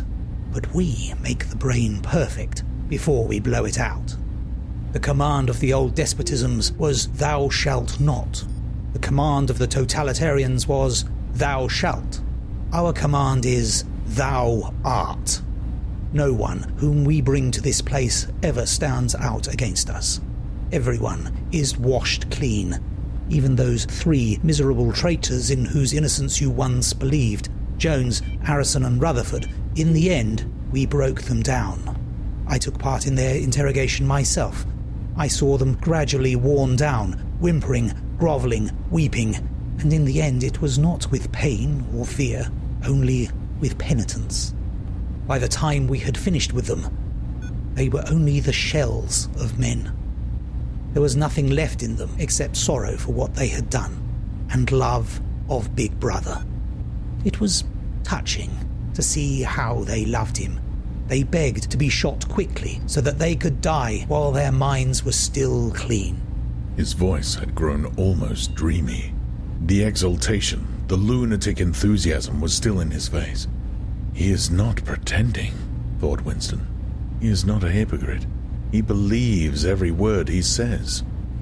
What most oppressed him was the consciousness of his own intellectual inferiority. He watched the heavy yet graceful form strolling to and fro, in and out of the range of his vision. O'Brien was a being in all ways larger than himself. There was no idea that he had ever had or could have that O'Brien had not long ago known, examined, and rejected. His mind contained Winston's mind.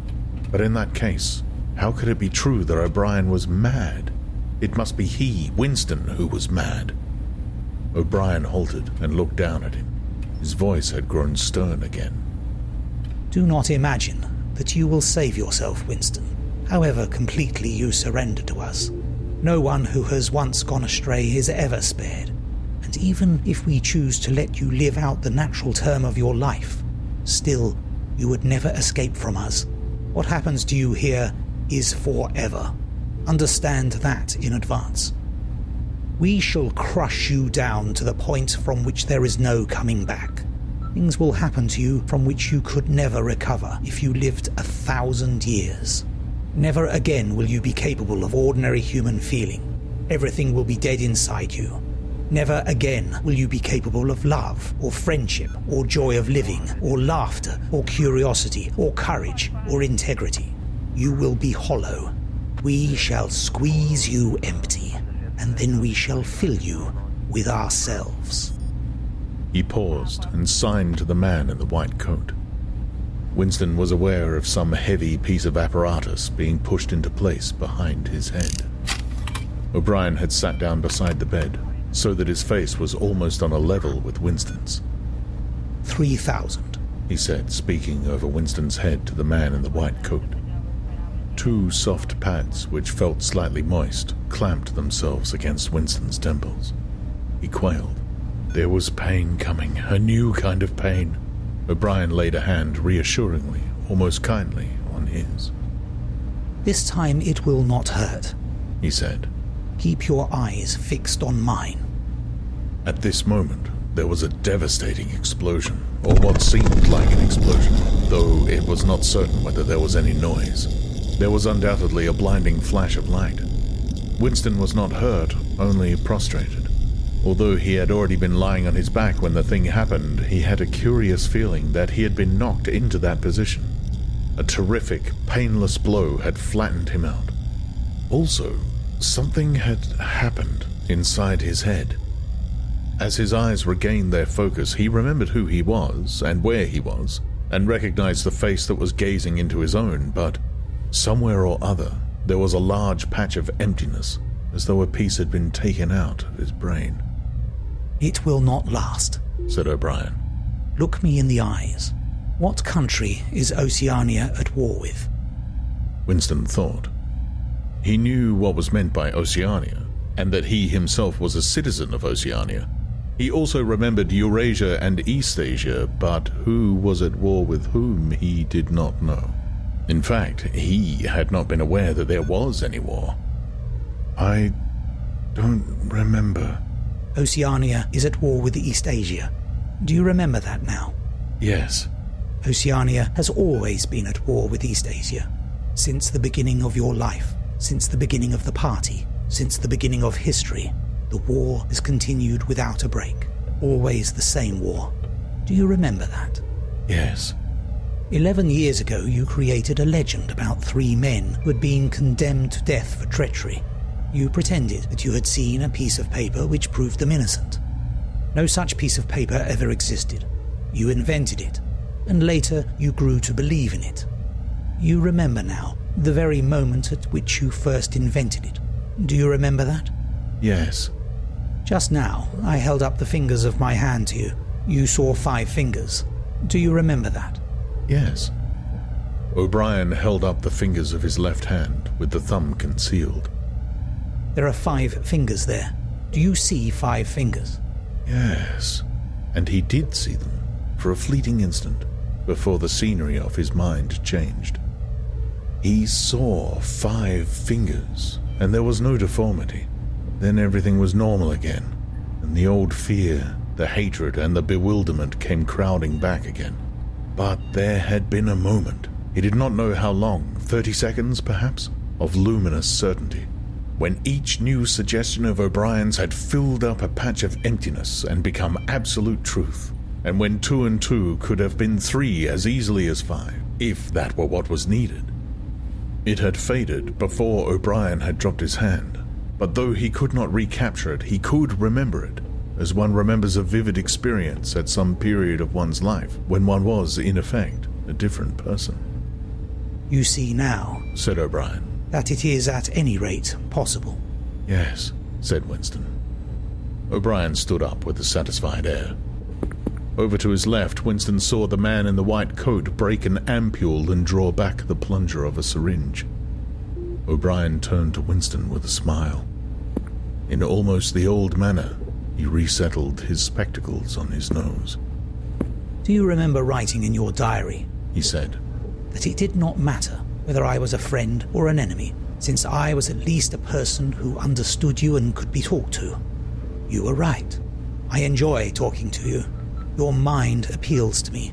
It resembles my own mind, except that you happen to be insane. Before we bring the session to an end, you can ask me a few questions if you choose. Any question I like. Anything. He saw that Winston's eyes were upon the dial.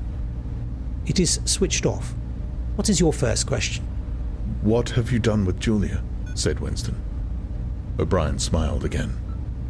She betrayed you, Winston. Immediately, unreservedly. I have seldom seen anyone come over to us so promptly. You would hardly recognize her if you saw her. All her rebelliousness, her deceit, her folly, her dirty-mindedness. Everything has been burned out of her. It was a perfect conversion. A textbook case. You tortured her? O'Brien left this unanswered. Next question, he said. Does Big Brother exist? Of course he exists. The party exists. Big Brother is the embodiment of the party. Does he exist in the same way that I exist? You do not exist, said O'Brien. Once again the sense of helplessness assailed him. He knew, or he could imagine, the arguments which proved his own non-existence, but they were nonsense. They were only a play on words. Did not the statement, "You do not exist," contain a logical absurdity? But what use was it to say so? His mind shriveled as he thought of the unanswerable, mad arguments with which O'Brien would demolish him. I think I exist, he said wearily. I am conscious of my own identity. I was born and I shall die. I have arms and legs. I occupy a particular point in space. No other solid object can occupy the same point simultaneously. In that sense, does Big Brother exist? It is of no importance. He exists. Will Big Brother ever die? Of course not. How could he die? Next question. Does the Brotherhood exist? That, Winston, you will never know. If we choose to set you free when we have finished with you, and if you live to be 90 years old, still you will never learn whether the answer to that question is yes or no. As long as you live, it will be an unsolved riddle in your mind. Winston lay silent. His breast rose and fell a little faster. He still had not asked the question that had come into his mind the first. He had got to ask it, and yet it was as though his tongue would not utter it. There was a trace of amusement in O'Brien's face. Even his spectacles seemed to wear an ironical gleam. He knows, thought Winston suddenly. He knows what I'm going to ask. At the thought, the words burst out of him. What is in room 101? The expression on O'Brien's face did not change. He answered dryly. You know what is in room 101, Winston. Everyone knows what is in room 101. He raised a finger to the man in the white coat. Evidently, the session was at an end. A needle jerked into Winston's arm. He sank, almost instantly, into deep sleep.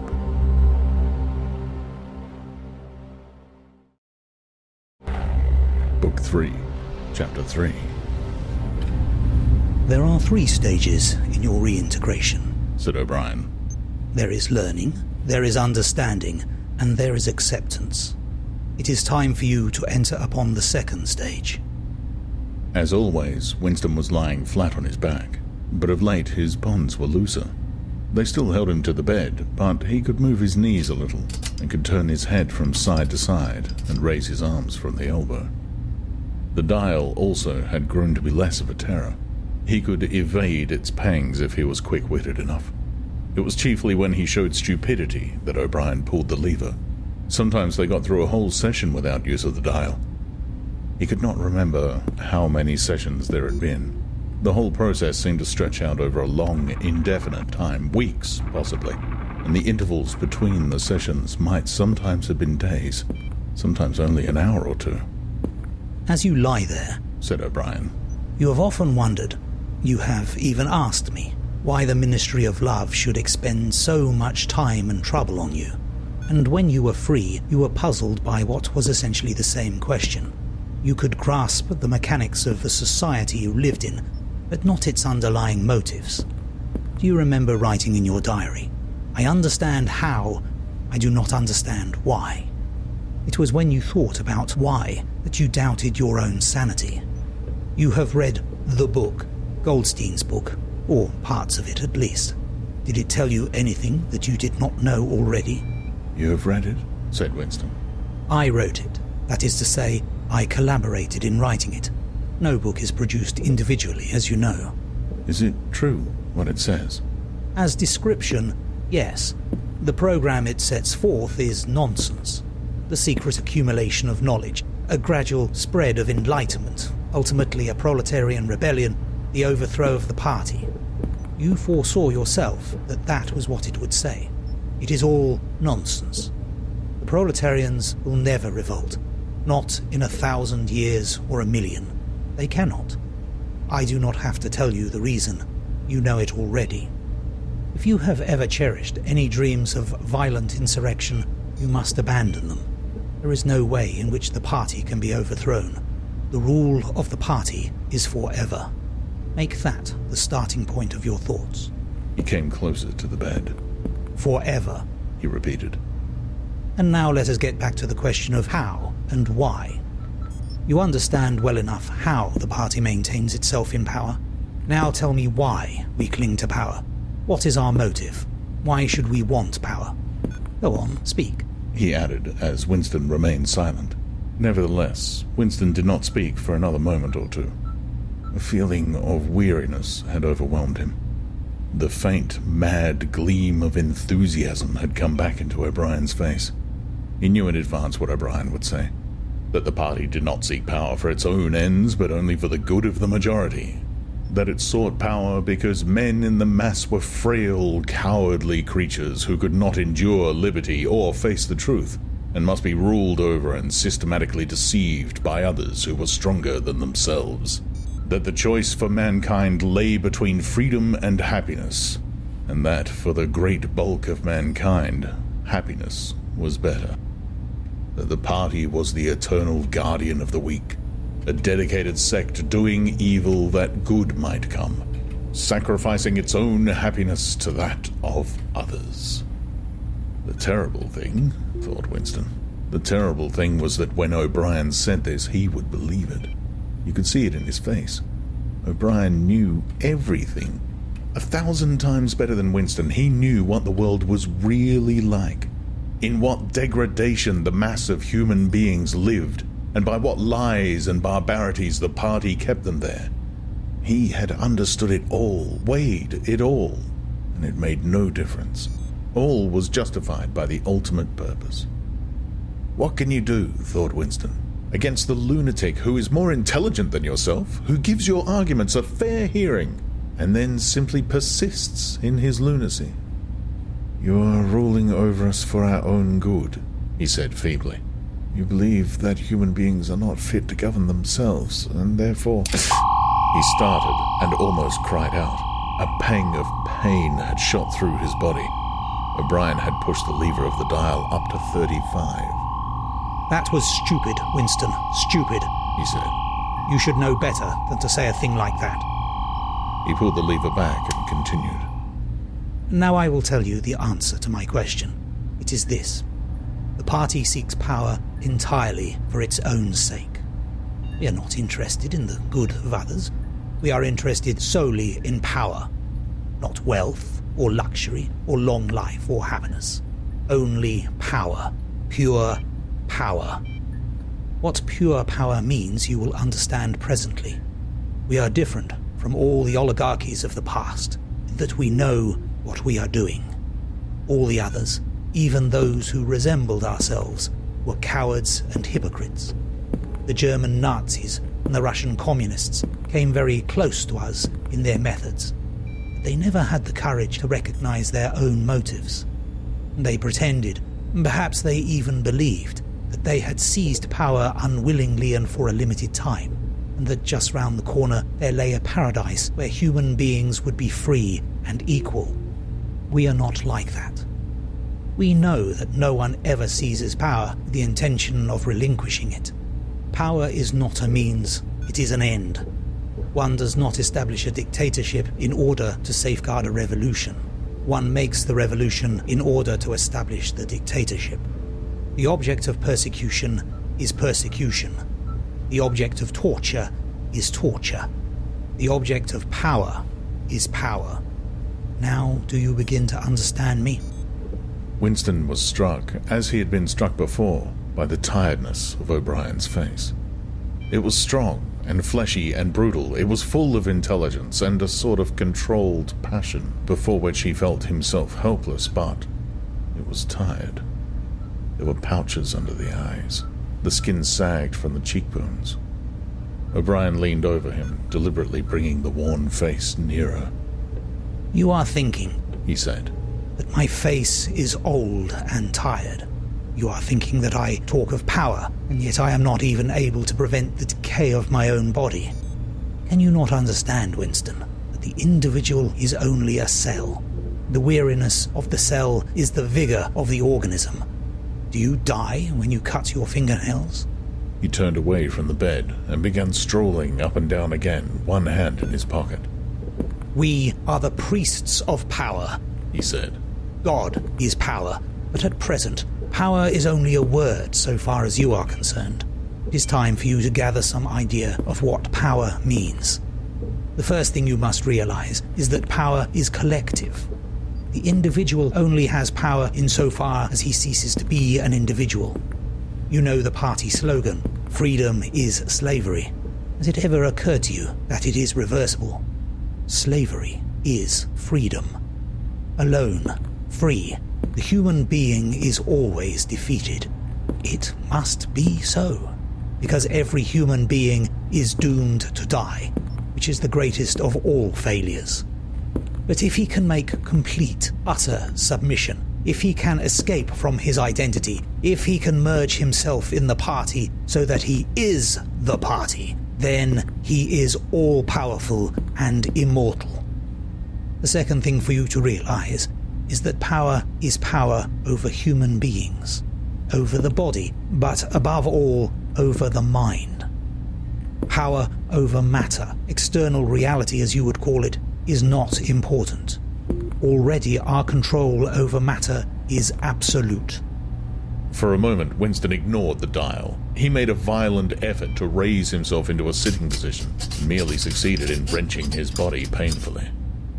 "But how can you control matter?" he burst out. "You don't even control the climate or the laws of gravity, and there are disease, pain, death." O'Brien silenced him by a movement of his hand. We control matter because we control the mind. Reality is inside the skull. You will learn by degrees, Winston, there is nothing that we could not do. Invisibility, levitation, anything. I could float off this floor like a soap bubble if I wished to. I do not wish to, because the party does not wish it. You must get rid of those 19th century ideas about the laws of nature. We make the laws of nature. But you do not. You are not even masters of this planet. What about Eurasia and East Asia? You have not conquered them yet. Unimportant. We shall conquer them when it suits us. And if we did not, what difference would it make? We can shut them out of existence. Oceania is the world. But the world itself is only a speck of dust. And man is tiny, helpless. How long has he been in existence? For millions of years the Earth was uninhabited. Nonsense. The Earth is as old as we are, no older. How could it be older? Nothing exists except through human consciousness. But the rocks are full of the bones of extinct animals, mammoths, mastodons, and enormous reptiles which lived here long before man was ever heard of. Have you ever seen those bones, Winston? Of course not. 19th century biologists invented them. Before man, there was nothing. After man, if he could come to an end, there would be nothing. Outside man, there is nothing. But the whole universe is outside us. Look at the stars. Some of them are 1,000,000 light years away. They are out of our reach forever. What are the stars? Said O'Brien indifferently. They are bits of fire a few kilometres away. We could reach them if we wanted to, or we could blot them out. The Earth is the centre of the universe. The sun and the stars go round it. Winston made another convulsive movement. This time he did not say anything. O'Brien continued as though answering a spoken objection. For certain purposes, of course, that is not true. When we navigate the ocean, or when we predict an eclipse, we often find it convenient to assume that the Earth goes round the sun and that the stars are millions upon millions of kilometres away. But what of it? Do you suppose it is beyond us to produce a dual system of astronomy? The stars can be near or distant, according as we need them. Do you suppose our mathematicians are unequal to that? Have you forgotten doublethink? Winston shrank back upon the bed. Whatever he said, the swift answer crushed him like a bludgeon, and yet he knew that he was in the right. The belief that nothing exists outside your own mind, surely there must be some way of demonstrating that it was false. Had it not been exposed long ago as a fallacy? There was even a name for it, which he had forgotten. A faint smile twitched the corners of O'Brien's mouth as he looked down at him. I told you, Winston, he said, that metaphysics is not your strong point. The word you are trying to think of is solipsism, but you are mistaken. This is not solipsism. Collective solipsism, if you like, but that is a different thing. In fact, the opposite thing. All this is a digression, he added in a different tone. The real power, the power we have to fight for night and day, is not power over things, but over men. He paused, and for a moment assumed again his air of a schoolmaster questioning a promising pupil. How does one man assert his power over another, Winston? Winston thought. By making him suffer, he said. Exactly. By making him suffer. Obedience is not enough. Unless he is suffering, how can you be sure that he is obeying your will and not his own?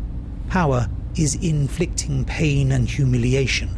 Power is in tearing human minds to pieces and putting them together again in new shapes of your own choosing. Do you begin to see, then, what kind of world we are creating? It is the exact opposite of the stupid, hedonistic utopias that the old reformers imagined. A world of fear and treachery and torment, a world of trampling and being trampled upon, a world which will grow not less but more merciless as it refines itself. Progress in our world will be progress towards more pain. The old civilizations claimed that they were founded on love or justice. Ours is founded upon hatred. In our world, there will be no emotions except fear, rage, triumph, and self-abasement. Everything else we shall destroy. Everything. Already we are breaking down the habits of thought which have survived from before the revolution. We have cut the links between child and parent, and between man, and between man and woman. No one dares trust a wife, or a child, or a friend any longer. But in the future there will be no wives and no friends. Children will be taken from their mothers at birth, as one takes eggs from a hen. The sex instinct will be eradicated. Procreation will be an annual formality like the renewal of a ration card. We shall abolish the orgasm. Our neurologists are at work upon it now. There will be no loyalty, except loyalty towards the party. There will be no love, except the love of Big Brother. There will be no laughter, except the laugh of triumph over a defeated enemy. There will be no art, no literature, no science.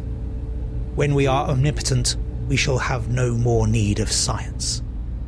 There will be no distinction between beauty and ugliness. There will be no curiosity, no enjoyment of the process of life. All competing pleasures will be destroyed. But always, do not forget this, Winston, always there will be the intoxication of power, constantly increasing and constantly growing subtler. Always, at every moment, there will be the thrill of victory, the sensation of trampling on an enemy who is helpless. If you want a picture of the future, imagine a boot stamping on a human face forever. He paused as though he expected Winston to speak. Winston had tried to shrink back into the surface of the bed again. He could not say anything. His heart seemed to be frozen. O'Brien went on. And remember that it is forever.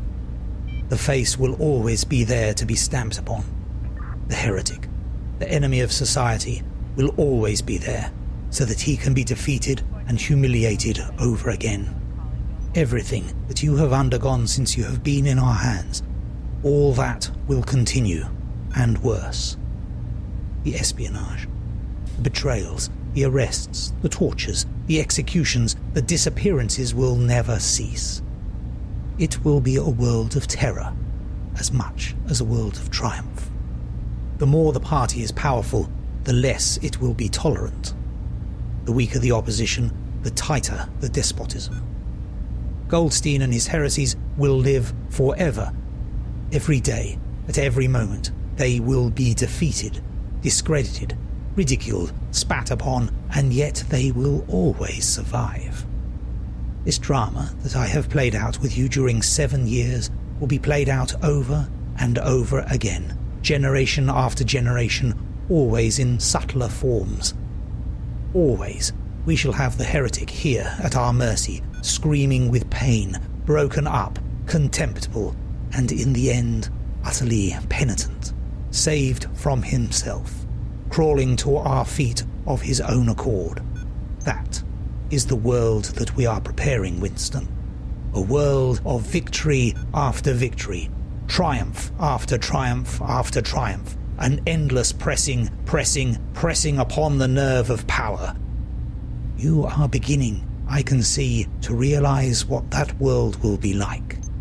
But in the end, you will do more than understand it. You will accept it, welcome it, become part of it. Winston had recovered himself sufficiently to speak. "You can't," he said weakly. What do you mean by that remark, Winston? "You could not create such a world as you have just described. It is a dream. It is impossible." Why?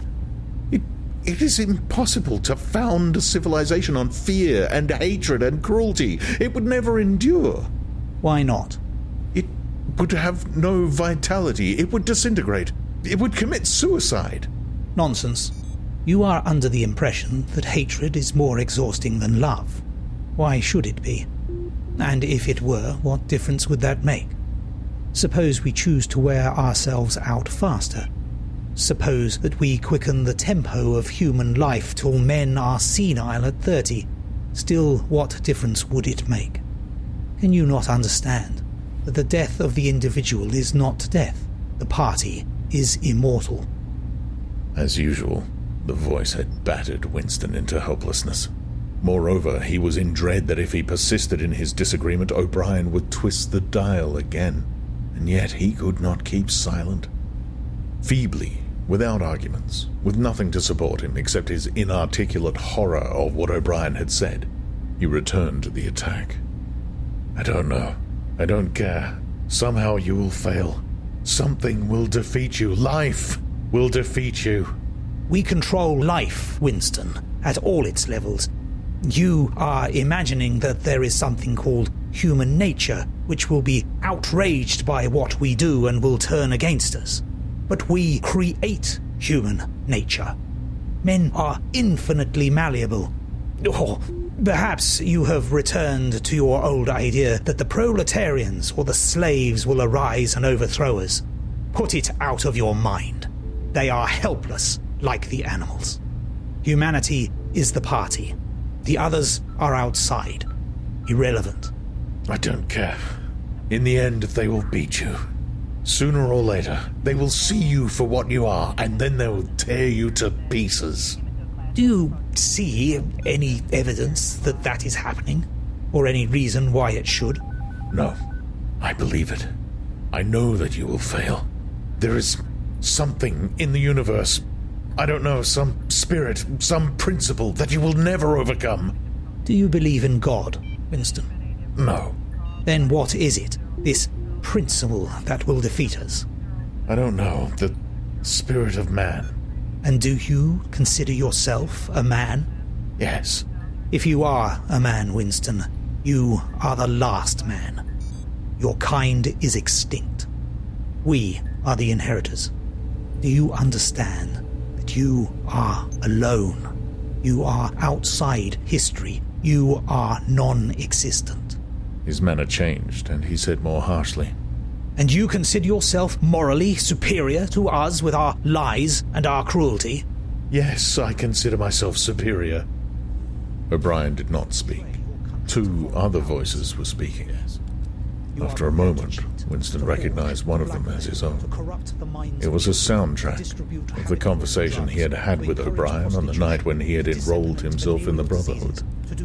He heard himself promise to lie, to steal, to forge, to murder, to encourage drug-taking and prostitution, to disseminate venereal diseases, to throw vitriol in a child's face. O'Brien made a small, impatient gesture, as though to say that the demonstration was hardly worth making. Then he turned a switch, and the voices stopped. Get up from that bed, he said. The bonds had loosened themselves. Winston lowered himself to the floor and stood up unsteadily. You are the last man, said O'Brien. You are the guardian of the human spirit. You shall see yourself as you are. Take off your clothes. Winston undid the bit of string that held his overalls together. The zip fastener had long since been wrenched out of them. He could not remember whether any time since his arrest he had taken off all his clothes at once. Beneath the overalls, his body was looped with filthy, yellowish rags, just recognizable as the remnants of underclothes. As he slid them to the ground, he saw that there was a three-sided mirror at the far end of the room. He approached it, then stopped short. An involuntary cry had broken out of him. Go on, said O'Brien. Stand between the wings of the mirror. You shall see the side view as well. He had stopped because he was frightened. A bowed, grey-colored, skeleton-like thing was coming towards him. Its actual appearance was frightening, and not merely the fact that he knew it to be himself. He moved closer to the glass. The creature's face seemed to be protruded because of its bent carriage. A forlorn jailbird's face, with a knobby forehead running back into a bald scalp, a crooked nose, and battered-looking cheekbones, above which his eyes were fierce and watchful. The cheeks were seamed, the mouth had a drawn-in look. Certainly it was his own face, but it seemed to him that it had changed more than he had changed inside. The emotions it registered would be different from the ones he felt. He had gone partially bald. For the first moment he had thought that he had gone grey as well, but it was only the scalp that was grey. Except for his hands and a circle of his face, his body was grey all over with an ancient, ingrained dirt. Here and there under the dirt there were the red scars of wounds. Near the ankle, the varicose ulcer was an inflamed mass, with flakes of skin peeling off it. But the truly frightening thing was the emaciation of his body. The barrel of the ribs was as narrow as that of a skeleton. The legs had shrunk so that the knees were thicker than the thighs. He saw now what O'Brien had meant about seeing the side view. The curvature of the spine was astonishing. The thin shoulders were hunched forward so as to make a cavity of the chest. The scraggy neck seemed to be bending double under the weight of the skull. At a guess, he would have said that it was the body of a man of 60, suffering from some malignant disease. You have thought sometimes, said O'Brien, that my face, the face of a member of the inner party, looks old and worn. What do you think of your own face? He seized Winston's shoulder and spun him round so that he was facing him. Look at the condition you are in, he said. Look at this filthy grime all over your body. Look at the dirt between your toes. Look at that disgusting running sore on your leg. Do you know that you stink like a goat? Probably you have ceased to notice it. Look at your emaciation. Do you see? I can make my thumb and forefinger meet round your bicep. I could snap your neck like a carrot. Do you know that you have lost 25 kilograms since you have been in our hands? Even your hair is coming out in handfuls. Look. Open your mouth. 9, 10, 11 teeth left. How many had you when you came to us? And the few you have left are dropping out of your head. Look here. He seized one of Winston's remaining front teeth between his powerful thumb and forefinger. A twinge of pain shot through Winston's jaw. O'Brien had wrenched the loose tooth out by the roots. He tossed it across the cell. You are rotting away, he said. You are falling to pieces. What are you? A bag of filth. Now turn around and look into that mirror again. Do you see that thing facing you? That is the last man. If you are human, that is humanity. Now put your clothes on again. Winston began to dress himself with slow, stiff movements. Until now, he had not seemed to notice how thin and weak he was. Only one thought stirred in his mind, that he must have been in this place longer than he had imagined. Then, suddenly, as he fixed the miserable rags round himself, a feeling of pity for his ruined body overcame him. Before he knew what he was doing, he had collapsed onto a small stool that stood beside the bed and burst into tears. He was aware of his ugliness, his gracelessness, a bundle of bones in filthy underclothes, sitting, weeping into the harsh white light, but he could not stop himself. O'Brien laid a hand on his shoulder, almost kindly. It will not last forever, he said. You can escape from it whenever you choose. Everything depends on yourself. You did it, sobbed Winston. You reduced me to this state. No, Winston. You reduced yourself to it. This is what you accepted when you set yourself up against the party. It was all contained in that first act. Nothing has happened that you did not foresee. He paused and then went on. We have beaten you, Winston. We have broken you up. You have seen what your body is like. Your mind is in the same state. I do not think there can be much pride left in you. You have been kicked and flogged and insulted. You have screamed with pain. You have rolled on the floor in your own blood and vomit. You have whimpered for mercy. You have betrayed everybody and everything. Can you think of a single degradation that has not happened to you? Winston had stopped weeping, though the tears were still oozing out of his eyes. He looked up at O'Brien. I have not betrayed Julia, he said. O'Brien looked down at him thoughtfully. No, he said. No, that is perfectly true. You have not betrayed Julia. The peculiar reverence for O'Brien, which nothing seemed able to destroy, flooded Winston's heart again. How intelligent, he thought. How intelligent. Never did O'Brien fail to understand what was said to him. Anyone else on Earth would have answered promptly that he had betrayed Julia. For what was there that they had not screwed out of him under torture? He had told them everything he knew about her habits, her character, her past life. He had confessed in the most trivial detail everything that had happened at their meetings. All that he had said to her and she to him. Their black market deals, their adulteries, their vague plottings against the party, everything. And yet, in the sense in which he intended the word, he had not betrayed her. he had not stopped loving her. His feelings towards her had remained the same. O'Brien had seen what he meant without the need for explanation. "Tell me," he said, "how soon will they shoot me?" "It might be a long time," said O'Brien. "You are a difficult case, but don't give up hope. Everyone is cured sooner or later. In the end, we shall shoot you."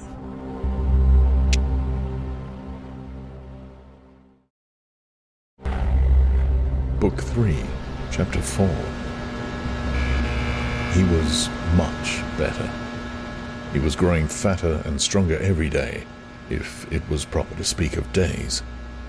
The white light and the humming sound were the same as ever, but the cell was a little more comfortable than the others he had been in.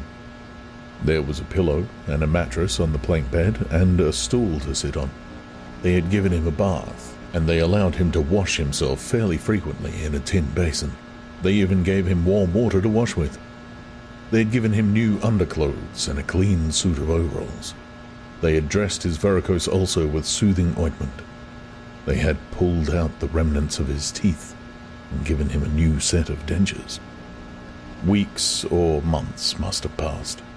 It would have been possible now to keep count of the passage of time, if he had felt any interest in doing so, since he was being fed at what appeared to be regular intervals.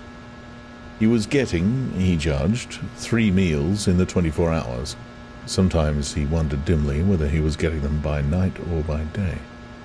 The food was surprisingly good, with meat at every 3rd meal. Once there was even a packet of cigarettes. He had no matches, but the never-speaking guard who brought his food would give him a light.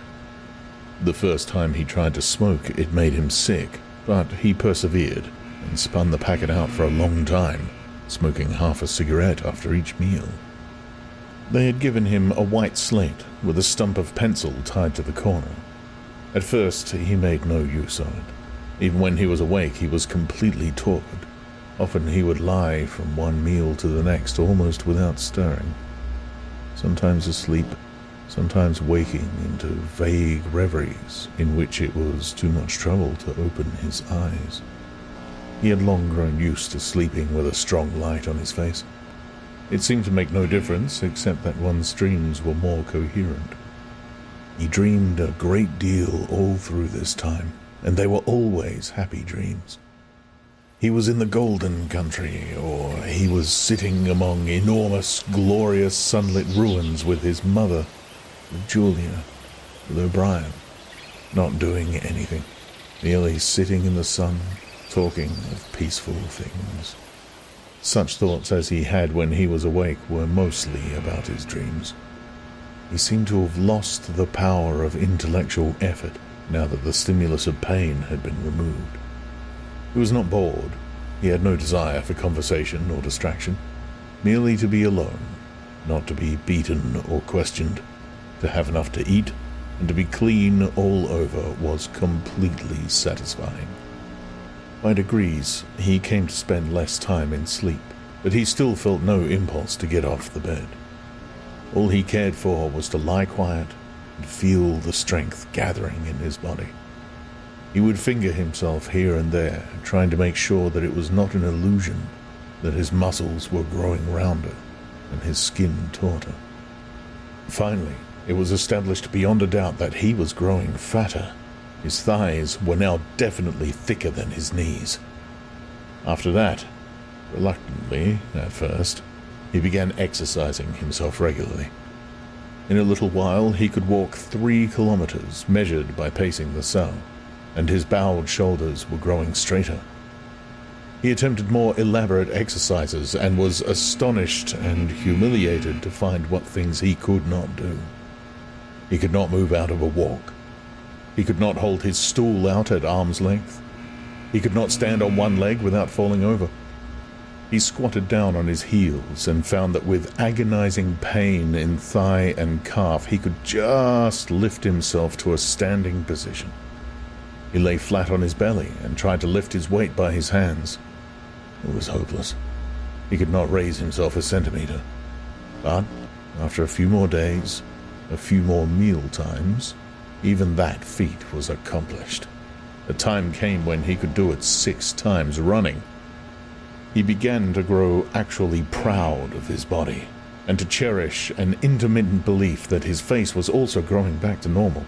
Only when he chanced to put his hand on his bald scalp did he remember the seamed, ruined face that had looked back at him out of the mirror. His mind grew more active. He sat down on the plank bed, his back against the wall and the slate on his knees, and set to work deliberately at the task of re-educating himself. He had capitulated. That was agreed. In reality, as he saw now, he had been ready to capitulate long before he had taken the decision. From the moment when he was inside the Ministry of Love, and yes, even during those minutes when he and Julia had stood helpless while the iron voice from the telescreen told them what to do, he had grasped the frivolity, the shallowness of his attempt to set himself up against the power of the party. He knew now that for 7 years the thought police had watched him like a beetle under a magnifying glass. There was no physical act, no word spoken aloud that they had not noticed, no train of thought that they had not been able to infer. Even the speck of whitish dust on the corner of his diary they had carefully replaced. They had played soundtracks to him, showed him photographs. Some of them were photographs of Julia and himself. Yes, even... He could not fight against the party any longer. Besides, the party was in the right. It must be so. How could the immortal collective brain be mistaken? By what external standard could you check its judgments? Sanity was statistical. It was merely a question of learning to think as they thought. Only... The pencil felt thick and awkward in his fingers. He began to write down the thoughts that came into his head. He wrote first in large, clumsy capitals, "Freedom is slavery." Then, almost without a pause, he wrote beneath it, 2 and 2 make 5. But then there came a sort of check. His mind, as though shying away from something, seemed unable to concentrate. He knew that he knew what came next, but for the moment he could not recall it. When he did recall it, it was only by consciously reasoning out what it must be. It did not come of its own accord. He wrote, "God is power." He accepted everything. The past was alterable. The past never had been altered. Oceania was at war with Eastasia. Oceania had always been at war with Eastasia. Jones, Aronson, and Rutherford were guilty of the crimes they were charged with. He had never seen the photograph that disproved their guilt. It had never existed. He had invented it. He remembered remembering contrary things, but those were false memories, products of self-deception. How easy it all was. Only surrender, and everything else followed. It was like swimming against a current that swept you backwards, however hard you struggled, and then suddenly deciding to turn around and go with the current instead of opposing it. Nothing had changed except your own attitude. The predestined things happened in any case. He hardly knew why he had even rebelled. Everything was easy. Except... anything could be true. The so-called laws of nature were nonsense. The law of gravity was nonsense. "If I wished," O'Brien had said, "I could float off this floor like a soap bubble." Winston worked it out. If he thinks he floats off the floor, and if I simultaneously think I see him do it, then the thing happens. Suddenly, like a lump of submerged wreckage breaking the surface of water, the thought burst into his mind. It doesn't really happen. We imagine it. It is hallucination. He pushed the thought under instantly. The fallacy was obvious. It presupposed that somewhere or other outside oneself there was a real world where real things happened. But how could there be such a world? What knowledge have we of anything save through our own minds? All happenings are in the mind. Whatever happens in all minds truly happens. He had no danger in disposing of the fallacy, and he was in no danger of succumbing to it. He realized, nevertheless, that it ought never to have occurred to him. The mind should develop a blind spot whenever a dangerous thought presented itself. The process should be automatic, instinctive. Crime stop, they call it in newspeak. He set to work to exercise himself in crime stop. He presented himself with propositions. The party says the earth is flat. The party says that ice is heavier than water, and trained himself in not seeing or not understanding the arguments that contradicted them. It was not easy. It needed great powers of reasoning and improvisation. The arithmetical problems raised, for instance, by such a statement as 2 and 2 make 5 were beyond his intellectual grasp. It needed also a sort of athleticism of mind, an ability at one moment to make the most delicate use of logic, and at the next to be unconscious of the crudest logical errors. Stupidity was as necessary as intelligence, and as difficult to attain. All the while, with one part of his mind, he wondered how soon they would shoot him. Everything depends on yourself, O'Brien had said, but he knew there was no conscious act by which he could bring it nearer. It might be 10 minutes hence, or 10 years. They might keep him for years in solitary confinement. They might send him to a labor camp. They might release him for a while, as they sometimes did. It was perfectly possible that before he was shot, the whole drama of his arrest and interrogation would be enacted all over again. The one certain thing was that death never came at an expected moment. The tradition, the unspoken tradition, somehow you knew it, though you never heard it said, was that they shot you from behind, always in the back of the head, without warning, as you walked down a corridor from cell to cell. One day, but one day was not the right expression, just as probably it was in the middle of the night. Once, he fell into a strange, blissful reverie. He was walking down the corridor, waiting for the bullet. He knew that it was coming in another moment. Everything was settled, smoothed out, reconciled. There were no more doubts, no more arguments, no more pain, no more fear. His body was healthy and strong. He walked easily, with a joy of movement and with a feeling of walking in sunlight. He was not any longer in the narrow white corridors in the Ministry of Love. He was in the enormous sunlit passage, a kilometre wide, down which he had seemed to walk in the delirium induced by drugs. He was in the golden country, following the foot tracks across the old rabbit-cropped pasture. He could feel the short, springy turf under his feet and the gentle sunshine on his face. At the edge of the field were the elm trees faintly stirring, and somewhere beyond that was the stream where the dace lay in the green pools under the willows. Suddenly, he started up with a shock of horror. The sweat broke out on his backbone. He had heard himself cry aloud, "Julia! Julia! Julia, my love! Julia!" For a moment, he had had an overwhelming hallucination of her presence. She had seemed to be not merely with him, but inside him. It was as though she had got into the texture of his skin. In that moment, he had loved her far more than he had ever done when they were together and free. Also, he knew that somewhere or other she was still alive and needed his help. He lay back on the bed and tried to compose himself. What had he done? How many years had he added to his servitude by that moment of weakness? In another moment he would hear the tramp of boots outside. They would not let such an outburst go unpunished. They would know now, if they had not known before, that he was breaking the agreement he had made with them. He obeyed the party, but he still hated the party.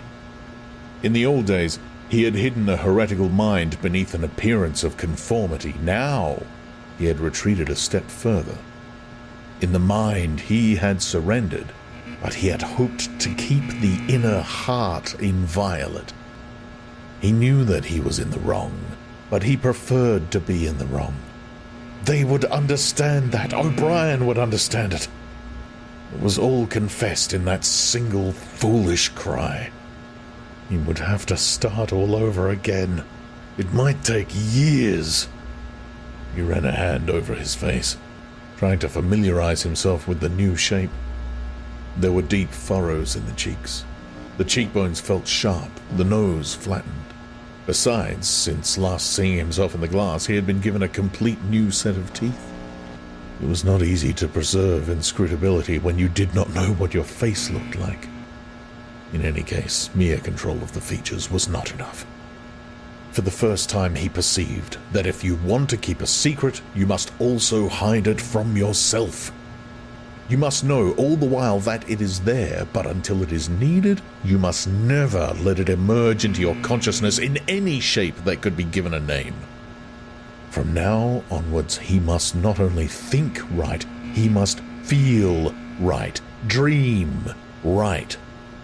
And all the while, he must keep his hatred locked up inside himself like a bowl of matter, which was part of himself and yet unconnected with the rest of him, a kind of cyst. One day, they would decide to shoot him. You could not tell when it would happen, but a few seconds beforehand, it should be possible to guess. It was always from behind, walking down a corridor. 10 seconds would be enough. In that time, the world inside him could turn over, and then suddenly, without a word uttered, without a check in his step, without the changing of a line in his face, suddenly the camouflage would be down, and bang would go the batteries of his hatred. Hatred would fill him like an enormous roaring flame. And almost in the same instant, bang, would go the bullet. Too late or too early, they would have blown his brain to pieces before they could reclaim it. The heretical thought would be unpunished, unrepented, out of their reach forever. They would have blown a hole in their own perfection. To die hating them, that was freedom. He shut his eyes. It was more difficult than accepting an intellectual discipline. It was a question of degrading himself, mutilating himself. He had got to plunge into the filthiest of filth. What was the most horrible, sickening thing of all? He thought of Big Brother. The enormous face. Because of constantly seeing it on posters, he always thought of it as being a meter wide, with its heavy black moustache and the eyes that followed you to and fro, seemed to float into his mind of its own accord. What were his true feelings towards Big Brother? There was a heavy tramp of boots in the passage. The steel door swung open with a clang. O'Brien walked into the cell. Behind him were the waxen-faced officer and the black uniformed guards. "Get up," said O'Brien. "Come here." Winston stood opposite him. O'Brien took Winston's shoulders between his strong hands and looked at him closely. "You have had thoughts of deceiving me," he said. "That was stupid. Stand up straighter. Look me in the face." He paused and went on in a gentler tone. "You are improving. Intellectually, there is very little wrong with you. It is only emotionally that you have failed to make progress. Tell me, Winston, and remember, no lies. You know that I am always able to detect a lie. Tell me, what are your true feelings towards Big Brother?" "I hate him." "You hate him? Good. Then the time has come for you to take the last step. You must love Big Brother. It is not enough to obey him. You must love him." He released Winston with a little push towards the guards. "Room 101, he said.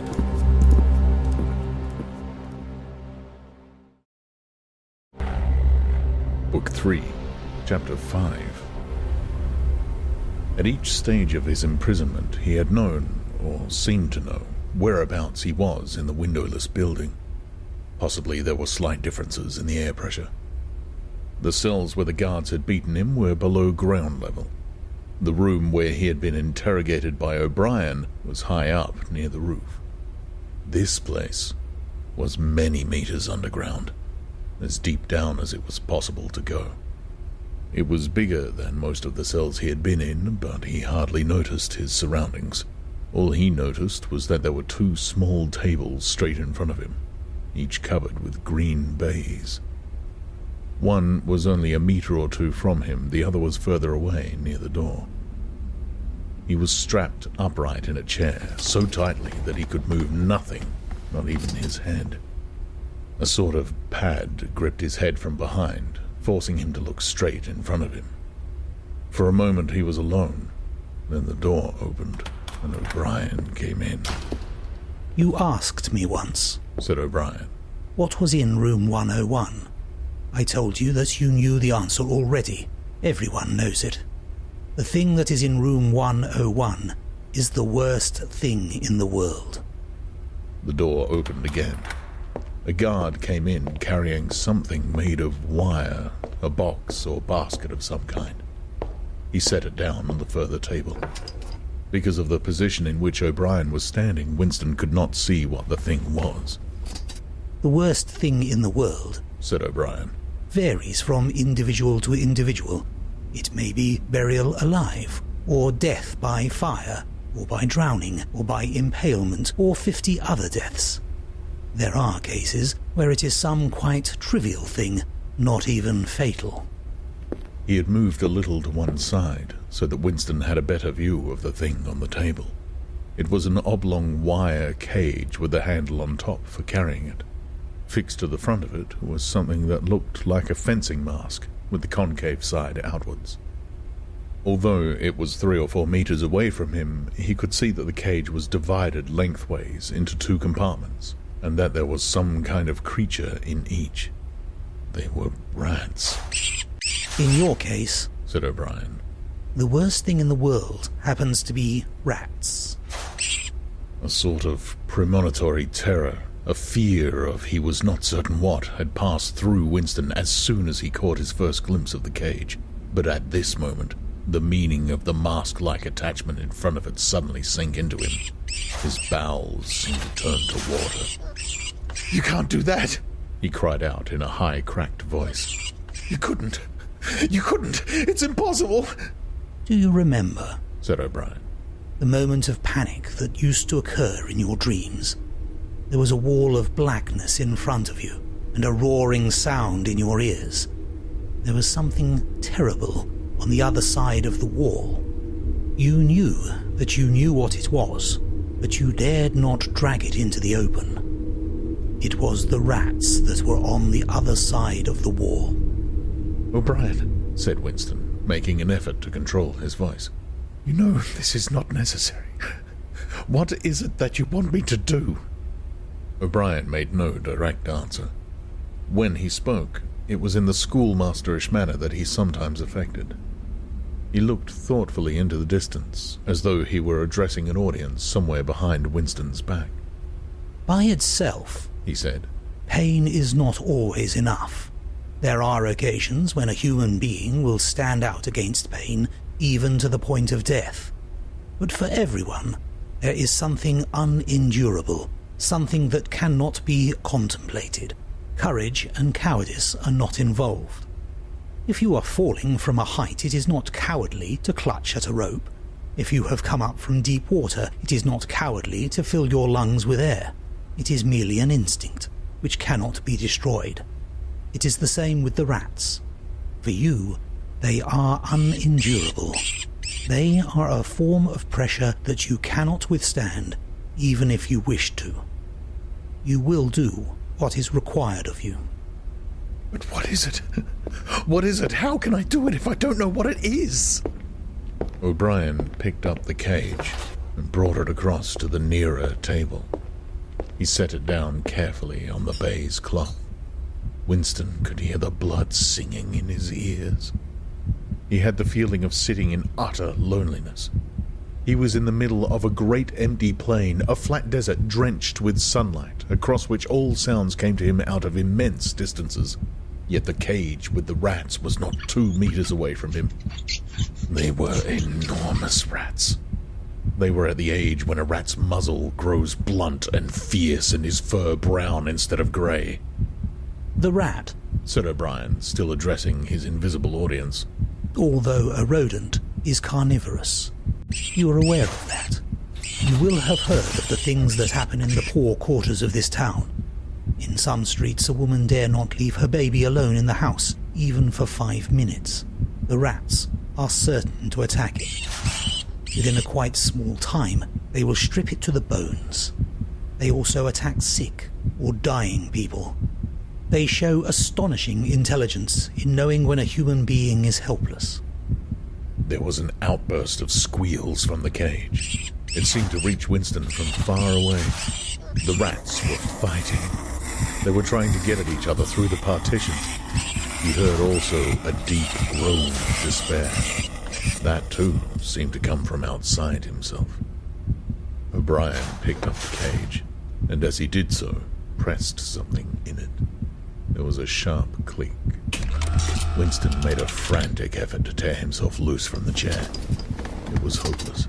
Every part of him, even his head, was held immovably. O'Brien moved the cage nearer. It was less than a meter from Winston's face. I have pressed the first lever, said O'Brien. You understand the construction of this cage. The mask will fit over your head, leaving no exit. When I press this other lever, the door of the cage will slide up. These starving brutes will shoot out of it like bullets. Have you ever seen a rat leap through the air? They will leap onto your face and bore straight into it. Sometimes they attack the eyes first. Sometimes they burrow through the cheeks and devour the tongue. The cage was nearer. It was closing in. Winston heard a succession of shrill cries which appeared to be occurring in the air above his head, but he fought furiously against his panic. To think, even with a split second left, to think was the only hope. Suddenly, the foul, musty odor of the brutes struck his nostrils. There was a violent convulsion of nausea inside him, and he almost lost consciousness. Everything had gone black. For an instant, he was insane, a screaming animal. Yet he came out of the blackness clutching an idea. There was one, and only one, way to save himself. He must interpose another human being, the body of another human being, between himself and the rats. The circle of the mask was large enough now to shut out the vision of anything else. The wire door was a couple of handspans from his face. The rats knew what was coming now. One of them was leaping up and down. The other, an old scaly grandfather of the sewers, stood up with his pink hands against the bars and fiercely sniffed the air. Winston could see the whiskers and the yellow teeth. Again, the black panic took hold of him. He was blind, helpless, mindless. It was a common punishment in Imperial China, said O'Brien, as didactically as ever. The mask was closing on his face. The wire brushed his cheek. And then... no, it was not relief, only hope. A tiny fragment of hope. Too late, perhaps too late, but he had suddenly understood that in the whole world there was just one person to whom he could transfer his punishment. One body that he could thrust between himself and the rats. And he was shouting frantically over and over. Do it to Julia! Do it to Julia, not me! Julia! I don't care what you do to her! Tear her face off, strip her to the bones! Not me! Julia! Not me! He was falling backwards into enormous depths, away from the rats. He was still strapped in the chair, but he had fallen through the floor, through the walls of the building, through the earth, through the oceans, through the atmosphere, into outer space, into the gulfs between the stars, always away, away, away from the rats. He was light years distant, but O'Brien was still standing at his side. There was still the cold touch of wire against his cheek. But through the darkness that enveloped him, he heard another metallic click and knew that the cage door had clicked shut and not open.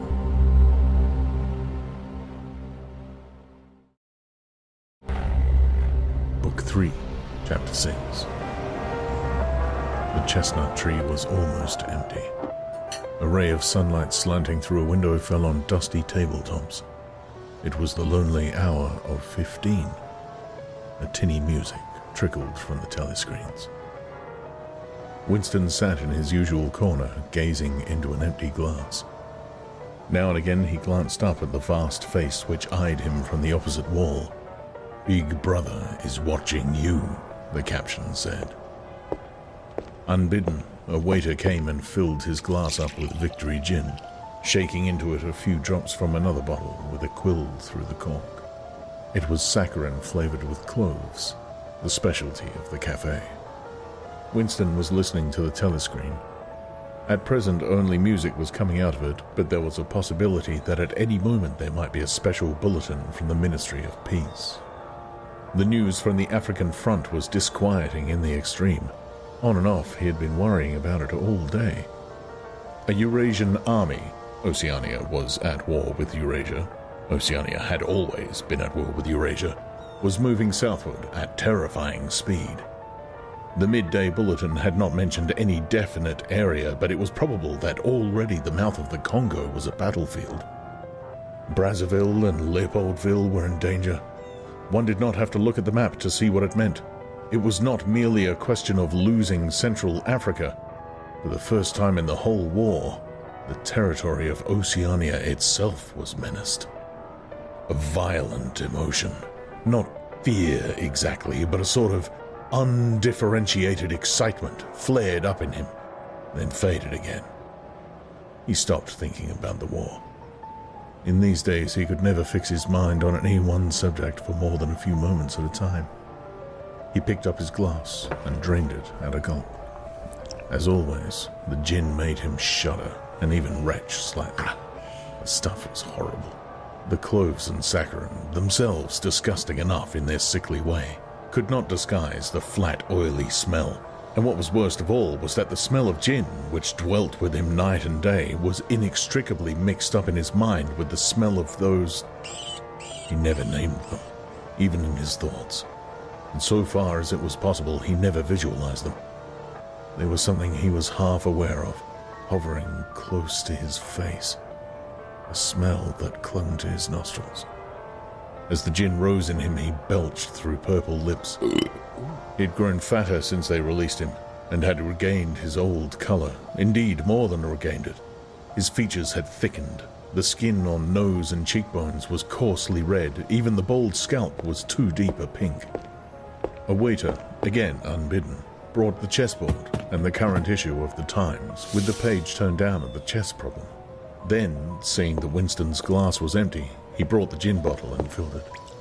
There was no need to give orders. They knew his habits. The chessboard was always waiting for him.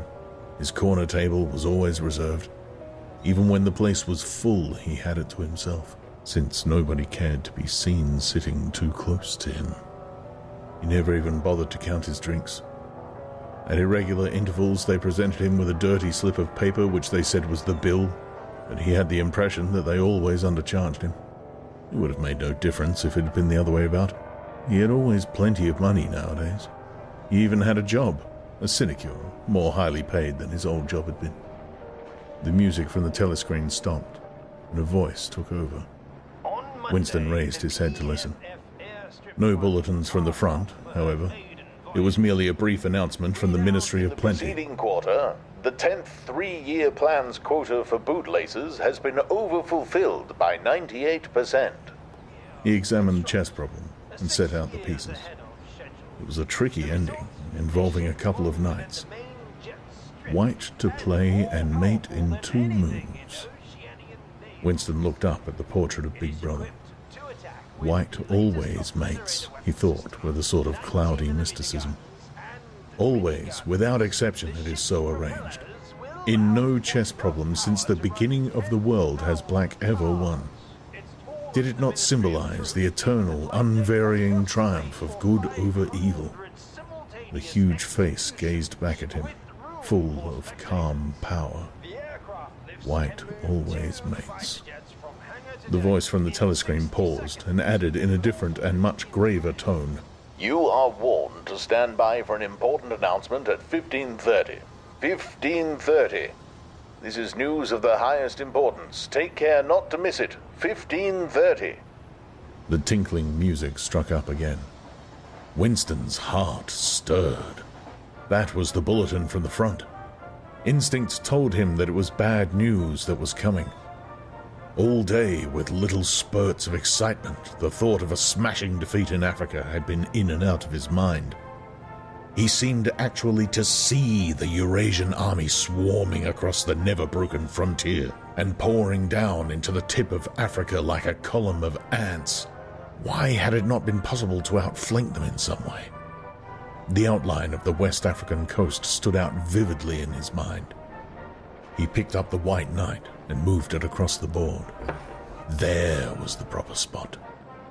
Even while he saw the Black Horde racing southward, he saw another force, mysteriously assembled, suddenly planted in their rear, cutting their communications by land and sea. He felt that by willing it, he was bringing that other force into existence, but it was necessary to act quickly. If they could get control of the whole of Africa, if they had airfields and submarine bases at the Cape, it would cut Oceania in two. It might mean anything. Defeat, breakdown, the redivision of the world, the destruction of the party. He drew a deep breath. An extraordinary medley of feeling. But it was not a medley exactly. Rather, it was successive layers of feeling, in which one could not say which layer was undermost, struggled inside him. Spasm passed. He put the White Knight back in its place, but for the moment he could not settle down to serious study of the chess problem. His thoughts wandered again. Almost unconsciously, he traced with his finger in the dust on the table. 2 + 2 = 5. They can't get inside you, she had said, but they could get inside you. What happens to you here is forever, O'Brien had said. That was a true word. There were things, your own acts, from which you could never recover. Something was killed in your breast, burned out, cauterized out. He had seen her. He had even spoken to her. There was no danger in it. He knew, as though instinctively, that they now took almost no interest in his doings. He could have arranged to meet her a second time if either of them had wanted to. Actually, it was by chance that they had met. It was in the park, on a vile, biting day in March, when the earth was like iron and all the grass seemed dead, and there was not a bud anywhere except a few crocuses which had pushed themselves up to be dismembered by the wind. He was hurrying along with frozen hands and watering eyes when he saw her, not 10 meters away from him. It struck him at once that she had changed in some ill-defined way. They almost passed one another without a sign. Then he turned and followed her, not very eagerly. He knew that there was no danger. Nobody would take any interest in him. She did not speak. She walked obliquely away across the grass as though trying to get rid of him, and seemed to resign herself to having him at her side. Presently, they were in among a clump of ragged, leafless shrubs, useless either for concealment or as protection from the wind. They halted. It was vilely cold. The wind whistled through the twigs and fretted the occasional dirty-looking crocuses. He put his arm round her waist. There was no telescreen. They must be hidden microphones. Besides, they could be seen. It did not matter. Nothing mattered. They could have lain down on the ground and done that if they had wanted to. His flesh froze with horror at the thought of it. She made no response whatever to the clasp of his arm. She did not even try to disengage herself. He knew now what had changed in her. Her face was sallower, and there was a long scar, partly hidden by the hair, across her forehead and temple. But that was not the change. It was that her waist had grown thicker, and in a surprising way had stiffened. He remembered how once, after the explosion of a rocket bomb, he had helped to drag a corpse out of some ruins, and had been astonished not only by the incredible weight of the thing, but by its rigidity and awkwardness to handle, which made it seem more like stone than flesh. Her body felt like that. It occurred to him that the texture of her skin would be quite different from what it had once been. He did not attempt to kiss her, nor did they speak. As they walked back across the grass, she looked directly at him for the first time. It was only a momentary glance, full of contempt and dislike. He wondered whether it was a dislike that came purely out of the past, or whether it was inspired also by his bloated face and the water that the wind kept squeezing from his eyes. They sat down on 2 iron chairs, side by side, but not too close together. He saw that she was about to speak. She moved her clumsy shoe a few centimeters and deliberately crushed a twig. Her feet seemed to have grown broader, he noticed. "I betrayed you," she said boldly.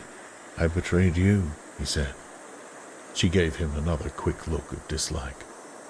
"Sometimes," she said, "they threaten you with something you can't stand up to, can't even think about. And then you say, don't do it to me, do it to somebody else. Do it to so-and-so. And perhaps you might pretend afterwards that it was only a trick, and that you just said it to make them stop and didn't really mean it, but that isn't true.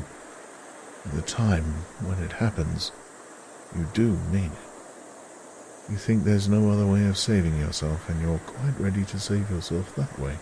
You want it to happen to the other person. You don't give a damn what they suffer. All you care about is yourself." "All you care about is yourself," he echoed. "You don't feel the same towards the other person any longer." "No," he said. "You don't feel the same." There did not seem to be anything more to say. The wind plastered their thin overalls against their bodies. Almost at once it became embarrassing to sit there in silence. Besides, it was too cold to keep still. She said something about catching her tube and stood up to go. "We must meet again," he said. "Yes," she said. "We must meet again." He followed irresolutely for a little distance, half a pace behind her. They did not speak again. She did not actually try to shake him off, but walked at just such a speed as to prevent his keeping abreast of her. He had made up his mind that he would accompany her as far as the tube station, but suddenly this process of trailing along in the cold seemed pointless and unbearable. He was overwhelmed by a desire not so much to get away from Julia as to get back to the Chestnut Tree Cafe, which had never seemed so attractive as at this moment. He had a nostalgic vision of his corner table, with the newspaper and the chessboard and the ever-flowing gin. Above all, it would be warm in there. The next moment, not altogether by accident, he allowed himself to become separated from her by a small knot of people. He made a half-hearted attempt to catch up, then slowed down, turned, and made off in the opposite direction. When he had gone 50 meters, he looked back. The street was not crowded, but already he could not distinguish her. Any one of a dozen hurrying figures might have been hers. Perhaps her thickened, stiffened body was no longer recognizable from behind. "At the time when it happens," she had said, "you do mean it." He had meant it. He had not merely said it, he had wished it. He had wished that she and not he should be delivered over to the... Something changed in the music that trickled from the telescreen. A cracked and jeering note, a yellow note, came into it. And then, perhaps it was not happening. Perhaps it was only a memory taking on the semblance of sound. A voice was singing. Under the spreading chestnut tree, I sold you and you sold me. Tears welled up in his eyes. A passing waiter noticed that his glass was empty and came back with the gin bottle. He took up his glass and sniffed at it. The stuff grew not less but more horrible with every mouthful he drank. But it had become the element he swam in. It was his life, his death, and his resurrection. It was gin that sank him into stupor every night, and gin that revived him every morning. When he woke, seldom before 1100, with gummed-up eyelids and fiery mouth and a back that seemed to be broken, it would have been impossible even to rise from the horizontal if it had not been for the bottle and teacup placed beside the bed overnight. Through the midday hours he sat with glazed face, the bottle handy, listening to the telescreen. From 15 to closing time, he was a fixture in the chestnut tree. No one cared what he did any longer. No whistle woke him. No telescreen admonished him. Occasionally, perhaps twice a week, he went to a dusty, forgotten-looking office in the Ministry of Truth, did a little work, or what was called work. He had been appointed to a subcommittee of a subcommittee which had sprouted from one of the innumerable committees dealing with minor difficulties that arose in the compilation of the 11th edition of the Newspeak Dictionary. They were engaged in producing something called an interim report, but what it was they were reporting on he never definitely found out. It was something to do with the question of whether commas should be placed inside brackets or outside. There were 4 others on the committee, all of them persons similar to himself. There were days when they assembled and then promptly dispersed again, frankly admitting to one another that there was not really anything to be done. But there were other days when they settled down to their work almost eagerly, making a tremendous show of entering up their minutes and drafting long memoranda which were never finished. When the argument as to what they were supposedly arguing about grew extraordinarily involved and abstruse, with subtle haggling over definitions, enormous digressions, quarrels, threats even to appeal to higher authority, and then suddenly the life would go out of them, and they would sit round the table, looking at one another with extinct eyes, like ghosts fading at cockcrow. The telescreen was silent for a moment. Winston raised his head again. The bulletin. But no, they were merely changing the music.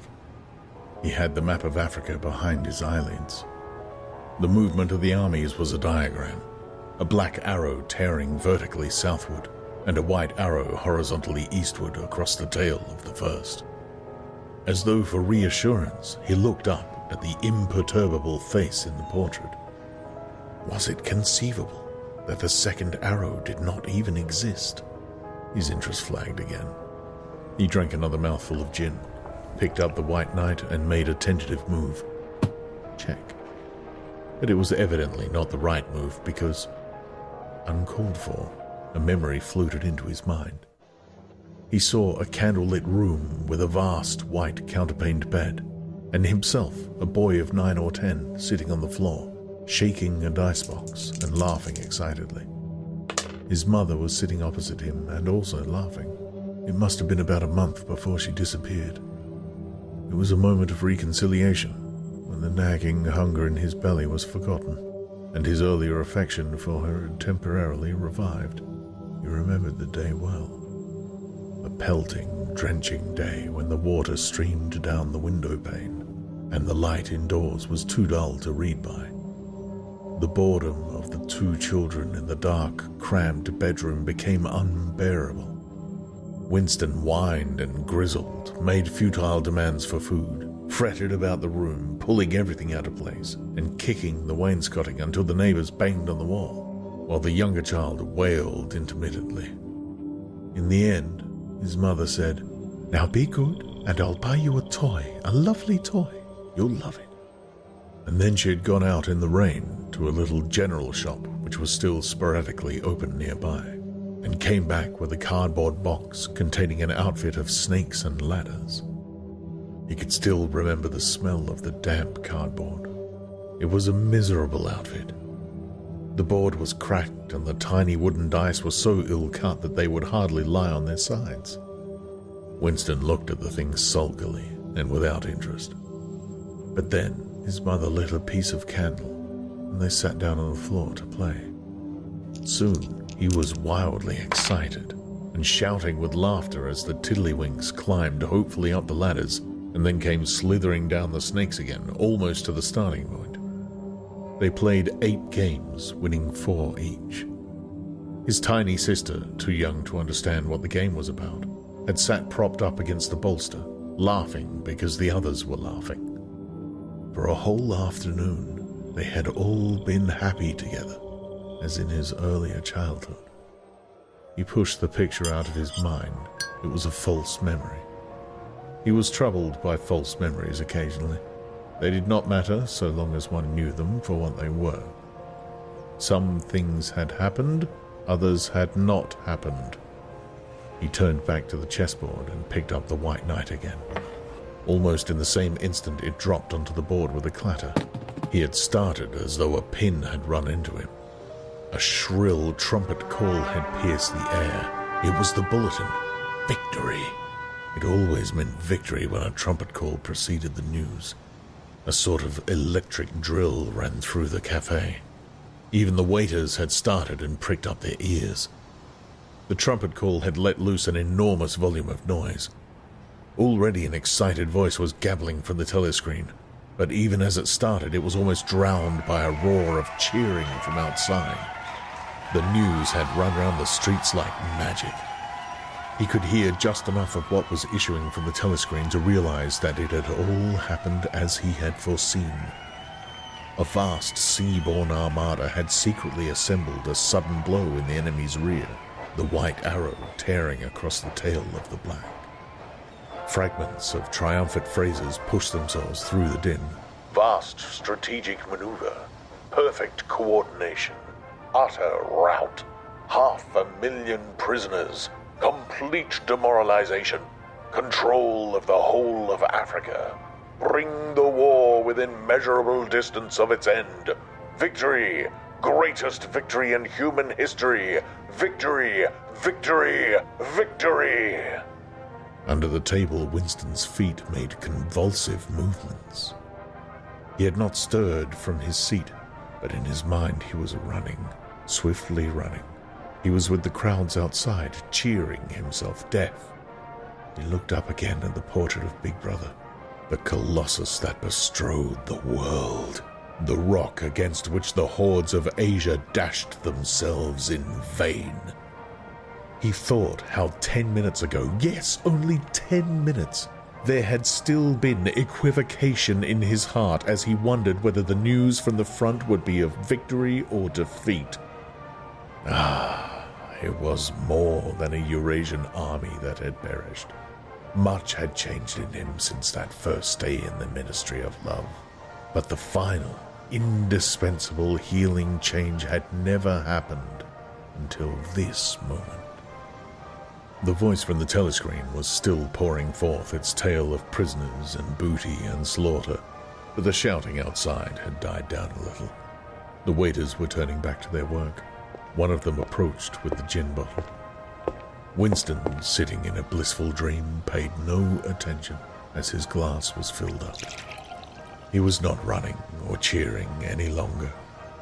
He was back in the Ministry of Love, with everything forgiven, his soul white as snow. He was in the public dock, confessing everything, implicating everybody. He was walking down the white-tiled corridor, with the feeling of walking in sunlight, and an armed guard at his back. The long-hoped-for bullet was entering his brain. He gazed up at the enormous face. 40 years it had taken him to learn what kind of smile was hidden beneath that dark moustache. Oh, cruel, needless misunderstanding. Oh, stubborn, self-willed exile from the loving breast. 2 gin-scented tears trickled down the sides of his nose. But it was all right. Everything was all right. The struggle was finished. He had won the victory over himself. He loved Big Brother. The end. 1984, written by George Orwell. Read by Steve Parker, with performances by Jet, James Whitrow, and Tim Williams, who played O'Brien. To support this and future releases, please visit patreon.com/Steve Parker.